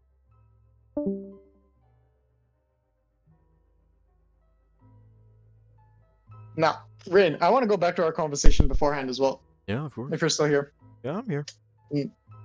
All right. So you were talking about that you enjoy longer sideline matches, right? Of course. Like longer sideline maps. Preferring Mizuki, would you not also enjoy the close quarters? Now, see, that is why I love specifically Coliseo. And that, as I was saying, on the defense, if I'm on the defense and I'm taking the bridge, I love using Mizuki for those early dives, trying to pick off a support before my team can even engage. Honestly, using it kind of like how Venture does. Just using the obviously the TP for a hard engage with a really hard exit plan as well. Hello, I'm here. Right, welcome. Hello. We have here. We'll have to get back to this later. Yep. And Koso we do from have Team Ribbits. Ribbits, Hello, indeed. The captain of Team Ribbits. I The keep name that I forgetting wanted. Sign. Yes, you fought against Stealth today, and we wanted to know what strategy did you have going into that fight? We played against Gatsby and Delta yesterday, or we had Gatsby playing as our tank, and Delta was on the main team. So we had an idea of how those two like to play, and our whole idea was just sustain and survive. We wanted to be able to trade backlines as much as we could if they tried diving in. Because it was either that or we punished the dive as much as we could. We wanted to make sure Gatsby couldn't run around wherever they wanted. Okay, so your strategy was playing second constantly. That's very Our interesting. strategy was to play second. We very rarely would take the first dive. Okay, that's an interesting point because from a lot of the matches that I've seen and a lot of the matches I've seen in the tournament entirely and in the interviews, a lot of the teams that started, well, to put it abrupt, they were feeding and they were constantly just unga bunga the backline and it worked every single time. Yeah, I watched that happen. I don't know. I often play with my games. A lot of my teams have a lot of poke tanks. All right. For Face It, I did an entire Face It season playing with the Junker Queen only tank pretty much, and it was lovely. So I've learned that a lot of teams will think that you're a lot squishier, and your best thing is to sustain their dive if they're overestimating you. Because if they're overestimating you, they won't know how many resources to put into a fight. They want to put less in because they want to save them. So the best thing to do with that is let them use what they want, sustain it as best as you can, and push back in a way that they have no other option but to stay in the fight. Because they used everything to come fight you, but now they have nothing to back out when they're losing. And then you kite or you punish them. All right, that's a very strong advantage. As much as you can. That is a very strong strategy, I must say. There are always two ways to play this. Engaging first, trying to find a pick, but if you guys do manage to sustain that dive, kite, or even just start that brawl and live it, you guys will have all of your cooldowns and you guys can punish very, very strong. Mm-hmm. Now, the main thing is that we remembered how much Gatsby liked diving when he was on our team, and we just wanted to be able to sustain the dive or target his backline instead. Very, very strong strategy, I must say. Now, there are two things I wanted to ask. Unfortunately, I wasn't there for the actual match. Firstly, do you have a Lucio on your team? I think our old captain might have been a Lucio. Well, it's very unfortunate.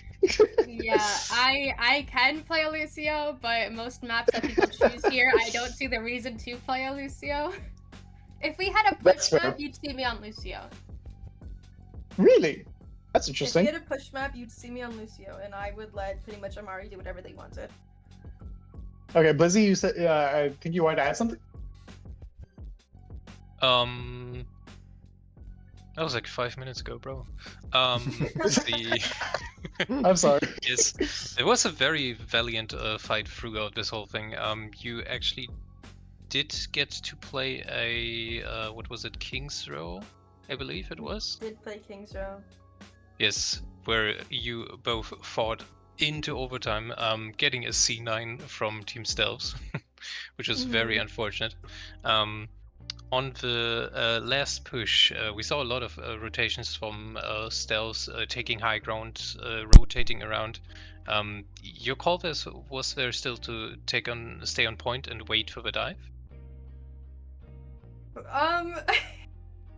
I think that is what I said to do, I won't lie. When they went high ground that first time, I told them while we were going into the overtime part, I was like, if they go around again, all I want you to do is stay on point. All I want you to do. So you were hard committing on that dive, trying to sustain it. That's really interesting. I don't know. I mean, have no clue what I've been doing. I've worked this way from bronze all the way to masters. I have no clue what to expect anymore, but I understood how they like to play was really brawl heavy. And if they didn't do brawl, they chose dive. They full committed dive every single time, and I wanted to be able to punish them for it. Very well thought out threat. I mean, it nearly brought you the victory. A very close fight. That ending was just too many people talking in VC for a moment, and we did not have the touch. The person who was going to touch was not ready for it when it came down to. That is unfortunate. Yeah, we saw it there. That was close. That was close. Their Genji scared me so much. Yes. I mean, there's been a lot of Genjis in this tournament, all of which have been very, very strong with their blades, from what I've seen at least. With Scorch being like definitely one of the most formidable ones, the Echo plays were also really good. I remember a copy on Li Jiang with the D.Va getting like 3 kills, as well as the blades being very scary, especially for backline. Blizzy, sorry to just cut in there. It was Stealth who won against Ribbits, right? Yes. Yeah. Okay, right. There was just a lot of mistake in the form there, but thank you. In the form? Yeah. Sorry? It was put. Stealth was put in the lower bracket and the upper bracket. Oh, that form. Yeah. So instead of Stealth's winning, they seem to have duplicated themselves and went to the lower bracket too. So I'm seeing big things from them apparently. Yeah. Well, I mean, you chance to fight against them again, apparently, then. Yeah. I saw in their general chat they went, uh-oh, going against Stealth again, and I was like, that doesn't seem right. So I want to go check, and they are going against Ribbits, just in case anyone from Samurais is watching. Yeah. And, I mean, to be honest, everyone's own worst enemy is always going to be themselves, so would have been really funny to see Stealth trying to play it against themselves. But aside from that, I do want to see more plays about punishing dives, because again, it's such a unique concept, because not a lot of teams try to punish dives. They try to engage first. Because I don't know how my team plays is all. I was given this captain role maybe like a week before the tournament, and I was like, hey guys, nice to meet you all. I don't have any experience. Okay, well, you have big shoes to fill, clearly, and we hope that you do. Well, they're pretty shoes. I will say they're pretty fun shoes, at least. Yeah. As a captain myself, it's like you have to manage, but I feel like with some scrims throughout the week, I feel like you can get your team on the same page. Scrim in beforehand. We scheduled a scrim, and then they didn't make it to the scrim. And so we had no experience going into our first round, and I'm like, hey guys, just know if we lose, just hope you make someone else at least a little upset. Oh my god, that is. I didn't Another know. interesting way to put it. I did not know what to do. So when we went into it, I was like, listen, Heard I that don't here care first, who you then. play. Choose your comfort pick if you have to. All you need to do is we're gonna choose one person and you make them unhappy. That is horrible. Wow, when we say play for the vibes, we don't mean ruin other people's vibes. Jesus Christ. I know. I learned this. I learned this in my single season of Face It. Is that as long as you can get your team to not tilt, but you can make at least one person on the enemy tilted as hard as possible, you are more likely to win. Fair enough. Trying to Fair play the enough. mental game. I can't really argue with Quite that. familiar. We did like a similar thing in our match against Valkyries, banning LJD's Vendetta. He's very strong on that hero, but also is someone who gets tilted very fast. Way that out of there. Nice one, Blizz. So banning him right off the bat. That's was why definitely not we making him happy. tried to ban characters that we knew they liked playing on specific maps. Well, I mean, it definitely has worked in the past. I'm not sure if it did over there, but again, We I'm ran still out of trying characters that we played, so we only had 2 characters that we knew that they like playing. And then we got to the last map and we're like, yeah, ban us a random character. Well, I mean, Just throw something out there. it is a struggle trying to get information during the matches when you haven't scrimmed against. I mean, again, you haven't scrimmed against any team, so from what you're saying, so Anyone. yeah, so this is you're playing. You're in a tough spot already.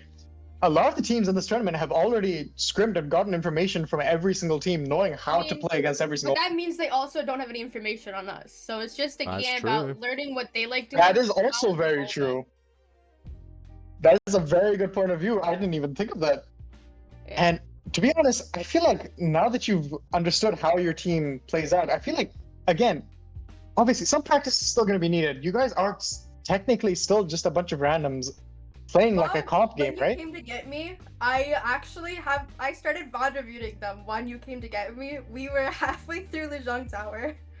Oh, really? Yeah. Oh.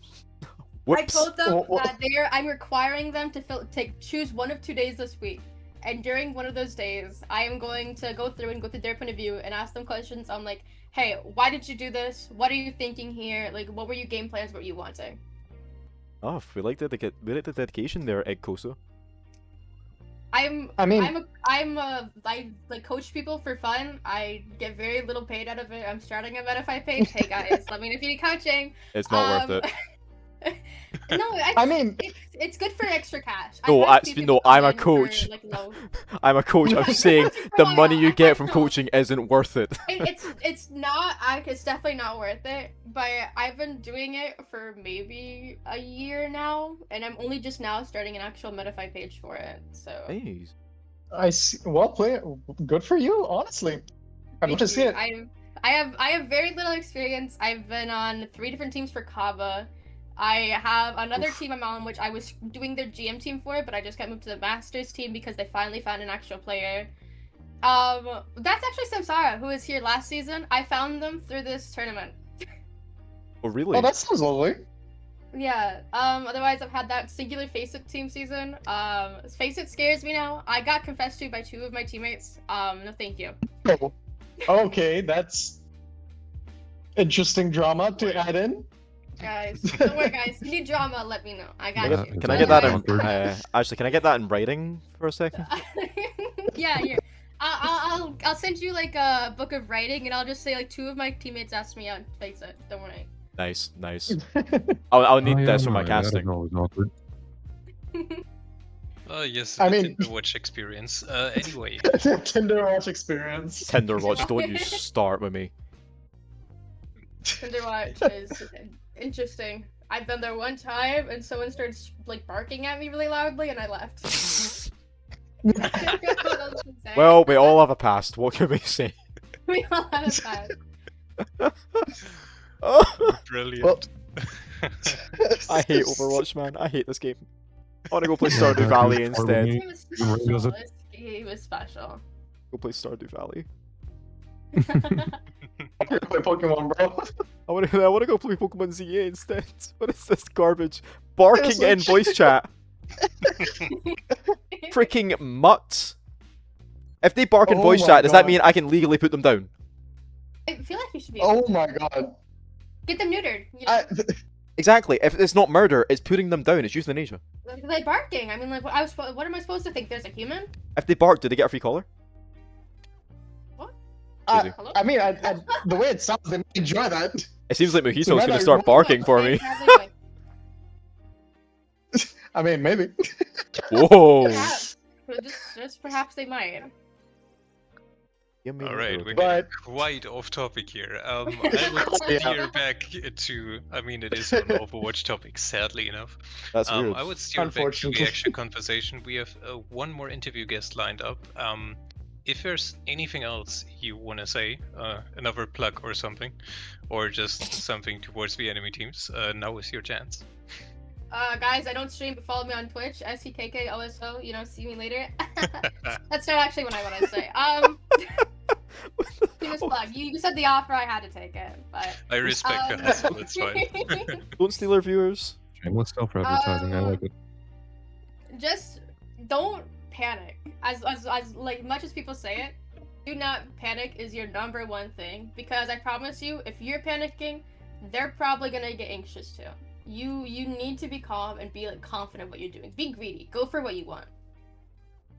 That's good advice. All right, beautiful Well, Overwatch all right. and life advice here in one go. Thank you so much for showing up for this interview. We will let you finish your We love water having review. you. Plenty of shared laughs, I must say. But we do need to go on, and thank you for coming.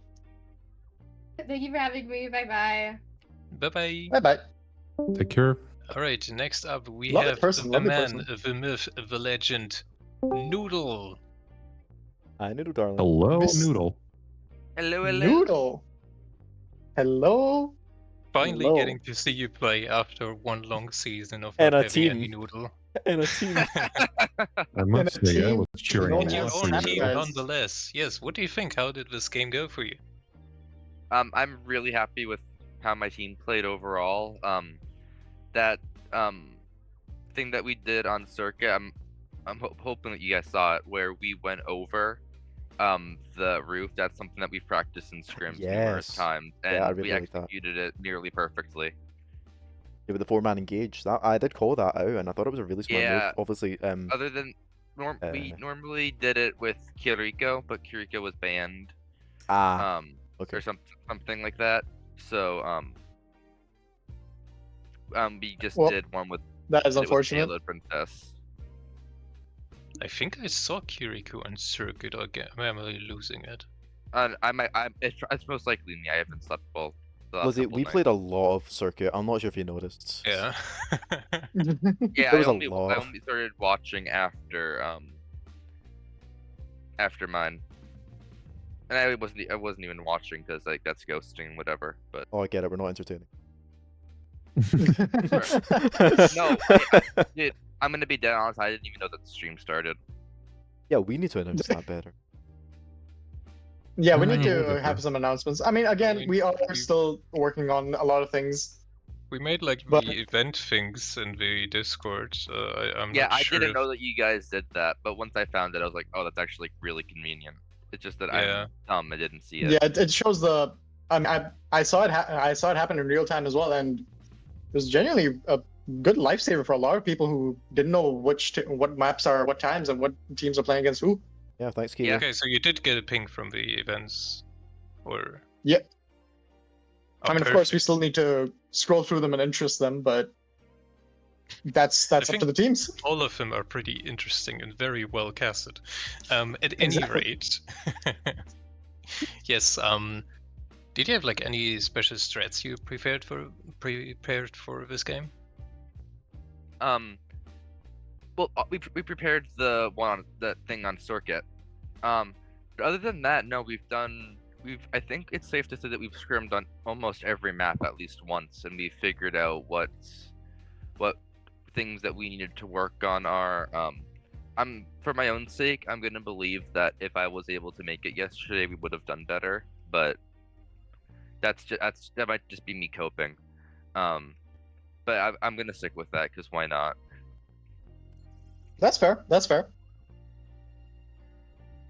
Yeah, because we largely play dive. If y'all couldn't tell, and the person who was subbing for me on tank doesn't really play too much dive, so. And Just your whole wasn't team was dive based as well.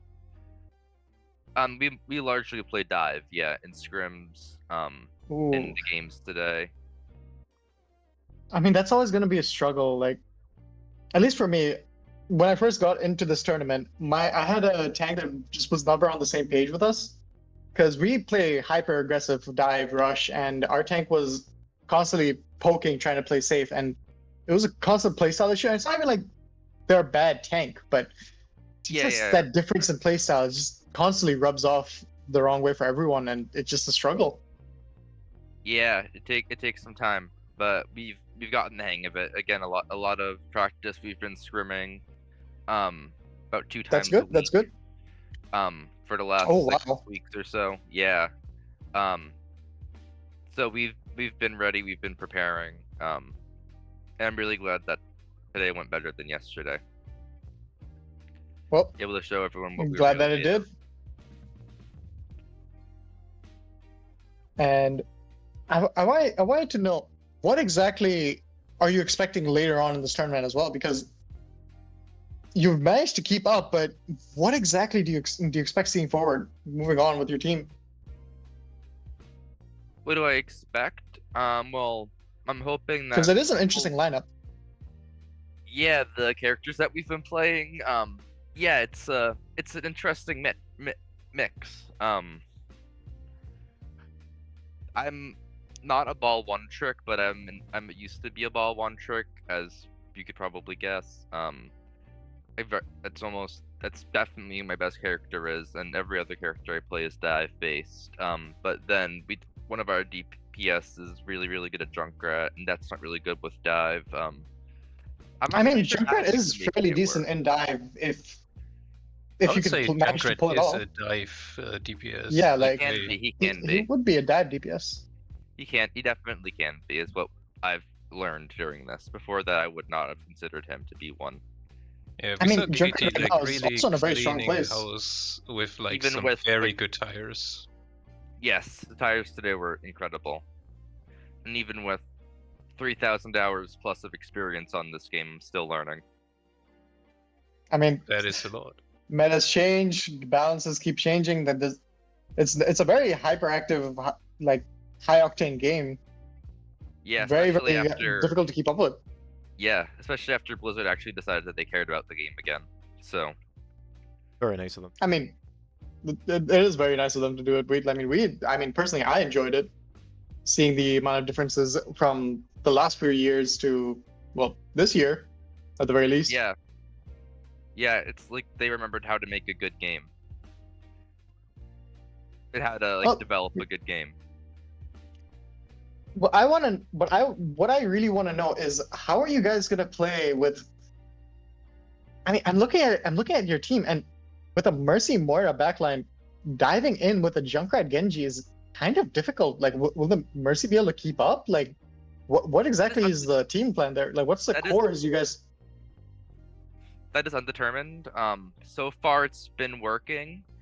So I'm not necessarily complaining. Our Moira, Merciless, and Vice Captain also does play Kiriko and Juno.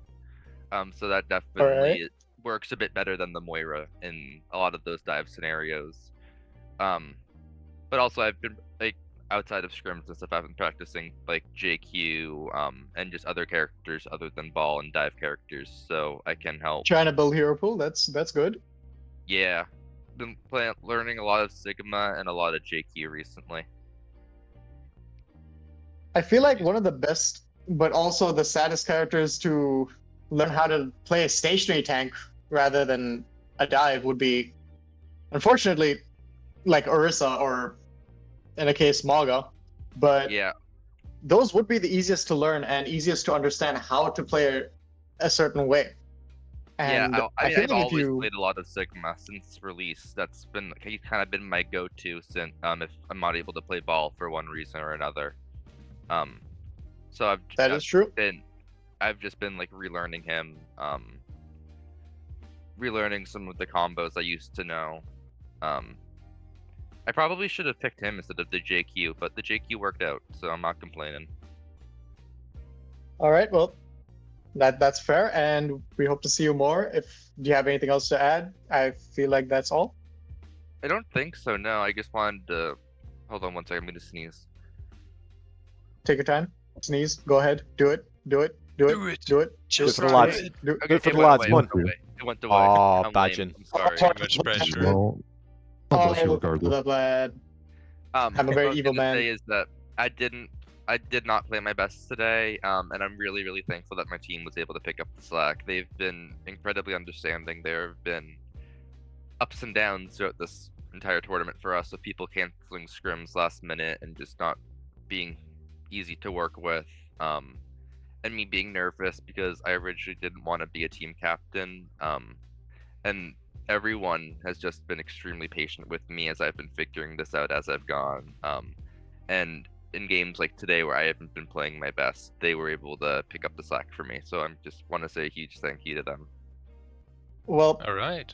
Thank you for sharing this. One thing I do want to say before we cut it out, actually, yes, is again, playing as like a team captain, it can be rough at times, but sometimes it's also better to just trust in your team. Like, again, this is coming from another one, and I feel like you have that. Like, your team is there for you, so if you just rely on them enough, they can help you get to the point where you need. Yeah, that's something that I've been trying to learn. It's really hard. It's hard, but I'm trying. That's fair. That's fair, and that's all anyone can ask you to do. Yeah, I definitely feel more confident in my captain abilities than I did beforehand. So much so that I would probably consider trying to be a captain again next season. That's great. We'd love to hear that. I wasn't originally intending on being captain, but someone reached out to me. I think it was Blacko, who reached out and was like, "Yo, we don't have enough. Would you want to?" And I felt honored that he trusted me already, and thought that I'd be a good fit. So. Well, that sounds very cute and lovely, I must say.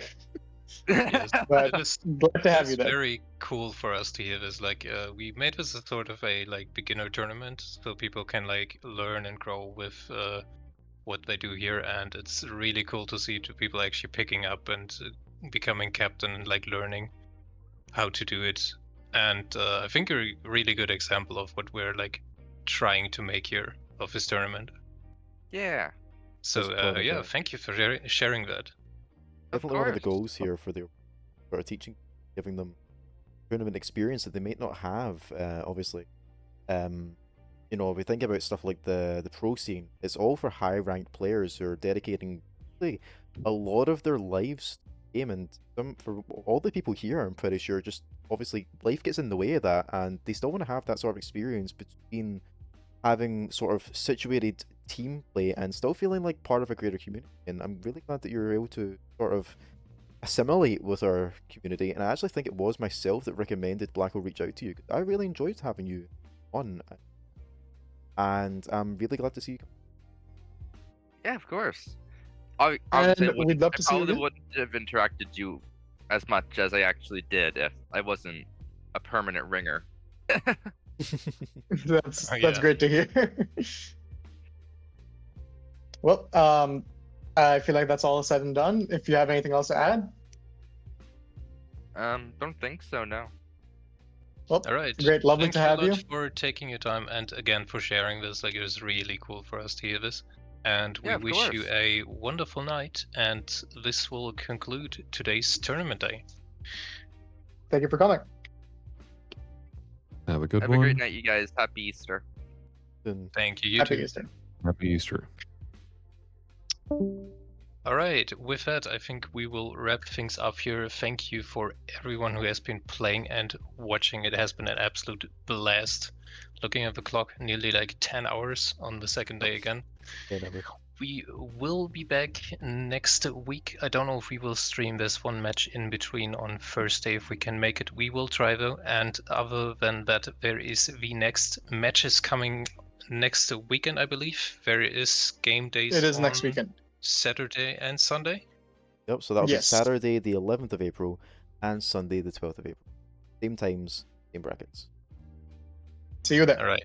And we will do announcement that time as well. And yeah, we wish the teams all the best, get prepared, and we hopefully see some more awesome gameplay from all of you.